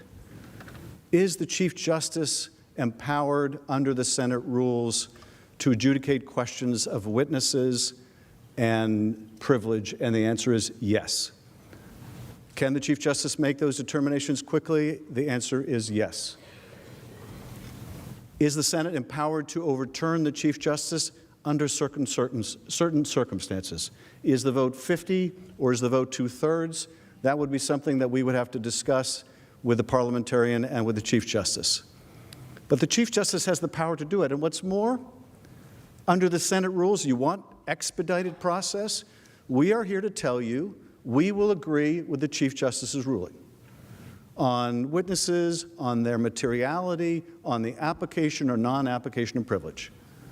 We agree to be bound by the Chief Justice. We will not seek to litigate an adverse ruling. We will not seek to appeal an adverse ruling. Will the President's counsel do the same? And if not, just as the President doesn't trust what these witnesses have to say, the President's lawyers don't want to rely on what the Chief Justice's rulings might be. Now, why is that? They, as we understand, the Chief Justice will be fair. I'm not for a moment suggesting they don't think the Chief Justice is fair. Quite the contrary. They're afraid he'll be fair. They're afraid he'll make a fair ruling. That should tell you something about the weakness of their position. They don't want a fair trial with witnesses. They don't want a fair justice to adjudicate these questions. They just want to suggest to you that they will delay and delay and delay. I think it was Thomas Paine said, those who would enjoy the blessings of liberty must undergo the rigors of defending it, the fatigues of defending it. Is it too much fatigue for us to hear from a witness? Is that how little effort we're willing to put into the blessings of freedom and liberty? Is that how little fatigue we are willing to incur? Thank you, Mr. Manager. Mr. Chief Justice. The gentleman from Nebraska. I send a question to the desk on behalf of myself, Tim Scott, and Marco Rubio. Thank you.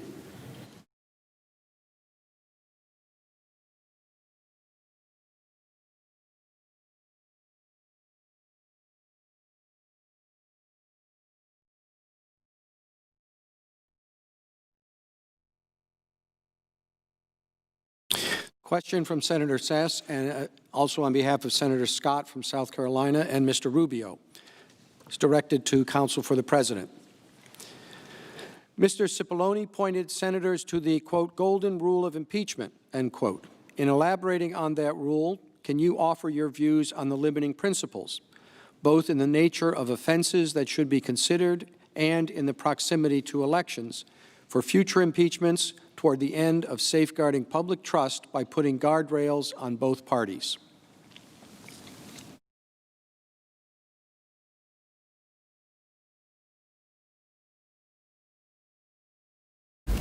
Thank you, Mr. Chief Justice, members of the Senate.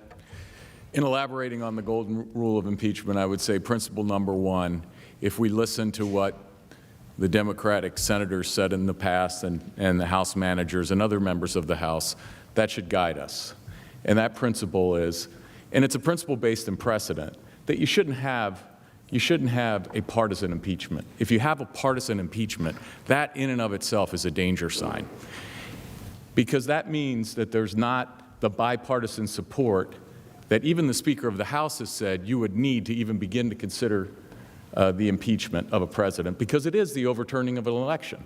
They don't dispute that. It is the overturning of an election. In addition, it is the removal of this president from an election that's occurring in just months from now, which I think is another important principle. I think the other important fact here is that there's actually bipartisan opposition to this impeachment. Democrats voted against it in the House of Representatives. That's an important principle. The other principle would be that if you have a process that's unprecedented, that should be something that ought to be considered. Always in the past, there's been a vote authorizing an impeachment. Why? Because they say the House is the sole authority of an impeachment, but that's the House, not the Speaker of a House at a press conference. That's another important consideration. Another important consideration is all of the historical precedents related to rights given to a president in a process have been violated.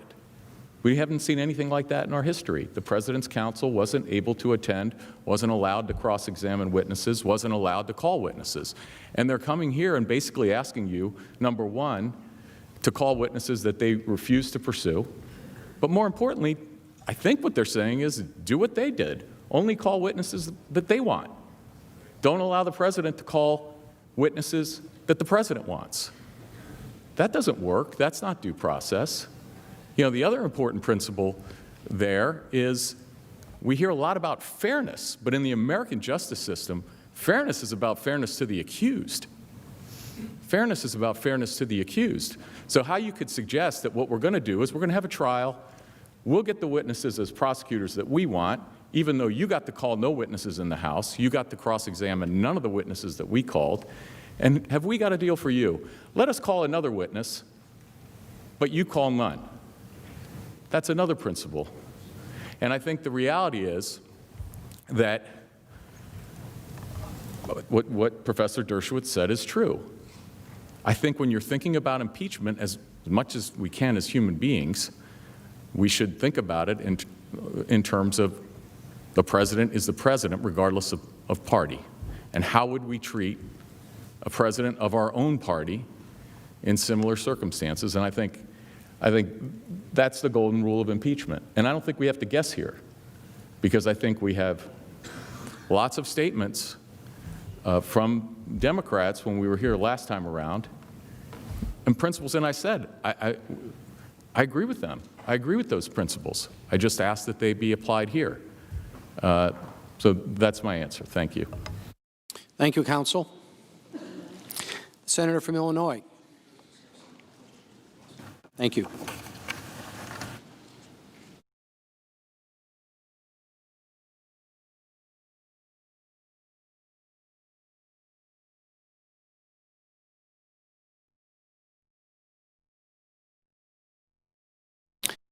Senator Durbin asks the House managers, if President Trump were to actually invoke executive privilege in this proceeding, wouldn't he be required to identify the specific documents or communications containing sensitive material that he seeks to protect?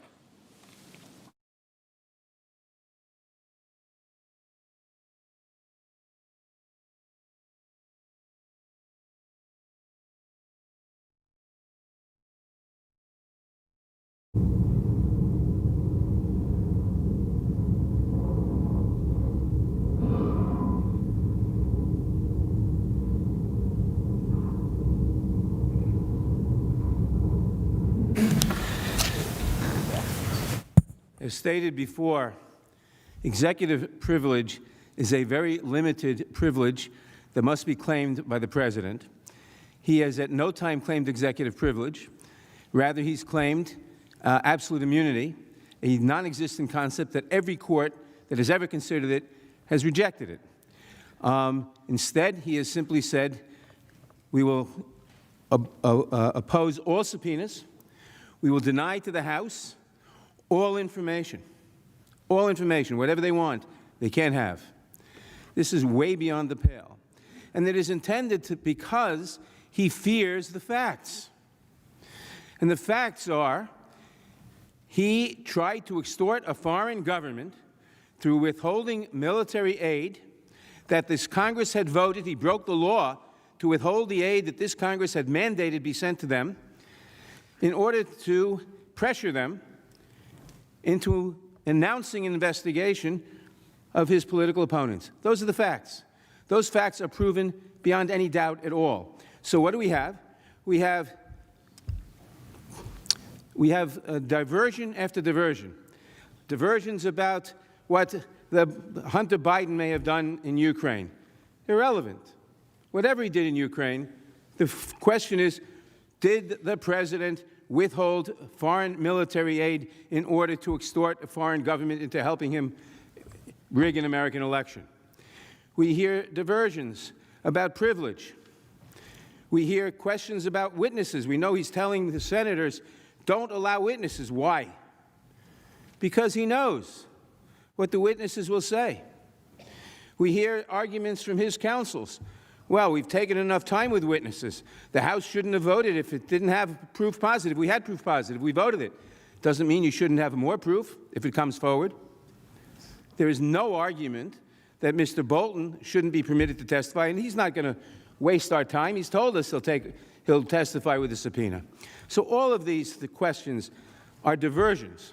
They're diversions by a president who is desperate because we have proven the facts that he threatened a foreign government, not just threatened them, did in fact withhold mandated American military aid from them in order to blackmail them into serving his political purposes for private political purposes. We know that. Everything else is a diversion. No witnesses, because maybe those witnesses will testify in a way he doesn't want. Privilege, when you're dealing with accusations of wrongdoing against the president, the Supreme Court told us in the Nixon case, privilege yields. So all of these arguments are diversions. Keep your eye on the facts. The facts we have proven, and let's see the additional witnesses. And as Mr. Schiff said, witnesses should not be a threat, not to the Senate, not to anybody else. And it's not going to waste too much time because the Chief Justice can rule on relevant questions of relevancy or privilege or anything else. But the facts are the facts. The president is a danger to the United States. He's tried to rig the next election. He's abused his power, and he must be brought to heel, and the country must be saved from his continuing efforts to rig our elections. Thank you, Mr. Manager. Mr. Chief Justice. The senator from Utah. I submit a question to the desk. Thank you.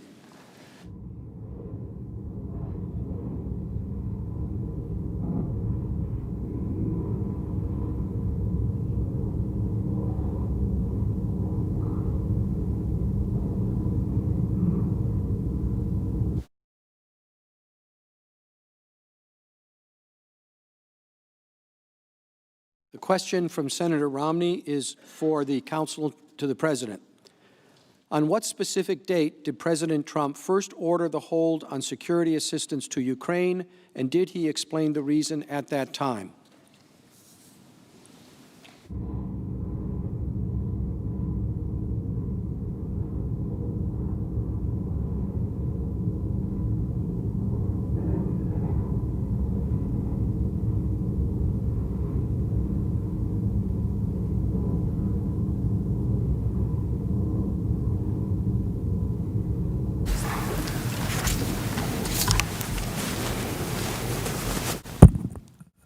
Mr. Chief Justice, Senator, thank you for the question.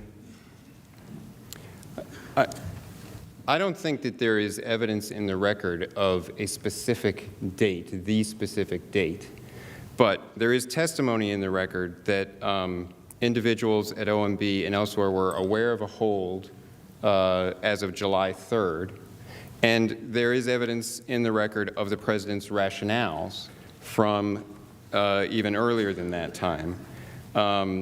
There is an email from June 24th that has been publicly released. It was publicly released in response to a FOIA request that is from one DOD staffer up to the Chief of Staff in DOD, from the Chief of Staff down to a staffer in DOD, relating on the subject line POTUS follow-up. It's follow-up from a meeting with POTUS, the President of the United States, explaining questions that had been asked about the Ukraine assistance, which were specifically, what was the funding used for, i.e., did it go to U.S. firms, who funded it, and what do other NATO members spend to support Ukraine?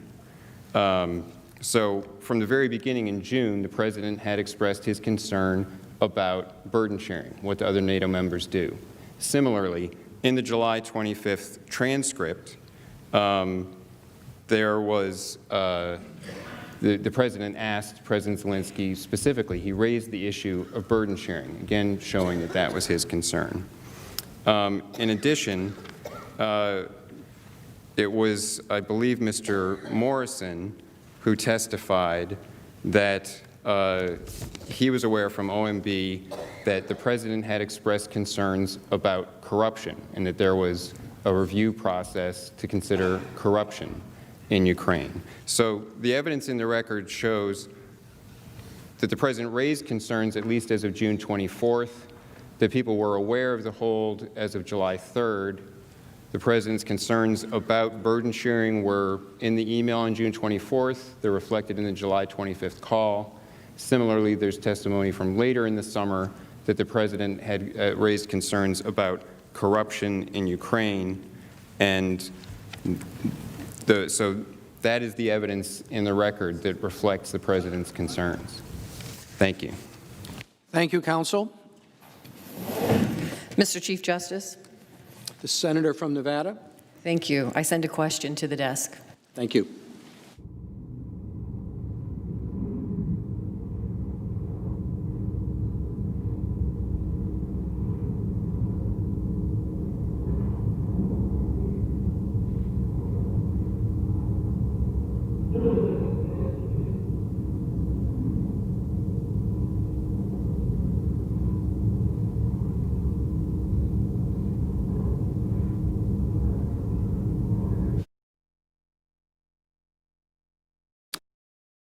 The question from Senator Cortez Masto is to the House managers.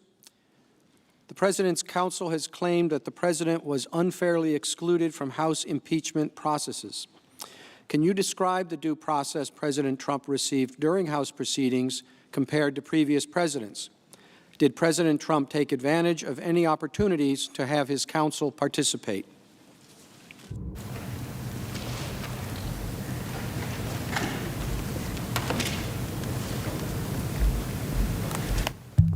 Mr. Chief Counsel, and to the Senator, thank you so much for that question. Let me make this plain. The President is not the victim here.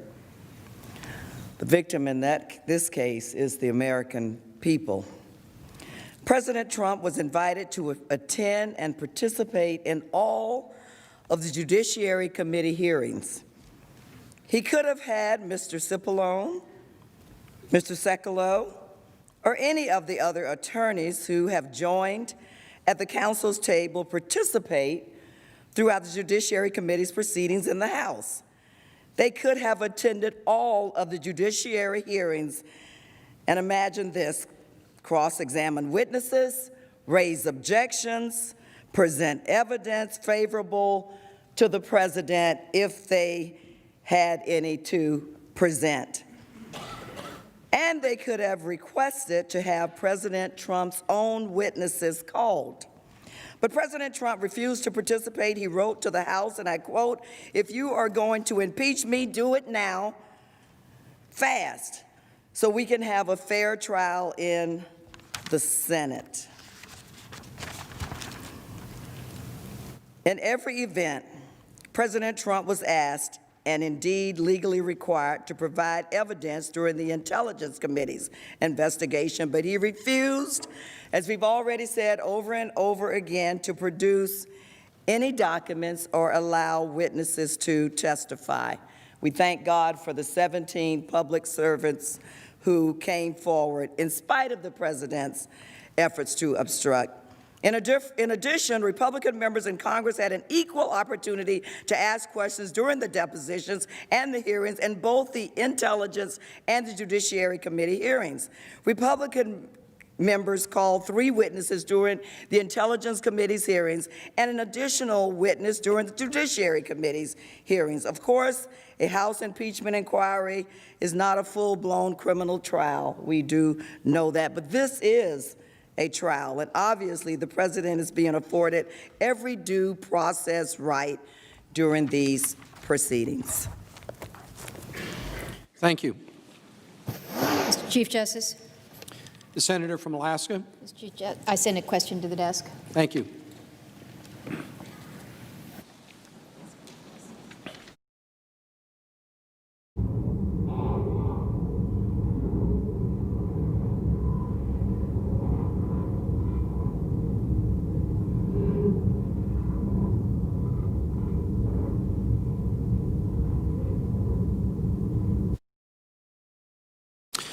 Senator Murkowski's question is for the House managers.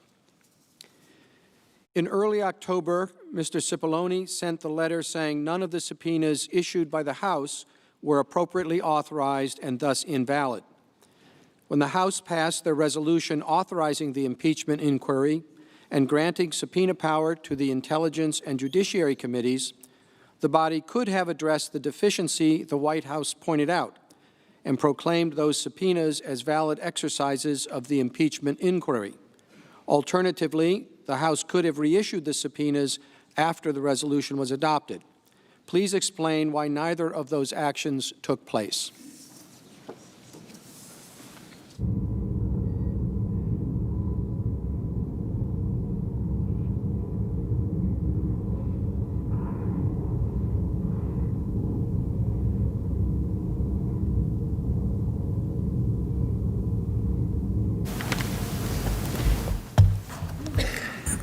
Mr. Chief Justice, Senator, I appreciate your question. These arguments, plain and simple, are a red herring. The House's impeachment inquiry and its subpoena were fully authorized by the Constitution, House rules, and President. It is for the House, not the President, to decide how to conduct an impeachment inquiry. The House's autonomy to structure its own proceedings for an impeachment inquiry is rooted in 2 provisions of Article 1 of the Constitution. First, Article 1 vests the House with the sole power of impeachment. It contains no requirements as to how the House must carry out that responsibility. Second, Article 1 states that the House is empowered to determine the rules of proceedings. Taken together, these provisions give the House sole discretion to determine the manner in which it will investigate, deliberate, and vote for grounds of impeachment. In exercising its responsibility to investigate and consider the impeachment of a President of the United States, the House is constitutionally entitled to relevant information from the executive branch concerning the President's misconduct. The framers, the courts, and past presidents have recognized and honored Congress's right to information in an impeachment investigation and is critical as safeguard to our system of divided powers.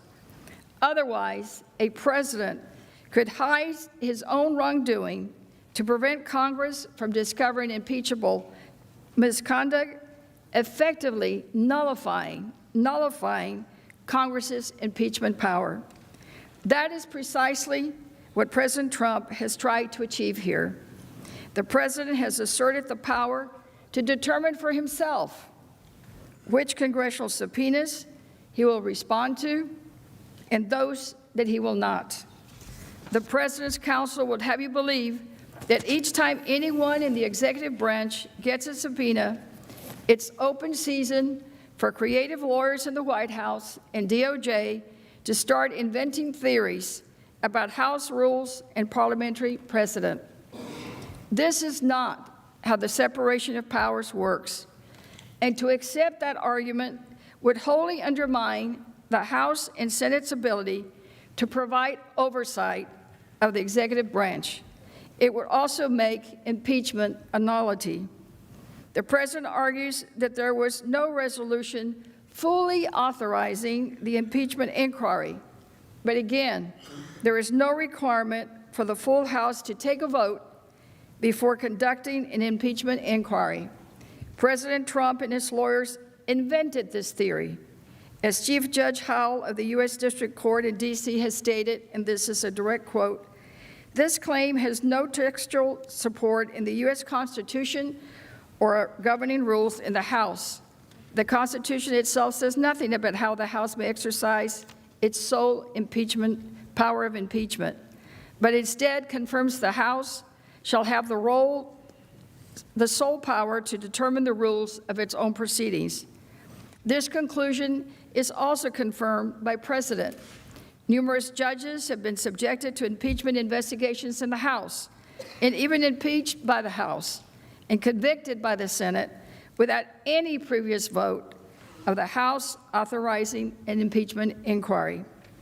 As recently as the 114th Congress, the Judiciary Committee considered impeaching the IRS commissioner following a referral from another committee and absent a full House vote.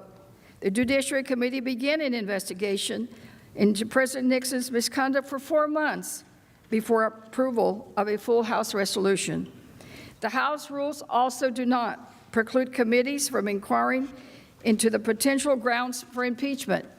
Instead, those rules vest the relevant committees of the House with robust investigatory powers, including the power to issue subpoenas. Each of the 3 committees that conducted the initial investigation of President Trump's conduct in Ukraine, Intelligence, Oversight, and Foreign Affairs, indisputably had oversight jurisdiction over these matters. The President's counsel has pointed to the Nixon impeachment, where the full House— Thank you very much. Thank you. Thank you. I yield back. Mr. President. The senator from Rhode Island.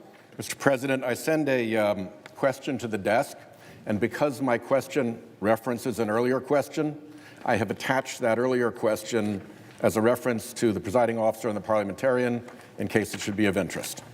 Thank you.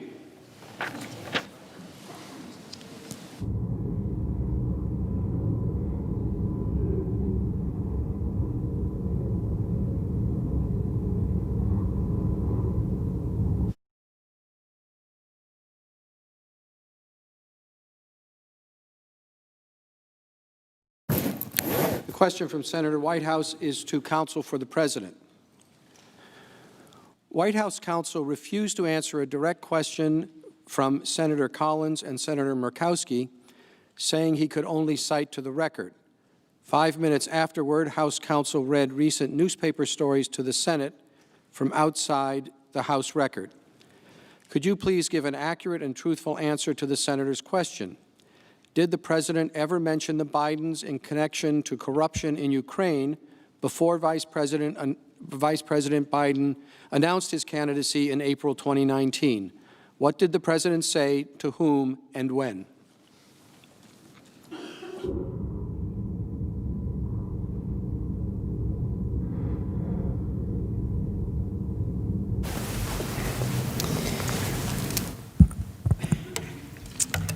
Mr. Chief Justice, Senator, thank you for the question. I don't think that I refused to answer the question at all. We had been advised by the House managers that they were going to object if we attempted to introduce anything that was not either in the public domain, so things that are in newspaper articles, things like that that are out there we could refer to, or things that were in the record.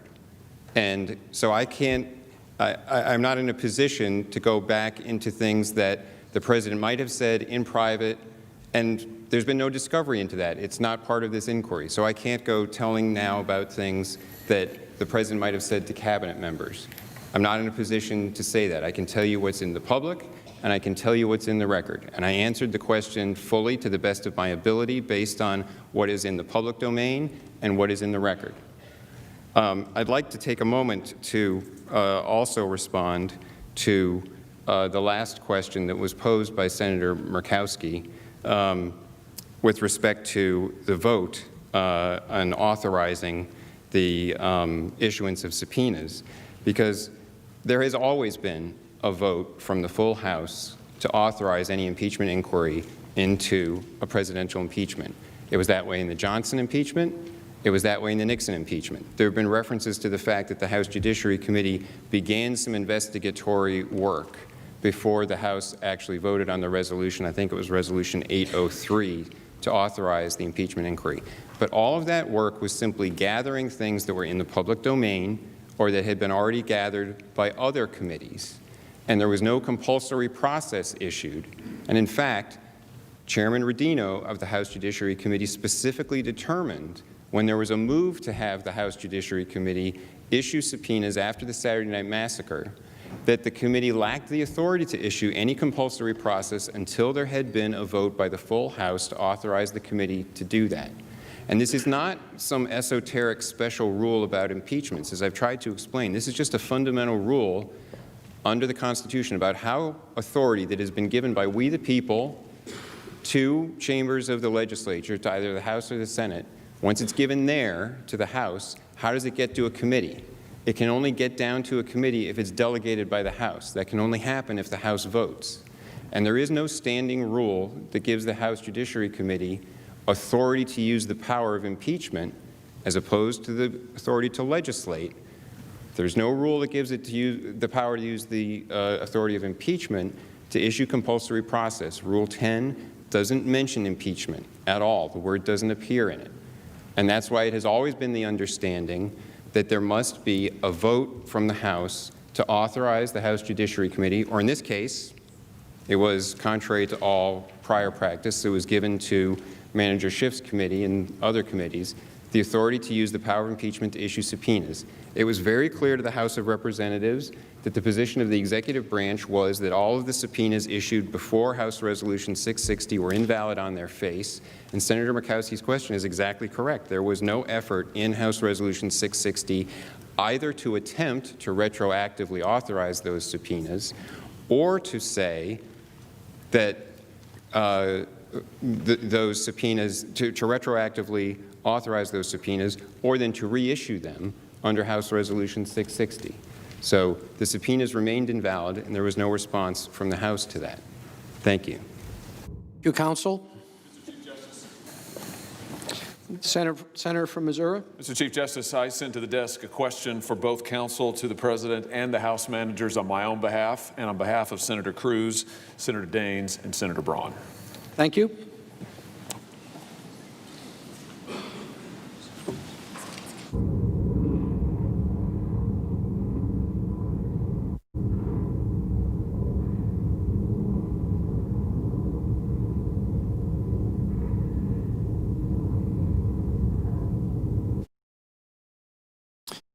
The President's Counsel will respond first to the question from Senator Hawley and the other senators. When he took office, Viktor Shogun, Ukraine's Prosecutor General, vowed to investigate Burisma. Before Vice President Joe Biden pressed Ukrainian officials on corruption, including pushing for the removal of Shogun, did the White House counsel's office or the Office of the Vice President Legal Counsel issue ethics advice approving Mr. Biden's involvement in matters involving corruption in Ukraine or Shogun, despite the presence of Hunter Biden on the board of Burisma, a company widely considered to be corrupt? Did Vice President Biden ever ask Hunter Biden to step down from the board of Burisma?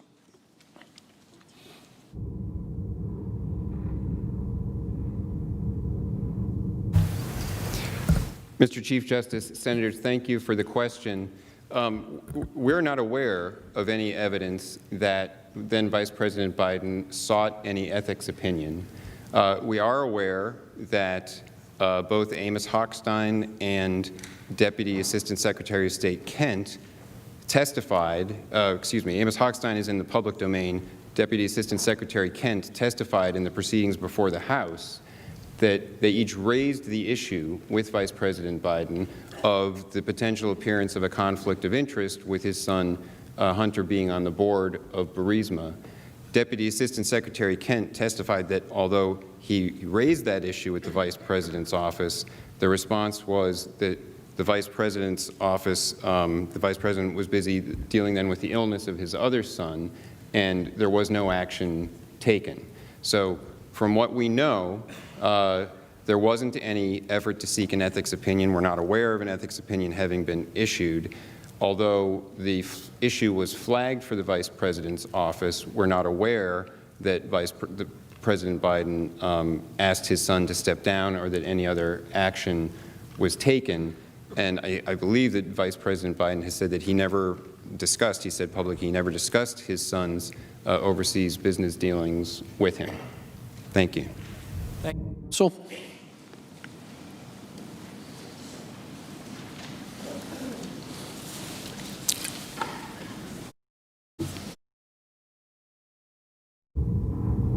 Mr. Chief Justice and Senator, I appreciate your question.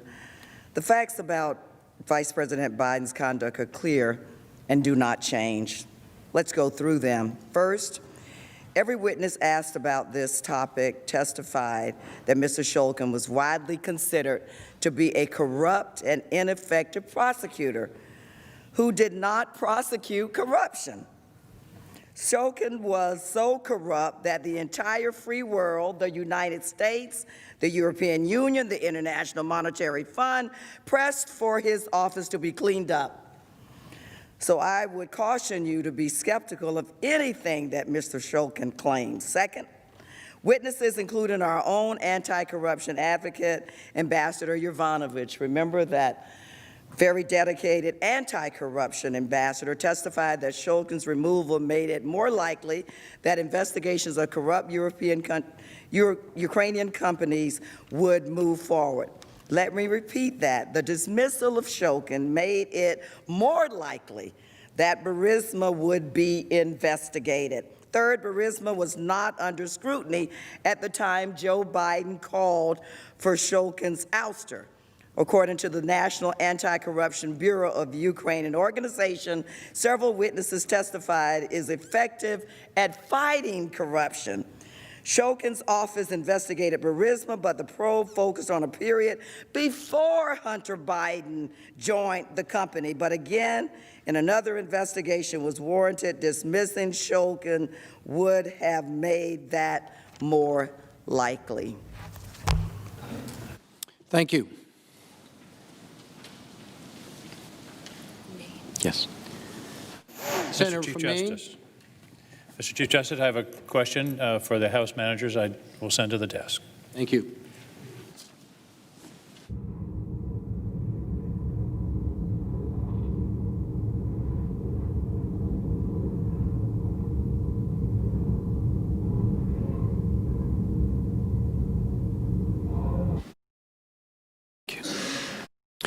Senator King's question for the House managers reads as follows.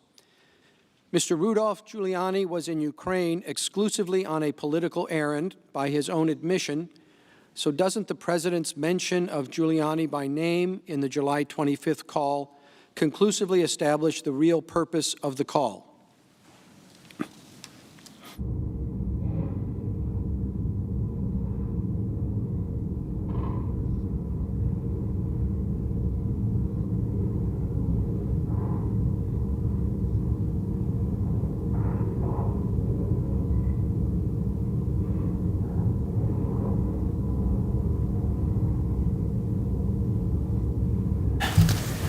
Mr. Chief Justice, members of the Senate, Mr. Giuliani played a key role in President Trump's months-long scheme to pressure Ukraine to announce political investigations to benefit the President's re-election campaign. Remarkably, the President's defense is wrapping themselves in Rudy Giuliani's involvement in Ukraine while trying to minimize his role. There is overwhelming evidence, not just testimony, but texts, call records, and other corroborating documents establishing Mr. Giuliani's key role in executing the President's pressure campaign beginning in early spring 2019 with the smear campaign against Ambassador Yovanovitch and then throughout the summer. Everyone knew that Rudy Giuliani was the gatekeeper to the President on Ukraine.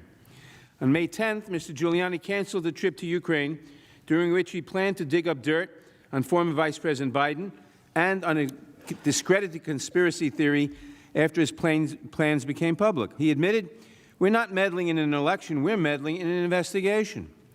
He explained that someone could say it's improper and this isn't foreign policy. I'm asking them to do an investigation that they're already doing and that other people are telling them to stop. And he was talking about the investigations of the Bidens. During a May 10th appearance on Fox News, Giuliani also said that he canceled his trip because there are enemies of Trump around President Zelensky. Mr. Giuliani's associate, Lev Parnas, produced a set of documents to the House Intelligence Committee that included a letter, and I believe we have slide 50 here, Mr. Giuliani sent to President-elect Zelensky during this time period. In the letter dated May 10th, Mr. Giuliani informed Zelensky that he represented President Trump as a private citizen, not as President of the United States. He also requested a meeting with President Zelensky on May 13th and 14th, along with Victoria Toensing in his capacity as personal counsel to President Trump and with his knowledge and consent, close quote. Mr. Giuliani confirmed President Trump's knowledge of his actions with regard to Ukraine, stating, "He knows what I'm doing." Sure, as his lawyer, he added, "My only client is the President of the United States. He's the one I have an obligation to report to. Tell him what happened." President Trump repeatedly instructed senior American and Ukrainian officials to talk to Rudy, demonstrating that Mr. Giuliani was a key player in the corrupt scheme. In the May 23rd Oval Office meeting to discuss Ukraine policy, President Trump directed his handpicked three amigos to talk to Rudy. In response, Ambassador Sondland testified, "Secretary Perry, Ambassador Volker, and I worked with Mr. Rudy Giuliani on Ukraine matters at the express direction of the President of the United States." After two explosive White House meetings on July 10th, in which Ambassador Sondland explicitly conveyed the President's demand for political investigations to Ukrainian officials, top Ukrainian aide Andrei Yermak texted Ambassador Volker, "I feel that the key for many things is Rudy." And what was Rudy asking? Investigations of two American citizens, not corruption in general, investigations. In fact, he wasn't even asking for an investigation. He was just asking for an announcement of an investigation so that American citizens, the Bidens, could be smeared. On the July 25th call with President Zelensky, President Trump mentioned Rudy Giuliani by name no less than 4 times and informed Zelensky that Rudy very much knows what's happening. He told President Zelensky, "Mr. Giuliani is a highly respected man." He added, "Rudy very much knows what's happening." In August, Mr. Giuliani met with a top Ukrainian aide and conveyed that Ukraine must issue a public statement announcing investigations. Ambassadors Sondland and Volker then worked closely with Giuliani and the Ukrainians to ensure that the planned statement would meet Mr. Giuliani's demands. Specifically, Mr. Giuliani insisted that the statement include specific references to Burisma and the 2016 election and Biden. Throughout this process, Sondland stated that he knew that they needed the approval of Giuliani for the press statement and that they knew Giuliani represented the interests of the President. Rudy Giuliani admitted on live television to pressuring Ukraine to look into Joe Biden, not into corruption, into Joe Biden. In September 2019, Chris Cuomo asked Giuliani, "So you did ask Ukraine to look into Joe Biden?" In response, Giuliani insisted, "Of course I did." Mr. Giuliani insisted that Ukraine look into an American citizen on behalf of his client, President Trump. Finally, during the pendency of the impeachment proceedings, Mr. Giuliani has not ceased in his efforts to dig up dirt to benefit the President. In December, he again traveled to Ukraine to meet with Ukrainian officials, which he described as a secret assignment, and after which the President reportedly called him immediately upon landing and asked, "What did you get?" To which Mr. Giuliani responded more than you can imagine. It's worth noting that in Ms. Raskin's presentation about Giuliani, she never mentioned Mr. his Manager. repeated requests for investigations into Biden, not into corruption. Mr. Chief Justice. The Senator from Florida. I send a question to the desk on behalf of myself, Senator Sass, Braun, Risch, McSally, Roberts, and Hoeven. Thank you.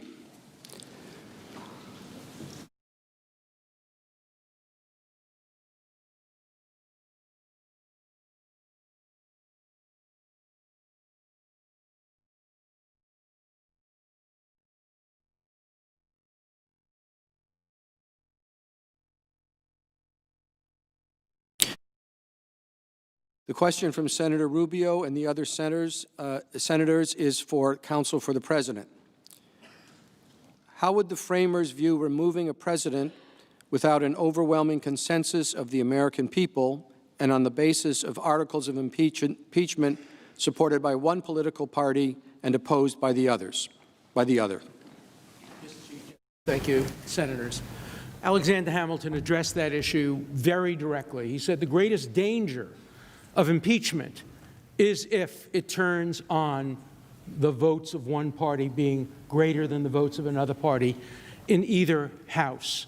So I think they would be appalled to see an impeachment going forward in violation of the Schumer rule and the rules of other congressmen that were good enough for us during the Clinton impeachment, but seem to have changed dramatically in the current situation. The criteria that have been set out are so lawless, they basically paraphrase Congresswoman Maxine Waters, who said, there is no law. Anything the House wants to do to impeach is impeachable. That's what's happened today. That places the House of Representatives above the law. We've heard much about no one's above the law. The House of Representatives is not above the law. They may not use the Maxine Waters. Gerald Ford made the same point, but it was about the impeachment of a judge. Judges are different. There are many of them. There's only one president. But to use that criteria, that it's whatever the House says it is, whatever the Senate says it is, turns those bodies into lawless bodies in violation of the intent of the framers. Manager Schiff confused my argument when he talked about intent and motive. You've said I'm not a constitutional lawyer, but you admitted I'm a criminal lawyer. And I've taught criminal law for 50 years at Harvard. And there is an enormous distinction between intent and motive. Somebody shoots somebody, the intent is that when you pull the trigger, you know a bullet will leave and will hit somebody and may kill them. That is the intent to kill. Motive can be revenge, it could be money. It almost never is taken into consideration except in extreme cases. There are cases where motive counts. But let's consider a hypothetical growing out of the situation that we've discussed. Let's assume that President Obama had been told by his advisors that it really is important to send lethal weapons to the Ukraine. But then he gets a call from his pollster and his political advisor who says, we know it's in the national interest to send lethal weapons to the Ukraine, but we're telling you that the left wing of your party is really going to give you a hard time if you start selling lethal weapons and getting into a lethal war, potentially with Russia. Would anybody here suggest that was impeachable? Or let's assume President Obama said, I promised to bomb Syria if they had chemical weapons, but I'm now told by my pollsters that bombing Syria would hurt my electoral chances. Certainly not impeachable at all. So let me apply that to the current situation. As you know, I said previously, there are three levels of possible motive. One is the motive is pure. Only interest is in the way what's good for the country. In the real world, that rarely happens. The other one is the motive is completely corrupt. I want money, kickback. But then there's the third one that's so complicated and that's often misunderstood. When you have a mixed motive, a motive in which you think you're doing good for the country, but you're also doing good for yourself. You're doing good for me, you're doing good for thee, you're doing good, and you altogether put it in a bundle in which you're satisfied that you're doing absolutely the right thing. Let me give you a perfect example of that from the case. The argument has been made that the President of the United States only became interested in corruption when he learned that Joe Biden was running for a president. Let's assume, hypothetically, that the president was in his second term. And he said to himself, you know, Joe Biden's running for president. I really should now get concerned about whether his son is corrupt, because he's not only a candidate, and he's not running against me, I'm finished with my term, but he could be the president of the United States. And if he's the president of the United States and he has a corrupt son, the fact that he's announced his candidacy is a very good reason for upping the interest in his son. If he wasn't running for president, he's a has-been. He's the former vice president of the United States. Okay, big deal. But if he's running for president, that's an enormous big deal. So the difference the House managers would make is whether the president's in his first term or his second term, whether he's running for re-election or not running for re-election. I think they would have to concede that if he was not running for re-election, this would not be a corrupt motive, or it would be a mixed motive, but leaning on the side of national interest. If he is running for re-election, suddenly that turns it into an impeachable offense. Thank you, counsel.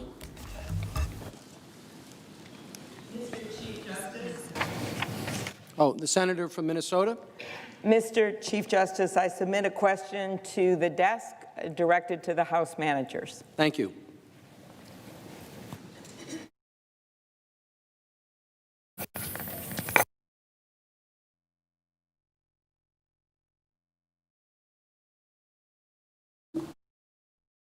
The question is from Senator Klobuchar to the House managers. I was on the trial committee for the last impeachment trial in the Senate, which involved Judge Thomas Porteous, who was ultimately removed. During that time, the Senate Trial Committee heard from 26 witnesses, 17 of whom had not previously testified in the House. What possible reason could there be for allowing 26 witnesses in a judicial impeachment trial and hearing none for a president's trial?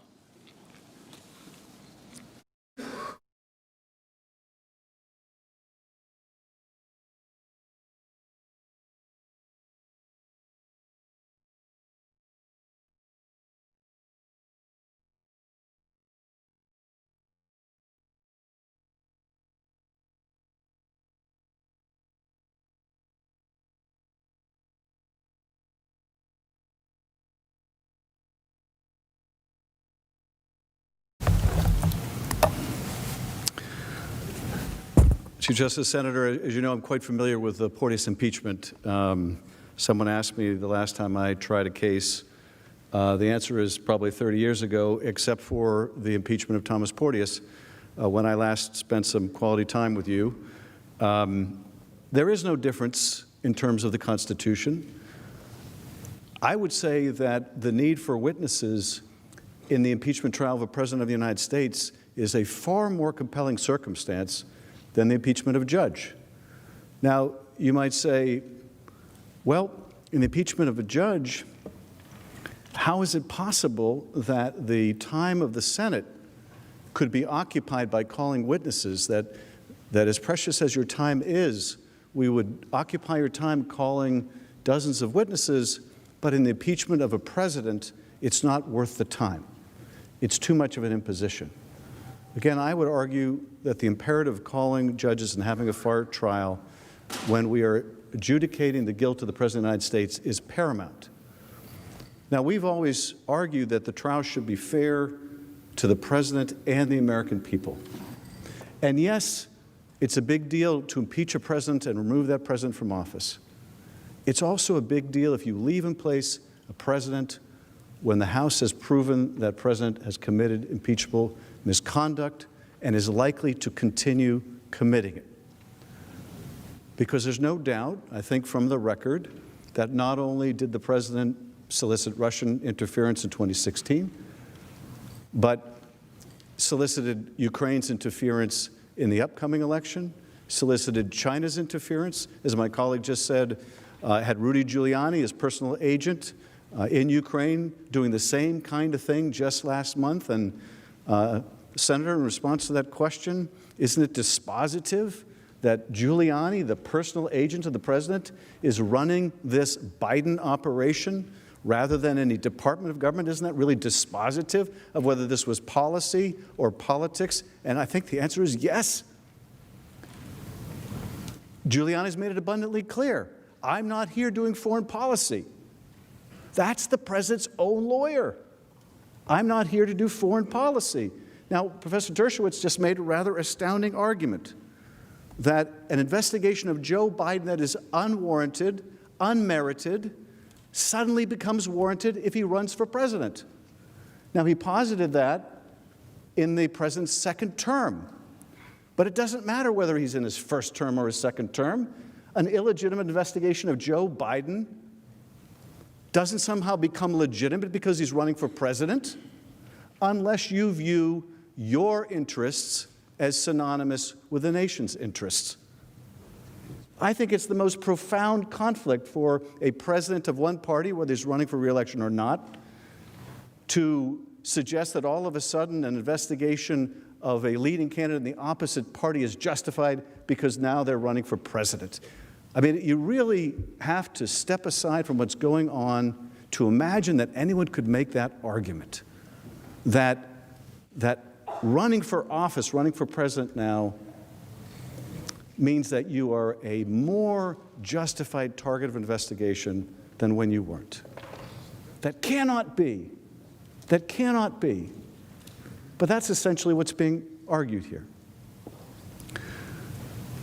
To conclude, Senator, the case for witnesses in a presidential impeachment where either on the one side you remove a president or on the other side you leave in place a president who may pose a continuing risk to the country is far more compelling to take the time to hear from witnesses than a corrupt Louisiana judge who only impacts those who come before his court. All of us come before the court of the American people. Thank you, Mr. Manager. Mr. Chief Justice. The senator from Montana. I send a question to the desk on behalf of myself and Senators Lankford and Senator Hawley. Thank you.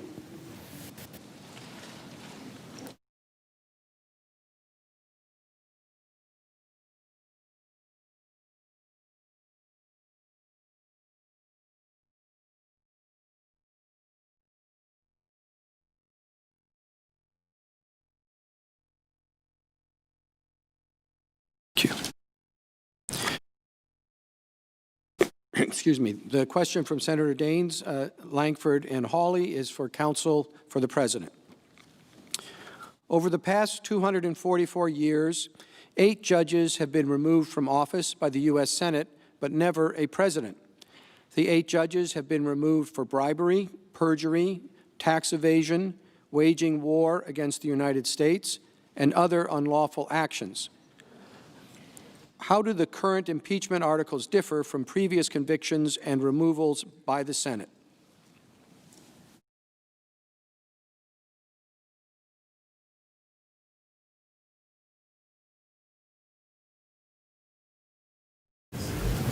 There's an enormous difference between impeaching and removing a judge, even a justice, and impeaching and removing a president.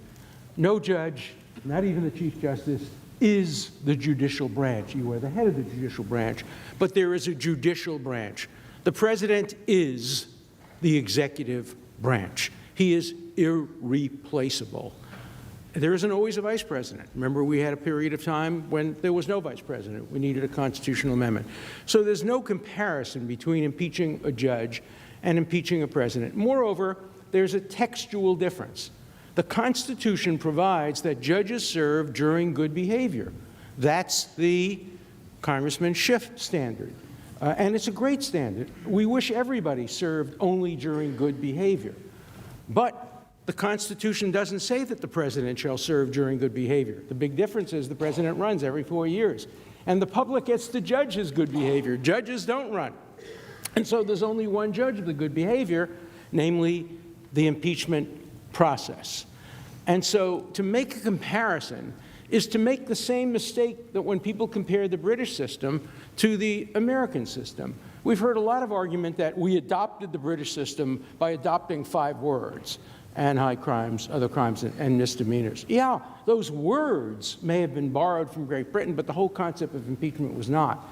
First of all, impeachment no longer exists in Great Britain, but when it did, it only operated for low-level and middle-level people. All the impeachment trials that have been cited involve this guy in India, this guy in the Commerce, this guy here, this guy there, utterly replaceable people.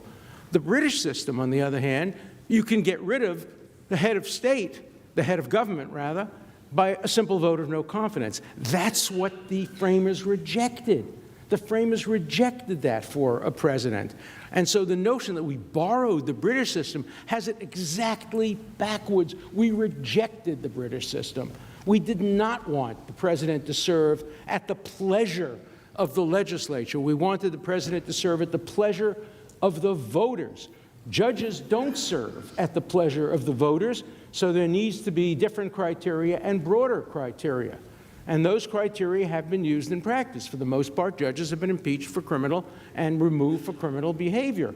But take an example that was given. If a judge is completely drunk and incapacitated and cannot do his job, it's easy to imagine how a judge might have to be removed for that. But the president, there's an amendment to the Constitution, the 25th Amendment, specifically providing, because there was a gap in the Constitution.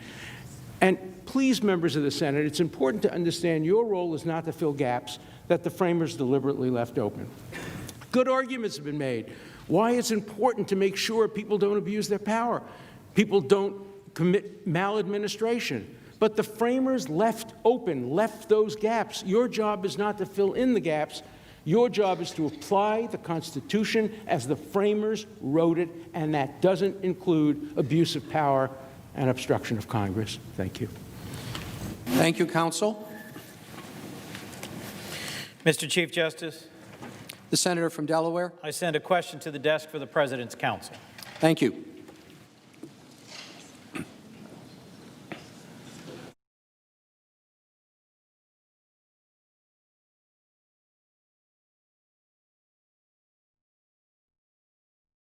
The question from Senator Coons to the President's counsel is this.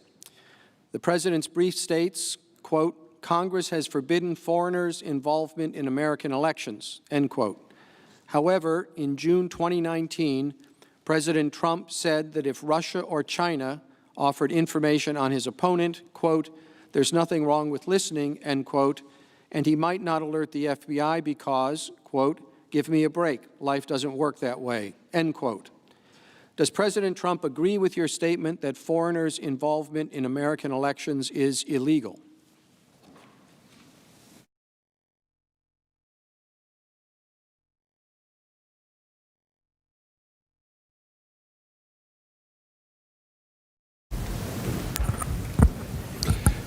Mr. Chief Justice, Senator, thank you for the question. I think Congress has specified specific ways in which foreigners cannot be involved in elections. Foreigners can't vote in elections. There are restrictions on foreign contributions to campaigns, things like that. When the whistleblower originally made a complaint about this July 25th call, and that was reviewed by the Inspector General for the intelligence community, he framed that whistleblower's complaint and wrote a cover letter framing it in terms of those laws. And he said that there might be an issue here related to soliciting foreign contribution to campaign, a thing of value, foreign campaign interference. That was specifically reviewed by the Department of Justice. The Department of Justice concluded that there was no such violation here. So that is not something that is involved in this case. President Trump's the interview with ABC that you cited does not involve something that is a foreign campaign contribution, something that is addressed by the laws passed by Congress. He was referring to the possibility that information could come from a source. And I think he pointed out in that interview that he might contact the FBI, he might listen to something. But mere information is not something that would violate the campaign finance laws. And if there is credible information of wrongdoing by someone who is running for a public office, it's not campaign interference for credible information about wrongdoing to be brought to light, if it's credible information. So I think that the idea that any information that happens to come from overseas is necessarily campaign interference is a mistake. That's a non sequitur. Information that is credible, that potentially shows wrongdoing by someone who happens to be running for office, if it's credible information, is relevant information for the voters to know about, for people to be able to decide on who is the best candidate for an office. Thank you. Thank you, counsel. The majority leader is recognized. Mr. Chief Justice, I recommend we take a break until 10 p.m. and then finish up for the evening. Without objection, so ordered. On the gavel. Okay.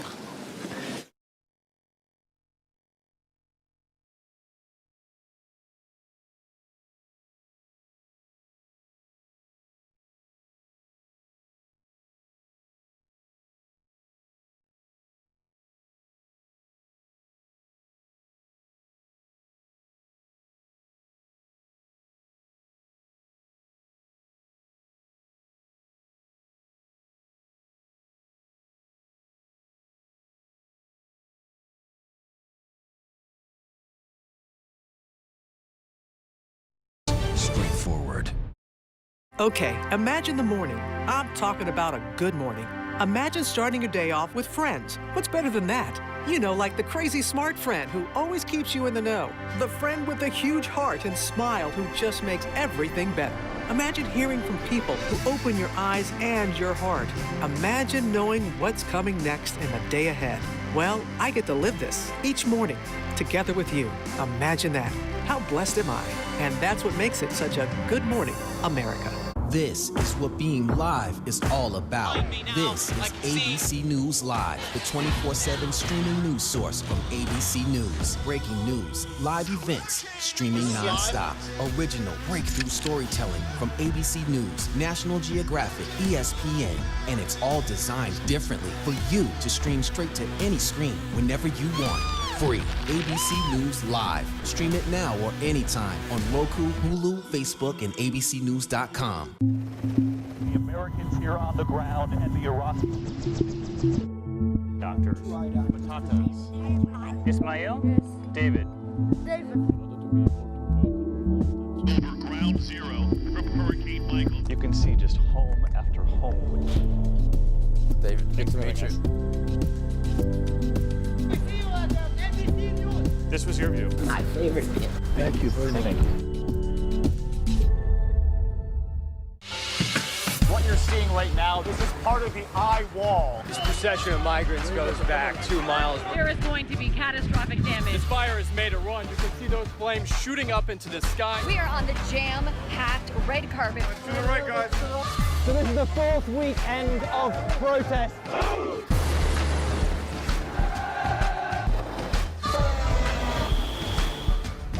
Watch ABC News on location for Facebook Watch every day. Sheriff's Office! We march together. The most powerful stories of our time, anytime. Nightline. What's the most innovative daily news podcast out there to listen to every day? Well, the Edward R. Murrow Awards say it's Start Here, the daily news podcast from ABC News. Even the New York Times calls us a top news podcast worth listening to. Start Here, free on Apple Podcasts. Your mom said, comb your hair. Your dad told you, smarten up. Your dog is judging you right now. And your best friend just called you crazy. We all need someone who'll pull no punches and give it to us straight. Now imagine getting your news like that. No bull, no spin, just give it to me straight. Straightforward news, straight to the heart of the story. ABC News, straightforward.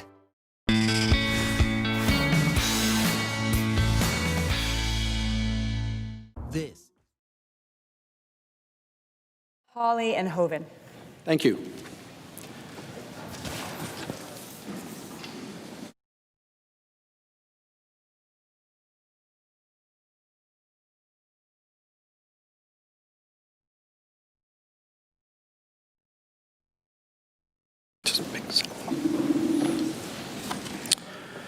The question is for counsel for the president from Senator McSally, Senator Scott from Florida, Senator Hawley, and Senator Hoeven. Chairman Schiff just argued that, quote, we think there's a crime here of bribery or extortion or, quote, something akin to bribery, end quote. Do the articles of impeachment charge the president with bribery, extortion, or anything akin to it? Do they allege facts sufficient to prove either crime? If not, are the House manager's discussion of crimes they neither alleged nor proved appropriate in this proceeding?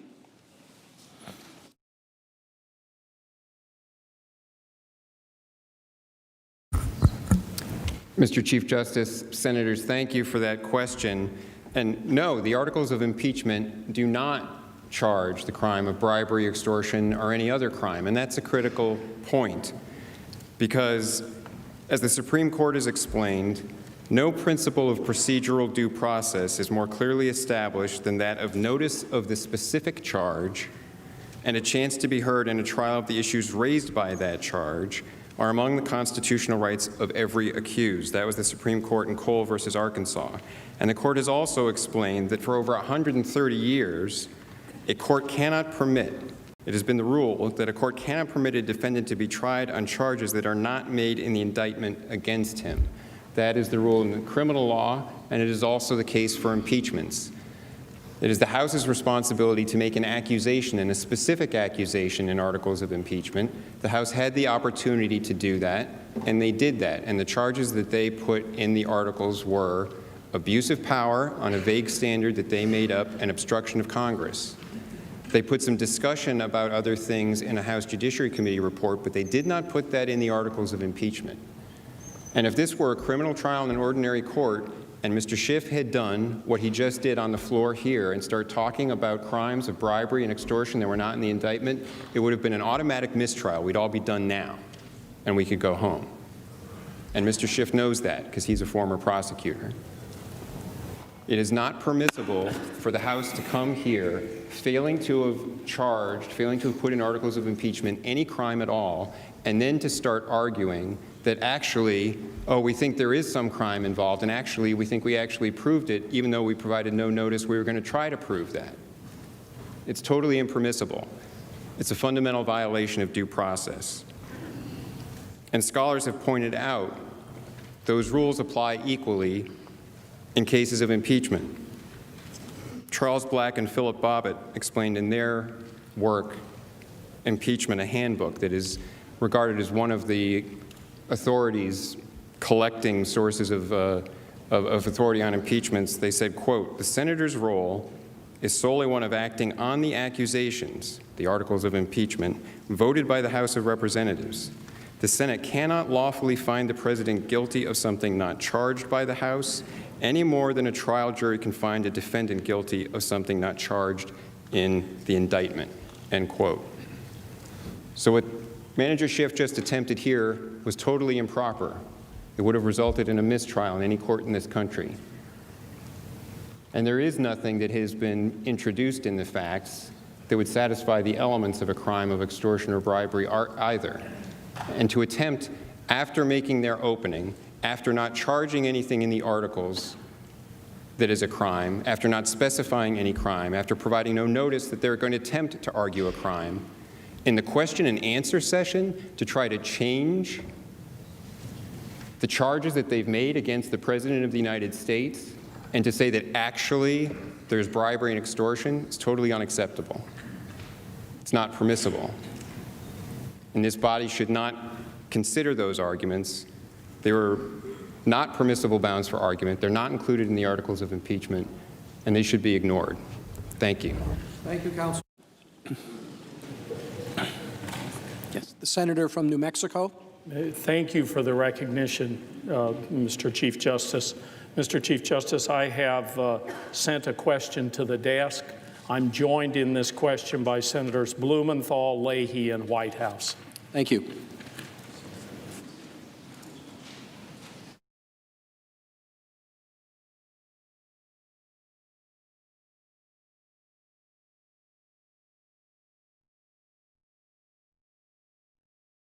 The question from Senator Udall, joined by Senators Blumenthal, Leahy, and Whitehouse, is to the House managers. The President's counsel has argued that Hunter Biden's involvement with Burisma created a conflict of interest for his father, Joe Biden.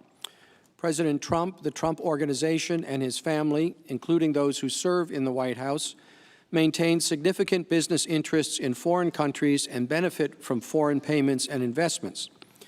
By the standard the President's counsel has applied to Hunter Biden, should Mr. Kushner and Ms. Trump's conflicts of interest with foreign governments also come under investigation?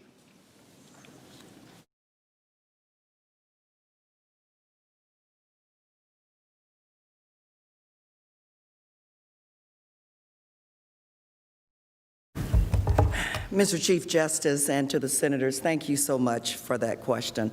Let me just preface what I'm about to say with this statement. This has been a tough few days. It's been a trying time for each of us and for our nation. But I just want to say this in response to the question that has been posed. I stand before you as the mother of 3 sons. I'm sure that many of you in this chamber have children, sons and daughters, and grandchildren that you think the world of. My children's last name is Demings. And so when they go out to get a job, I wonder if there are people who associate my sons with their mother and their father. I just believe as we go through this very tough, very difficult debate about whether to impeach and remove the President of the United States, that we stay focused. The last few days, we've seen many distractions. Many things have been said to take our minds off of the truth, off of why we're really here. In my former line of work, I used to call it working with smoke and mirrors. Anything that will take your attention off of what's painfully obvious, what's there in plain view. The reason why we're here has nothing to do with anybody's children, as we've talked about. The reason why we're here is because the President of the United States, the 45th President, used the power of his office to try to shake down, I'll use that term because I'm familiar with it, a foreign power to interfere into this year's election. In other words, the President of the United States tried to cheat and then tried to get this foreign power, this newly elected president, to spread a false narrative that we know is untrue about interference in our election. That's why we are here, and it really would help, I believe, the situation if the Attorney General, perhaps the Department of Justice, who's been pretty silent, would issue a ruling or an opinion about any person of authority, especially the President of the United States, using or abusing that authority to invite other powers into interfering in our election. And so, Mr. Chief Justice, I will just close my remarks as I began them. Let us stay focused. This doesn't have anything to do with the President's children or the Biden's children. This is about the President's wrongdoing. Thank you. Thank you. Senator from Idaho. Mr. Chief Justice, on behalf of myself, Senator Risch, Senator Cruz, Graham, Braun, Moran, and Bozeman, I send a question to the desk for the Counsel for the President.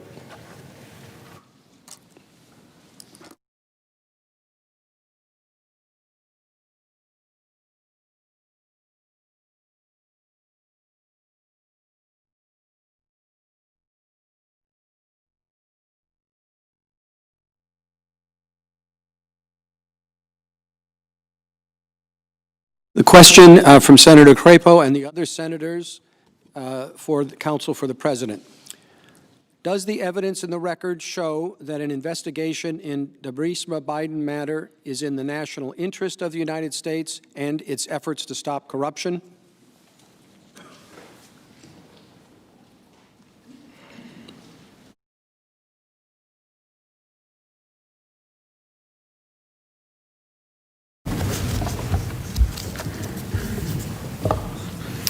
Mr. Chief Justice, Senators, thank you for that question.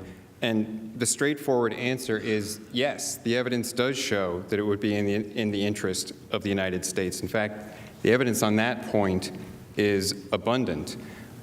Here's what we know.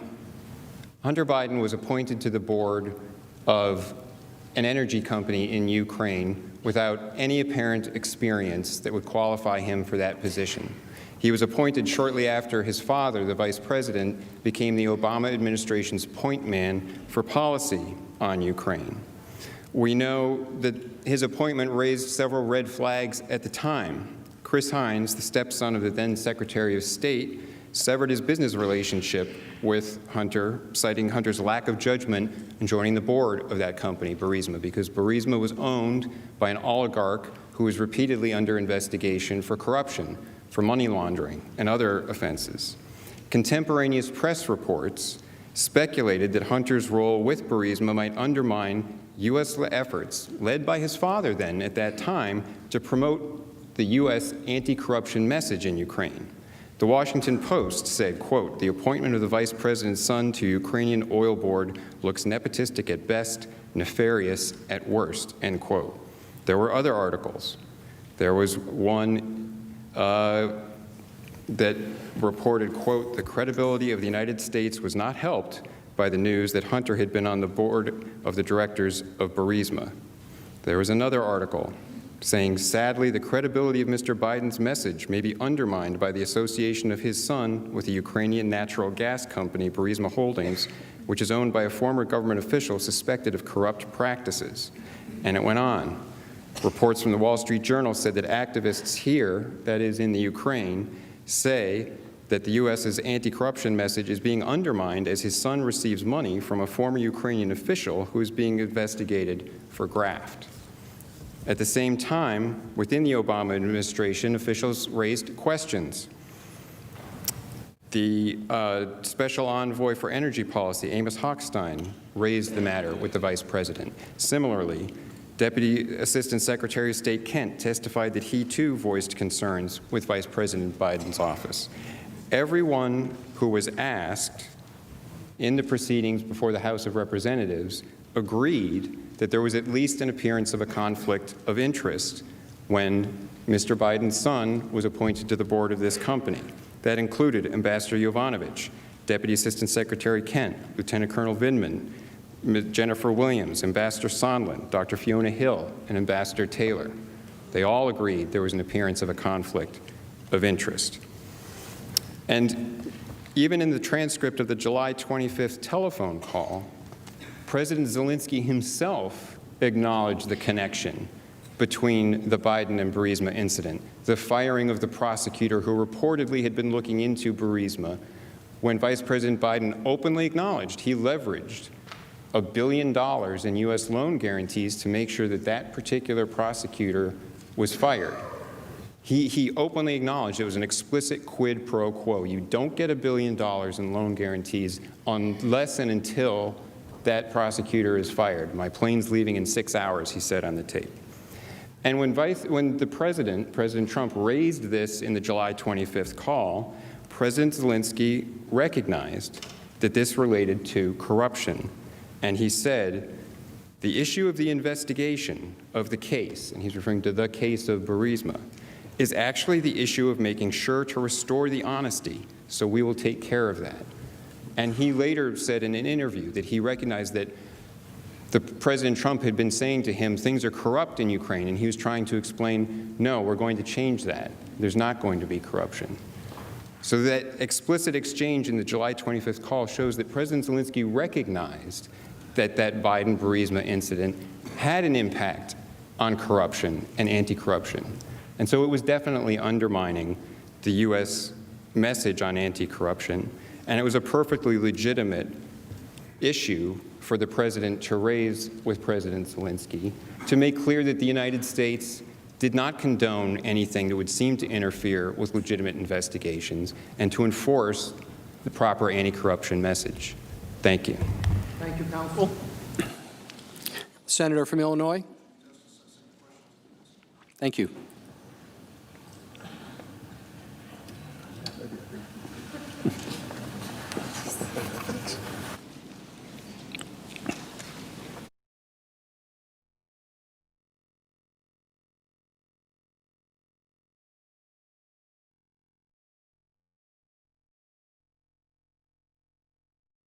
Senator Durbin's question is directed to the House managers.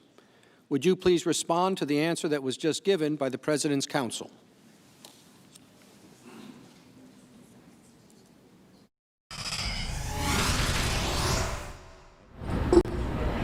How much longer do you think we're going to be in there?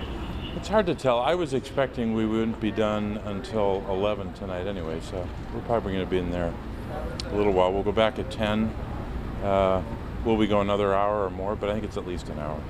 That's just a fairly educated guess. Do you think any of the questions are swaying any of your Republican colleagues to favor witnesses at this point? I'm not sure they are, but look, I do think it's important that, and this is probably true of both sides, where you can emphasize a point or you can reiterate some of the points made in the presentations on either side. You can fill in areas where you think there wasn't enough emphasis on a point or a date or a fact. So to that extent, it helps review the trial or review some of the evidence for both parties. But I'll tell you, it seems like every question, if not every other question, gets back to the fundamental issue about relevant documents, relevant witnesses. And I think the other side was having great trouble for days now explaining why they weren't for witnesses or documents. And that got ever more difficult in light of the Bolton disclosure. So, and I think tonight they had a hard time because to make the argument you don't need relevant witnesses or relevant documents just based upon time and fatigue or whatever time in the Senate, that makes no sense. Senator, do you know how Friday's going to work? Is it a combined vote on? No, I don't know how Friday's going to work. Okay. No, I'm guessing that, and this is a pretty good guess that on Friday we will finally get to that witness vote. Right. But that is but one vote. Now it could be that if that vote doesn't prevail, then you move to the end of the trial. But there's still questions about how the end of the trial will play out. But if it does prevail, if there's enough votes for witnesses, then we're into a whole new phase about how to get witnesses and the mechanics of that, which would be the subject, I think, of some kind of an agreement. Could there be a series of votes on motions, or is it just limited to you guys wanting new witnesses and documents? My understanding is that is going to be basically one vote on witnesses at that point. Now, if it prevailed, then you could have a series of witness votes that dealt with the mechanics. One particular witness or a group of witnesses or something like that. So, but look, we're still back to this basic issue. I don't know how you can finish a full and fair trial without the witnesses and documents. And I do think the other side's they're struggling with that. They just are. Looking ahead to the final vote to either convict or acquit. Right.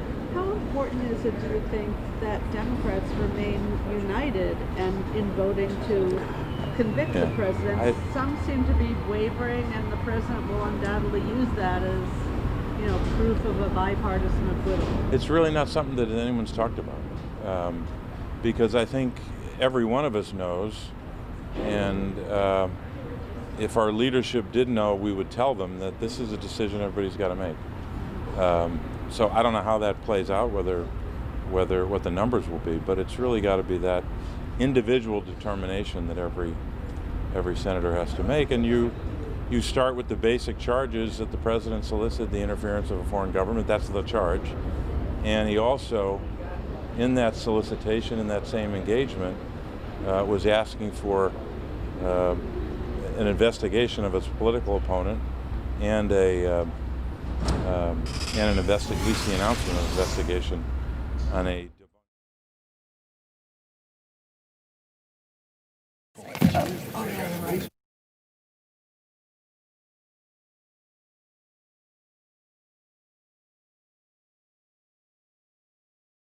The question from Senator Loeffler and the other senators is for counsel for the president.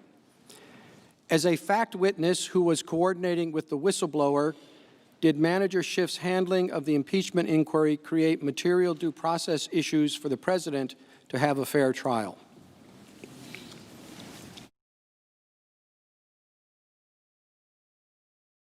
Mr. Chief Justice, Senators, thank you for that question. And I believe the short answer is yes, it did create a material due process issue. And as I explained the other day in a portion of my argument, there were three major due process violations: the lack of an authorization so that the whole proceeding started in an illegitimate and constitutionally invalid manner. Second, the lack of basic due process protections related to fundamental rights to present evidence, to cross-examine witnesses, present witnesses. And then the final one is that Manager Schiff or his staff had some role in consulting with the whistleblower that remains secret to this day. And all attempts to find out about that, to ask questions about that, were shut down. Manager Schiff has said today that he had no contact with the whistleblower. It was only his staff. But the extent to which there was some consultation there hasn't actually been probed by any questioning. All of the questions that Republican members of the House tried to ask about that were shut down. And any questions, as a result, any questions into determining who the whistleblower was and what his motivations and his bias were also shut down. The Inspector General for the intelligence community noted, we heard that earlier this evening, in his letter to the acting director of the DNI, that the whistleblower there were indicia of political bias because the whistleblower had connections to a presidential candidate of another party. But the testimony from the Inspector General of the intelligence community remains secret. It was in executive session. It hasn't been forwarded from HPSCI to the House Judiciary Committee and therefore is not part of the record here. There hasn't been any ability to probe into the relationships between the whistleblower and others who are materially relevant to the issues in this inquiry. If the whistleblower, as is alleged in some public reports, actually did work for then Vice President Biden on Ukraine issues, exactly what was his role, what was his involvement when issues were raised. We know from testimony the questions were raised about the potential conflict of interest that the Vice President then had when his son was sitting on the board of Burisma. Was the alleged whistleblower involved in any of that and in making decisions to not do anything related to that? Did he have some reason to want to put the deep six on any question raising any issue about what went on with the Bidens in Burisma and firing Shokin and withholding $1 billion in loan guarantees and enforcing a very explicit quid pro quo? You won't get this $1 billion until you fire him. We don't know.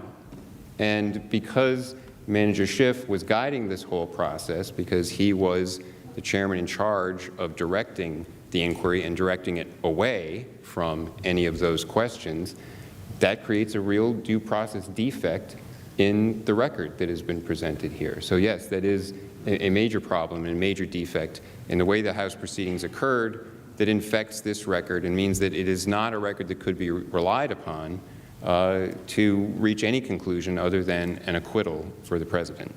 Thank you. Thank you, Counsel.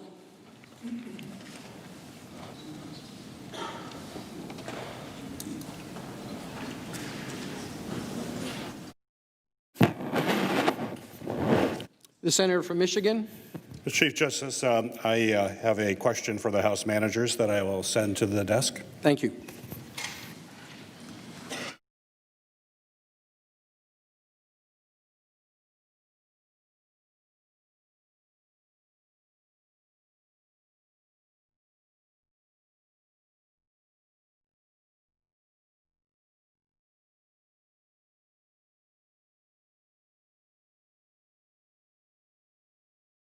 Senator Peters asks the House managers, does an impeachable abuse of power require that a president's corrupt plan actually succeed?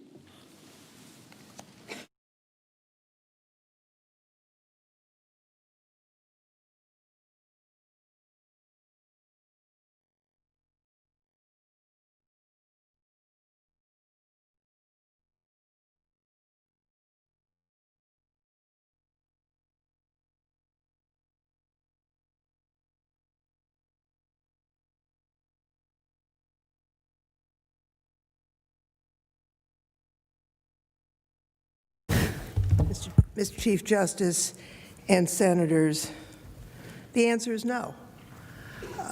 Just as, although this is not a criminal offense, if you attempted murder but didn't succeed, you would not be innocent. The President has attempted to upend the constitutional order for his own personal benefit. He used the powers of it, and let's put slide 11 up if we could. He has used the powers of his office to solicit foreign interference. And we know this by the President's own statements, the acting Chief of Staff confession, substantial documentary evidence and witness testimony, and this has grave consequences for our national security, for threatened election security, as well as undermining U.S. credibility and our values abroad. Now, because the President continues to act in this manner, we believe that this is an ongoing threat. You know, while the impeachment was going on, the president's personal lawyer, Mr. Giuliani, was in Ukraine continuing this scheme. And when he landed, he was still taxiing the president. He were on the phone, and the president was asking him, "What did you get? What did you get?" So this is an ongoing matter. The fact that he had to release the aid after his scheme was revealed does not end the problem. Now, I have listened with great interest to the back and forth and the questions. It's hard because I want to stand up and answer all the questions, and I can't. But I do think that, that the president has made clear that he believes he can do whatever he wants, whatever he wants. And there's no constraint that is being recognized by the Congress. Mr. Mulvaney, as we've noted, has acknowledged that the president directly tied his hold on military aid to his desire to get Ukraine to conduct a political investigation, and he told us to just get over it. Now, the president's lawyers have suggested we should not believe our eyes. When Mr. Mulvaney, when I was a kid, they'd say, "Don't believe your lying eyes," because he walked that back later. We have an opportunity, actually, to hear from a witness who directly spoke to the president, who apparently can tell us that the president told him that the only reason why this aid was held up was to get dirt on the Democrats. Now, if we just think about it, put Ukraine to one side. If a chief executive called the Department of Justice and said, "I want you to investigate my political opponents. I want you to announce an investigation," there wouldn't be any question that that would be an improper use of presidential power. And it's really no different when you involve a foreign government, except that it's worse, because one of the things that the founders worried about was involvement of foreign governments in our matters, in our election. So yes, the fact that he didn't succeed in that particular instance does not mean that we are safe. And the idea, and I was stunned to hear that now apparently it's okay for the president to get information from foreign governments in an election. That's news to me. You know, the election campaign laws prohibit accepting a thing of value. A thing of value is information. If you or I accepted material information from a source, email, databases and the like, without paying for it, or from a foreign nation, that would be illegal. The thought that this, as we go forward in this trial itself, we are creating additional dangers to the nation by suggesting that things that have long been prohibited are now suddenly going to be okay because they've been asserted in the president's defense. I yield back. Thank you. Mr. Chief Justice. The senator from Wyoming. Mr. Chief Justice, I send a question to the desk on behalf of myself and Senators Risch, Hawley, and Moran. Thank you.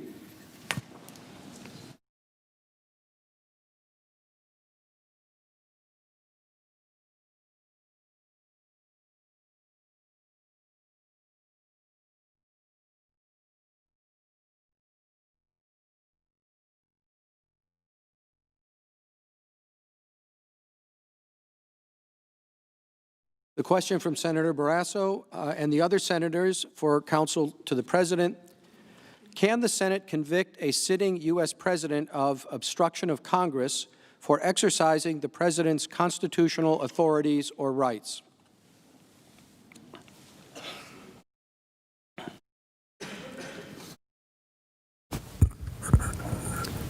Mr. Chief Justice, Senators, thank you for the question, and I think the short answer is constitutionally, no. The Senate may not convict the President for exercising his constitutional authorities.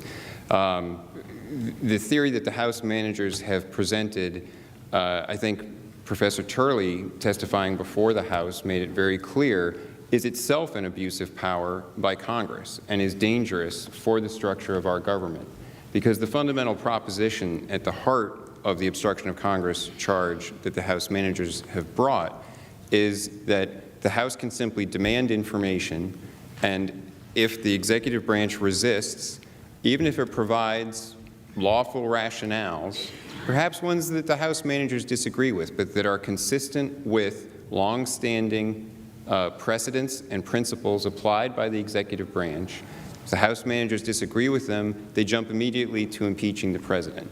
And that's dangerous for our structure of government. We're talking about principles here, one based on simply the failure of the House to proceed lawfully. We've heard a lot about the president's not above the law, but as Professor Dershowitz rightly pointed out, the House of Representatives is not above the law. It has to turn square corners.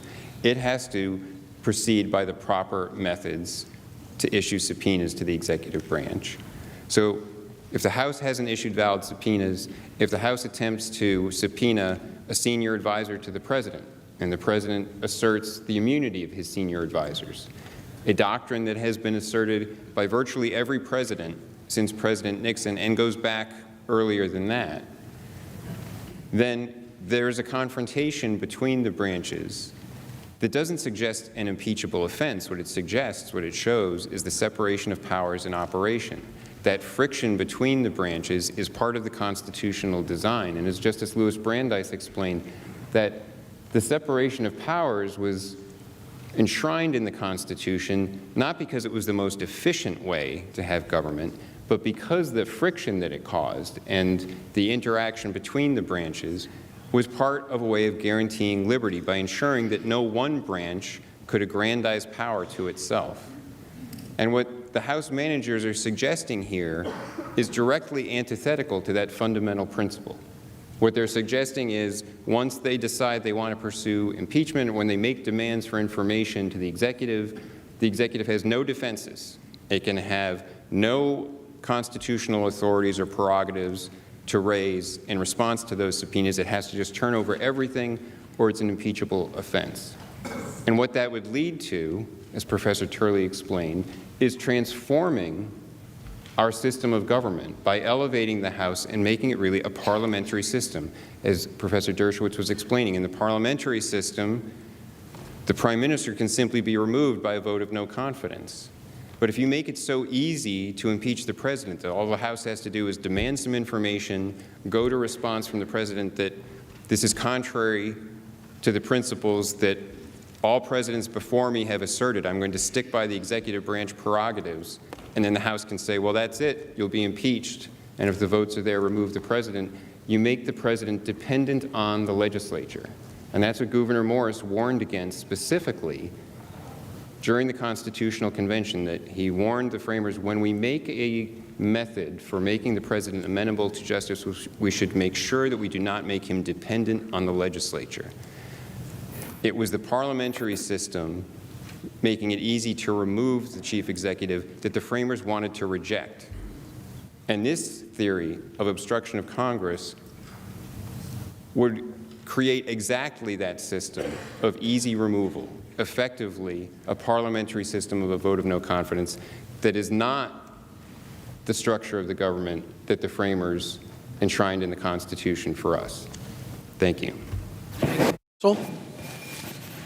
Mr. Senator from Connecticut. Thank you, Mr. Chief Justice. Mr. Chief Justice, I send a question to the desk on behalf of myself and Senators Warner, Heinrich, and Harris. Thank you.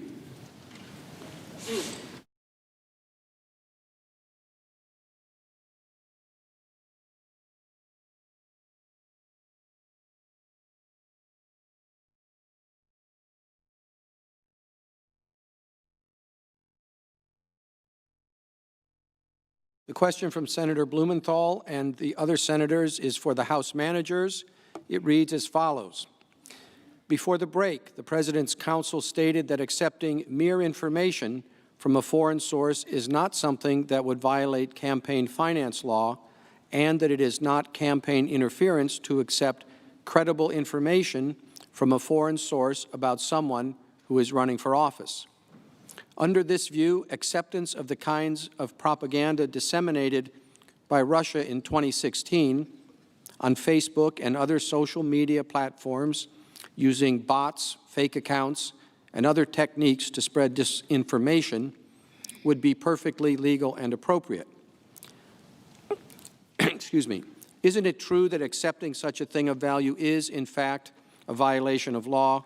And isn't it true that it is one of the highest priorities of our intelligence community, including the CIA, NSA, DNI, and FBI, to do everything possible to prevent such foreign interference or intervention in our elections?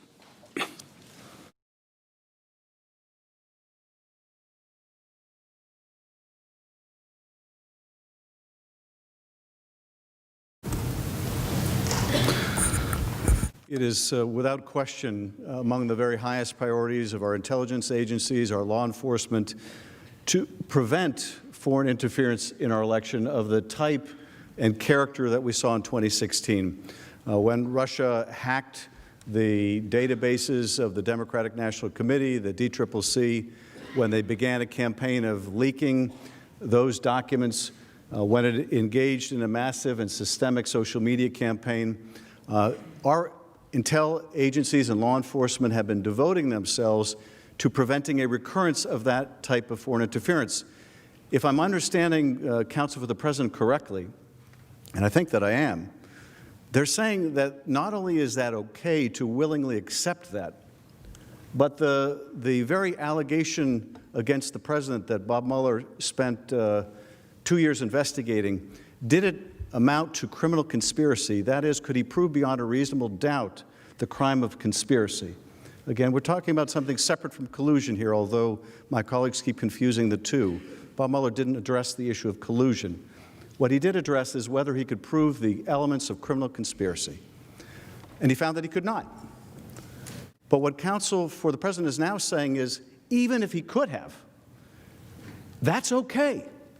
It's now okay to criminally conspire with another country to get help in a presidential election, as long as the President believes it would help his campaign and therefore it would help our country. That's now okay. It's okay to ask for that help. It's okay to work with that power to get that help. That's not okay. I mean, it's been a remarkable evolution of the presidential defense. It began with none of that stuff happened here. It began with nothing to see here. It migrated to, okay, they did seek investigations of the President's political rival. And then it became, okay, those investigations were not sought by official channels through official policy. They were sought by the President's lawyer in his personal capacity. And then it migrated to, okay, we acknowledge that while the President's lawyer was conducting this personal political errand, the President withheld the money, but we think that's okay. We've witnessed over the course of the last few days and the long day today, a remarkable lowering of the bar to the point now where everything's okay as long as the President believes it's in his re-election interest. You could conspire with another country to get their help in your election, either by intervening on your behalf to help you or by intervening to hurt your opponent. And now we're told that's not only okay, but it's beyond the reach of the Constitution. And why? Because abuse of power is not impeachable. Because if you say abuse of power is impeachable, well, then you're impeaching people, presidents, for mere policy. Well, that's nonsense. They're not the same thing. They're not the same thing. As Professor Turley has argued, they're not the same thing as Bill Barr has argued. They're not the same thing as Professor Dershowitz argued 21 years ago. And they're not the same thing today. They're just not. You can't solicit foreign interference. And the fact that you're unsuccessful in getting it doesn't exonerate you. A failed scheme doesn't make you innocent. If you take a hostage and you demand a ransom and the police are after you and you release the hostage before you get the money, it doesn't make you innocent. It just makes you unsuccessful, an unsuccessful crook. But it doesn't mitigate the harmful conduct. And this body should not accept, nor should the American people accept, the idea put out by the President's lawyers today that it is perfectly fine, unimpeachable, for a President of the United States to say, hey, Russia, or hey, Ukraine, or hey, China, I want your help in my election. Because that's the policy of the President. We're calling that policy now. It's the policy of the President to demand foreign interference and withhold money from an ally at war unless they get it. That's what they call policy. I'm sorry. That's what I call corruption. And they can dress it up and find legalese, but corruption is still corruption. Thank you, Mr. Manager. Mr. Chief Justice, The senator from Maine. I send a question to the desk. Thank you.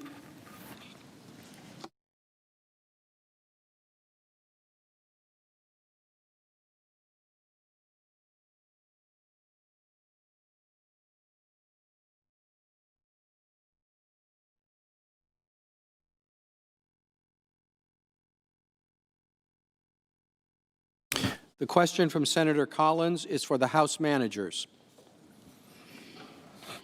The House Judiciary Committee report accompanying the articles of impeachment asserted the President committed criminal bribery as defined in 18 U.S.C. Section 201 and honest services fraud as defined in 18 U.S.C. Section 1346, but these offenses are not cited in the articles of impeachment. Did the President's actions as alleged in the articles of impeachment constitute violations of these federal criminal laws, and if so, why were they not included in the articles?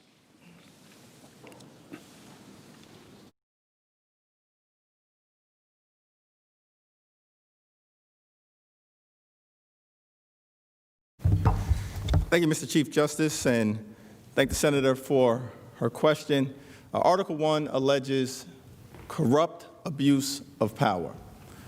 Corrupt abuse of power connected to the President's effort to try to cheat in the 2020 election by pressuring Ukraine to target an American citizen, Joe Biden, solely for personal and political gain,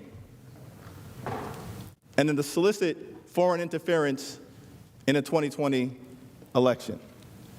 And the scheme was executed in a variety of ways. Now, Professor Dershowitz has indicated, based on his theory of what is impeachable, that it has to either be a technical criminal violation, though the weight of constitutional authority says the contrary, but he said that it should be something that is either a criminal violation or something akin to a criminal violation.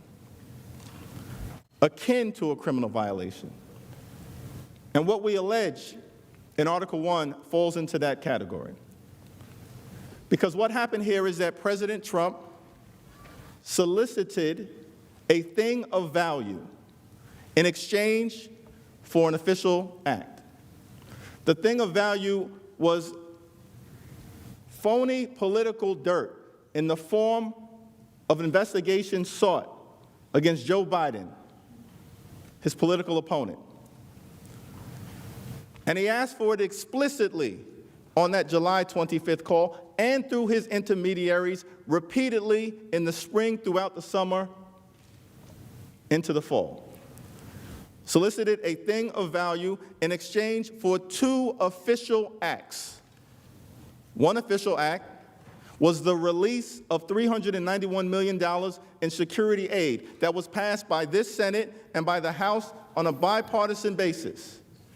And the President withheld it without justification. Witnesses who said there was no legitimate public policy reason, no legitimate substantive reason, no legitimate foreign policy or national security reason for withholding the aid. It was withheld to solicit foreign interference. Yes, that is akin to a crime. That's your standard, sir. The president also solicited that political dirt in exchange for a second official act, the White House meeting, that the Ukrainian leader desperately wanted, so much so that he mentioned it on the July 25th call, and even when President Trump met with President Zelensky at the sidelines of the UN in late September, the president of Ukraine brought up the Oval Office meeting again because it was valuable to him. The president withheld that official act to solicit foreign interference in a 2020 election. That is not acceptable in America. That undermines our democracy. That's a stunning, corrupt abuse of power. And yes, sir, it's akin to a crime. Thank you, Mr. Manager. Mr. Chief Justice, I send a question to the desk on behalf of Senators Casey, Murphy, Rosen, and myself to the House managers. Thank you, Senator from New York.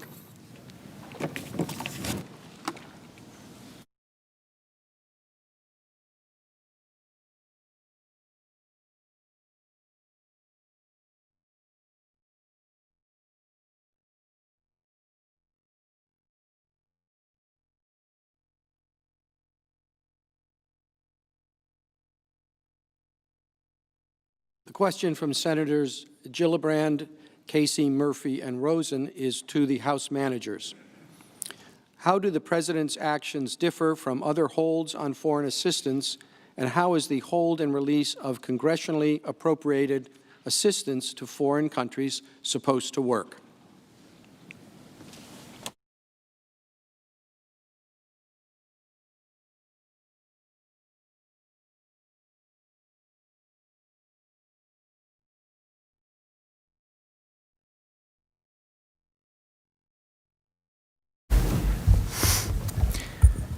Chief Justice, thank you, Senators, for the question.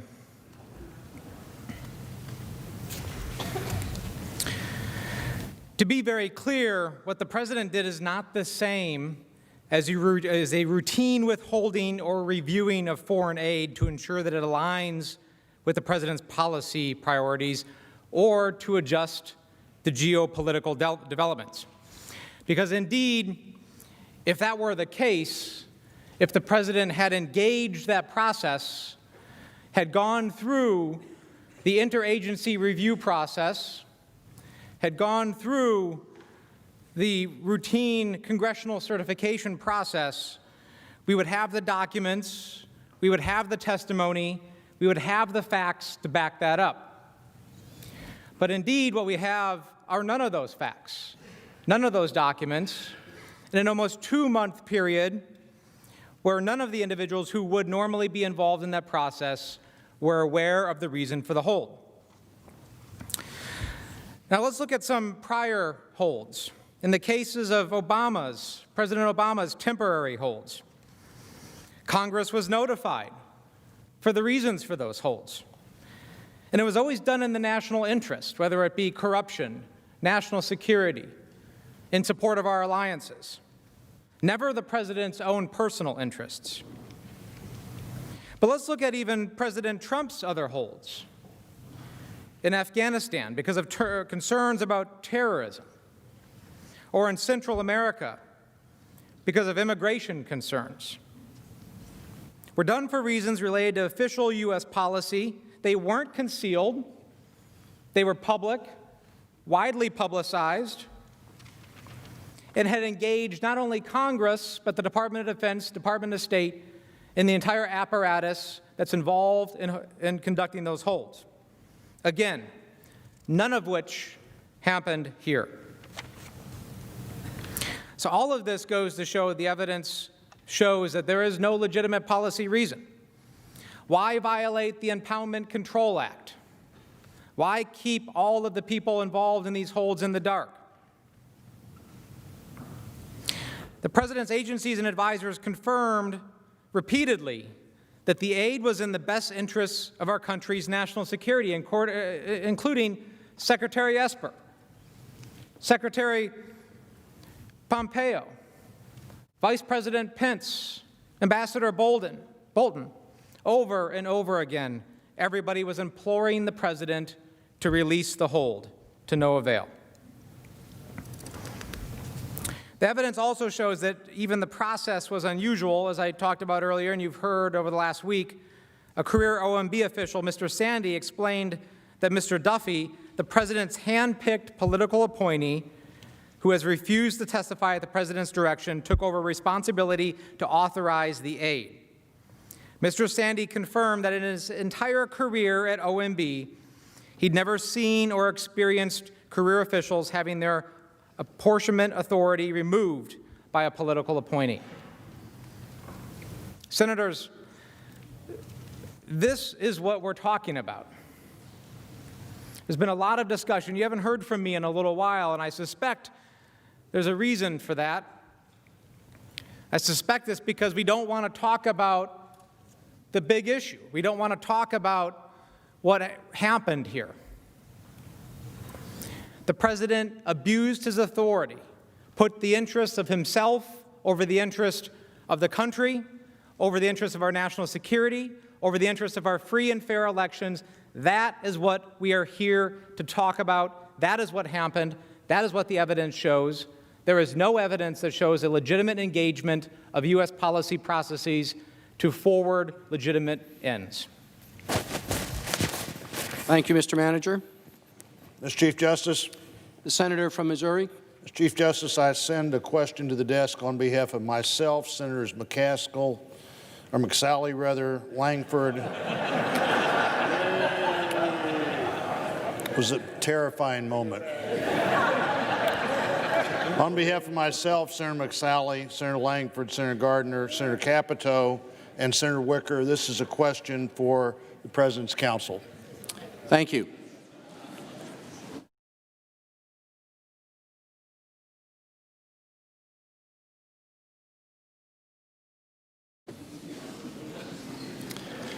The question from Senator Blunt and other senators is for the counsel for the President. What does the supermajority threshold for conviction in the Senate, created by the framers, say about the type of case that should be brought by the House and the standard of proof that should be considered in the Senate?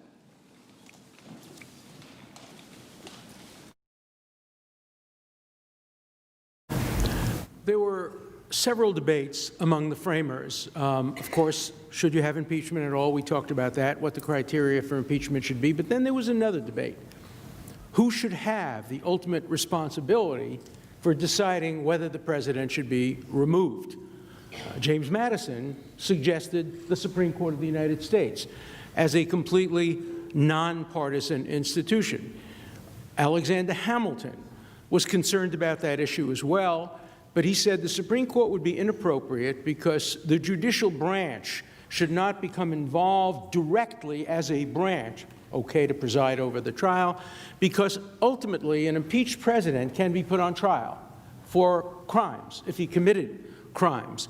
And Hamilton said that if he were to be put on trial, he would then be put on trial in front of the same institution, the judiciary, that had already impeached him, and they might have a predisposition.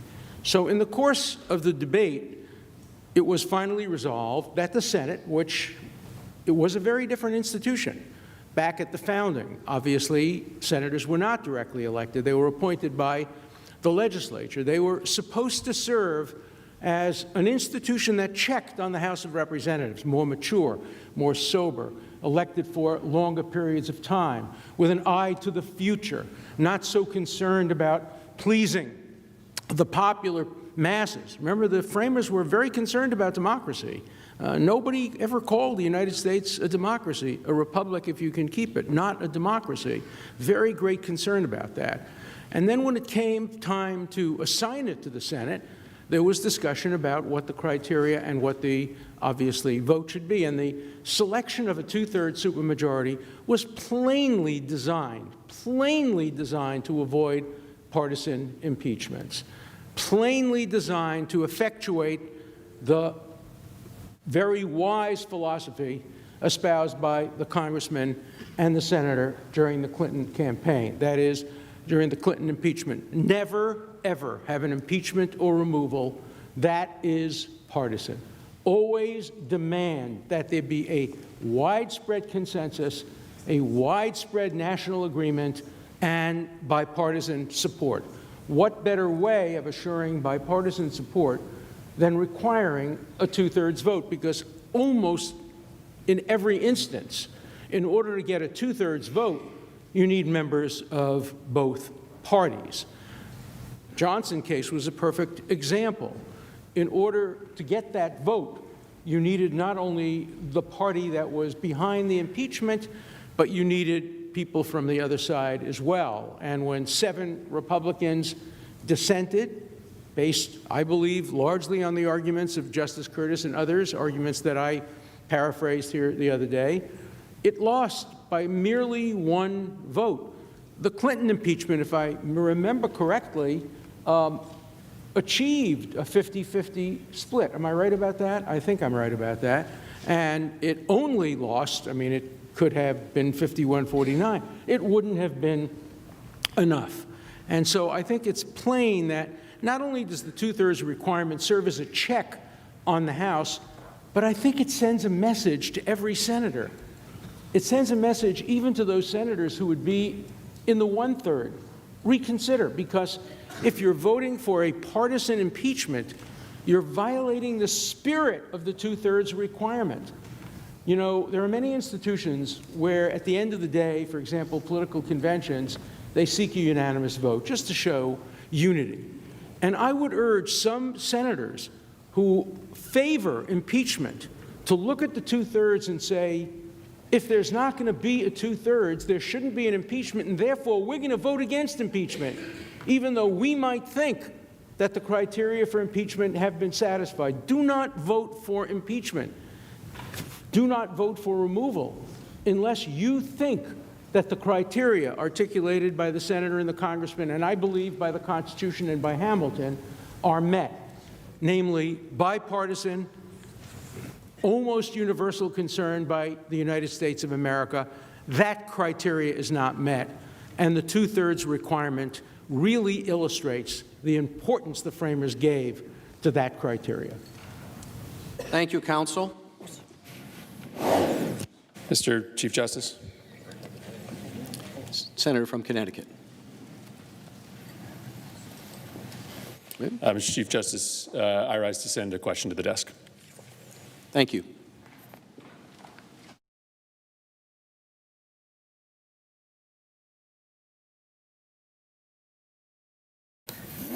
Mr. Chief Justice, while the question's coming up, I understand there are 2 more Democratic questions and 2 more Republican questions.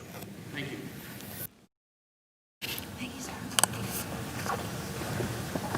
The question from Senator Murphy is to the President's counsel. The House managers have committed to abide by rulings by the Chief Justice regarding witness testimony and the admissibility of evidence, and that they will not appeal such rulings. Will the President's counsel make the same commitment, thus obviating any concerns about an extended trial?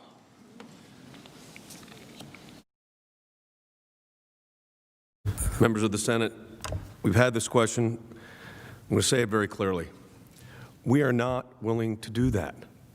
And we are not willing to do that because the constitutional framework upon which an impeachment is based and the constitutional privileges that are at stake, with no due disrespect at all to the Chief Justice, that's not the constitutional design. It's the same thing they're doing again. Surrender constitutional prerogatives you have, and then we will proceed in this way. Give us documents, give us witnesses, and if you don't, we're going to charge you with obstruction of Congress. In this case, it's we are willing to live, according to the managers, by whatever the Chief Justice decides. But that is not the way the constitutional framework is set up. And it's putting us in exactly the same spot again. Give up your right to challenge and subpoena in court. Rely only on the who is here, by the way. Again, with no disrespect to the Chief Justice is here as the presiding officer of this proceeding. So the President is not willing to forgo those rights and privileges that he possesses under the Constitution, under Article 2, for expediency. They tried that below in the House. We trust that will not be the decision here in the Senate. Thank you, Mr. Chief Justice. Thank you, counsel.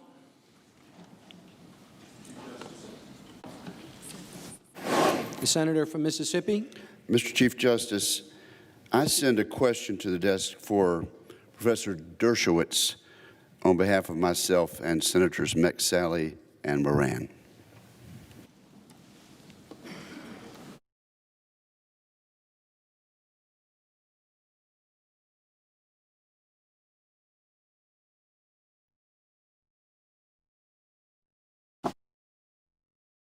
The question for counsel to the President, directed to Professor Dershowitz by Senator Wicker, is this. Professor Dershowitz, you stated during your presentation that the House grounds for impeachment amount to the, quote, most dangerous precedent, end quote. What specific danger does this impeachment pose to our republic, to its citizens?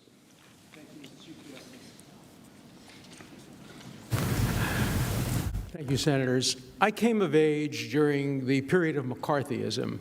I then became a young professor during the divisive time of the Vietnam War.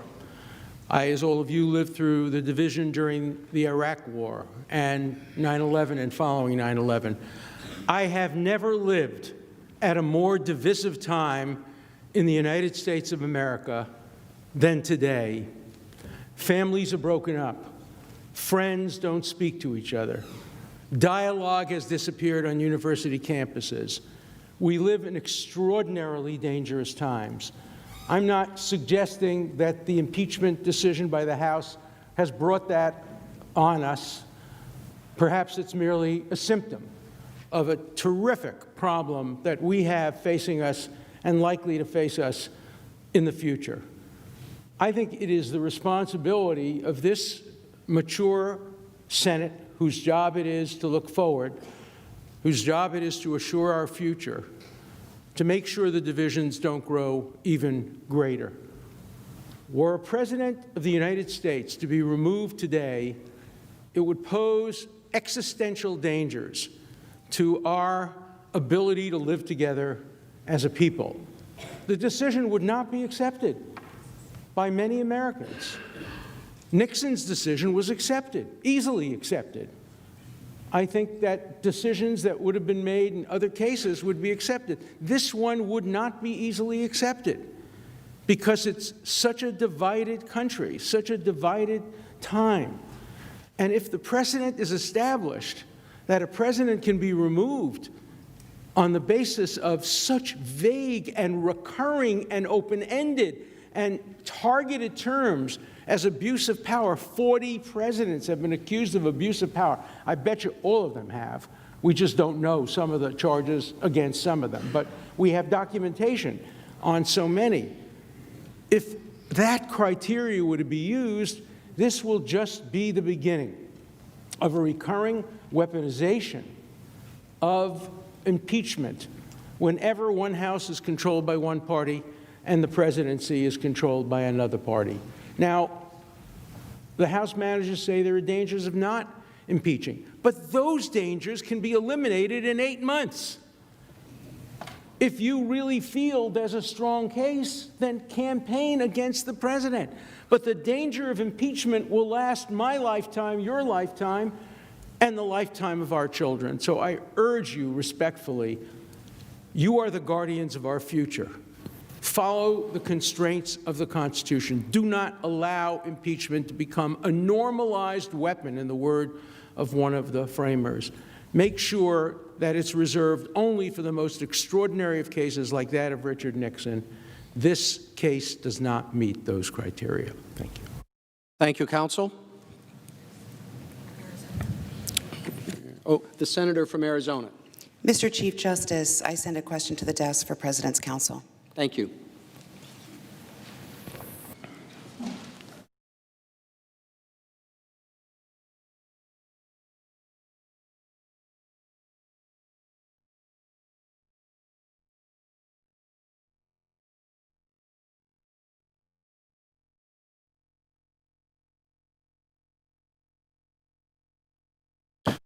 The question from Senator Sinema to the President's Counsel is this. The administration notified Congress of the hold of Northern Triangle countries' funds in March 2019, announced its decision to withhold aid to Afghanistan in September 2019, and worked with Congress for months in 2018 regarding funds being withheld due to Pakistan's lack of progress meeting its counterterrorism responsibilities. In these instances, the receiving countries knew the funds were being withheld to change behavior and further publicly stated American policy. Why, when the administration withheld the Ukrainian security assistance, did it not notify Congress or make Ukraine or partner countries publicly aware of the hold and the steps needed to resolve the hold?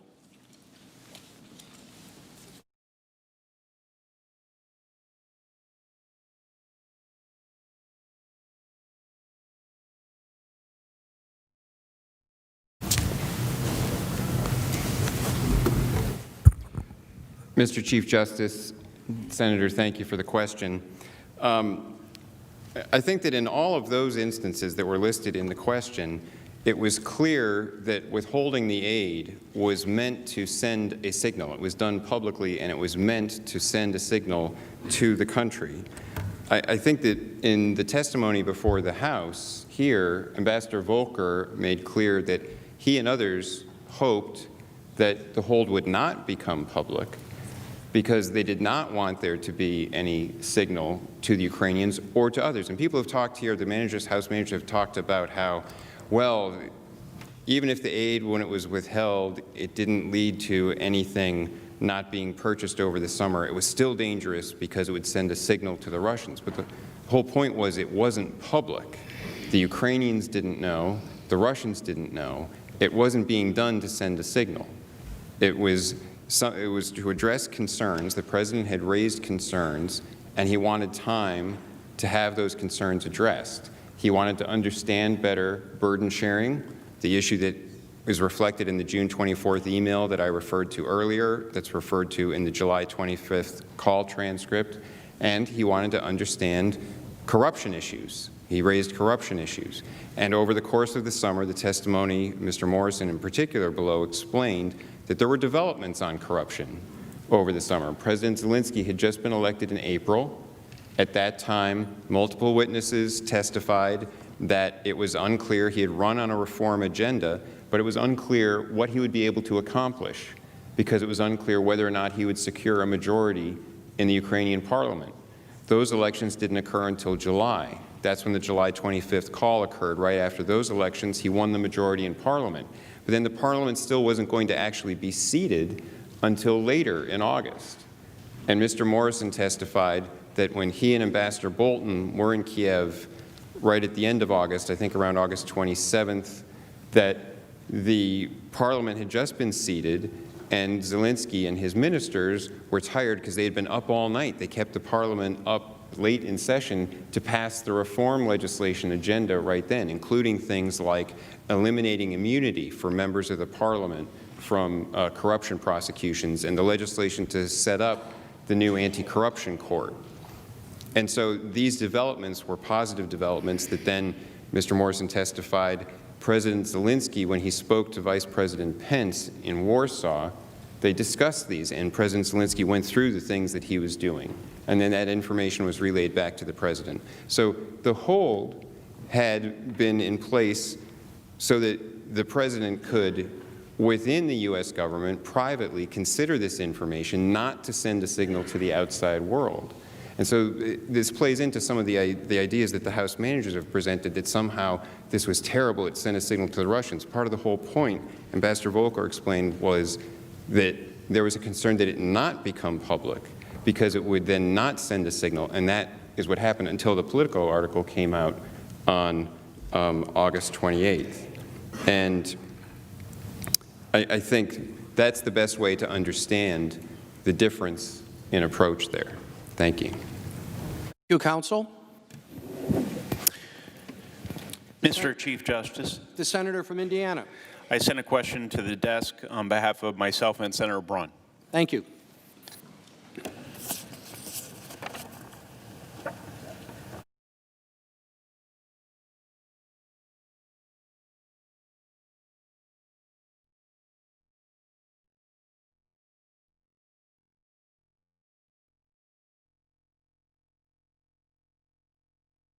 The senators from Indiana ask both parties the following question.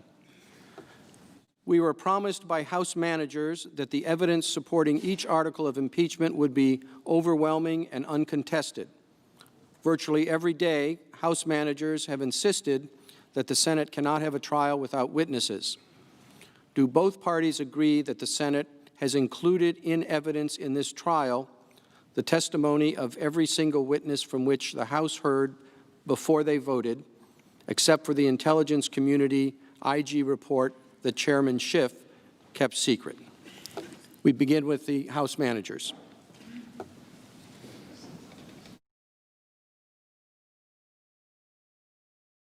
Let me take this opportunity, if I can, to answer a few questions. But first, is the fact that the testimony of the witnesses before the House sufficient to relieve the Senate of an obligation to have a trial? And the answer is no. There's no reason, and indeed every other Senate trial, impeachment trial in history, has involved witnesses who did not testify before the House. This will be the first departure. It shouldn't be, if it's to be a fair trial. I want to quickly respond to a couple other points. The question was asked, why didn't we charge bribery? And the answer is we could have charged bribery. In fact, we outlined the facts that constitute bribery in the article. But abuse of power is the highest crime. The framers had that in mind as the highest crime. The facts we alleged within that do constitute bribery. But had we charged bribery within the abuse of power article, I can assure you the counsel here would be arguing, you have charged two offenses within the same article. That makes that invalid. Now, they wouldn't have had Alan Dershowitz making that argument because he says abuse of power is not impeachable. They would have Jonathan Turley here making that argument. If we split them into two separate articles, one for abuse of power and one for bribery, they would have argued you have taken one crime and made it into two. The important constitutional point here is not that the acts within abuse of power constitute bribery, although they do.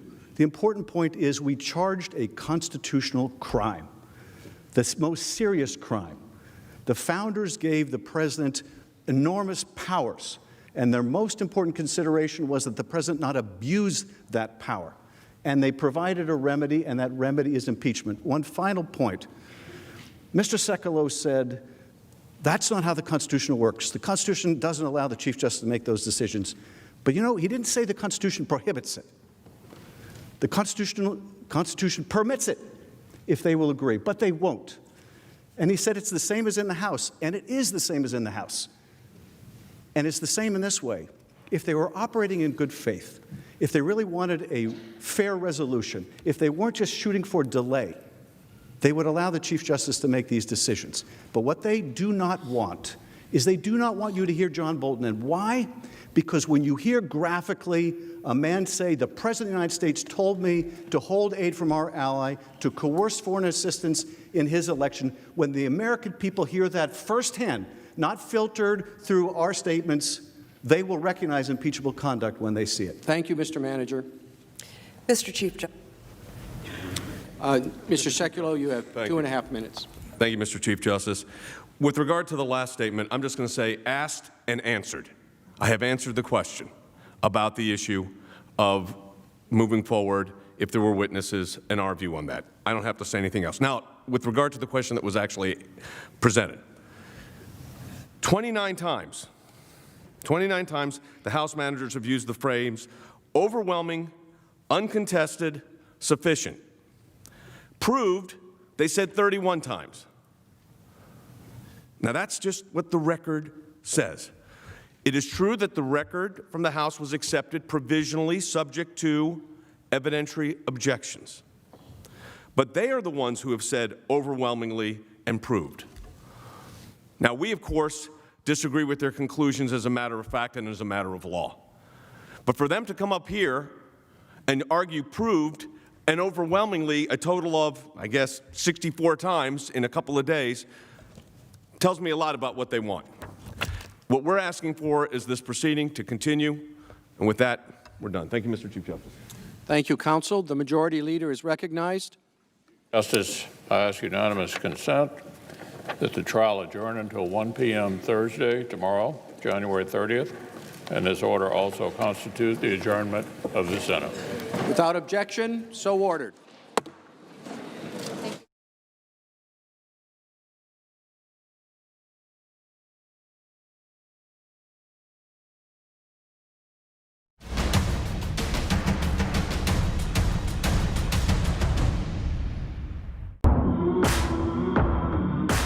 This is what being live is all about. This is ABC News Live. Neighborhoods are underwater. The 24/7 streaming news source from ABC News. There it goes. Imagine breaking news, live events as they happen, streaming live, non-stop, straight to you. Imagine instant, incredible access to the most compelling live video. That's a grenade. Original, on the edge, breakthrough storytelling from ABC News, National Geographic, ESPN, all the most innovative storytellers, all designed differently for you to stream straight to any screen whenever you want, free. And imagine the most celebrated, epic live events and moments, all playing out right before your eyes. See those flames behind me? Go We're there trying now. to put this fire out right now. With ABC News Live. Think of it as your live streaming adrenaline rush. Just look at all of the smoke here. Real, raw, Welcome to the live. Columbus Zoo. No matter where the next step takes us, we're taking it. Wow. That's what first responders were worried about. And go deeper inside the groundbreaking exclusives from the campaign trail only ABC News gets. Behind the scenes, exclusive access. Take you inside for an extraordinary tour here on ABC News Live. This is it. It's time to go there, be there, experience it, live on the scene. Maybe that's why, in just 1 year, ABC News Live is already America's #1 live streaming news. And imagine this, it's free. Wow. Watch ABC News Live right now and anytime, streaming on Roku, Hulu, Facebook, and abcnews.com. It's that easy to go there. ABC News Live. I, Aaron Wallace, I'm serving a life sentence for something I didn't do. But today, I've got a way to fight back. How are you here? Hard work and goodwill. What's your method? They tried to bring me down. Becoming a lawyer is what's getting me out. It's gonna be a blessing, Dad, but you have to get out of here to be a part of it. Whatever it takes, I will get myself home. For you. ABC, Friday night, February 7th. Live, the first debate after Iowa and the last debate right before New Hampshire votes. The time is now and the stakes are high. Which Democrats will take to the stage? Who will emerge? And who will face this man in the 2020 election? The ABC debate, Friday night, February 7th, live at 8 Eastern, 7 Central, 5 Pacific. Just days before New Hampshire votes on ABC and ABC News Live. The women in Ted Bundy's private life. The two survivors who knew him best. Why do you think he spared you? 2020, Friday night on ABC. In times like these, the news-making events happen here. ABC News. President Trump meeting face-to-face with one of the world's most brutal dictators, Kim Jong-un. The president. Do you trust him? I do trust him, yeah. I think he trusts me, and I trust him. Ivanka Trump. I have to ask you about your emails. Your father had taken Hillary Clinton to task for this. They're just... One more. I'm like...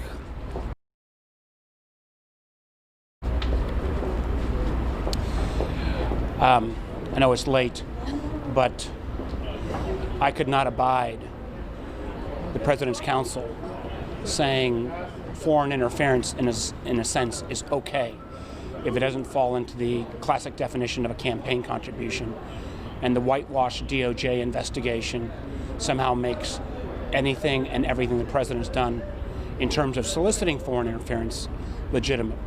That is not the policy of the United States government.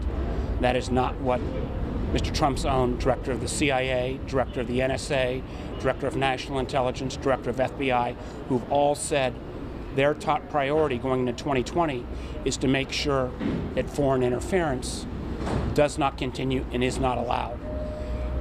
The President's Council tonight, in a sense, gave a green light for that kind of behavior to continue.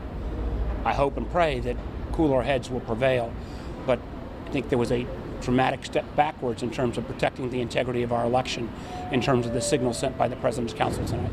We've heard a lot of shocked reaction from other Democrats about that particular line from the council. Have you heard from Republicans on the Intelligence Committee? I have not. Listen, I cannot imagine there would be any Republican senator on the Intelligence Committee that would endorse the President's Council's position that foreign interference, as long as it doesn't meet Bill Barr's contribution definition under this DOJ, is totally okay.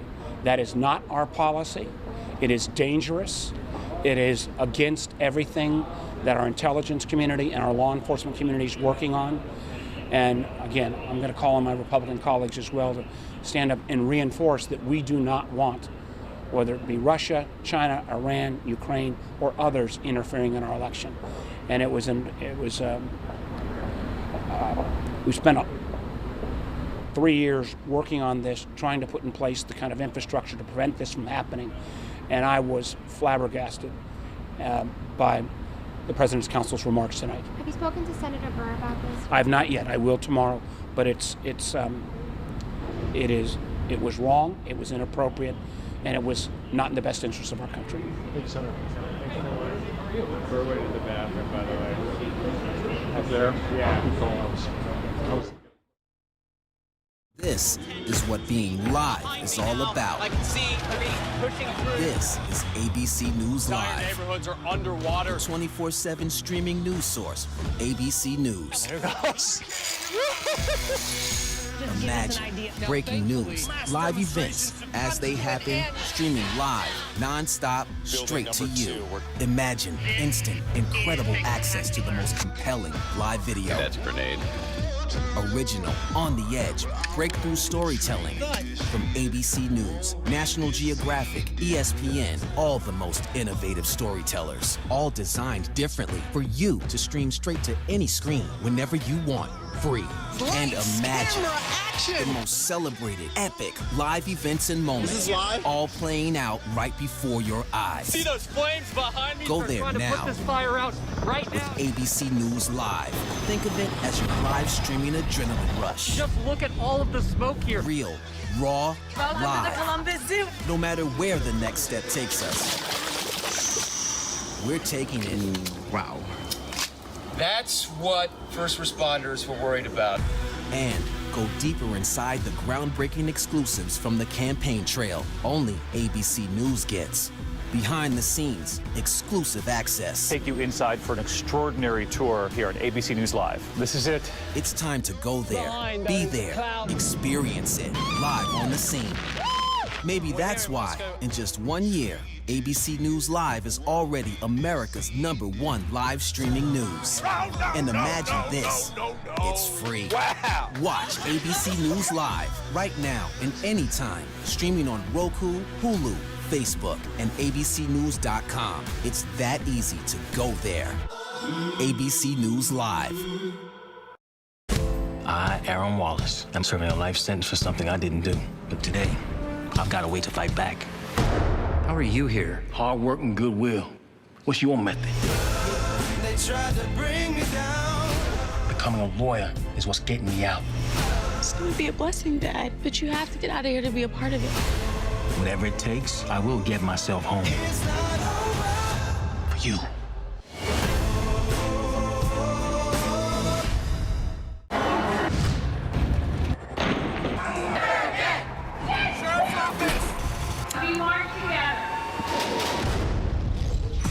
The most powerful stories of our time, anytime. Nightline. It's just a different world. It really is. Pedro in 6. My personal mission is the same. I just want to help people. Got it.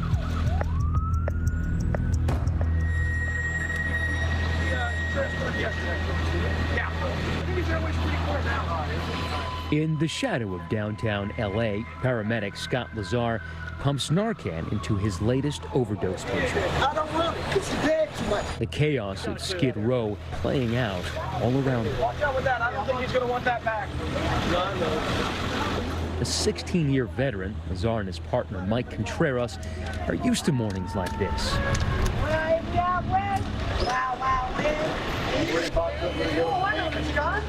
Too often, the same person, sometimes on the same day. Hey, let's get this sweatshirt off. Hey, Scott, you tended to him yesterday.